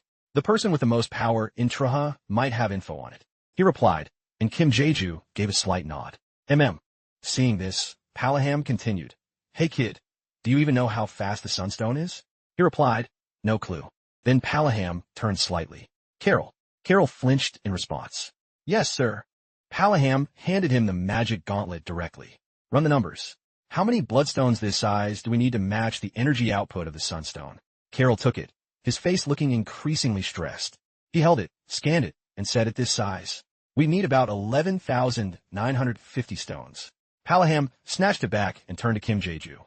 "Hear that? If you use it, even your bones will turn to dust." Kim Jae-ju looked terrified, but Palaham seemed to read his mind. "If you're going to say we should just split it up, then?" Kim Jae-ju took it back. "It's fine. I'm prepared." Holding it, his expression didn't waver. "Die like this, or die in the apocalypse. I want to do everything I can." "Chat, Jae-ju, give it up. But if he does that, the Popoese will die." Palaham let out a sharp breath. The corners of his mouth curled into a smirk, as if he had a hidden agenda. Palaham finally answered, "All right, I'll report this to the castle." Seeing this, Kim Jae-ju rejoiced. "Thank you, sir." He reminded Jae-ju, "Get some rest. We move tomorrow." Carol's jaw dropped in shock at the conversation. He's meeting the queen. For real. Leto, standing nearby, could only sigh. Kim Jae-ju felt uneasy. "I'm going to sleep a bit. My body's not doing so hot." Palaham nodded. "Rest up and regain your strength. You'll need a lot of it tomorrow." He just gave an awkward smile. "Ha, I got it." Then he glanced down and noticed something, the mana stone in his hand. It was a perfectly round stone, emitting a beautiful blue phosphorescence. Kim Jae-ju turned to the suffering Popoese and gave them a warm smile. "Hey, do any of you want some mana stone? You guys need to eat to get your strength back." Normally, the Popoese would jump for joy at the sight of mana stones. Even though they loved them, they didn't react at all. While he was deep in thought, Palaham asked, "Chanta, can't sleep?" He turned back and answered hesitantly, "I guess I'm just a bit restless." Immediately, Palaham pulled out what looked like a bottle of booze. A good song makes everything better. In Taruha, you sing when you're facing death or when you're happy. Kim Jae-ju was stunned, freezing in place. Palaham, full of energy, said, "Most warriors put their hopes in songs. Having a song named after you is the highest honor a warrior can receive." Leto walked over slowly and put his arm around Jae-ju's shoulder. "With your record, the commander could write over 20 songs in your name." Kim Jae-ju felt overwhelmed. "I get it. Palaham just wants to flex, haha. I guess Palaham really is amazing." Palaham glanced at Carol. "Carol, sing us a song." Carol replied meekly, "Huh? Me?" Palaham used his muscles to intimidate him. Carol swallowed his anger and replied, "Why would anyone want to hear a young master sing?" "For real, man." Carol cleared his throat, trying his best to stay composed. Then Carol's voice rang out. Every beat and every note was crystal clear. He was completely immersed in the rhythm. Whoa, he's actually fire. So that's why Palaham takes him everywhere, haha. No one can hate on that. Even Kim Jae-ju brightened up and looked happy. Leto and Palaham were both captivated by Carol's singing. The campfire flickered. The light shone on the group as a new day began. The weather seemed much calmer than yesterday. The four of them stood there talking. "All right, time to head back. We have to prep for the final battle," Carol said. Palaham spoke up. "Carol, I want you to wait here with Chana for a bit." Carol nodded. "Okay." Then Leto and Palaham left together. Kim Jae-ju was holding the Popoese in his arms. He asked about the things that came out of the flower. What happened to them? Carol replied, "Oh, Palaham took care of them." Kim Jae-ju went silent, thinking, come to think of it, he cleared them out himself. Palaham is stronger than I thought. Even so, he can't do anything about the final flower. Every time, he has to face total destruction. An hour passed, and Palaham and Leto returned. He held a piece of paper and presented it. "All right, time to meet the queen. Kim ieo hesitated." "So soon? Are you sure we have permission?" Palaham replied breezily, "Why would I lie? Don't worry, let's go. Carol will lead the way. Carol panicked at that. Kim Jae-ju reluctantly handed the popoes to Palaham. All right, I'll be back. Can you watch these little guys while I'm gone? He held the 3 popoes out. They still hadn't improved. I can't take them everywhere. Even if I get the Sunstone, they won't be safe with me. The two walked slowly toward the city gate. Suddenly, Kim Jae-ju's pace quickened. His rushed and hurried manner left everyone there bewildered. Carol said, Chanta, you're acting like you actually know the way around here. Kim Jae-ju walked ahead and replied smugly, Nah, you're tripping. Carol replied grumpily, Even if you say that, you're still walking ahead of me. You know that. Kim Jae-ju bragged, Haha, I'm just a fast walker. Kim Jae-ju began to overthink. I think I blew my cover a bit by rushing, but I don't have time to worry about that. When I saw the final flower this morning, 3 petals had already bloomed. That means in less than 2 days, all 7 remaining petals will bloom. Jae-ju, you gonna turn off the chat again? Iker, he cut the chat without any mercy when he met the emperor last time. Haha, this is a matter of life and death, so he's gotta focus. Kim Jae-ju flinched, paying close attention. He laughed. No, I actually need everyone's help right now. I need to think about what to do if the queen rejects me. There isn't enough time to search every hiding spot for the Sunstone. Kim Jae-ju spoke up, Guys, I need some bits. You guys don't want me to die here, right? Meanwhile, Carol warned, Hey Chanta, we're almost there. Why is he suddenly asking for bits? Haha, honestly, I'm not donating anything this time. Viewers are just users like me. Even if they worry about me, they have to make rational calls. If Kim Jae-ju dies here while climbing the tower, the bits they sponsored as a lifeline would be a total waste of money. So everything will be fine as long as I don't kick the bucket, right? Kim Jae-ju thought with a smirk. Entering this lavish and magnificent place, Kim Jae-ju took a quick look around. He realized that since he stepped onto the 15th floor, that he hadn't received a single donation. This change only started after he was tasked with taking down the world-ending heart. He clenched his fists. He looked determined as hell to pull off this mission, no matter what. The 2 weapons clinked together, making a pretty satisfying sound. Only the traveler is allowed inside. We've been ordered to keep you here until this is over, Lord Carol. Even. Carol was stunned. What? Kim Jae-ju stood behind him, looking pretty dazed. It's cool. I'll go in alone. It's fine. Just take a breather. Once I clear the 15th floor, I'll show everyone how to reach the 20th floor in record time. Well, he saw the backlash from the community, but he couldn't be bothered to listen. They weren't wrong, but explaining it was a waste of breath since no one would listen anyway. He told everyone to give him a signal if they changed their minds, and finally arrived. He bowed respectfully to her. She spoke up. I never thought the day would come when Palaham, of all people, would personally write a recommendation for a traveler. I really wanted to see what you looked like. He got straight to the point about why he was there. It's about the Sunstone. She threatened that he'd be a dead man if he was trying to play her. After listening to his story for a while, that she realized he wasn't lying. Thanks to his wits, he finally managed to win her over. He came back looking fresh as a daisy. The queen said the stone was at Palaham's house, so he headed over there. The thing was, the Popoe's condition was getting worse by the minute. This had him feeling really anxious. Palaham led him into a cellar where the Sunstone was kept. The stone radiated an incredibly brilliant aura. He trusted Jae-ju enough to hand it over. Jae-ju was deeply grateful for his generosity. In her pitch-black room, Kim Jun was resting on her plush sofa. Suddenly, the door was swung open with a bang. Kang Soa burst in excitedly, waking her up. Yo bro, what are you doing here? Kang Soa yelled at the resting Kim Jun. Why are you just rotting here when you're supposed to be at the guild meeting? Kim Jun looked super annoyed at being woken up and replied rudely, Didn't I tell you not to call me? Kang Soa walked over to where she was lying. Kim Jun continued, Besides, what's the point of going there? It's just a bunch of people with zero ambition who just want to live in the tower forever. Kang Soa smirked. I figured you'd feel that way. But honestly, life here is way better than back on Earth. Kang Soa kept yapping. Yeah, but the guild leader is starting to get ticked off. There's been a change of plans on the 10th floor. You know, the boss hates it when things slip out of his control. Before Kang Soa could finish, Kim Jun cut him off, making him pause. Kim Jun glared at Kang Soa angrily. I'm not in the mood to talk, so beat it. Seeing her rage, Kang Soa finally got up to leave. Call me if you change your mind. After he left, Kim Jun started biting her nails nervously.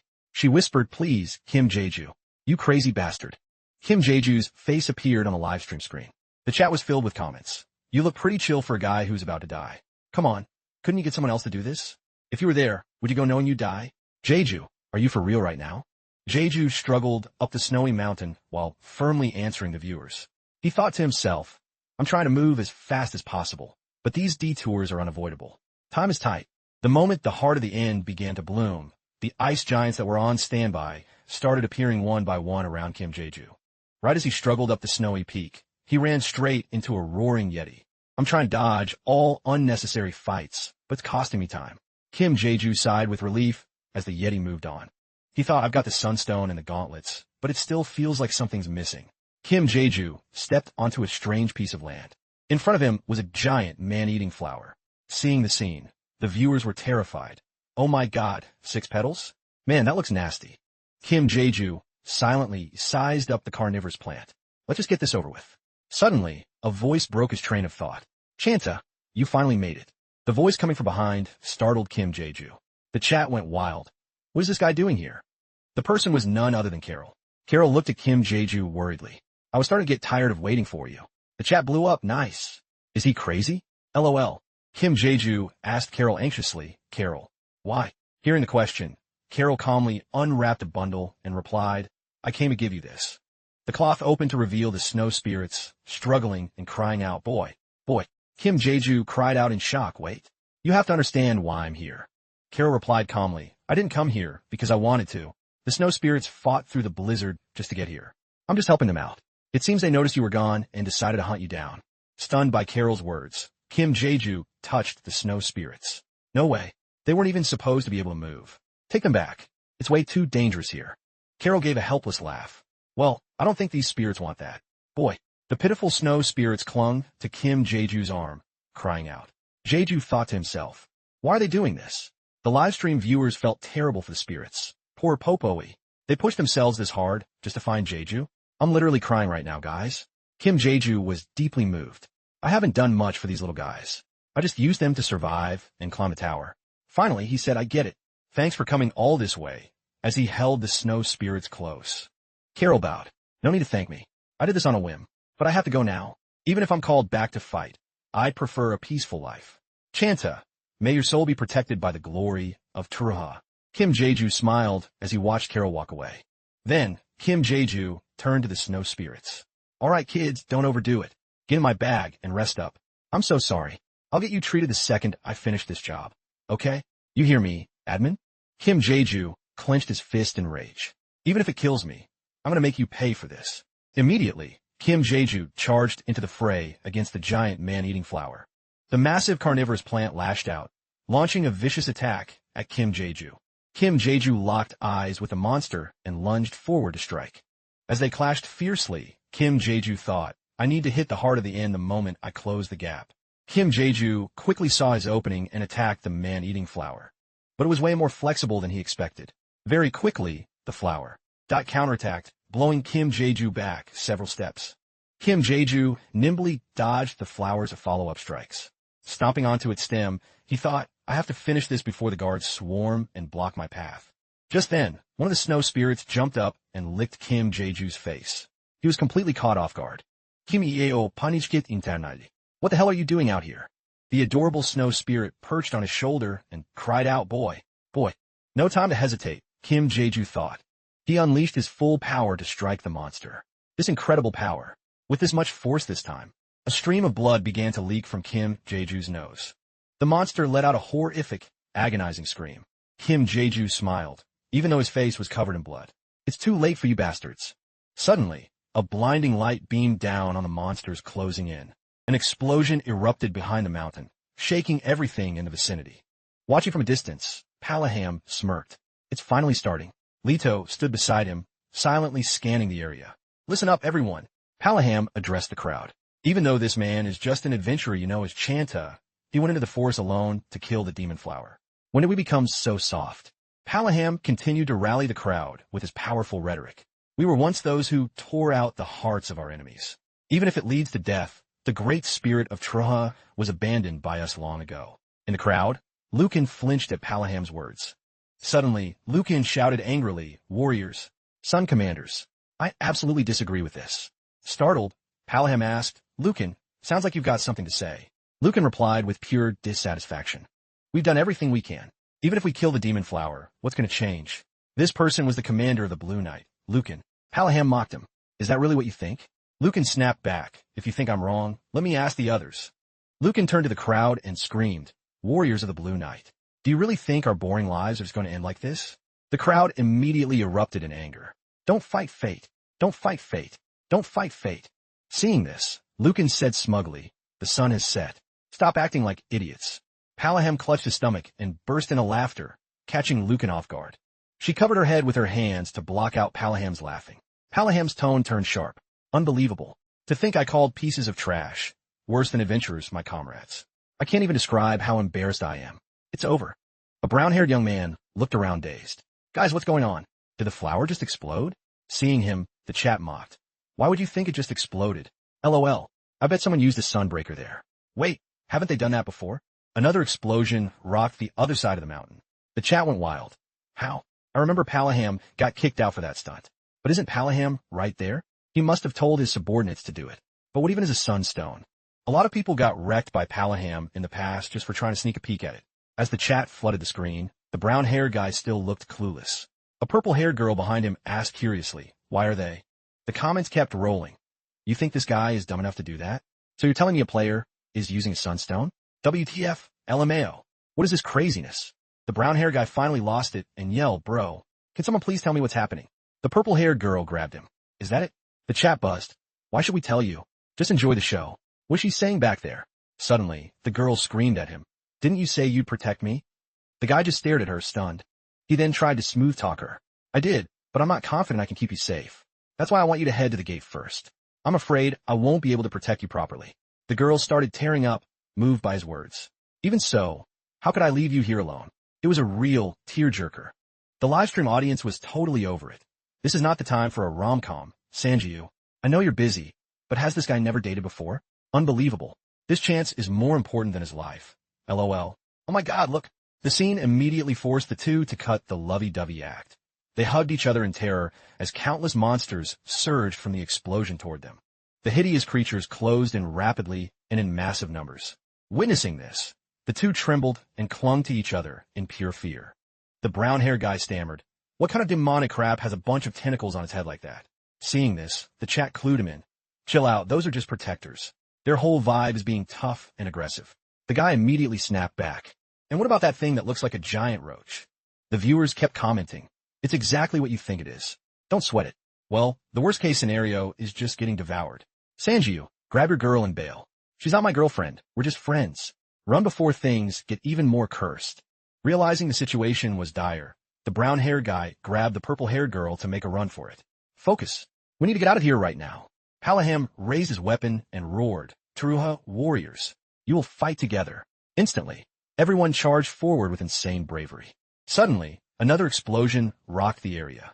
The blast forced the brown-haired guy and the purple-haired girl to halt their escape. The purple-haired girl turned back and asked, is something wrong? Let's go. The brown-haired guy stood silent, his mind racing. I need to go. We have to go. My trashy personality. This damn curiosity of mine. Having made up his mind, he turned back, thinking just for a second. I have to check it out. On the other side of the mountain, amidst the ruins of the explosion, Kim Jae-ju stood surrounded by a pale blue light. The light was so blinding the brown-haired guy couldn't recognize him. He could only gasp, whoa, it looks like a person. Am I seeing things? Inside that radiating light, I thought, I don't believe in the afterlife. I always thought when death comes knocking, I'd be flooded with long, deep thoughts. Suddenly, flashes of the past surged through Kim Jae-ju's mind. Meeting the parents who abandoned him, the people who were kind to him at the orphanage, the ones he met in the tower, and everything he had experienced. It was like his life was playing back right before his eyes. But I can't think of anything. Is this really how I'm going to die? Kim Jae-ju struggled to open his eyes. Immediately, something surged through Kim Jae-ju's mind. Immediately, something surged through Kim Jae-ju's mind. My whole body is on fire. It feels like I'm melting and evaporating instantly, even though the pain doesn't last. But the sensation of my body disappearing is crystal clear. Kim Jae-ju snapped his eyes open. Who's that? Kim Jae-ju seemed to be looking at his younger self. He struggled to walk toward the boy. When he reached him, he stopped and stared in shock. The boy looked up at him, his face covered in wounds. Is this me from the past? He thought. His mind felt like it was shattering into pieces. What? A blinding light shone through the fragments. He unconsciously followed the beams of light. The livestream chat exploded. Whoa, is that a hack? The guy above, what do you mean hack? You think climbing the tower is just a game or something? Kim Jae-ju half opened his eyes and saw the snow spirits hovering around him. Laha, Koden, Barin. Sudendi, Kim Eo bolted upright. Popoi. The viewer saw this and immediately commented, Kim Jeju, could you please put some clothes on? Still dazed, Kim Jeju thought to himself, what happened? Am I actually alive? The snow spirits looked incredibly tiny in his hands. Kim Jeju said, hey guys, why are you so small? The viewer started commenting, wait, Kim Jeju's body looks a bit weird, right? Weird. LOL. Are you cold, Kim Jeju? Kim Jeju, for the love of God, put some clothes on. This is hard to watch, haha. Isn't Kim Jeju's body a bit off? After reading the comments, Kim Jeju looked down at himself. The viewers were amused. Whoa, whatever happened must have shocked him. Makes sense, he just came back from the dead. When he looked down, he realized he didn't have a stitch of clothing on. A system notification rang. Player the Love has donated 82 coins. Voice message, seriously, put some clothes on. Looking at his naked self, Kim Jeju was so shocked he almost fainted. A system window appeared. Livestream system settings. Blur mode is now on. Kim Jeju turned beet red, sweating from pure embarrassment. Looks like the Ratunta gear is gone, Kim Jeju muttered. Shards of the Ratunta gear were scattered on the ground, and mechanical gauntlets are completely trashed. Then he panicked. Wait, where's the most important thing? He started looking around frantically. Kim Jeju's eyes widened. Don't tell me. Kim Jeju screamed in horror. Hyungnim, did I eat the sunstone? The viewers were stunned and joked. WTF is going on? Should we tell him about that spot? It's a national secret, haha. Don't tease him too long. Can't you see he's losing it? From the viewer's perspective, Kim Jeju was covered in pixelated blur to hide his private parts. It's all blurred out. I can't see anything, lol. The blur is the right call. Stop playing. Just tell him. If we don't stop, he's gonna cry. Okay, here's what happened. Kim Jeju, remember that beam of light? The one you fired with the sunstone? Man, that looked sick. Seriously, I thought my eyes were gonna explode just watching the screen glow. Anyway, right when it looked like you were gonna evaporate after getting swallowed by the light. Part of the impact was neutralized by the cloak, and the popoi shed their fur to cover you.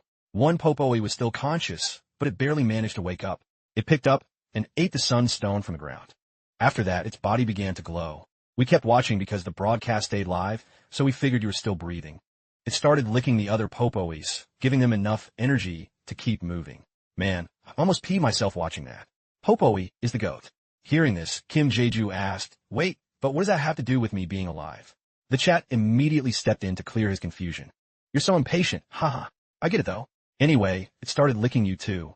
After I saw your hair starting to grow back on your head, I realized the popois had the solution I needed. The community unanimously agreed. You think it only licked your head? Oh boy. Kim Jeju turned red again. So, how long has it been?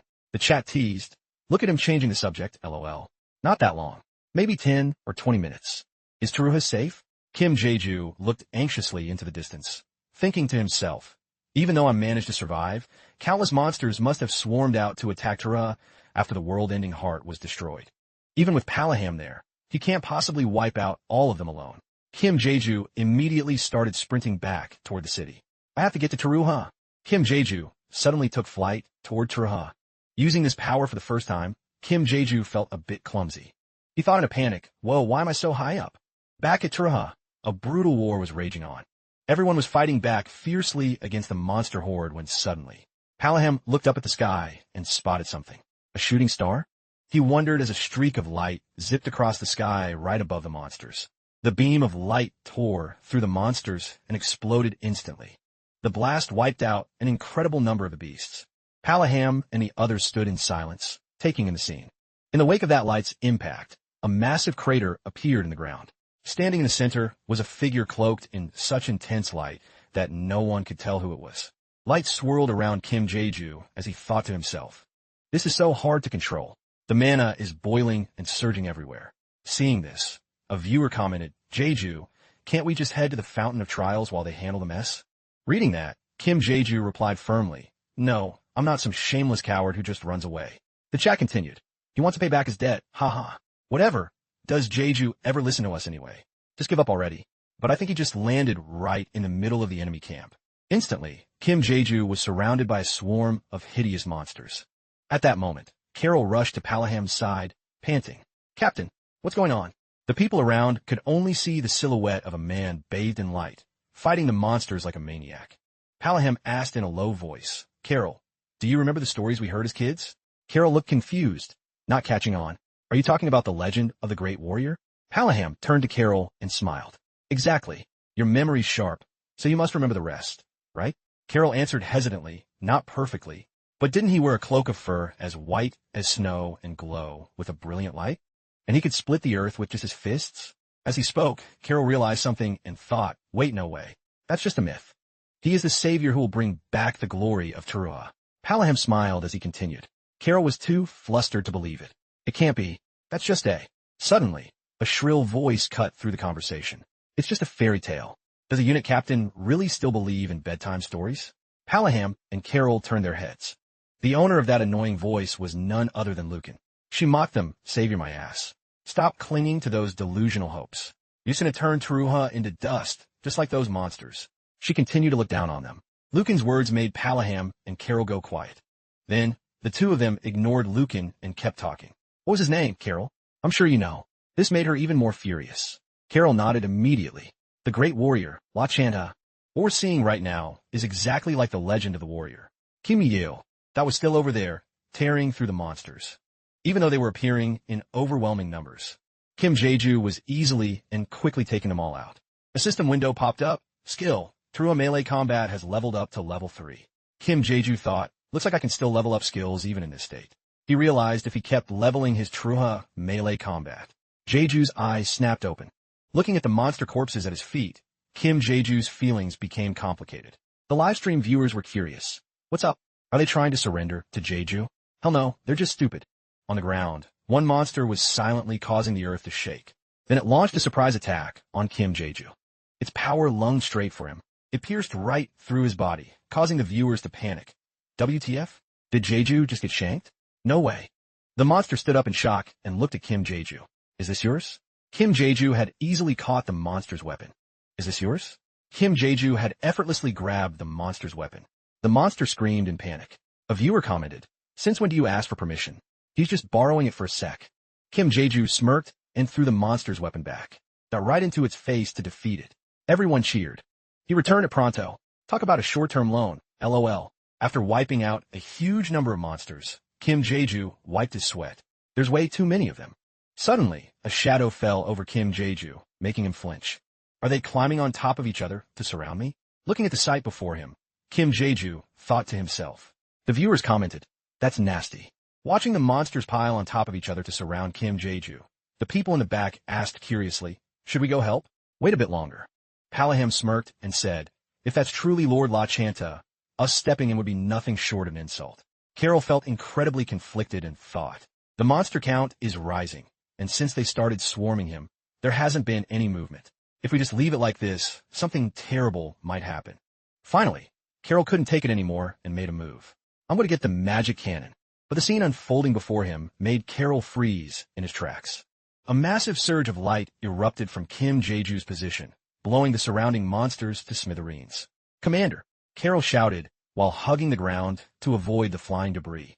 Seeing Palaham remain completely still, Carol thought, he didn't even budge an inch. What a stubborn guy. In all the hundreds of times Teruha faced the brink of extinction, I've never witnessed anything like this.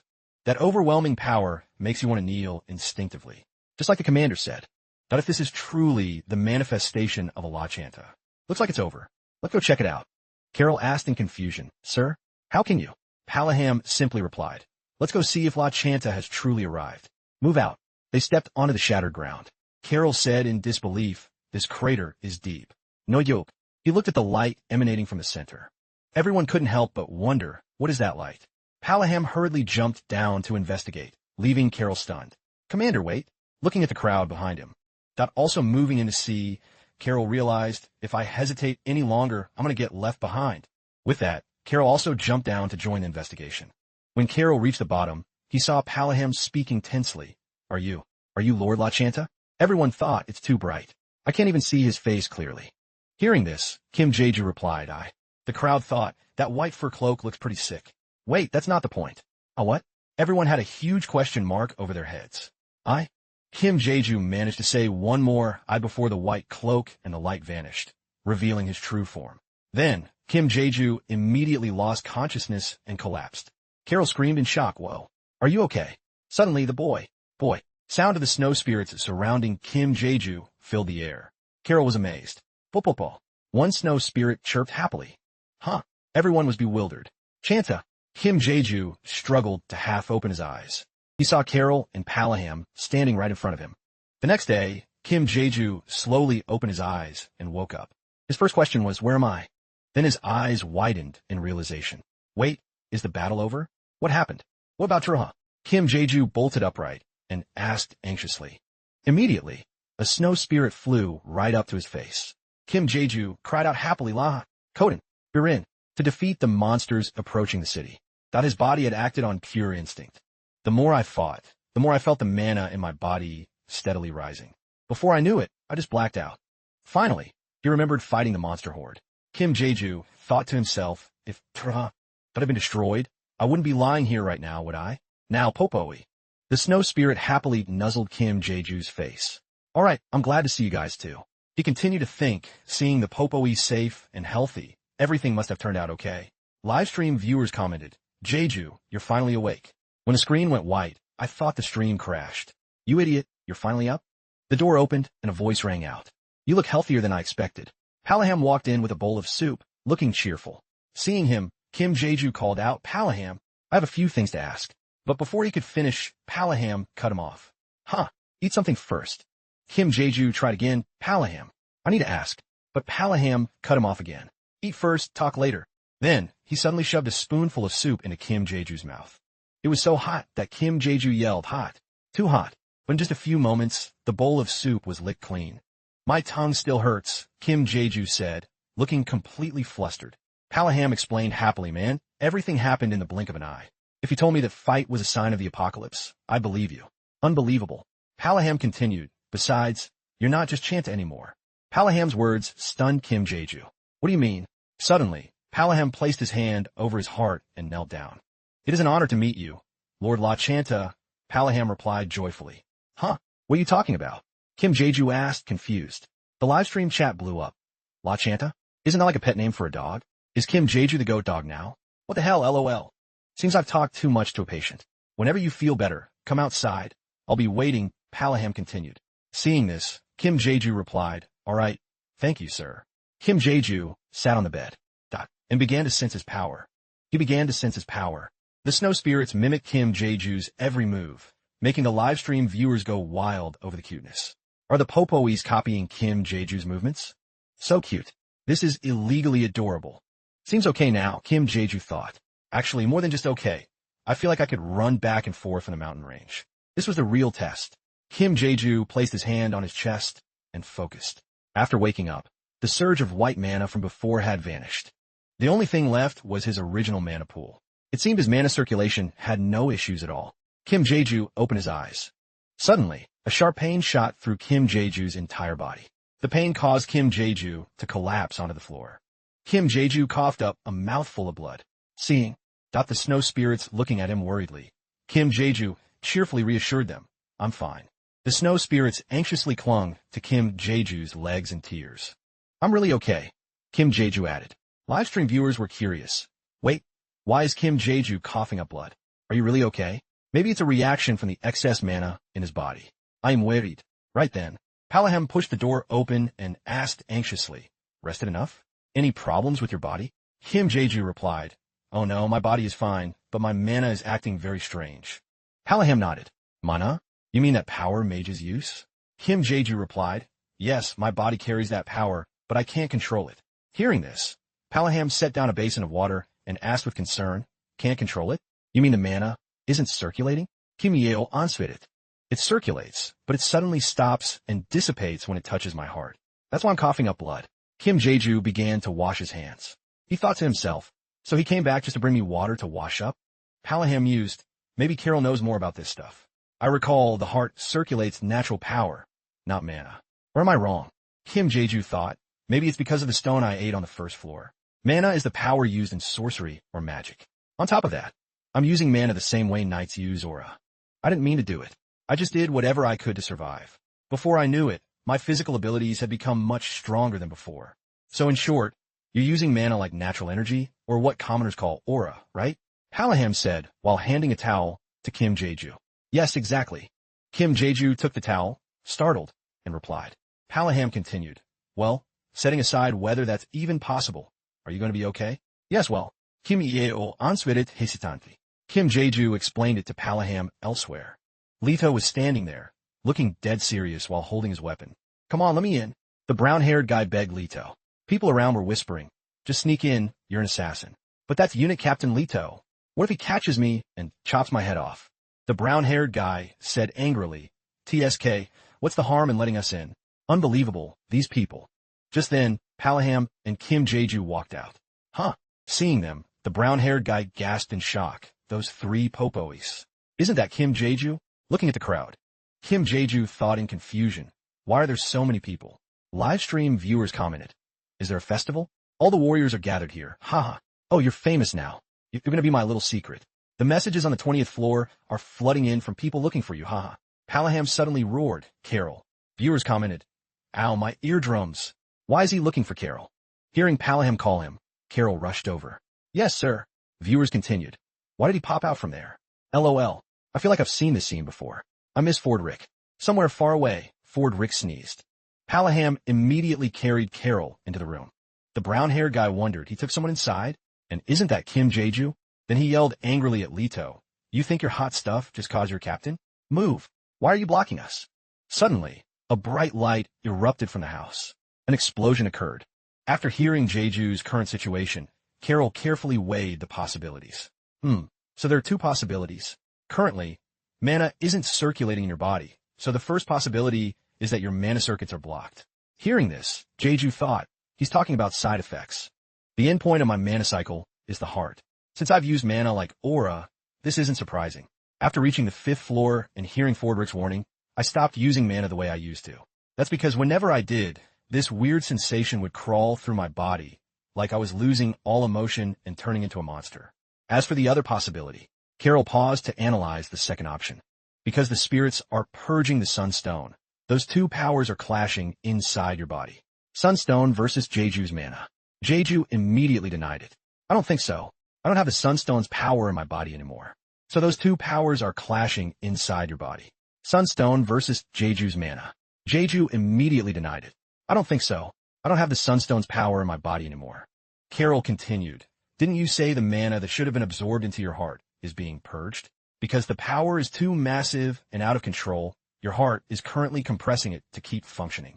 Your heart is full of Sunstone power, and the relatively weaker mana is being pushed out. Thinking about the second possibility, Jeju mused, makes sense. If my heart was pumped with Sunstone energy, it's inevitable my existing mana would be squeezed out. That sounds pretty logical. This guy's a genius at diagnosing. To see if there's actually a hidden power in your heart or not, just try using it and we'll know for sure. I'm not certain I'm right, but just try it. You've got nothing to lose, right? They wanted to try using mana, as Carol suggested. He's right. I've got nothing to lose. Jeju hesitated for a moment before making his decision. Screw it. Let's go for it. It's a waste not to try. Mana will run wild all over my body if I don't find the right path for it to circulate. I'll focus solely on the mana in my heart and ignore all other mana sources. No reaction.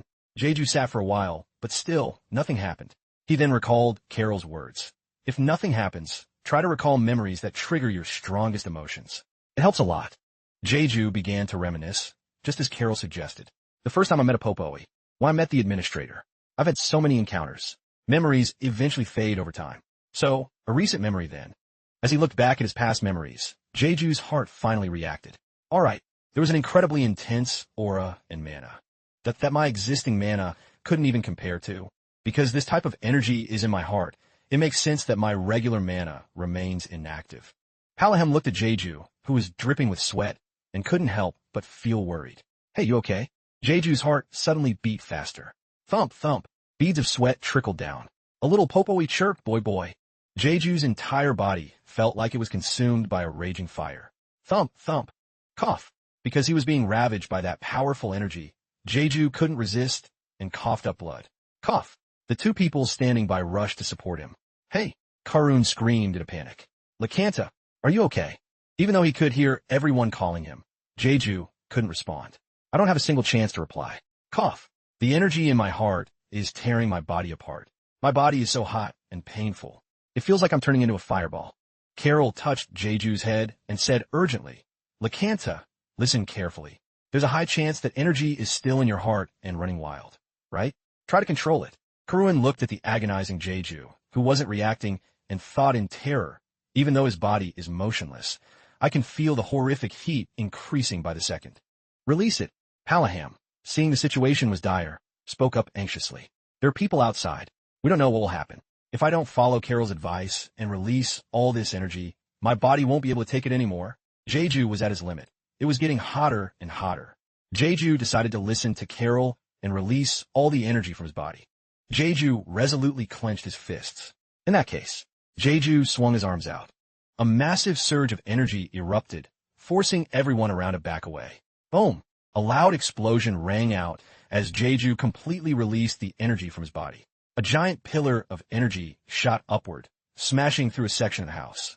After everything settled, Carol looked up at the gap left by the energy blast, clutching the trembling Popoese to her chest. Boy, the sky is so clear now. Laham looked at Jeju, who was lying exhausted on the bed. I see. By this time, the sky had turned to night. The sky was full of twinkling stars, accompanied by viewer comments. Man, this live stream is straight trash. I literally wanted to hand-deliver my rare potions to him. For real, I don't know what the admin was thinking making a stream feature like this. After passing out from exhaustion, Jeju finally started to wake up.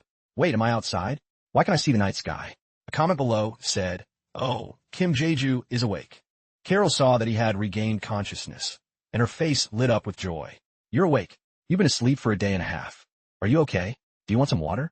Having just woken up from a trance, Jeju's mind was still a bit foggy. Seeing Carol asking so many questions, he stammered, yeah, I'm okay. As he answered, he suddenly remembered something. He abruptly sat up and shouted, Wait. The Sunstone. Is anyone hurt? Carol didn't have time to react, and their heads collided. The impact was quite hard, leaving both in pain.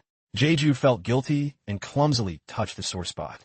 I am so sorry. Carol winced and replied, it's fine. Phew. The captain suffered a wound. Hearing that someone was hurt because of him, Jeju panicked and yelled, Palaham is hurt. Is it because of me? Is he okay? Did I cause it? Where is he? Karen pointed toward the hole in the ceiling. Up there. The homeowner chewed him out.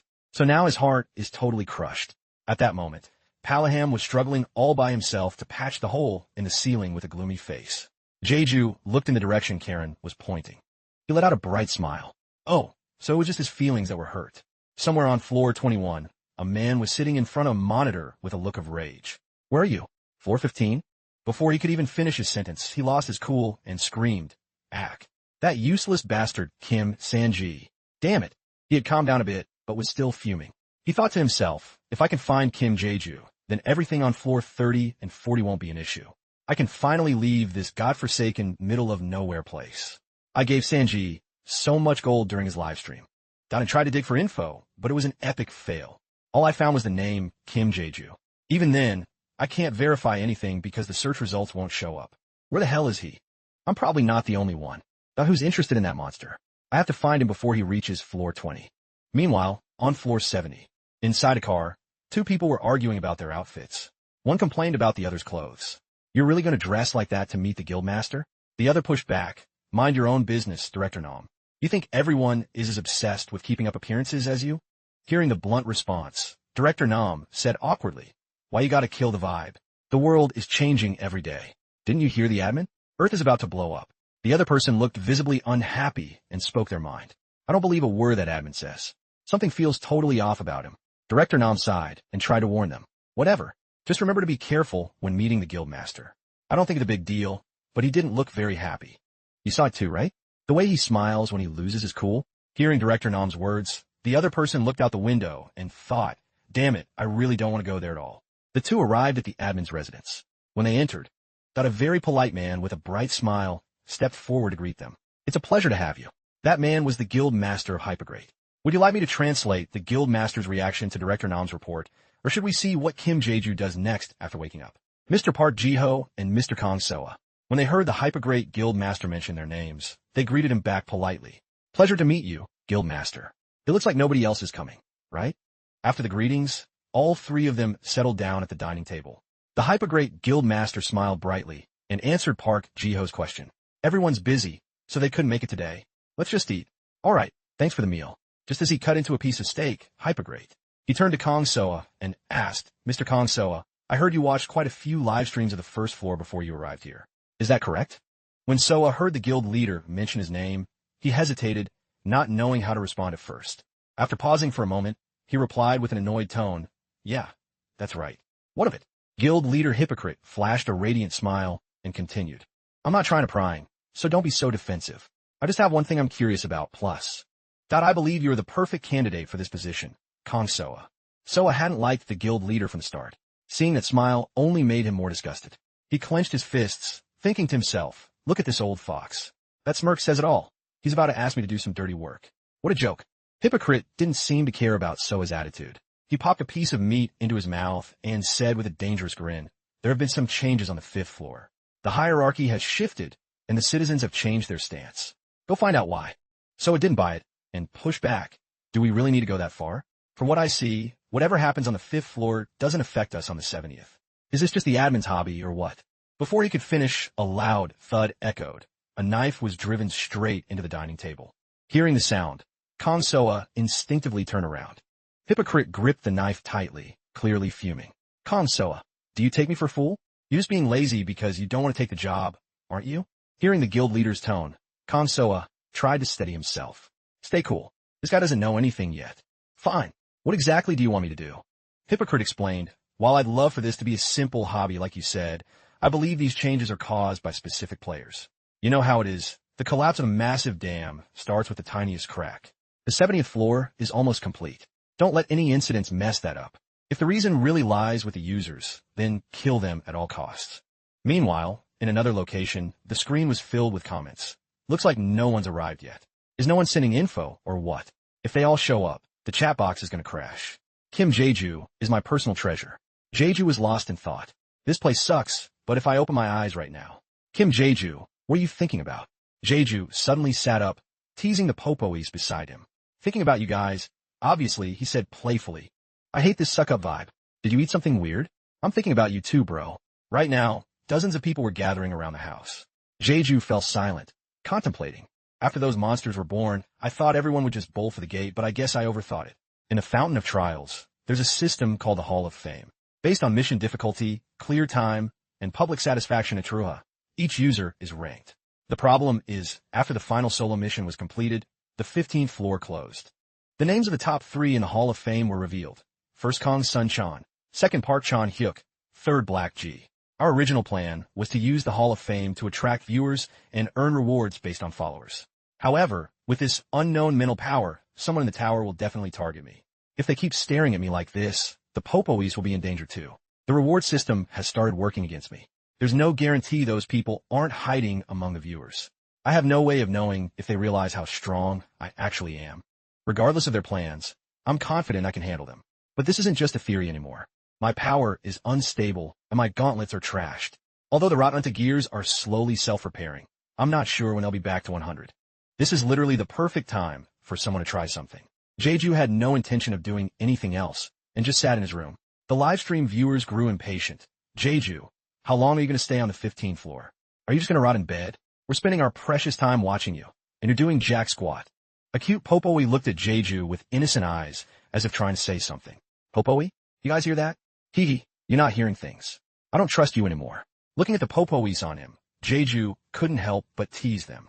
"These guys are so cute. Maybe I should train them to fight?" The Popoes squealed with joy as Jeju petted them. "Popoe," but the idea of turning the Popoes into killing machines was quickly dismissed. Jeju flopped back onto the bed, lost in thought. No, not only is it risky, I wouldn't feel right dragging them into a fight. I'm overthinking again. Kim Jeju, trade places with me. I bet he's keeping all the Popoes for himself. Don't hog them. Only 4 days until the 15th floor closes. After lying down, Jeju accessed the system to open his skill list. I have no choice but to get stronger. It seems all my skills hit level 4 before the battle. I can make a new mechanical gauntlet and collect the remaining gears if I can level up my Truha's skills further. But passive skills are a pain to level up. Hey, you want to spar with me? No pain, no gain. After hearing that Jeju wanted to train, Palaham confirmed one more time. Seems like those hits weren't enough for you. I'm fine, but are you sure? What if you pass out again? Jeju didn't back down. You said I was a brave warrior, right? La Chanta. There's no guarantee I can come back to the 15th floor. And even if I did, Palaham wouldn't remember me because of the system. It's understandable if you're scared. Making friends through fighting is just exhausting and a waste of time. It's better if I just power up and climb to the 20th floor as fast as I can. So, learning from Palaham is my best bet right now. As soon as he finished speaking, Palaham swung his arm powerfully. A powerful punch stopped right in front of Jeju's face. Palaham stayed in his stance and warned, "Keep in mind, you don't have any gear to protect you anymore." Jeju was mentally prepared and refused to flinch at Palaham's threats. "I fought you last time without them, remember?" Outside the door, a crowd was still gathered to watch. Jeju. I got into his stance to strike back. Even though all those viewers make me nervous, the ones in the back are always rooting for me. Palaham asked him one last time, "Don't regret this." "Everything's ready." Palaham launched an attack at Jeju. Luckily, he managed to dodge in time. Palaham kept attacking, but Jeju was stuck on the defensive. He hadn't found an opening to counterattack yet. Unlike their previous encounters, when Palaham struck, Jeju fought back fiercely. The two traded blows back and forth with no end in sight. Time flew by, and before I knew it, there was only one day left before the 15th floor closed. Finally, the system announced, Teruha combat skills have leveled up to level 5. Right now, at the house where Jeju is staying. The Popois are greedily devouring mana stones. Whoa, is it that good? Seeing them eat like that, they must be feeling much better. As Jeju watched the Popois enjoying their food, he thought happily, the mana stones Carol brought them must be delicious. According to what Palaham said, I have to leave tomorrow morning. So tonight will be my last night in Teruha. Looking back on my experiences, trials involving the admin give out very useful rewards. Trial cleared. Rewards received. Confirming the rewards right now would only give those watching me more info about my status. Should I stop the live stream? No, if they realize I'm on guard. Things will only get more complicated. I'll check the rewards first. After thinking it over, Jeju clicked to confirm his rewards. The viewers watching immediately started commenting, finally checking them. After all that, do you think he'll get an epic tier item? After he clicked confirm, a gift box dropped, startling the Popois. Popoi. Jeju continued clicking the screen. I still have to claim the bonus rewards too. The item Jeju received this time was a standard pouch of 5,000 coins. Items will automatically be converted to coins.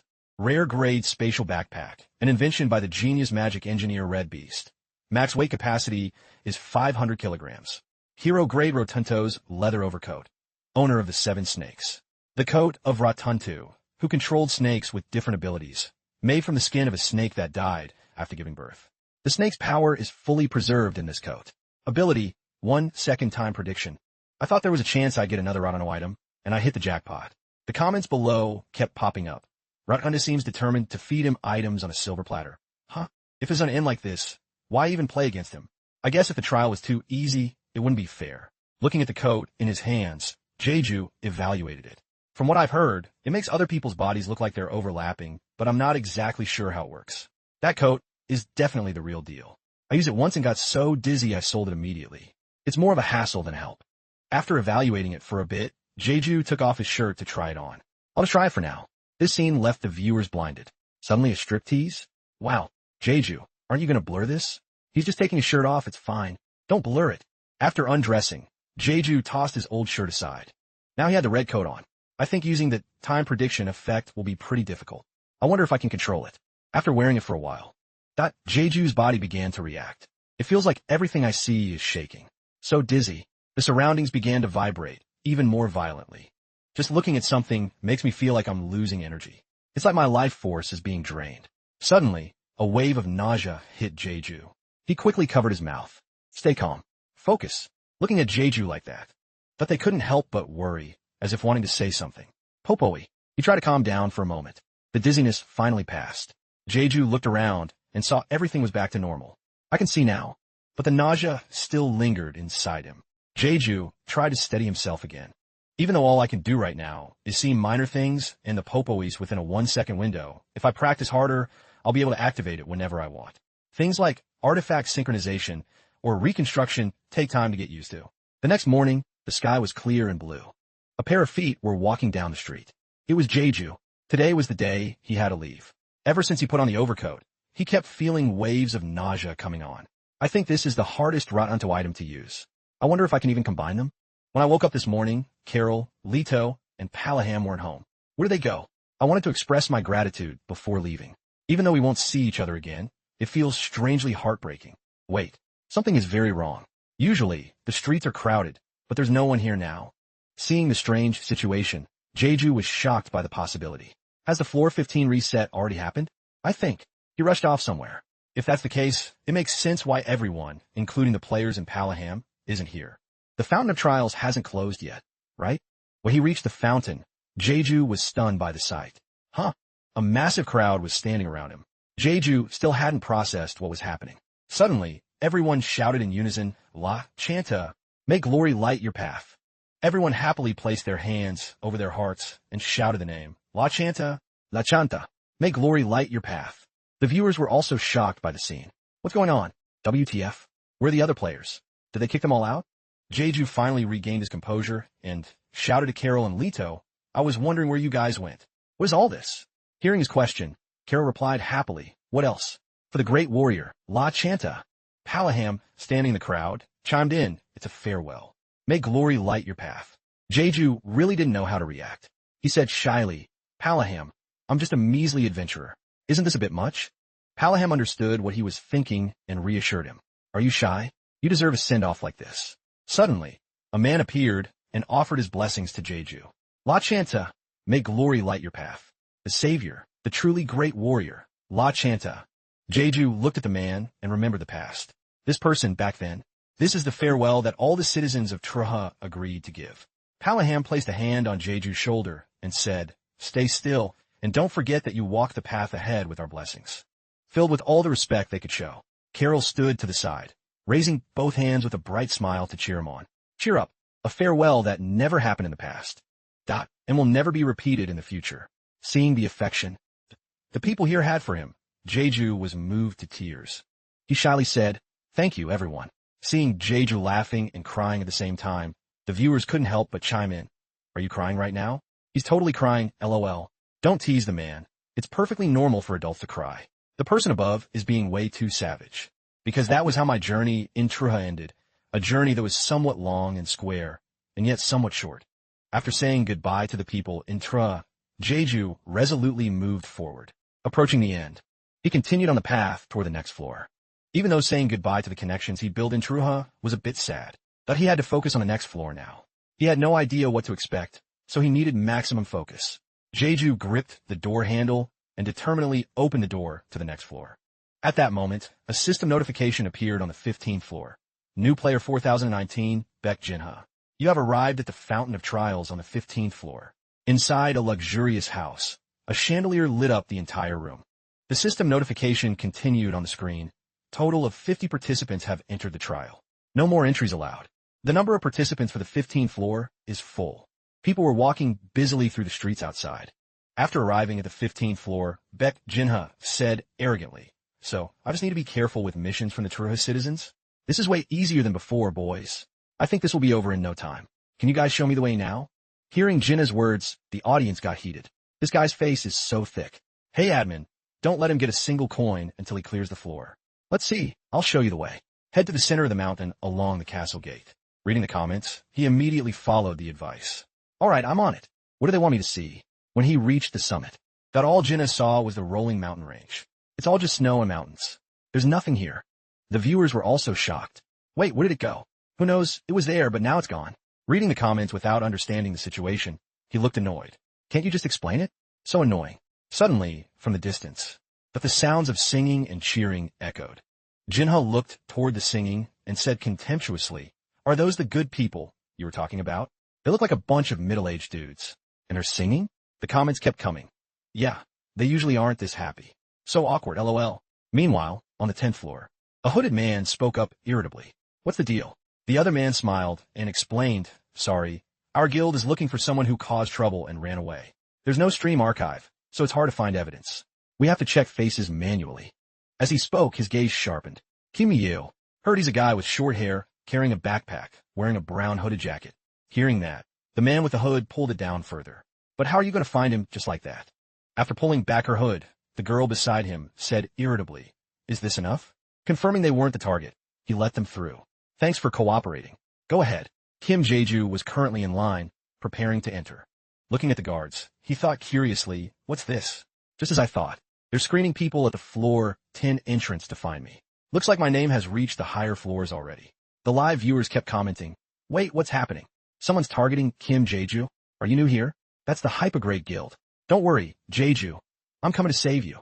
Jeju was feeling extremely anxious, gripping the hat on his head. Should I run? No, they'll just chase me. I can't get caught here. The effect of the Hall of Fame was easy to predict. Currently, top 1, Kim Jeju, top 2, Jaime Jess, top 3, Talabna. People seeing the rankings on screen got excited. A man said, "Hey, send a friend request, quick." The girl beside him was more cautious. "Wait, are we sure this is Kim Jeju?" The man snapped back, "Don't be stupid." After he got kicked, he was the last one to enter. Who else could it be? As soon as the results appeared, my information was spread everywhere. So I rushed to the 16th floor as soon as I could before things got messy. Players usually return to the 10th floor after completing a major mission. So I figured any guild targeting me would head to the 10th floor. I don't need to walk into their trap. Jeju was now at the gate of the 16th floor. The 16th floor mission was a large-scale challenge combining floor 3 and floor 4. 30 people on 2 sides must attack each other to win. Even if I run into them, I shouldn't act recklessly. The screen showed more comments. Don't you need a party for this? Why is he alone? Is Kim Jeju trying to pull an old boy or what? I'll give you enough money for fried mandu. Jeju old boy, like the famous Korean movie. Seeing the comments, Jeju smiled and said, "Just wait, they'll show up." The system announced, players 4,880, 4,882, 4,885, 4,891. Total of 30 players have entered. No more entries allowed. Hearing this, a man said in surprise, "It's closed already? But we're still missing one person." "Oh, someone's already here?" Required number of participants reached. Challenge difficulty will be adjusted based on the player's average level. 2 men saw something and said happily, "Ball's a guy, coming to the 16th floor alone." The other added, "We're lucky. I thought we'd be waiting forever." The floor 16 challenge will begin shortly. Infiltrate the temple of the ancient god. Time remaining, 10 minutes. Seeing Jeju standing alone. A bearded man instructed his companion, "I'll go talk to him. Tell everyone else to get ready for the challenge." Jeju had remained silent since he entered. The man looked at Jeju, whose face was hidden by his hood. He thought, why is he hiding his face? Is he a criminal? After a moment, he asked Jeju, "Hey, are you a player?" Jeju just gave a short yeah. The man approached, trying to start a conversation. "You here alone?" Jeju replied bluntly, "Personal circumstances." The man didn't give up. "Can I ask what those circumstances are?" Jeju refused to give out any info. "Sorry." Seeing he couldn't get any info, the man lost his cool. With a furious look, he pulled the sword from his back and said, "If you're not going to talk, it's going to be hard to fit in with us." Jeju's expression didn't change. He smirked and replied, "I get it, but it's hard to explain right now." Looking at Jeju's attitude, the man felt conflicted. He didn't want to fight yet. "I'm going crazy. Is there really going to be blood before we even start?" He decided to back off and talk casually. He introduced himself. "You seem pretty tense. Let's just talk first. I'm Lee Soyun." The system notification popped up. Time remaining before challenge, 20 seconds. Jeju finally introduced himself. "I am Kim Yeju." The system kept counting down. 10 seconds. Challenge start. As soon as the notification rang out, the stone statue behind Jeju suddenly moved. Lee Soyun was horrified by what he saw. "You crazy bastard." Behind, before he could finish, a flash of light obliterated the giant stone statue. Jeju used a single move to shatter the stone statue into 100 pieces. Shards of rock flew in every direction. Lee-sun couldn't believe his eyes. He gasped in shock, Hearing the massive explosion, the other players on the 16th floor turned around, full of curiosity. What the hell was that? Watching Jeju take on a stone statue solo, the livestream viewers were stunned. "Admin, is Kim Jeju insane? LOL. Bro, you really want to go solo? This is a bit much." After crushing the giant statue, Jeju kept moving forward, thinking my movements are fine. If anything, they've actually improved. If I want this plan to work, I have to wrap this up fast. The 416 challenge has only just begun. He placed his hand on a wall. Appearing before Jeju was a colossal stone statue, sitting cross-legged, clutching something. He stared intensely at the statue, weighing his options. If I overthink this, I'll just make things complicated. In that case, suddenly, the stone statue reacted. The bucket the statue was holding suddenly filled with some kind of liquid. The statue seemed to be staring Jeju right down. Back at the floor 16 entrance, after witnessing Jeju fight the statue alone, the blue-haired man said to Lee-sun, "That's insane. That guy from earlier must be a seasoned pro, right? How else could he clear that solo?" As the two reached an area scattered with blocks of ice, Lee-sun fell deep into thought. Since the first challenge of floor 16 is like floor 3, you can clear it solo as long as you know the statue's weak point. But after that, there are countless traps and seals. Once you pass the gate, There's a long hallway. If you walk through without knowing anything, the hidden statue triggers. The bucket it's holding spills a liquid that causes a massive AoE freeze. Even if you're lucky enough to dodge it, the area is hard to cross because of the freezing aura. Plus, even if you make it past the ice, statues attack from both sides while arrows fly from the front. That's why cooperating is the only way to survive this place. After analyzing the situation, Leeson directed his companion, "Apprentice, spread the sand we brought. Make sure not to touch the ice." "Got it, Roger." But the ice on the floor was pristine, without a single mark. The only mark. He continued to ponder. Suddenly, Leeson pointed to the ceiling and shouted, "What's that on the ceiling?" The blue-haired man looked up. The ceiling? They look like footprints. But why are they on the ceiling? Leeson looked at the prints and theorized. That player from earlier must have run along the ceiling to cross this area. He probably bypassed all these traps easily that way, which is how he beat the monsters so fast. Hearing this, the blue-haired man gasped in disbelief. He ran across that whole long ceiling? How is that even possible? Leeson gave a sarcastic smirk to the blue-haired guy. Was the way he smashed that statue normal to you? Didn't you see his movement? Before he could finish, the apprentice shouted, "Sand is all spread out, sir." After spreading the sand, the group stepped across the frozen area one by one. I don't know what his goal is, but he's definitely doing this to show off his value to us. Up ahead, Jeju stood before a wall covered in indicator lights. Jeju was about to touch a red light. Sensing something, he turned around and said, "So you've arrived?" Leeson replied, "Yeah." The path was wide open. Jeju had taken off his hood. Seeing his face, Sion was totally taken aback. "He's younger than I thought." Jeju flashed a smile, trying to get on their good side. "I know this is a bit rude, but can I ask for your guild's name?" Sion didn't hide it and replied, "We're Han Shin." Hearing the name, Jeju paused to think for a moment. "Han Shin," Jeju continued. "We can't just stand here talking forever. I'll get straight to the point. I need to ask you a favor." Meanwhile, at the floor 10 entrance, the Hypergreat Guild members were still aggressively hunting for Jeju. "We're from the Hypergreat Guild. Cooperate with us." When they tried to block the path, Leeson sneered mockingly. "Hypergreat? You guys are pretty full of yourselves, aren't you? Expecting us to wait just because of your reputation? Why should we cooperate just on your word? These people are my guild members." At this moment, Jeju was blending in with the Hanshin Guild to enter the floor 10 hub. He was still anxious, trying to reassure himself it'll be fine. They can't force Hanshin to comply. Seeing Leeson looking tense, the guy in the hat lowered his voice and offered a deal. "This is important. If it's a hassle, we'll give you 50,000 coins. Leeson was fuming now. "Are you looking down on me? If it were 500,000 coins, we might consider it, but what's this? 50,000? Get the hell out of here. I'm already pissed off from being stuck here." Seeing that it wasn't going to work, the two stood motionless for a moment. Then they bowed and apologized. "We're sorry. Please let Leeson's guild through." Once Jeju successfully made it into floor 10, the guy in the black hat grumbled behind his back. "Is Hanshin really that strong? Why we have to be so careful with him?" The red-haired guy explained, "Don't you know? Their guild leader basically runs floor 10. There's zero profit in picking a fight with them." Finally past them, Jeju let out a sigh of relief. Phew, it was already getting dark. Jeju replied politely, "Yes, I'll head to the location you mentioned. Thanks for the help." "Isawanukt. Haha, it's nothing. We're the ones who got helped. We didn't do much and still got rewards for a level 60 difficulty challenge. I only did it because I need your help too. So don't sweat it." Livestream viewers seeing Jeju talk to the Hanshin guild members started commenting. "Why is he suddenly hanging out with Hanshin? Those Hanshin nut jobs? LOL, they literally own floor 10.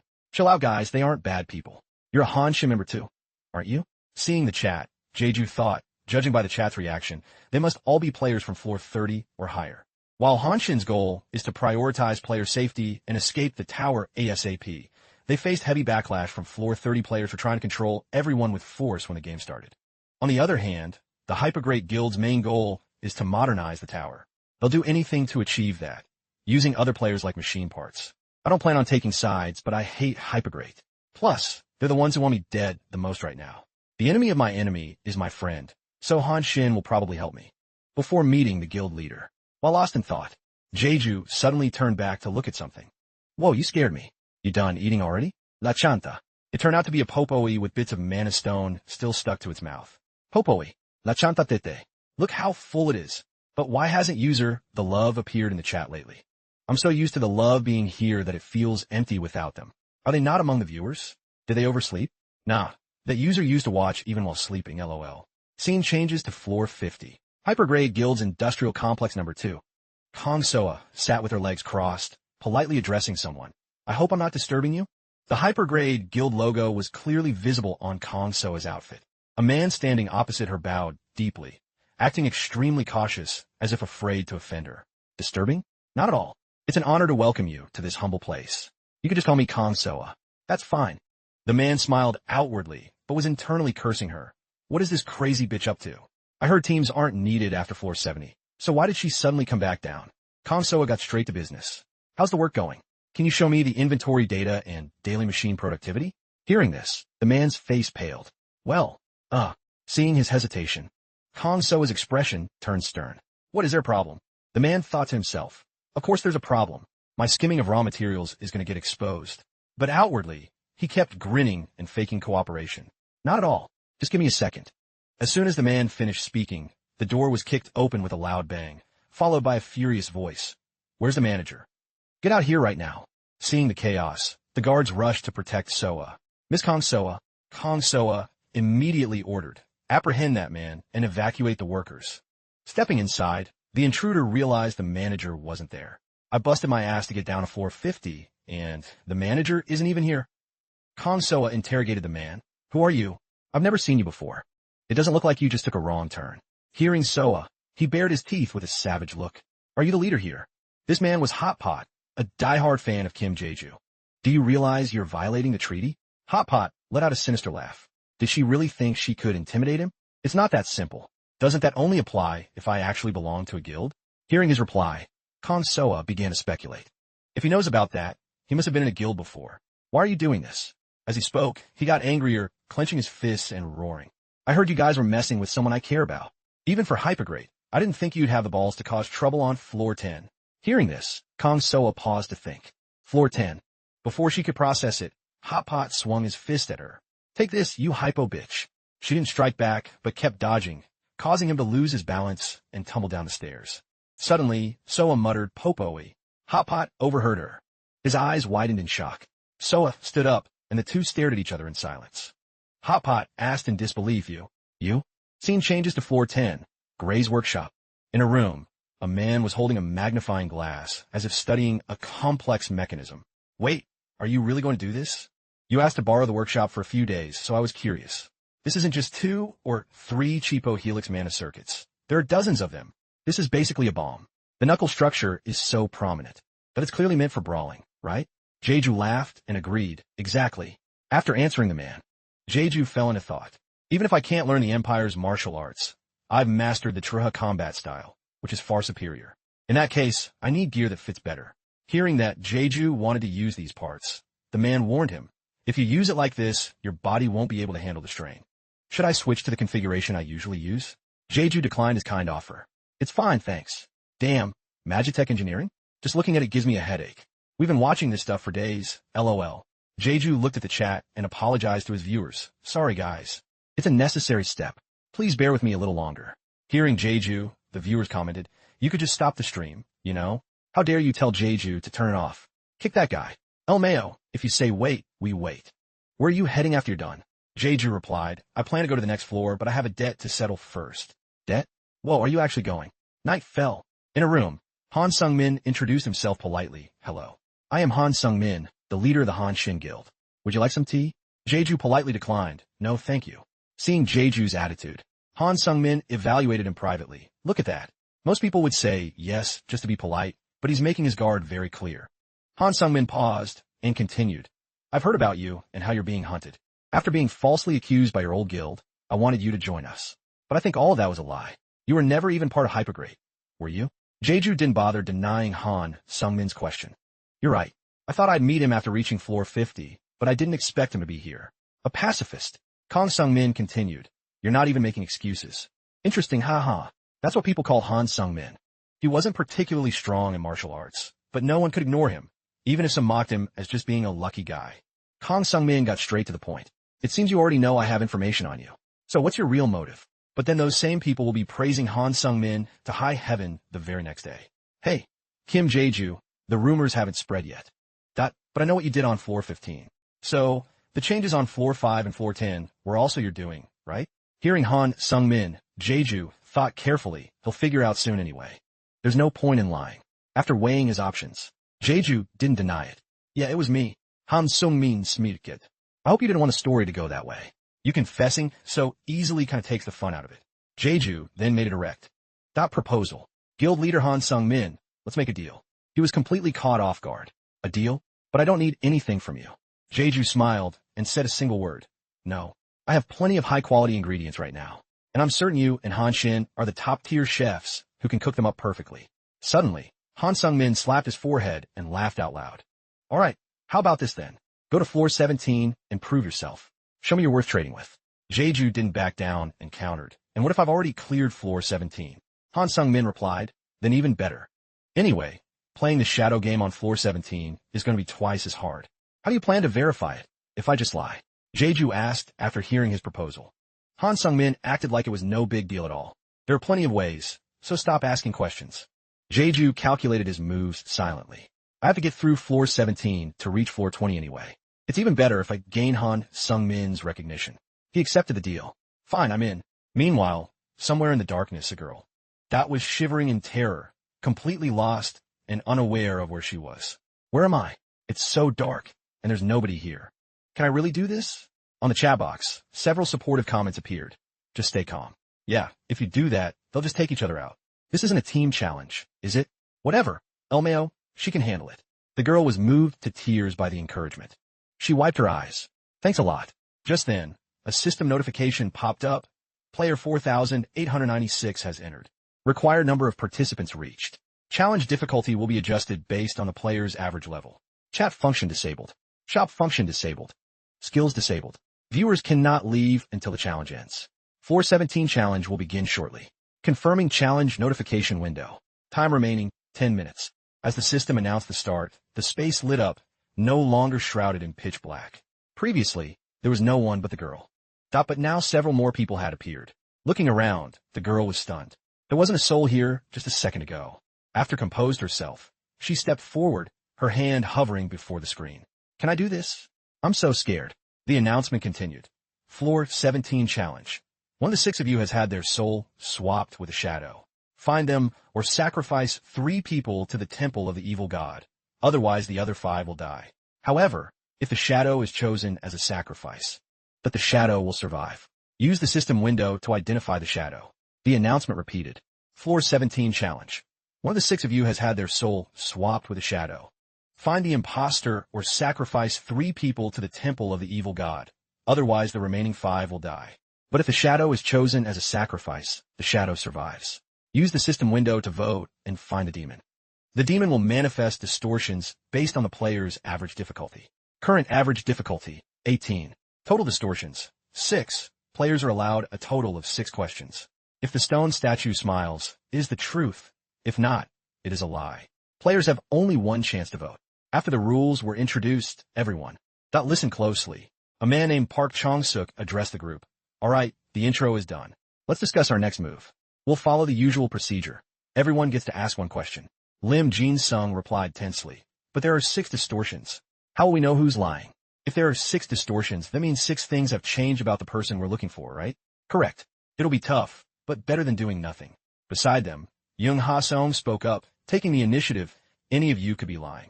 I was a psychology major back on Earth, so I can see right through people. Kim Jeju hadn't said a word yet. He observed the situation, thinking, everyone's clothes have changed, and our items are gone. I hope the Popois are okay. The system notified. Time remaining until challenge. 0 seconds. Challenge start. Everyone heard the signal, and tension filled the air.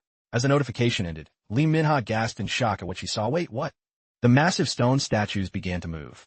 Time remaining for decision. 60 minutes. Everyone turned their gaze toward the stone statues. Jeju watched every detail, thinking one look is enough to see what happens to the sacrifices. How brutal. Lee Minha broke the silence.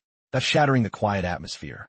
Shouldn't we just pick the most suspicious person and ask the statue if they're the demon? Park Chong-suk countered. Asking if someone is the demon directly is a waste of time. Minha continued. Then I'll know the reward is worthless. Maybe we should just draw straws or something.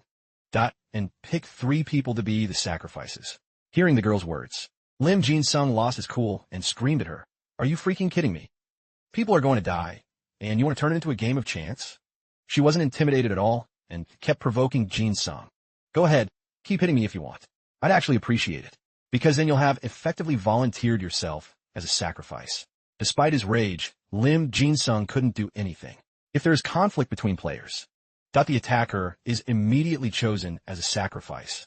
This was a rule set by the admin to ensure the challenge couldn't be easily cleared by brute force. Kim Jae-ju watched from the side, thinking, if this keeps up, he might actually hit her and end up as a sacrifice. Lee Min-ha then turned to Yumi. Actually, young Yumi had been extremely high-strung since the moment she entered. When she heard her name called, she shrieked in terror, yes? Min-ha continued, you said you were a personal trainer on Earth, and you recently switched to magic instruction, right? Yumi replied hesitantly, Is something wrong with that? Lee Min-ha continued her interrogation. Kim Jae-ju also said he studies magic instruction, and he clearly stated the names and levels of his skills. But why are you being so vague about yours? Yumi trembled, unable to find the words. Well, Before she could finish, Min-ha stepped closer menacingly. If you won't be clear, I can't help but suspect you, you know. Panicking, Yumi blurted out, I just heard from a newbie on floor 6 that they created an incredible pair of mechanical gauntlets. Using magic instruction on floor 6. That's why. Jeju's ears perked up at her words. Floor 6? Mechanical gauntlets? Yumi's voice grew louder and more frantic. I'm not good at magic, and I'm not brave enough to fight on the front lines. I heard magic instruction was low effort, and that's why I switched. Having found the answer she wanted, Lee Min-ha gave a mocking laugh. You should have just said that from the start. Don't you see how stressed everyone is? Yumi was now deathly embarrassed, covering her face. Why you're so mean? I'm just a bit introverted. She lowered her hands, tears still glistening on her face. Suddenly, Yumi looked toward Jeju. Lim Jin-sung's jaw dropped at what she said. After successfully digging up the info, Lee Min-ha turned to Young Ha-sung. Hey, Mr. Psychology Expert, is she lying? Yumi felt things had gone too far and screamed angrily. If you're going to make things this ugly, you're the one who looks more suspicious.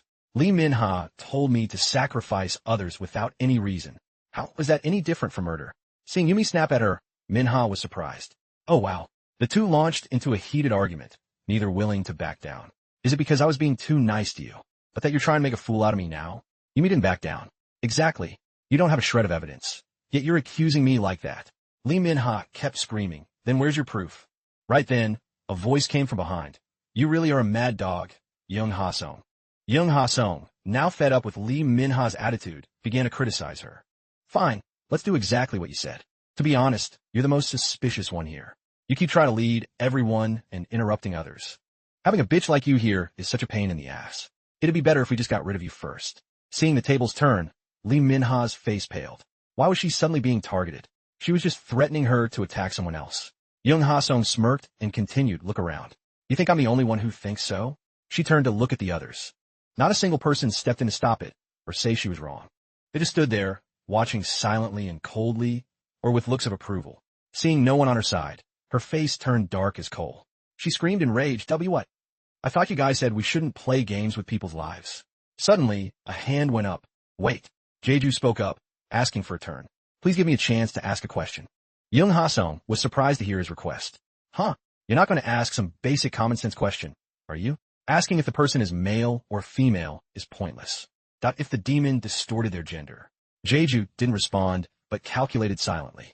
As she said, the statue's judgment is based on the original gender.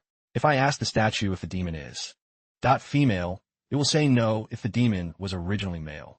Asking about things that are easily changed, like gender or profession, won't help find the demon. Park Chang-suk interrupted Jeju's thoughts. He chuckled and said, isn't it better to sacrifice one suspicious person than let 5 people die? Can you be so sure you won't be chosen as a sacrifice? According to the current situation, it would be Lee Min-ha and Young Yumi. So who would be the last one?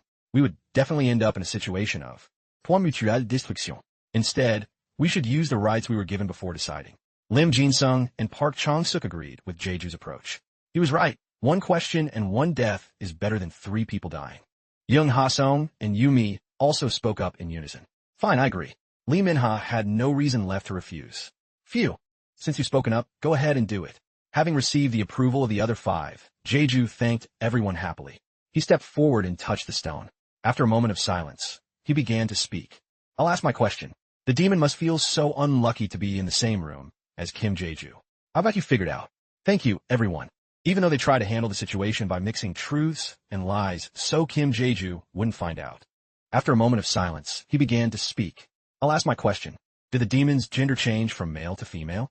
Hearing Jae-ju's question, Lee Min-ha screamed at him in a rage. Hey, just asking about gender isn't enough. What are you going to do if you're wrong? The statue remained motionless for a second, then it suddenly smiled. Just like that, one question was proven correct. Unfazed, Jae-ju smiled and turned back to reassure the others. I know who the demon is. Lim Jin-sung was shocked and still couldn't believe it. You know, just from that one question? Jae-ju explained. Even if the gender changes, habits stay the same. If it's someone you know, it's even more obvious. The more Jin-sung heard, the more stunned he became. Someone you know? Jae-ju continued. That's right. We've met before, haven't we? Miss Young-yumi? Yumi didn't understand what was happening. Why was he asking her this? She desperately denied it. What are you talking about? I've never met you before, Kim Jae-ju. Jae-ju kept going. Or should I call you Mr. Young Kong-hyuk? Hearing that name, Lim Jin-sung wondered, Young Kong-hyuk?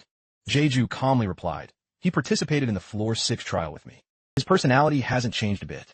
Do you remember what Young-yumi said when we first met? On Floor 5, she chose a high difficulty level. And she said she could use a bayonet. She would definitely have to be a level 6 Commander Knight. You see, I'm a knight. I chose high difficulty and won the Commander Knight position on Floor 5. You can trust me. She had introduced herself as a fitness trainer. I'm 26 years old. I'm a trainer in real life.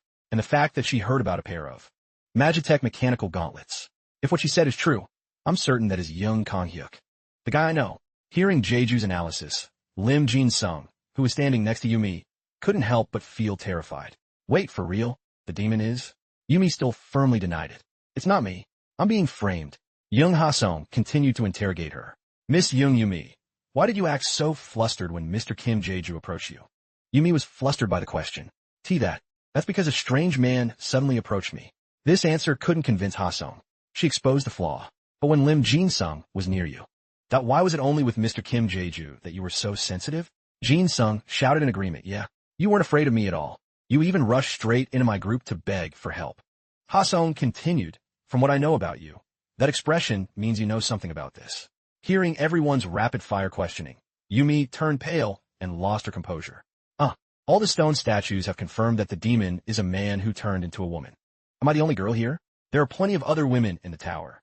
Isn't it too much to just target me like this? At this point, Jae-ju was also losing his patience.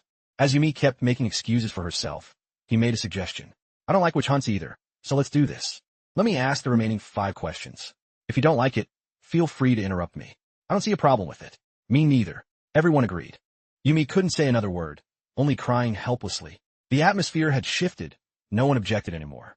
Jae-ju walked back to the stone statue and touched it. Before I came here, had the demon ever met me? Did the demon meet me on Floor 6? Once again, the stone statue smiled, as if exposing everything. Jae-ju turned back to I'm sure it's a mistake. Before she could finish, Jin-sung pushed her away. Get away from me. The answer seemed clear. Ha-sung spoke up. Well, it's settled then. Let's vote. We don't have much time. Hearing this, Yumi completely collapsed, unable to believe her ears. You guys are joking, right? That guy is lying. That bastard Kim Jae-ju is tricking us. Do you want to die? Everyone was ready in front of the screens to vote. Yumi still tried to scream to get their attention. It's not me. It's really not me. Just consider yourself unlucky. The system announced. Voting complete. Jae-ju waited calmly for the result. Result. Young-yumi, 5 votes, invalid, 1 vote. As the system's confirmation echoed, Yumi tried to cover her ears, refusing to accept the reality. This is ridiculous. No way. She completely broke down as she looked up. The statue smiled. The result was correct. Suddenly, a massive stone hand grabbed Yumi. She struggled desperately, but was completely helpless. Please. She was tossed inside. Heavy stone bars slammed down, sealing her fate. She was completely trapped. I don't want to die. Just then, a blade fell, accompanied by her blood-curdling scream. The cold blade mercilessly took Yumi's life. Everyone else stood by in silence, watching the scene unfold. Yumi was killed, and the system announced. You have eliminated the demon. Trial cleared. Chat function enabled. Storage function enabled. Skills enabled. The portal to floor 18 will open now. The portal to floor 18 will open now. As he prepared to step into the red vortex, Jin-sung turned back with a bright smile for Jae-ju. Hey, Kim Mi-yeol. I'll buy you a meal next time we meet. See ya. Chang-suk also waved goodbye. Man, so this is why everyone is terrified of floor 17. You're good. I'm only alive because of you. Take care. Jeju watched them leave one by one. Jeju stood silently, thinking to himself, they sure left in a hurry, haha. Just then, Ha-sung prepared to enter the portal. She turned to Jeju and said, Mr. Kim Jeju? Yeah, you passed the test. Peace out. Ha-sung looked back at Jeju with a mysterious smile and said, you cleared it. Jeju was silent for a moment when she said he cleared it. He suddenly snapped out of it and asked, wait, what do you mean by that? Ha-sung said nothing more, just kept smiling at him. Then she pointed to the screen and chirped. The viewers told me to say that to you. Jeju was startled, then laughed along. Ha ha, I see. Scene changes to guild leader Han Sung-min's residence. Lee Se-eun stood there reporting the status. Guild leader Kim Jeju has completed the trial. Han Sung-min replied with a smile, yeah, I heard. Se-eun was incredibly frustrated by the leader's response. Seriously, you're such a slave driver. If you already knew, why did you make me report in every single day? Han Sung-min didn't get angry. He just gave a perfectly logical reason. Haha, you know how people talk. If you didn't come by, I'd look like a total loafer. But I heard floor 20 is a total shit show. Have you picked up on anything? Lee Se-eun expressed that he had no time for such matters. Ahem, you know I've been busy lately. That new guild being formed is a real headache. Han Sung-min guessed who he was referring to. Oh, you mean that high school girl? You should learn to prioritize what's important. You're acting weird. Are you having a rough time lately? Hearing the reminder from a superior, his son panicked and apologized. I'm sorry, sir. Han Sung-min looked out at the sky and continued. You know about it, right? The blackout incident. Recently, an event occurred where every player on floor 10 was temporarily moved to a pitch-black space. When they returned, a lot of things had changed. They're calling that phenomenon the blackout. The guild leader was currently unsure of his own judgment. Maybe not. I can't be sure. But floor 15 has definitely changed. They might be on the verge of a riot. He suddenly went quiet, thinking to himself, and the root cause of all those changes. That is probably that guy. An image of Jeju flashed in his mind. It's been a while since I've had this much fun. After all, a life without surprises is the most boring kind of life. Scene changes to another location. I definitely can't see them. Jeju was currently walking down the street, observing his surroundings as if looking for someone. I walked all the way from the portal and didn't see a single soul from the Hypergrade Guild. Those guys were camping floor 10 to find me. Did Han Shin take care of it? No, that would be too obvious. In the middle of his thoughts, the blue-haired man spoke up. Mr. Kim Jeju, this way, please. The system notification popped up. User The Love has sponsored 5,000 coins. A voice message played. Jeju, it's your big brother here. Hearing The Love's voice, Jeju replied happily. Ha, there you are. Thanks for the support. The chat box was also filled with comments. Long time no see, The Love. Did something good happen? What's the deal? At this point, Jeju was led inside. The blue-haired man brought him to a room. He knocked politely. Guild leader Kim Jeju has arrived. He then opened the door and invited Jeju inside. Once inside, Guild leader Sung-min spoke to him politely, have a seat. You're late. You weren't planning on running away, were you? Jeju replied with a blank expression. Didn't you say I already passed? Hearing that, the guild leader couldn't help but laugh out loud. Haha, you noticed? I really went through a lot of trouble. I was worried about what to do if my surveillance network missed you. So, I might have overstepped a bit. Jeju smiled back, but internally he was cursing. Trouble my ass. Han Sung-min must have identified that every player who entered at the same time as me, then planted his underlings disguised as viewers to keep tabs. It was a flex to show he has the power to make players obey him, and that he controls a massive number of people. He's telling me he can watch me anytime. It's basically a warning not to try anything funny. It was petty, but effective. Jeju said nothing more and prepared to stand up and leave. Seeing him move, Sung-min spoke up. Kim Jeju, what is your true identity? I thought you were just a lucky break, but I've never seen anyone clear floor 17 so calmly. It's like you know this tower inside and out. Hearing that, Jeju countered with a question. Does that really matter? The man didn't hide his curiosity about Jeju's true identity. Yes, I'd very much like to know. I haven't encountered anything this interesting in a long time. Seizing the opportunity, Jeju laid out his terms. Let's make a deal then. I've already used my skills to prove that I'm not some low-level nobody. Now it's Han Sung-min's turn to prove himself, to show if he's the partner I actually need. We're on equal footing now, aren't we? Jeju didn't back down and shot back, is that so? Han Sung-min observed Jeju closely, calculating his moves. No reaction? This is going to be tough. Right now, we're playing a game of who holds the better cards regarding information.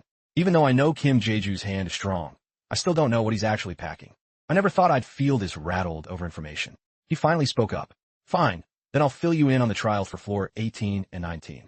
That's what makes this interesting, right? Jeju refused again. No need. He didn't expect such a blunt rejection. No need?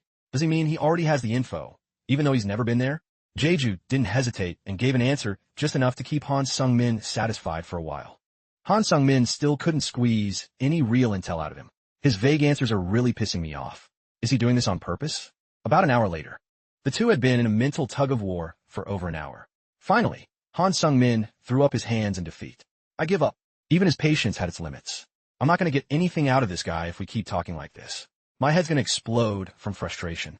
After conceding, he took the lead and asked, "What's your proposal, Jeju? What do you want? I'll help." Having achieved his goal, Jeju finally wore the smile of a winner. Jeju slowly stated his demand. "What I want you to do is eliminate me." Upon hearing Jeju's intention, the room suddenly fell deathly silent. Han Sung-min was floored by the request. "Huh? You wasted all this time just to ask me to kill you? Are you pulling my leg?" Seeing the misunderstanding, Jeju quickly clarified. I'm sorry. That's not what I meant. I meant I need you to make sure I don't pop up on anyone's radar until 4:20. Hearing this, Han Sung-min just froze. He tapped his head, signaling he caught the drift. "So, you want me to kill the rumors that are spreading?" Jeju didn't deny it. "Exactly. Can you do it?" Han Sung-min replied, "Of course not. The cat's already out of the bag. Those rumors are everywhere. However, I can make your presence fade into the background." Jeju asked how. Han Sung-min smiled and replied, "Simple. We just mix. The high-profile rumors that have been viral lately. With the rumors about you, Kim Jeju. We use rumors to bury rumors. Doing that will buy you enough time until you hit 4:20. What do you think?" Jeju's tense face finally relaxed. He agreed, "That works for me." Having secured the agreement, Han Sung-min still felt it wasn't enough. He had to take the L here. "We reached a deal, but I'm still coming out behind. Retiring as a guild leader now would really bruise my ego." Han Sung-min continued with a request of his own. "Since I humored you first, can I ask one more question? But you have to be honest." This time, Jeju comfortably accepted. "Sure." He thought to himself, better to keep the deal fair. After all, Han Sung-min and I will likely have to back each other up in the future. Han Sung-min spoke out of the blue. "This is a piece of info I haven't quite pinned down yet. I heard you were wearing a fursuit on floor 15, and word is that suit was making noises." Kim Jeju paused for a moment to think. Hiding it will only make things more exhausting for both of us. If this guy is determined, there's nothing he won't find out. Jeju let out a long sigh. Phew. He decided to tell the truth without hiding anything. La, Godin, Vidin. Guild leader Han Sung-min still didn't get it. His face was full of confusion. "Huh? What do you mean by that?" At the call, Jeju opened his backpack. As if finally being set free, the 3 popoes jumped out, making cute little popoe sounds. Seeing them, Han Sung-min froze solid, not knowing how to react. By now, the 3 popoes had settled themselves comfortably on Jeju. Popoe. Han Sung-min gospedin hook. That is a real surprise. They're so tiny, and they look completely defenseless. Just as he finished his sentence, the popoes bared their razor-sharp teeth at Han Sung-min, looking menacing. Seeing them like that, he continued, "Actually, they seem scared of me." Watching the popoes' reaction, Jeju remarked, "You must have been pretty brutal back on floor 8, huh?" Popoes are extremely sensitive to the deaths of their own kind. Avoiding the question, Han Sung-min changed the subject. What kind of guy do you take me for? Anyway, what did you do before you came to the tower, Mr. Kim Jeju?" Jeju saw right through him, realizing he was dodging the topic. No more beating around the bush.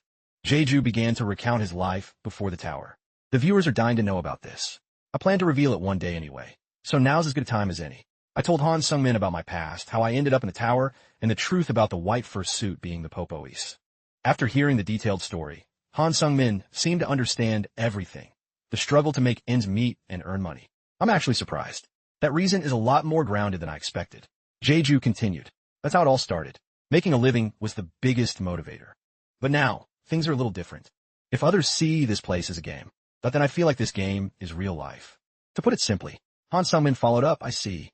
In other words, you're completely immersed in the game." Jeju didn't deny it. You could put it that way. Jeju suddenly called out, "Han Sung-min, you're playing because you're bored, aren't you?"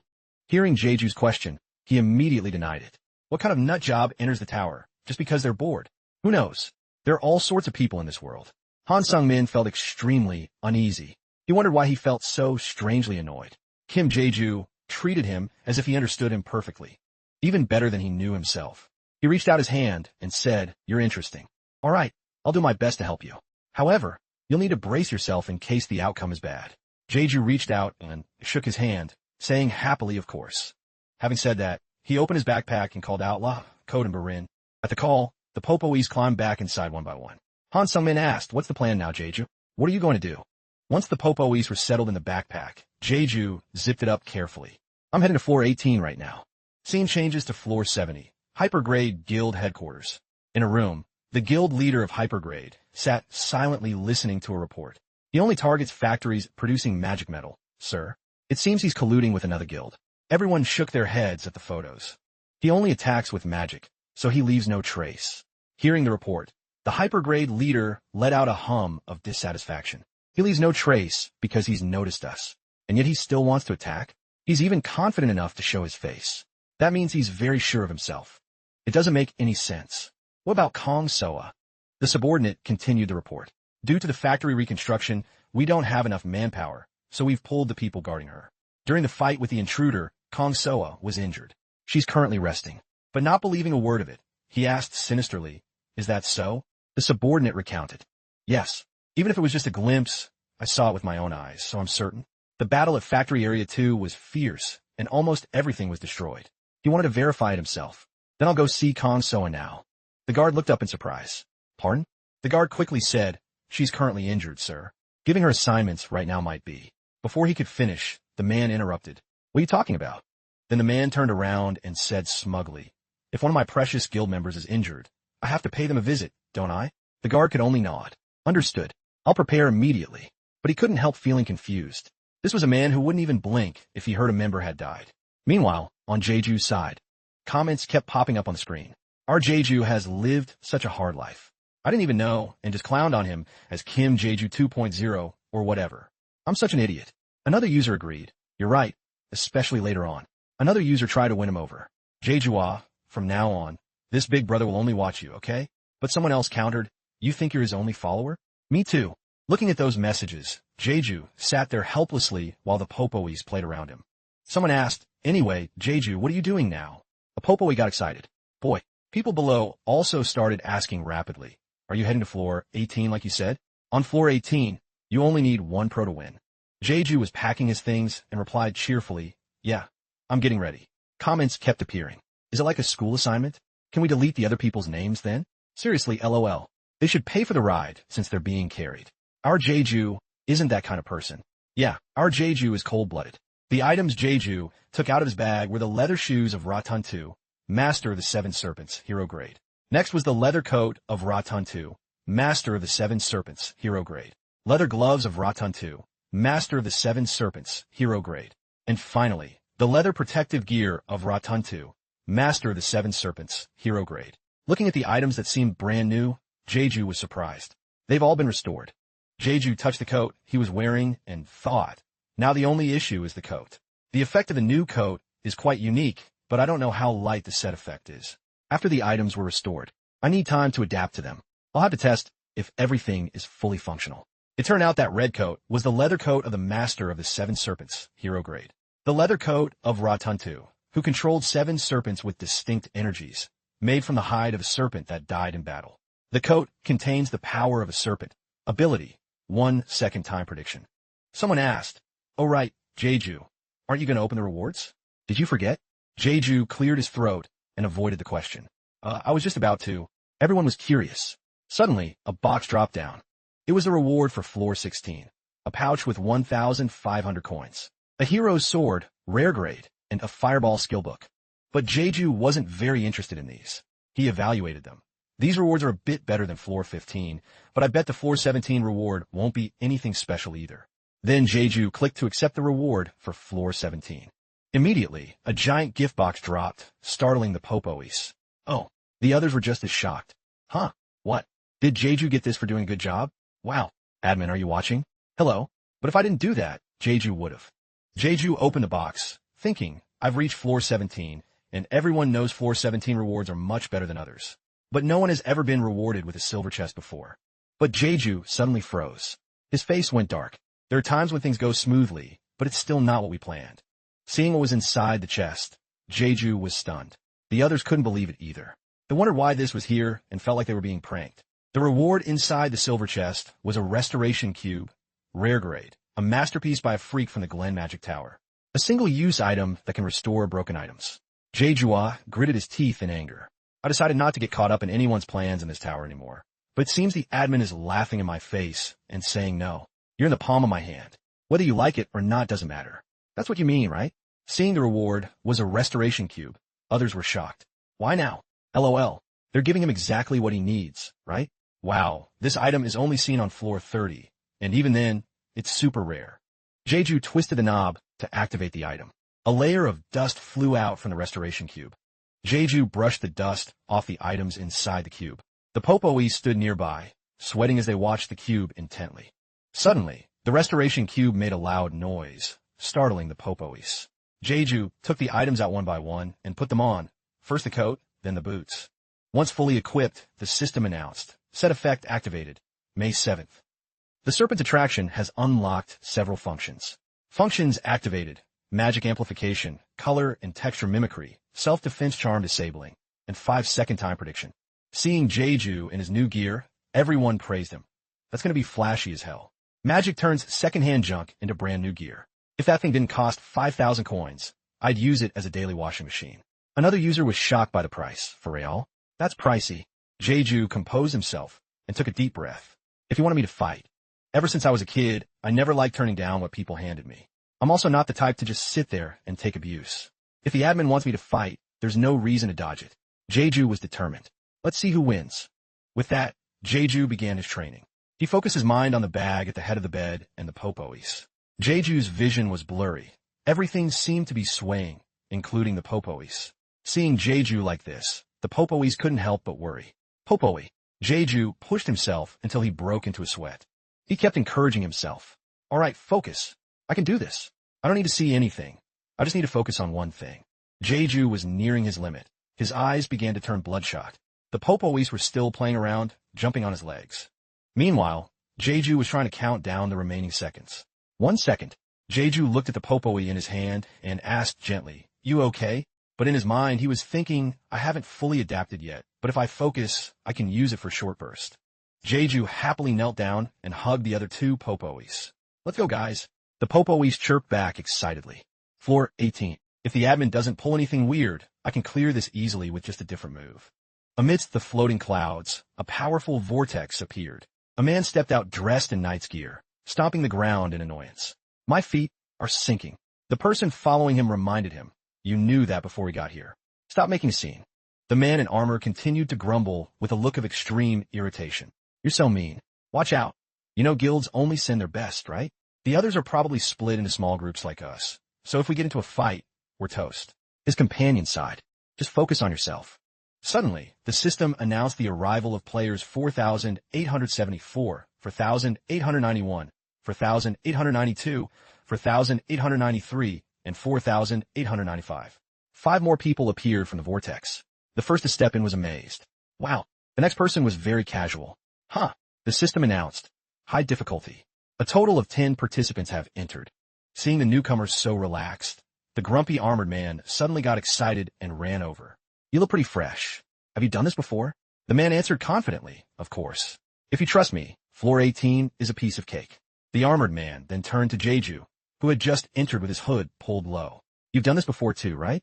Jeju replied, No, this is my first time. The man in armor didn't seem to believe him. He laughed. Yeah, right? You're lying. He thought Jeju clearly looked like he knew something. His voice and movements were far too calm. Everyone had gathered. The system announced. The floor 18 trial will officially begin. The clear blue sky suddenly darkened until it turned pitch black. Then, a flash of light appeared in the darkness. A giant golden cage fell from the sky. The players quickly jumped out of the way. Looking at the cage, some were terrified, some curious, and others were intensely excited and showed no fear. Inside the cage were giant blue demon birds with razor-sharp claws, shrieking loudly. The blue demon birds in the golden cage kept up an ear-piercing scream, trying to break the bars to escape. The system explained the rules. Capture 5 blue demon birds within the time limit. A girl standing in front of the cage trembled just from watching them. Note, if any blue demon bird among those captured dies, you will fail this challenge.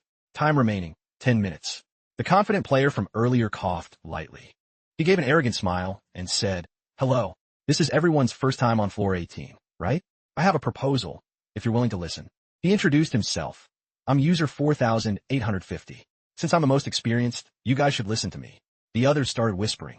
What's he trying to pull? But listening for a second won't hurt. He introduced himself again. I'm user 4850. Since I'm the most experienced, you guys should listen to me. The others kept whispering. What is he up to? But let's hear him out. Jeju remained silent. In this tower, a user's ID is like their age. It reflects the amount of experience they have. He thought, advice from an experienced player could change the lives of those who can't get info from guilds. Unlike the birds in low-difficulty trials, mid-difficulty blue demon birds are incredibly fast.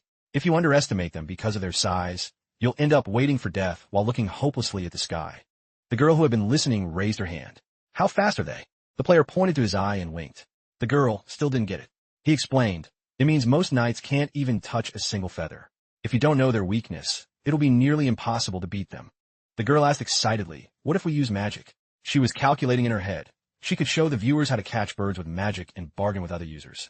2 birds with 1 stone. The man shook his head. Won't work. The girl was shocked. What? He explained in detail, the feathers of blue demon birds have very strong magic resistance. Even if you use attribute magic at the max power of an intermediate level, it'll only stop them for a second. The armored man asked, then can't we just catch them right before they leave the cage? Or surround them and attack as soon as it starts? The man sighed. That's even more impossible. Blue demon birds become extremely violent when caged. Even if we try to surround them, the only outcome will be us watching feathers fall on the ground while being ripped in half instantly. Everyone turned pale with fear. The players started buzzing. So we're dead meat? If we can't beat them with speed or magic, how are we supposed to catch them? Are we gonna die? A user tried to help the players. The weakness of those birds is, but before they could finish typing, the system blocked them. User Rin Rin has been banned from the broadcast. Other users quickly logged out. Bye. Seeing this, the girl felt terrified. Even getting hints from viewers was strictly forbidden. The confident player from before smirked and made his offer. So here's my deal. How about 500 coins from each of you? I know their flight paths and movements. I can help you finish this trial quickly. He looked at the others with contempt, thinking, choose wisely. No matter how much you think, you're still in the palm of my hand. Since I've done this floor countless times, the reward is only 1 coin now. But after setting the mood like this and telling them their weakness, I'll only need to catch about 3 birds and the trial will end. I'll make a nice profit from these newbies and get the bonus reward at the end. Meanwhile, the other players were still discussing the offer.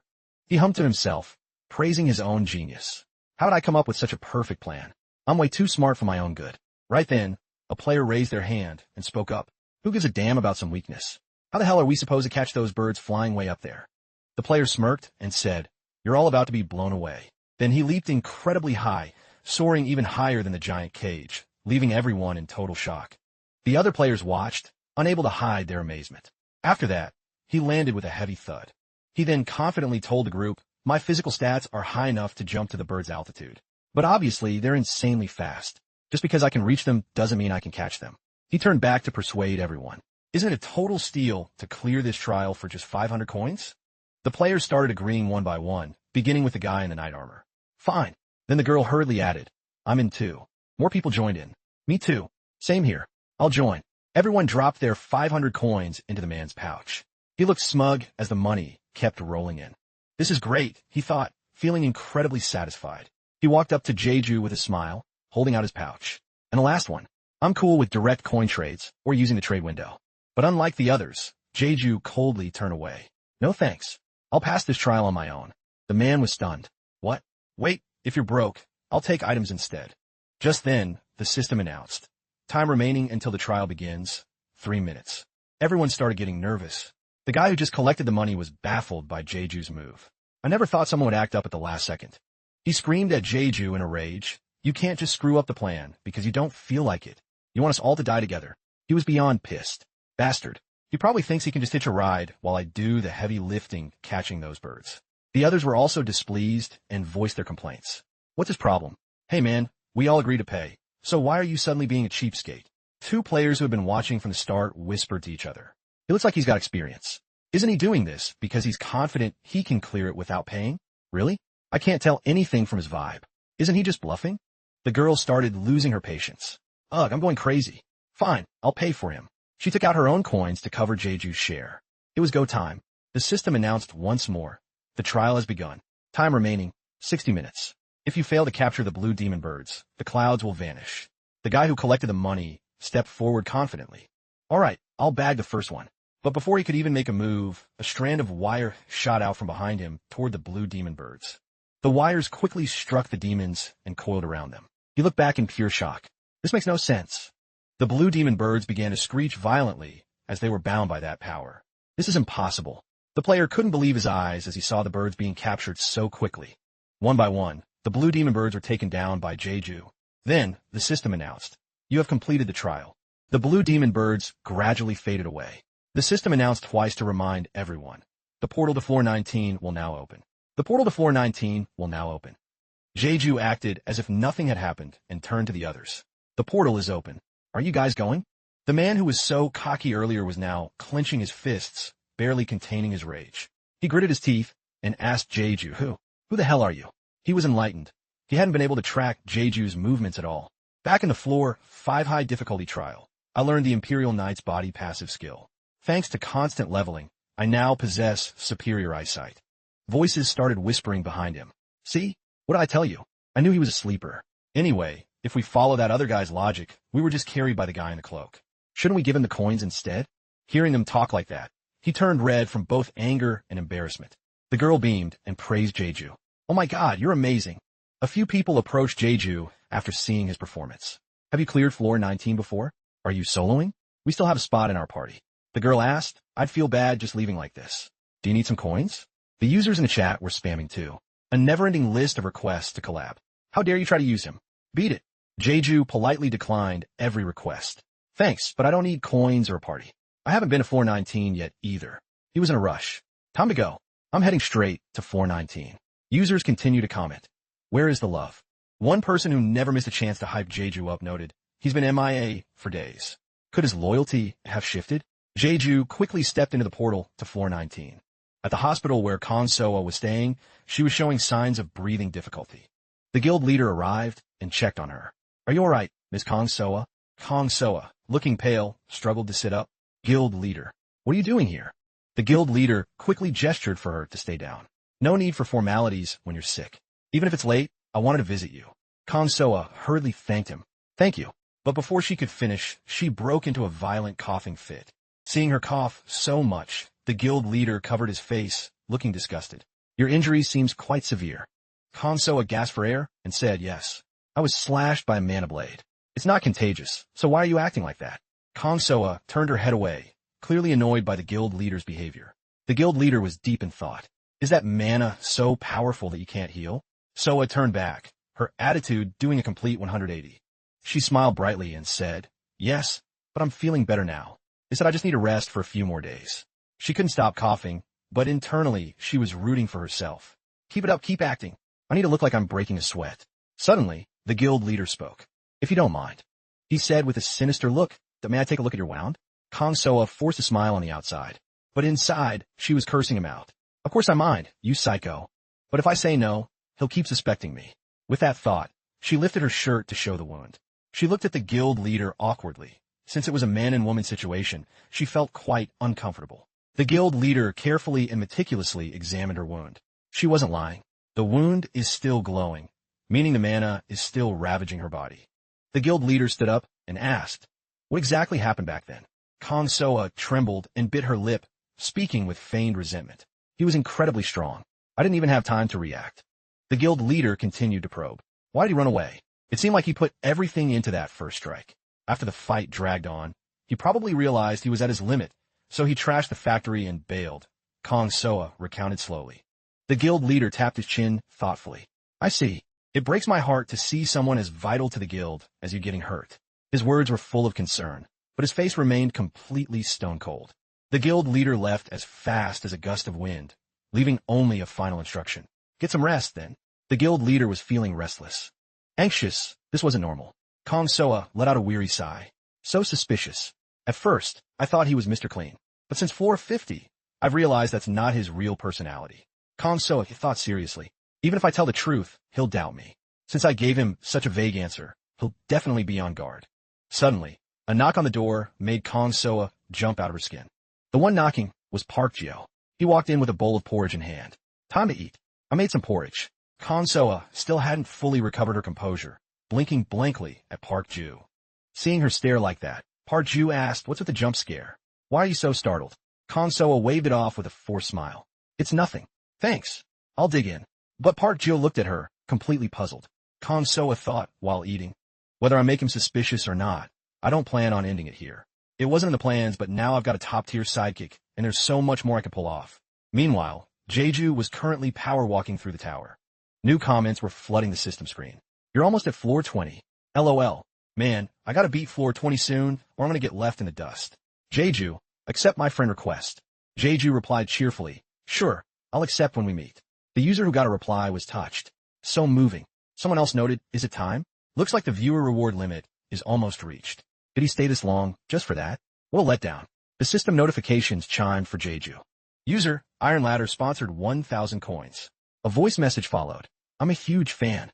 LOL. User turned the tables before level 5 sponsored 1,500 coins with the slogan, "Money's flowing in, open the bag." User Chicken Leg Thief. "I see everyone supporting me with so many coins." Jeju was thrilled. "Thanks everyone." A user commented, "It's all for our mutual benefit." Jeju touched the door leading to floor 19. "Alright, I'm heading in." A system alert rang out. Players 4,884, 4,891, 4,901, 4,902. High difficulty. For players have entered. Minimum requirement met. The scenery of floor 19 emerged. The floor 19 trial will begin shortly. This is a 3D maze created by Ryzen, the genius of the 4th Magic Tower. Escape the tower within the time limit. The maze expands based on difficulty. Time remaining, 10 minutes.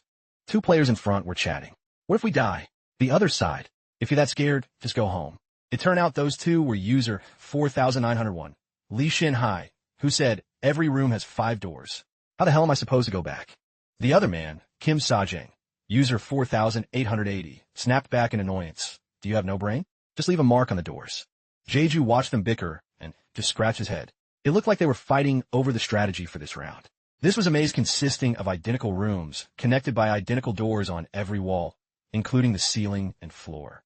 The goal was to find the exit. The high difficulty version had hundreds of rooms. Every time you enter a new room, traps or monsters appear, and if you're unlucky, you'll get ambushed by magic. Furthermore, both the entrance and the exit of this maze are in the same spot. Jeju got into a ready stance. So, the floor 19 trial seems the same as before. In other words, this room was both the entrance and the exit. Jeju looked up and thought. Jeju scanned his surroundings. If my guess is right, this door glowing with blue light is definitely. Jeju placed his hand on the door to investigate. Once you find a switch hidden somewhere in the maze and activate it, the hidden entrance in the room will appear. Leaving the maze through that exit is the clear condition. Jeju smirked confidently. Then, suddenly, someone spoke up to stop the argument. "Alright, calm down. I knew this would happen, so I prepared in advance." The one speaking was Baek Jinha, user 4,902. He pulled out a floor 19 strategy guide to show off. "I got this guy back on floor 10. Cost me a fortune." Baek Jinha excitedly introduced his book. "Everything's in here, from switch locations to things to watch out for. You guys gotta trust me." Kim Sajang asked coldly, "Where'd you buy that?" While Lee Shin-hai was thrilled. "For real? Kim Sajang Sigid. Is this even legit? What if he got scammed?" Baek Jinha panicked. My viewers said it's reliable. I bought it from Famous Guild. Don't worry." Kim Sajang scolded him angrily. "Unbelievable. You're still live streaming at a time like this? Our lives are on the line. What if we trust you and die? Who's gonna take responsibility?" Jeju actually agreed with Kim Sajang. He had a point. Humans only have one life. Trusting info from someone you just met is a bit. The system announced. User Wild Rabbit sponsored 500 coins. The comment said, "Exactly. Stop being so suspicious." Baek Jinha turned around and thanked him happily. "Thanks for the 500 coins." Seeing his opinion ignored, Kim Sajang was both furious and embarrassed. Kim Sajang's face turned red with shame. He turned to scold Lee Shin-hai, who was stifling a laugh. "You laughing?" Lee Shin-hai couldn't stop. "Fefe, no. I just have a cold." Kim Sajang baked, dummy. "Do I look like a pushover to you?" Jeju quickly raised his hand. "Sorry for interrupting, but I'm gonna break this floor. Everyone, move to the edge of the room." As he spoke, Jeju pointed to the floor where the blue light was emanating. He cursed in a rage. "What the hell? Are the players in this round all brain dead? You're just gonna do that and kill us all?" Jeju replied, "Believe it or not. If you don't want to get hurt, move." He snapped back. "What? You little brat? You want to die?" The other guy held him back. "Chill. Let's see what he's up to first. Let's just wait and let it give a shot." But while he thought this was a waste of time, The girl beside him chimed in. Fine by me. It's only a minute out of an hour. Seeing the girl support him, he shot her a glare that didn't miss. He didn't overthink it and got straight to business. All right, everyone, please move back, cover your ears, and look away. This might get a bit messy, and your eyes could get hurt. Everyone quickly followed his lead. He placed his hand on the floor. The seal emitted a glow of mana. It felt familiar, like the glow from a giant mana stone. I cleared the floor 14 trial in an unconventional way before, which means I could do the same on floor 19. It wouldn't hurt to try once. He summoned the Popoes. They looked at him with pure excitement. He asked them if they could eat this. They took a lick, and a feeling of pure bliss surged through their bodies. Seeing that this stuff was edible, he gave a sinister grin and called his little babies. Time to strike. They lunged forward and started feasting at Godspeed. He praised them, good job, guys. The room below is also packed with mana. The switch must be down there. It's weird that the switch is so close to the starting point. He told the little ones, if anything goes south, get back in the bag immediately.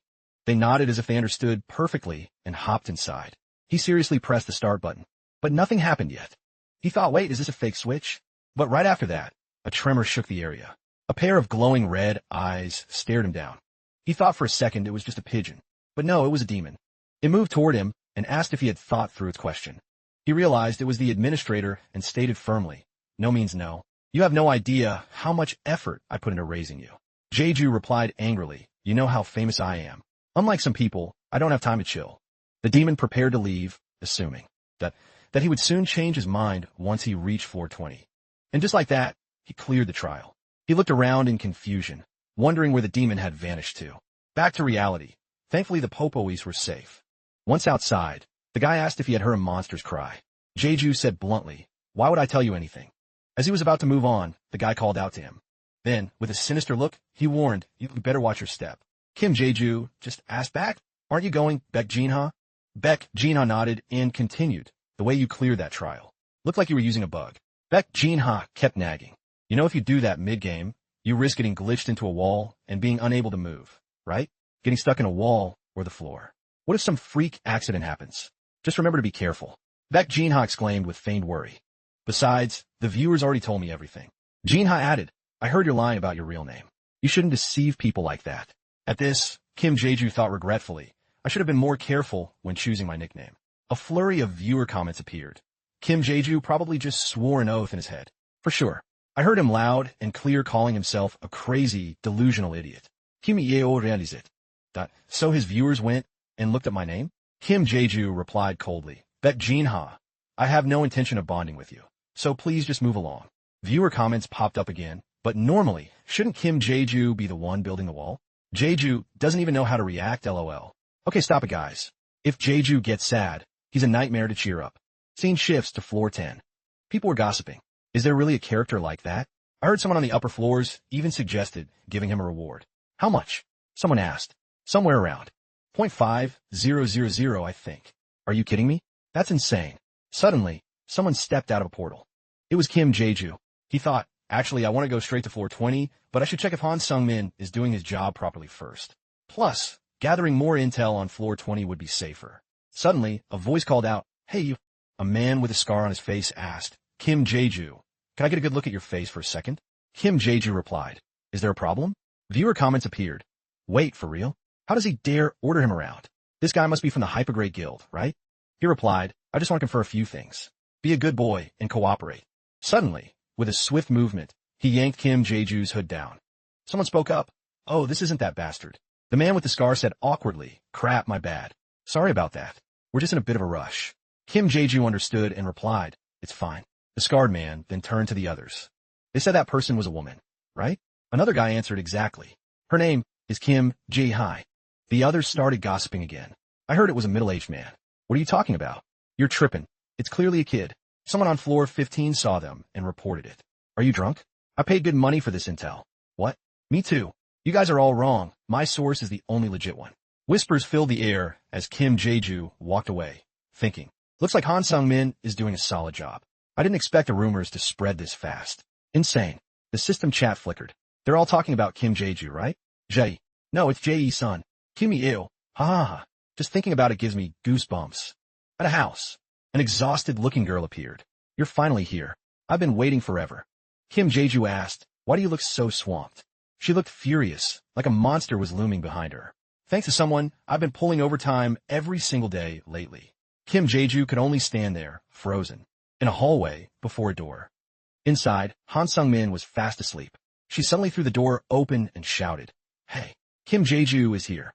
Han Sung-min jolted awake, yelping, "Holy crap." Kim Jae-ju entered the room and started, "I heard you've been pretty busy because of me." Han Sung-min wiped his drool and sat up. "Is that what they told you?" Honestly, it wasn't that big of a deal. Then he started bragging proudly.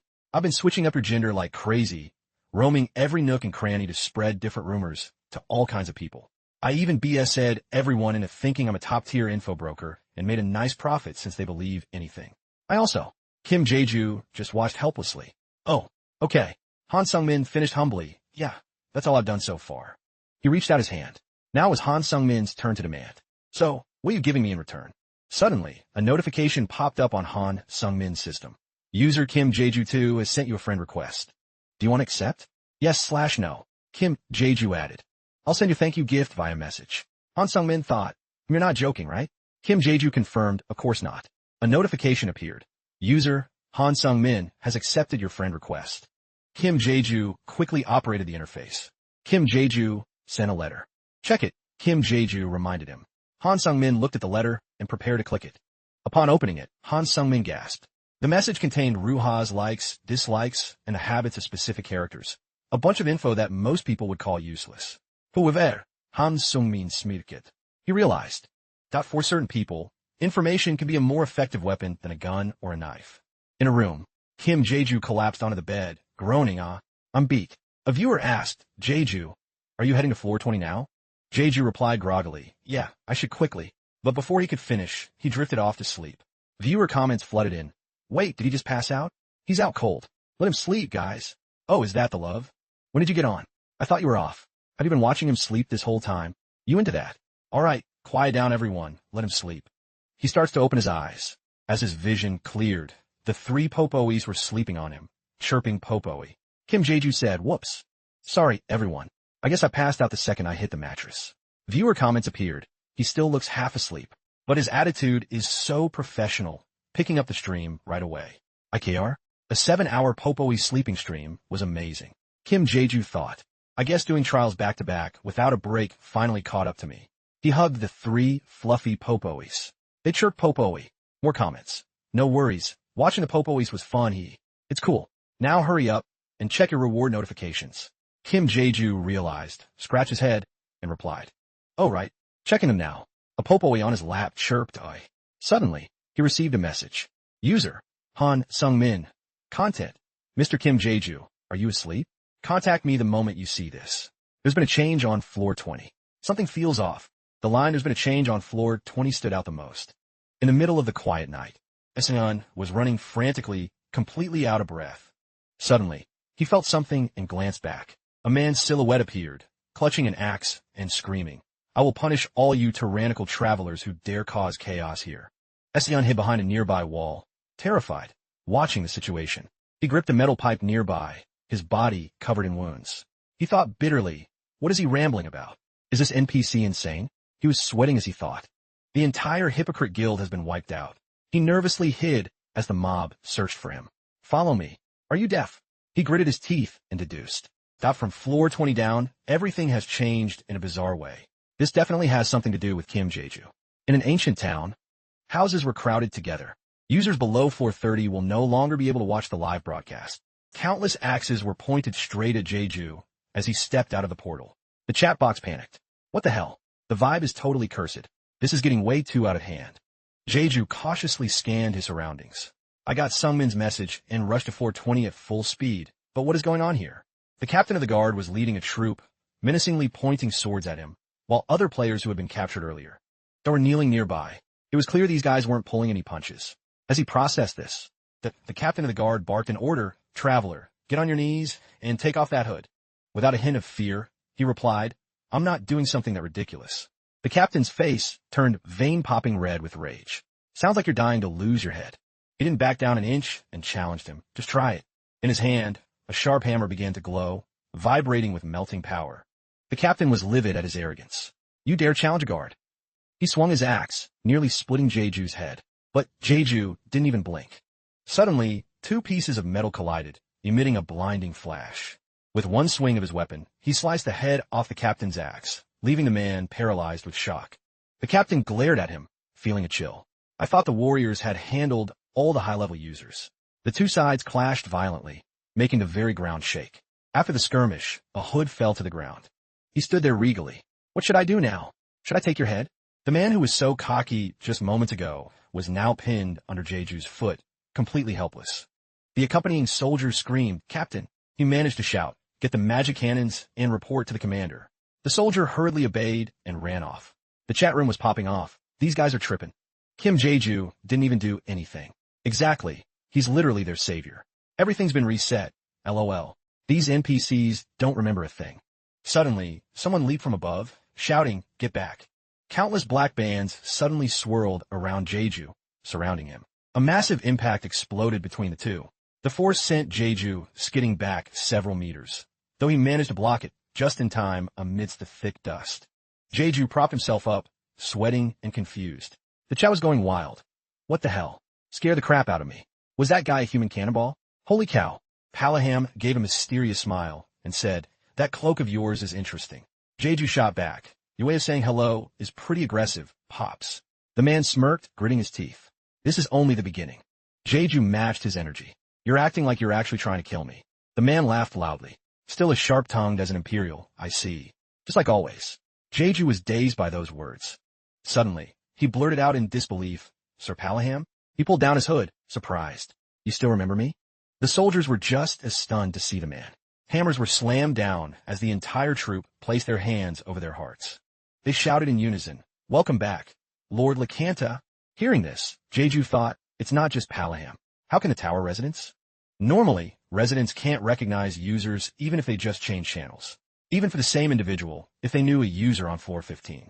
They usually wouldn't remember anything upon reaching floor 20. That was the rule. Palaham laughed, reaching out a hand. "I told you. How could I ever forget a special traveler like you?" Jeju smiled and reached out. It was true. The man gripped both his hands. "Welcome back to Roha." Hearing that, Jeju was moved. Palaham and the warriors still remembered him. Essen, hiding around the corner, witnessed the whole thing. Found Kim Jeju. Seeing them acting like old pals, he thought, the warriors are tight with Kim Jeju, so he must know something. He gritted his teeth, narrowing his eyes. "I need to confirm it. I don't want to die like some clueless extra." Clear blue sky. Skyscrapers tower over the landscape. The guild leader sat in his chair, staring at the screen with a frown. Our entire guild was wiped out? The subordinate looked at the monitor and replied, "Yes. The queen has driven all users out of the city, and all the famous squad leaders of the corporation have been killed. The rest are scattered and fleeing." The guild leader sighed, covering his eyes with his hand. Damn. He peered through his fingers with a gaze full of rage. Everything was changing at breakneck speed. A mysterious silhouette appeared. Then I need to eliminate the root cause of these changes. Scarface and Blue Hair were laughing and joking together. Jeju turned, curious. Are there other users who are close with the warriors? Palaham watched them play and said, "Those are users who showed us respect. They said they come from the same place as you and have good relations with the locals here." Jeju thought with satisfaction, haha, so they're from the Hanshin Guild. Looks like Han Sung-min is making good use of the intel I gave him. A peaceful house. The surrounding scenery is covered in pure white snow. Inside the house, the dog Beck was wagging its tail. The blonde woman who was cooking turned toward the dog with a gentle smile. The dining table was spread with a lavish feast, including piping hot turkey and soup. The Popoes grinned with their sharp teeth and crunched on stones. Popo, Popo. Jeju watched the Popoes eating happily. He was a bit surprised. "I didn't expect you to prepare mana stones. Low-grade ones would have been fine." Palaham held up a jug of booze and laughed. "Hey, we're comrades who fought shoulder to shoulder. The least I could do is prepare a proper meal." Everyone agreed. "He's right. Don't you know basic hospitality?" Hearing that, Jeju asked curiously, "How much do you remember?" He scratched his head. "From start to finish. My memories haven't faded. In fact, they've become clearer. Sometimes I even get headaches from memories sent by another me." The chat was confused. What's he talking about? One of him is freaky enough. Now, there are two Palahams? Jeju looked at his status window, puzzled. Another Palaham? Could the barriers between channels have vanished?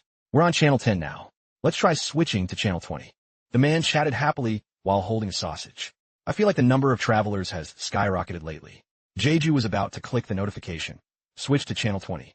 Do you wish to change channels?"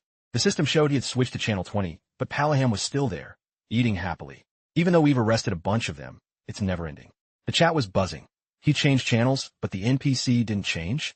Have the channels merged? Hang on, let me check. Jeju, I'll be right back. The man noticed Jeju acting strange and asked with concern, what's wrong? Not knowing what to say, Jeju replied, it's nothing. The Popoes kept eating happily while the two talked. Jeju pressed further. Do you kill the users you've captured? The man laughed sinisterly. We aren't butchers. Only the criminals get executed. We built a temporary shelter outside the city for the rest. The Popoes chirped happily with full bellies. Jeju glanced over, sweating. I see. People were stirred up. Actually, if they kill people, they are butchers, technically. LOL.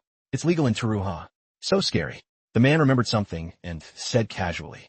Because of that, Leto is still working his butt off sparring with travelers, and Carol has a massive headache dealing with the labor shortage. They'll be thrilled to know you visited. It's almost embarrassing. He mused, looking back. After you got rid of the demon flowers, we realized something. We thought that even if we lived and died with overlapping memories countless times, we'd stay strong and keep fighting. But we were just becoming numb. Jeju was speechless, unable to find the words. Teruha on floor 15 was a nightmare that repeated without end. And floor 20 was the peak of that nightmare. Jeju recalled and smiled. Well, it doesn't seem like that anymore. Hearing that, the man sighed. To him, Jeju was like a guardian deity. I have to admit, you truly are our savior. Jeju looked away and scratched his head. I didn't do much. You're exaggerating. The chat was in an uproar. Look at him playing coy. Lakanta, don't be shy. Our Jeju really did something legendary. The blonde woman smiled gently and put her hand on the man's shoulder. He means he's very grateful. He pouted in disagreement. Grateful for what? We're only alive because we worked hard and sucked it up all this time. The blonde woman gently put her finger to his lips. At times like this, we should be honest with ourselves. People screamed at the gesture. Are they getting married? Tie the knot already. Damn, this kind of chemistry only exists in one of couples. Wait, maybe 0.1? Jeju saw the pink hearts radiating from the two and could only give a hollow laugh. Teruha has finally woken up from the nightmare. It felt like forever. Shin Eseon was standing in front of a house, hiding behind the bushes and watching intently. He definitely went into that house. When is he coming out? Leto looked down from above. Who are you? Shin-sun panicked and stammered. Why, you're Leto? He was also quite surprised and asked back, you know me? After a moment, he seemed to realize something. Ah, you're a criminal too, aren't you? Shin-sun was flustered and terrified. No, I just got lost. Ignoring him, the man grabbed his shirt. I know where you want to go. He panicked. What? How do you know where I'm going? Leto smiled on the outside, but was dead serious. To prison. Where else? Let me show you the way. He flailed his arms. Ack. I'm sorry. Why apologize? Turning yourself in is a good thing, right? Suddenly, the sound of footsteps approached. Jeju, with the Popoes on his shoulders, frowned and asked, what are you doing? The two, one grabbing the shirt and the one being grabbed, both looked at him at once. Leto grinned. Long time no see. Jeju smiled back. Palaham said you were super busy. What brings you here? The two, one grabbing the shirt and the one being grabbed, both looked at him at once. Leto grinned. Long time no see. Jeju smiled back. Palaham said you were super busy. What brings you here? Leto replied casually. I heard the famous Lakana was visiting, so I came to say hi. Jeju was surprised. I thought you hated me. Leto glanced aside. I don't hate you. I hate travelers. Shin Eseon had tears streaming down his face. It's over. I'm gonna die here like a loser. Suddenly, Jeju told him, I know this guy. Let him go. Leto asked suspiciously, huh? For real? Jeju played along with a sheepish smile. Yeah, that's why he came looking for me. Jeju leaned down and spoke. Hello. You haven't met me before, right? He gave a friendly smile. Did you crawl all the way here while on the run? Sayong gaba nervous laugh. Yeah. He thought to himself, Kim Jeju? Why is he helping me? Jeju also thought to himself, actually, this isn't our first meeting. His name is Shin Eseon. I saw a video about him before. He's a user who climbed to floor 15, but stopped there and started working as a detective. Jeju took the lead. If you want to live, I'll help you. Eseon didn't believe it. How? Jeju smiled temptingly. Are you interested in finding someone? He looked confused. I don't get it. He reached out his hand. Let's make a deal. He eagerly laid out the terms. Within 1 week, I need you to help me find someone. His name is Chris Renan. Chris Renan, the man hailed as a genius of magic gear crafting. If it's him, he won't just make simple gloves. He could easily create things far beyond that. In Jeju's mind, he pictured Renan with advanced tools, weapons, armor, and even drones. Jeju thought to himself, having him on my side would be a massive game changer. Jeju listed Chris Renan's descriptions. About 20 to 30 years old, 6 feet tall, blonde hair, blue eyes, and wearing round glasses. He's on the US server of Floor 20, so start by checking buildings related to magic gear crafting. The WeChat message is pinged. Who's Renan? Is he from the future? For real? I knew Jeju was a regressor. I started watching Kim Jeju because he was unique, but now I'm just a stan. Han Sung-min heard all of this from him. Still skeptical, he asked back, and what do I get out of this? Kim Jeju replied cheerfully, at the very least, I'll get you a letter of recommendation from the captain. The paper read, he's not a criminal, I guarantee it, followed by a red thumbprint and the word captain. Jeju pointed at the paper and told Han Sung-min, your goal is safety, so this should be enough, right? He stammered in disbelief. A letter of recommendation? Will that actually work? Kim Jeju just stared at him in silence, saying nothing more. This was his push and pull tactic. He pretended to turn away, muttering, if you don't want it, fine. I'm out. Seeing this, Han Sung-min panicked, waved his hands, and shouted no. I agree. I'll bring him to you.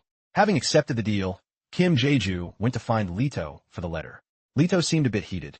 Here's your damn letter. Kim Yeo Ripliet Hapidi. Thanks, Lito. Because of Lito's scary face and gruff voice, Han Sung-min just hid behind Jeju, peeking out timidly.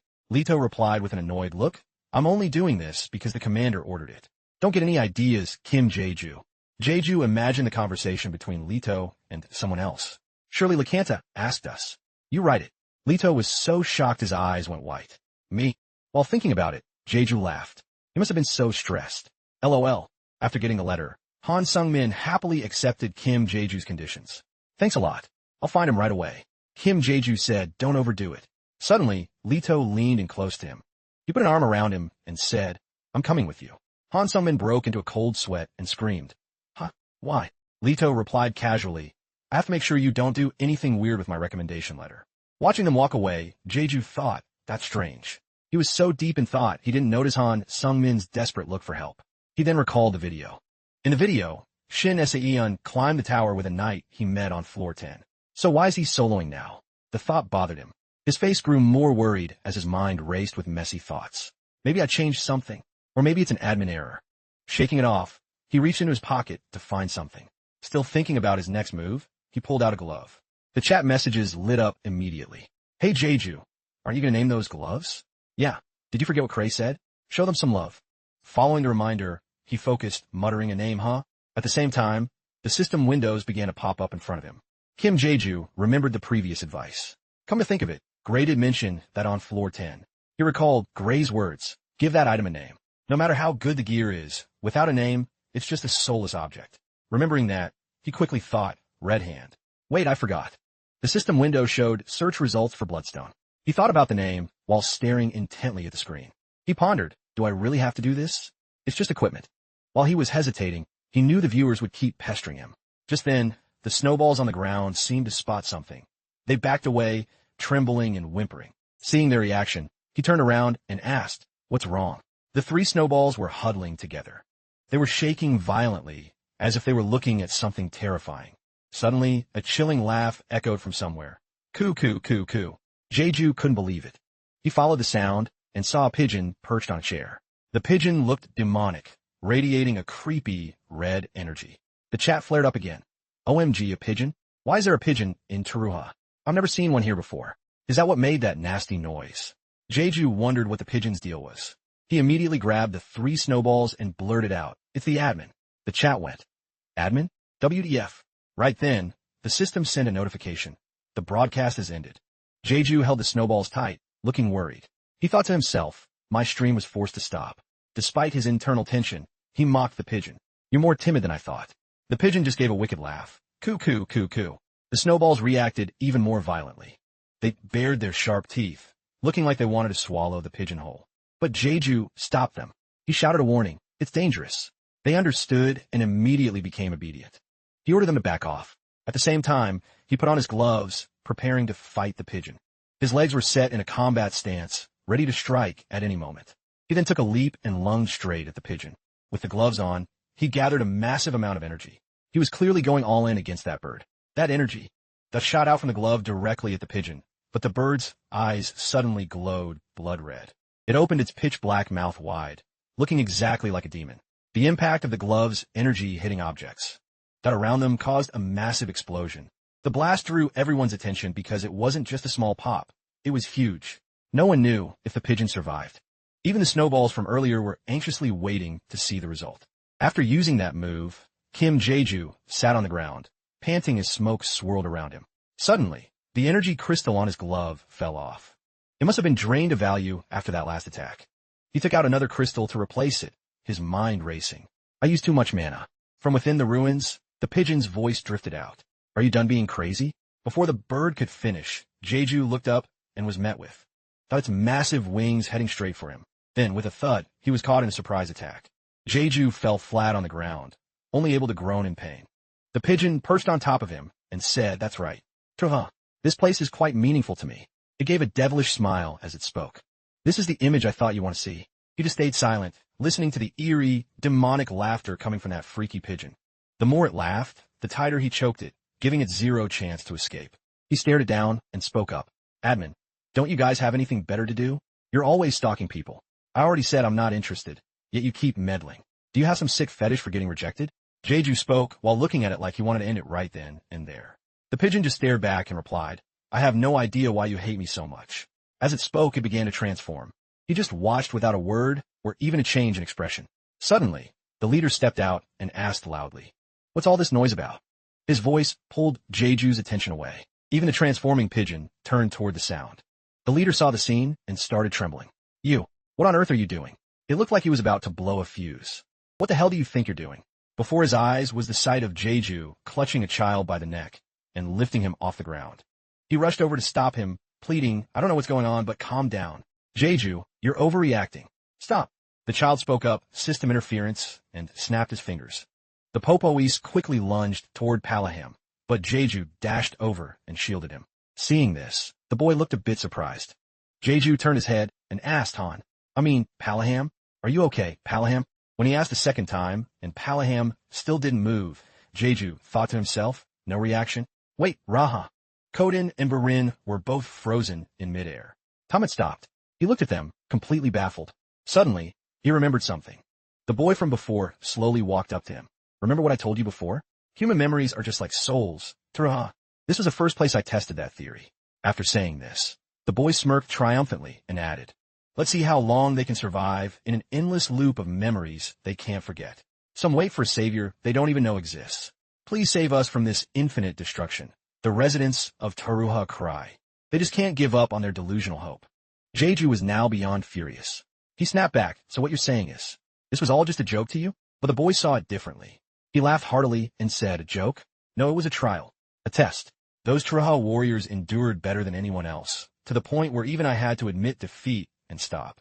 This made Jeju's blood boil, but he could only grit his teeth in silent rage. He tried to stay cool and told him, "I'm not interested in your disgusting hobbies. Get to the point." The boy looked at his face and wondered, "I told you already. Since you didn't see Taroha on floor 20, you thought the admin had changed, right? I moved Kong Hyuk and the Shadow game just so you could make it this far. Do you have any idea how hard I worked?" Before he could brag any further, Jeju couldn't hold back anymore and reached out to crush the kid's face. Jeju growled, "Shut up," and then shouted, "No matter what happens, my answer will always be no." Then his hand erupted with a surge of power that blasted straight into the boy. The boy was immediately pierced through by the massive energy. He quickly collapsed to the ground. Jeju thought to himself, "With my current mana, no matter how I attack, I can't actually hurt the admin's true body. I need to come up with a better plan." Dust and smoke swirled around him. Then he muttered, "That's enough. Get up."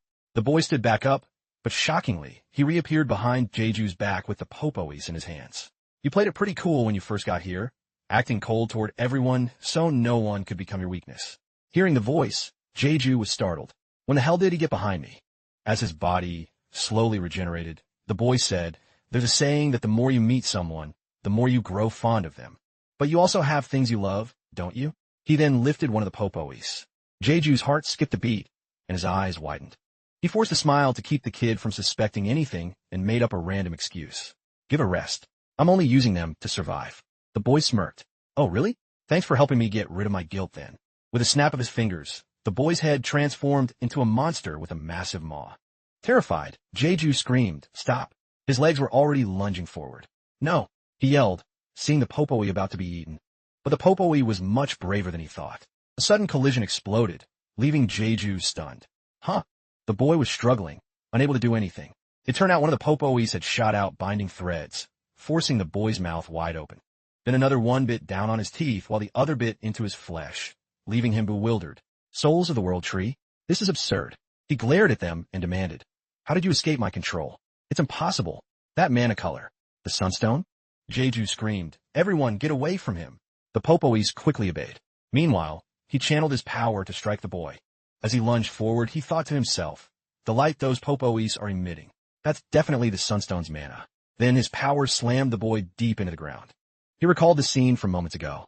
Even if only for a split second, the popoes' attack had halted the admin's movement. The Sunstone's mana must be working. If that mana is still inside my body. His eyes began to glow with intense light. Flashbacks raced through his mind. You said the mana was supposed to go into your heart, but couldn't, right? That's because the power was too massive to control, so your heart had to suppress it just to survive. A surge of raw power blasted straight down onto the house. This power will be the key to defeating the admin, he affirmed internally while pinning the boy down under his foot. He pulled out 2 iron rods with total resolve and drove them deep into the boy's skin. It was a devastatingly deep stab, yet the boy didn't even flinch, simply remarking, "You really are stubborn." Then he asked with pure disdain, "Do you honestly think that kind of power works on me? Giving up and accepting my offer is the best move for both of us." Before he could finish, Jeju cut him off. "Admin, if you wanted to get my attention, then mission accomplished. I'll give you that." Then, with unwavering conviction, he added, "I freaking hate you."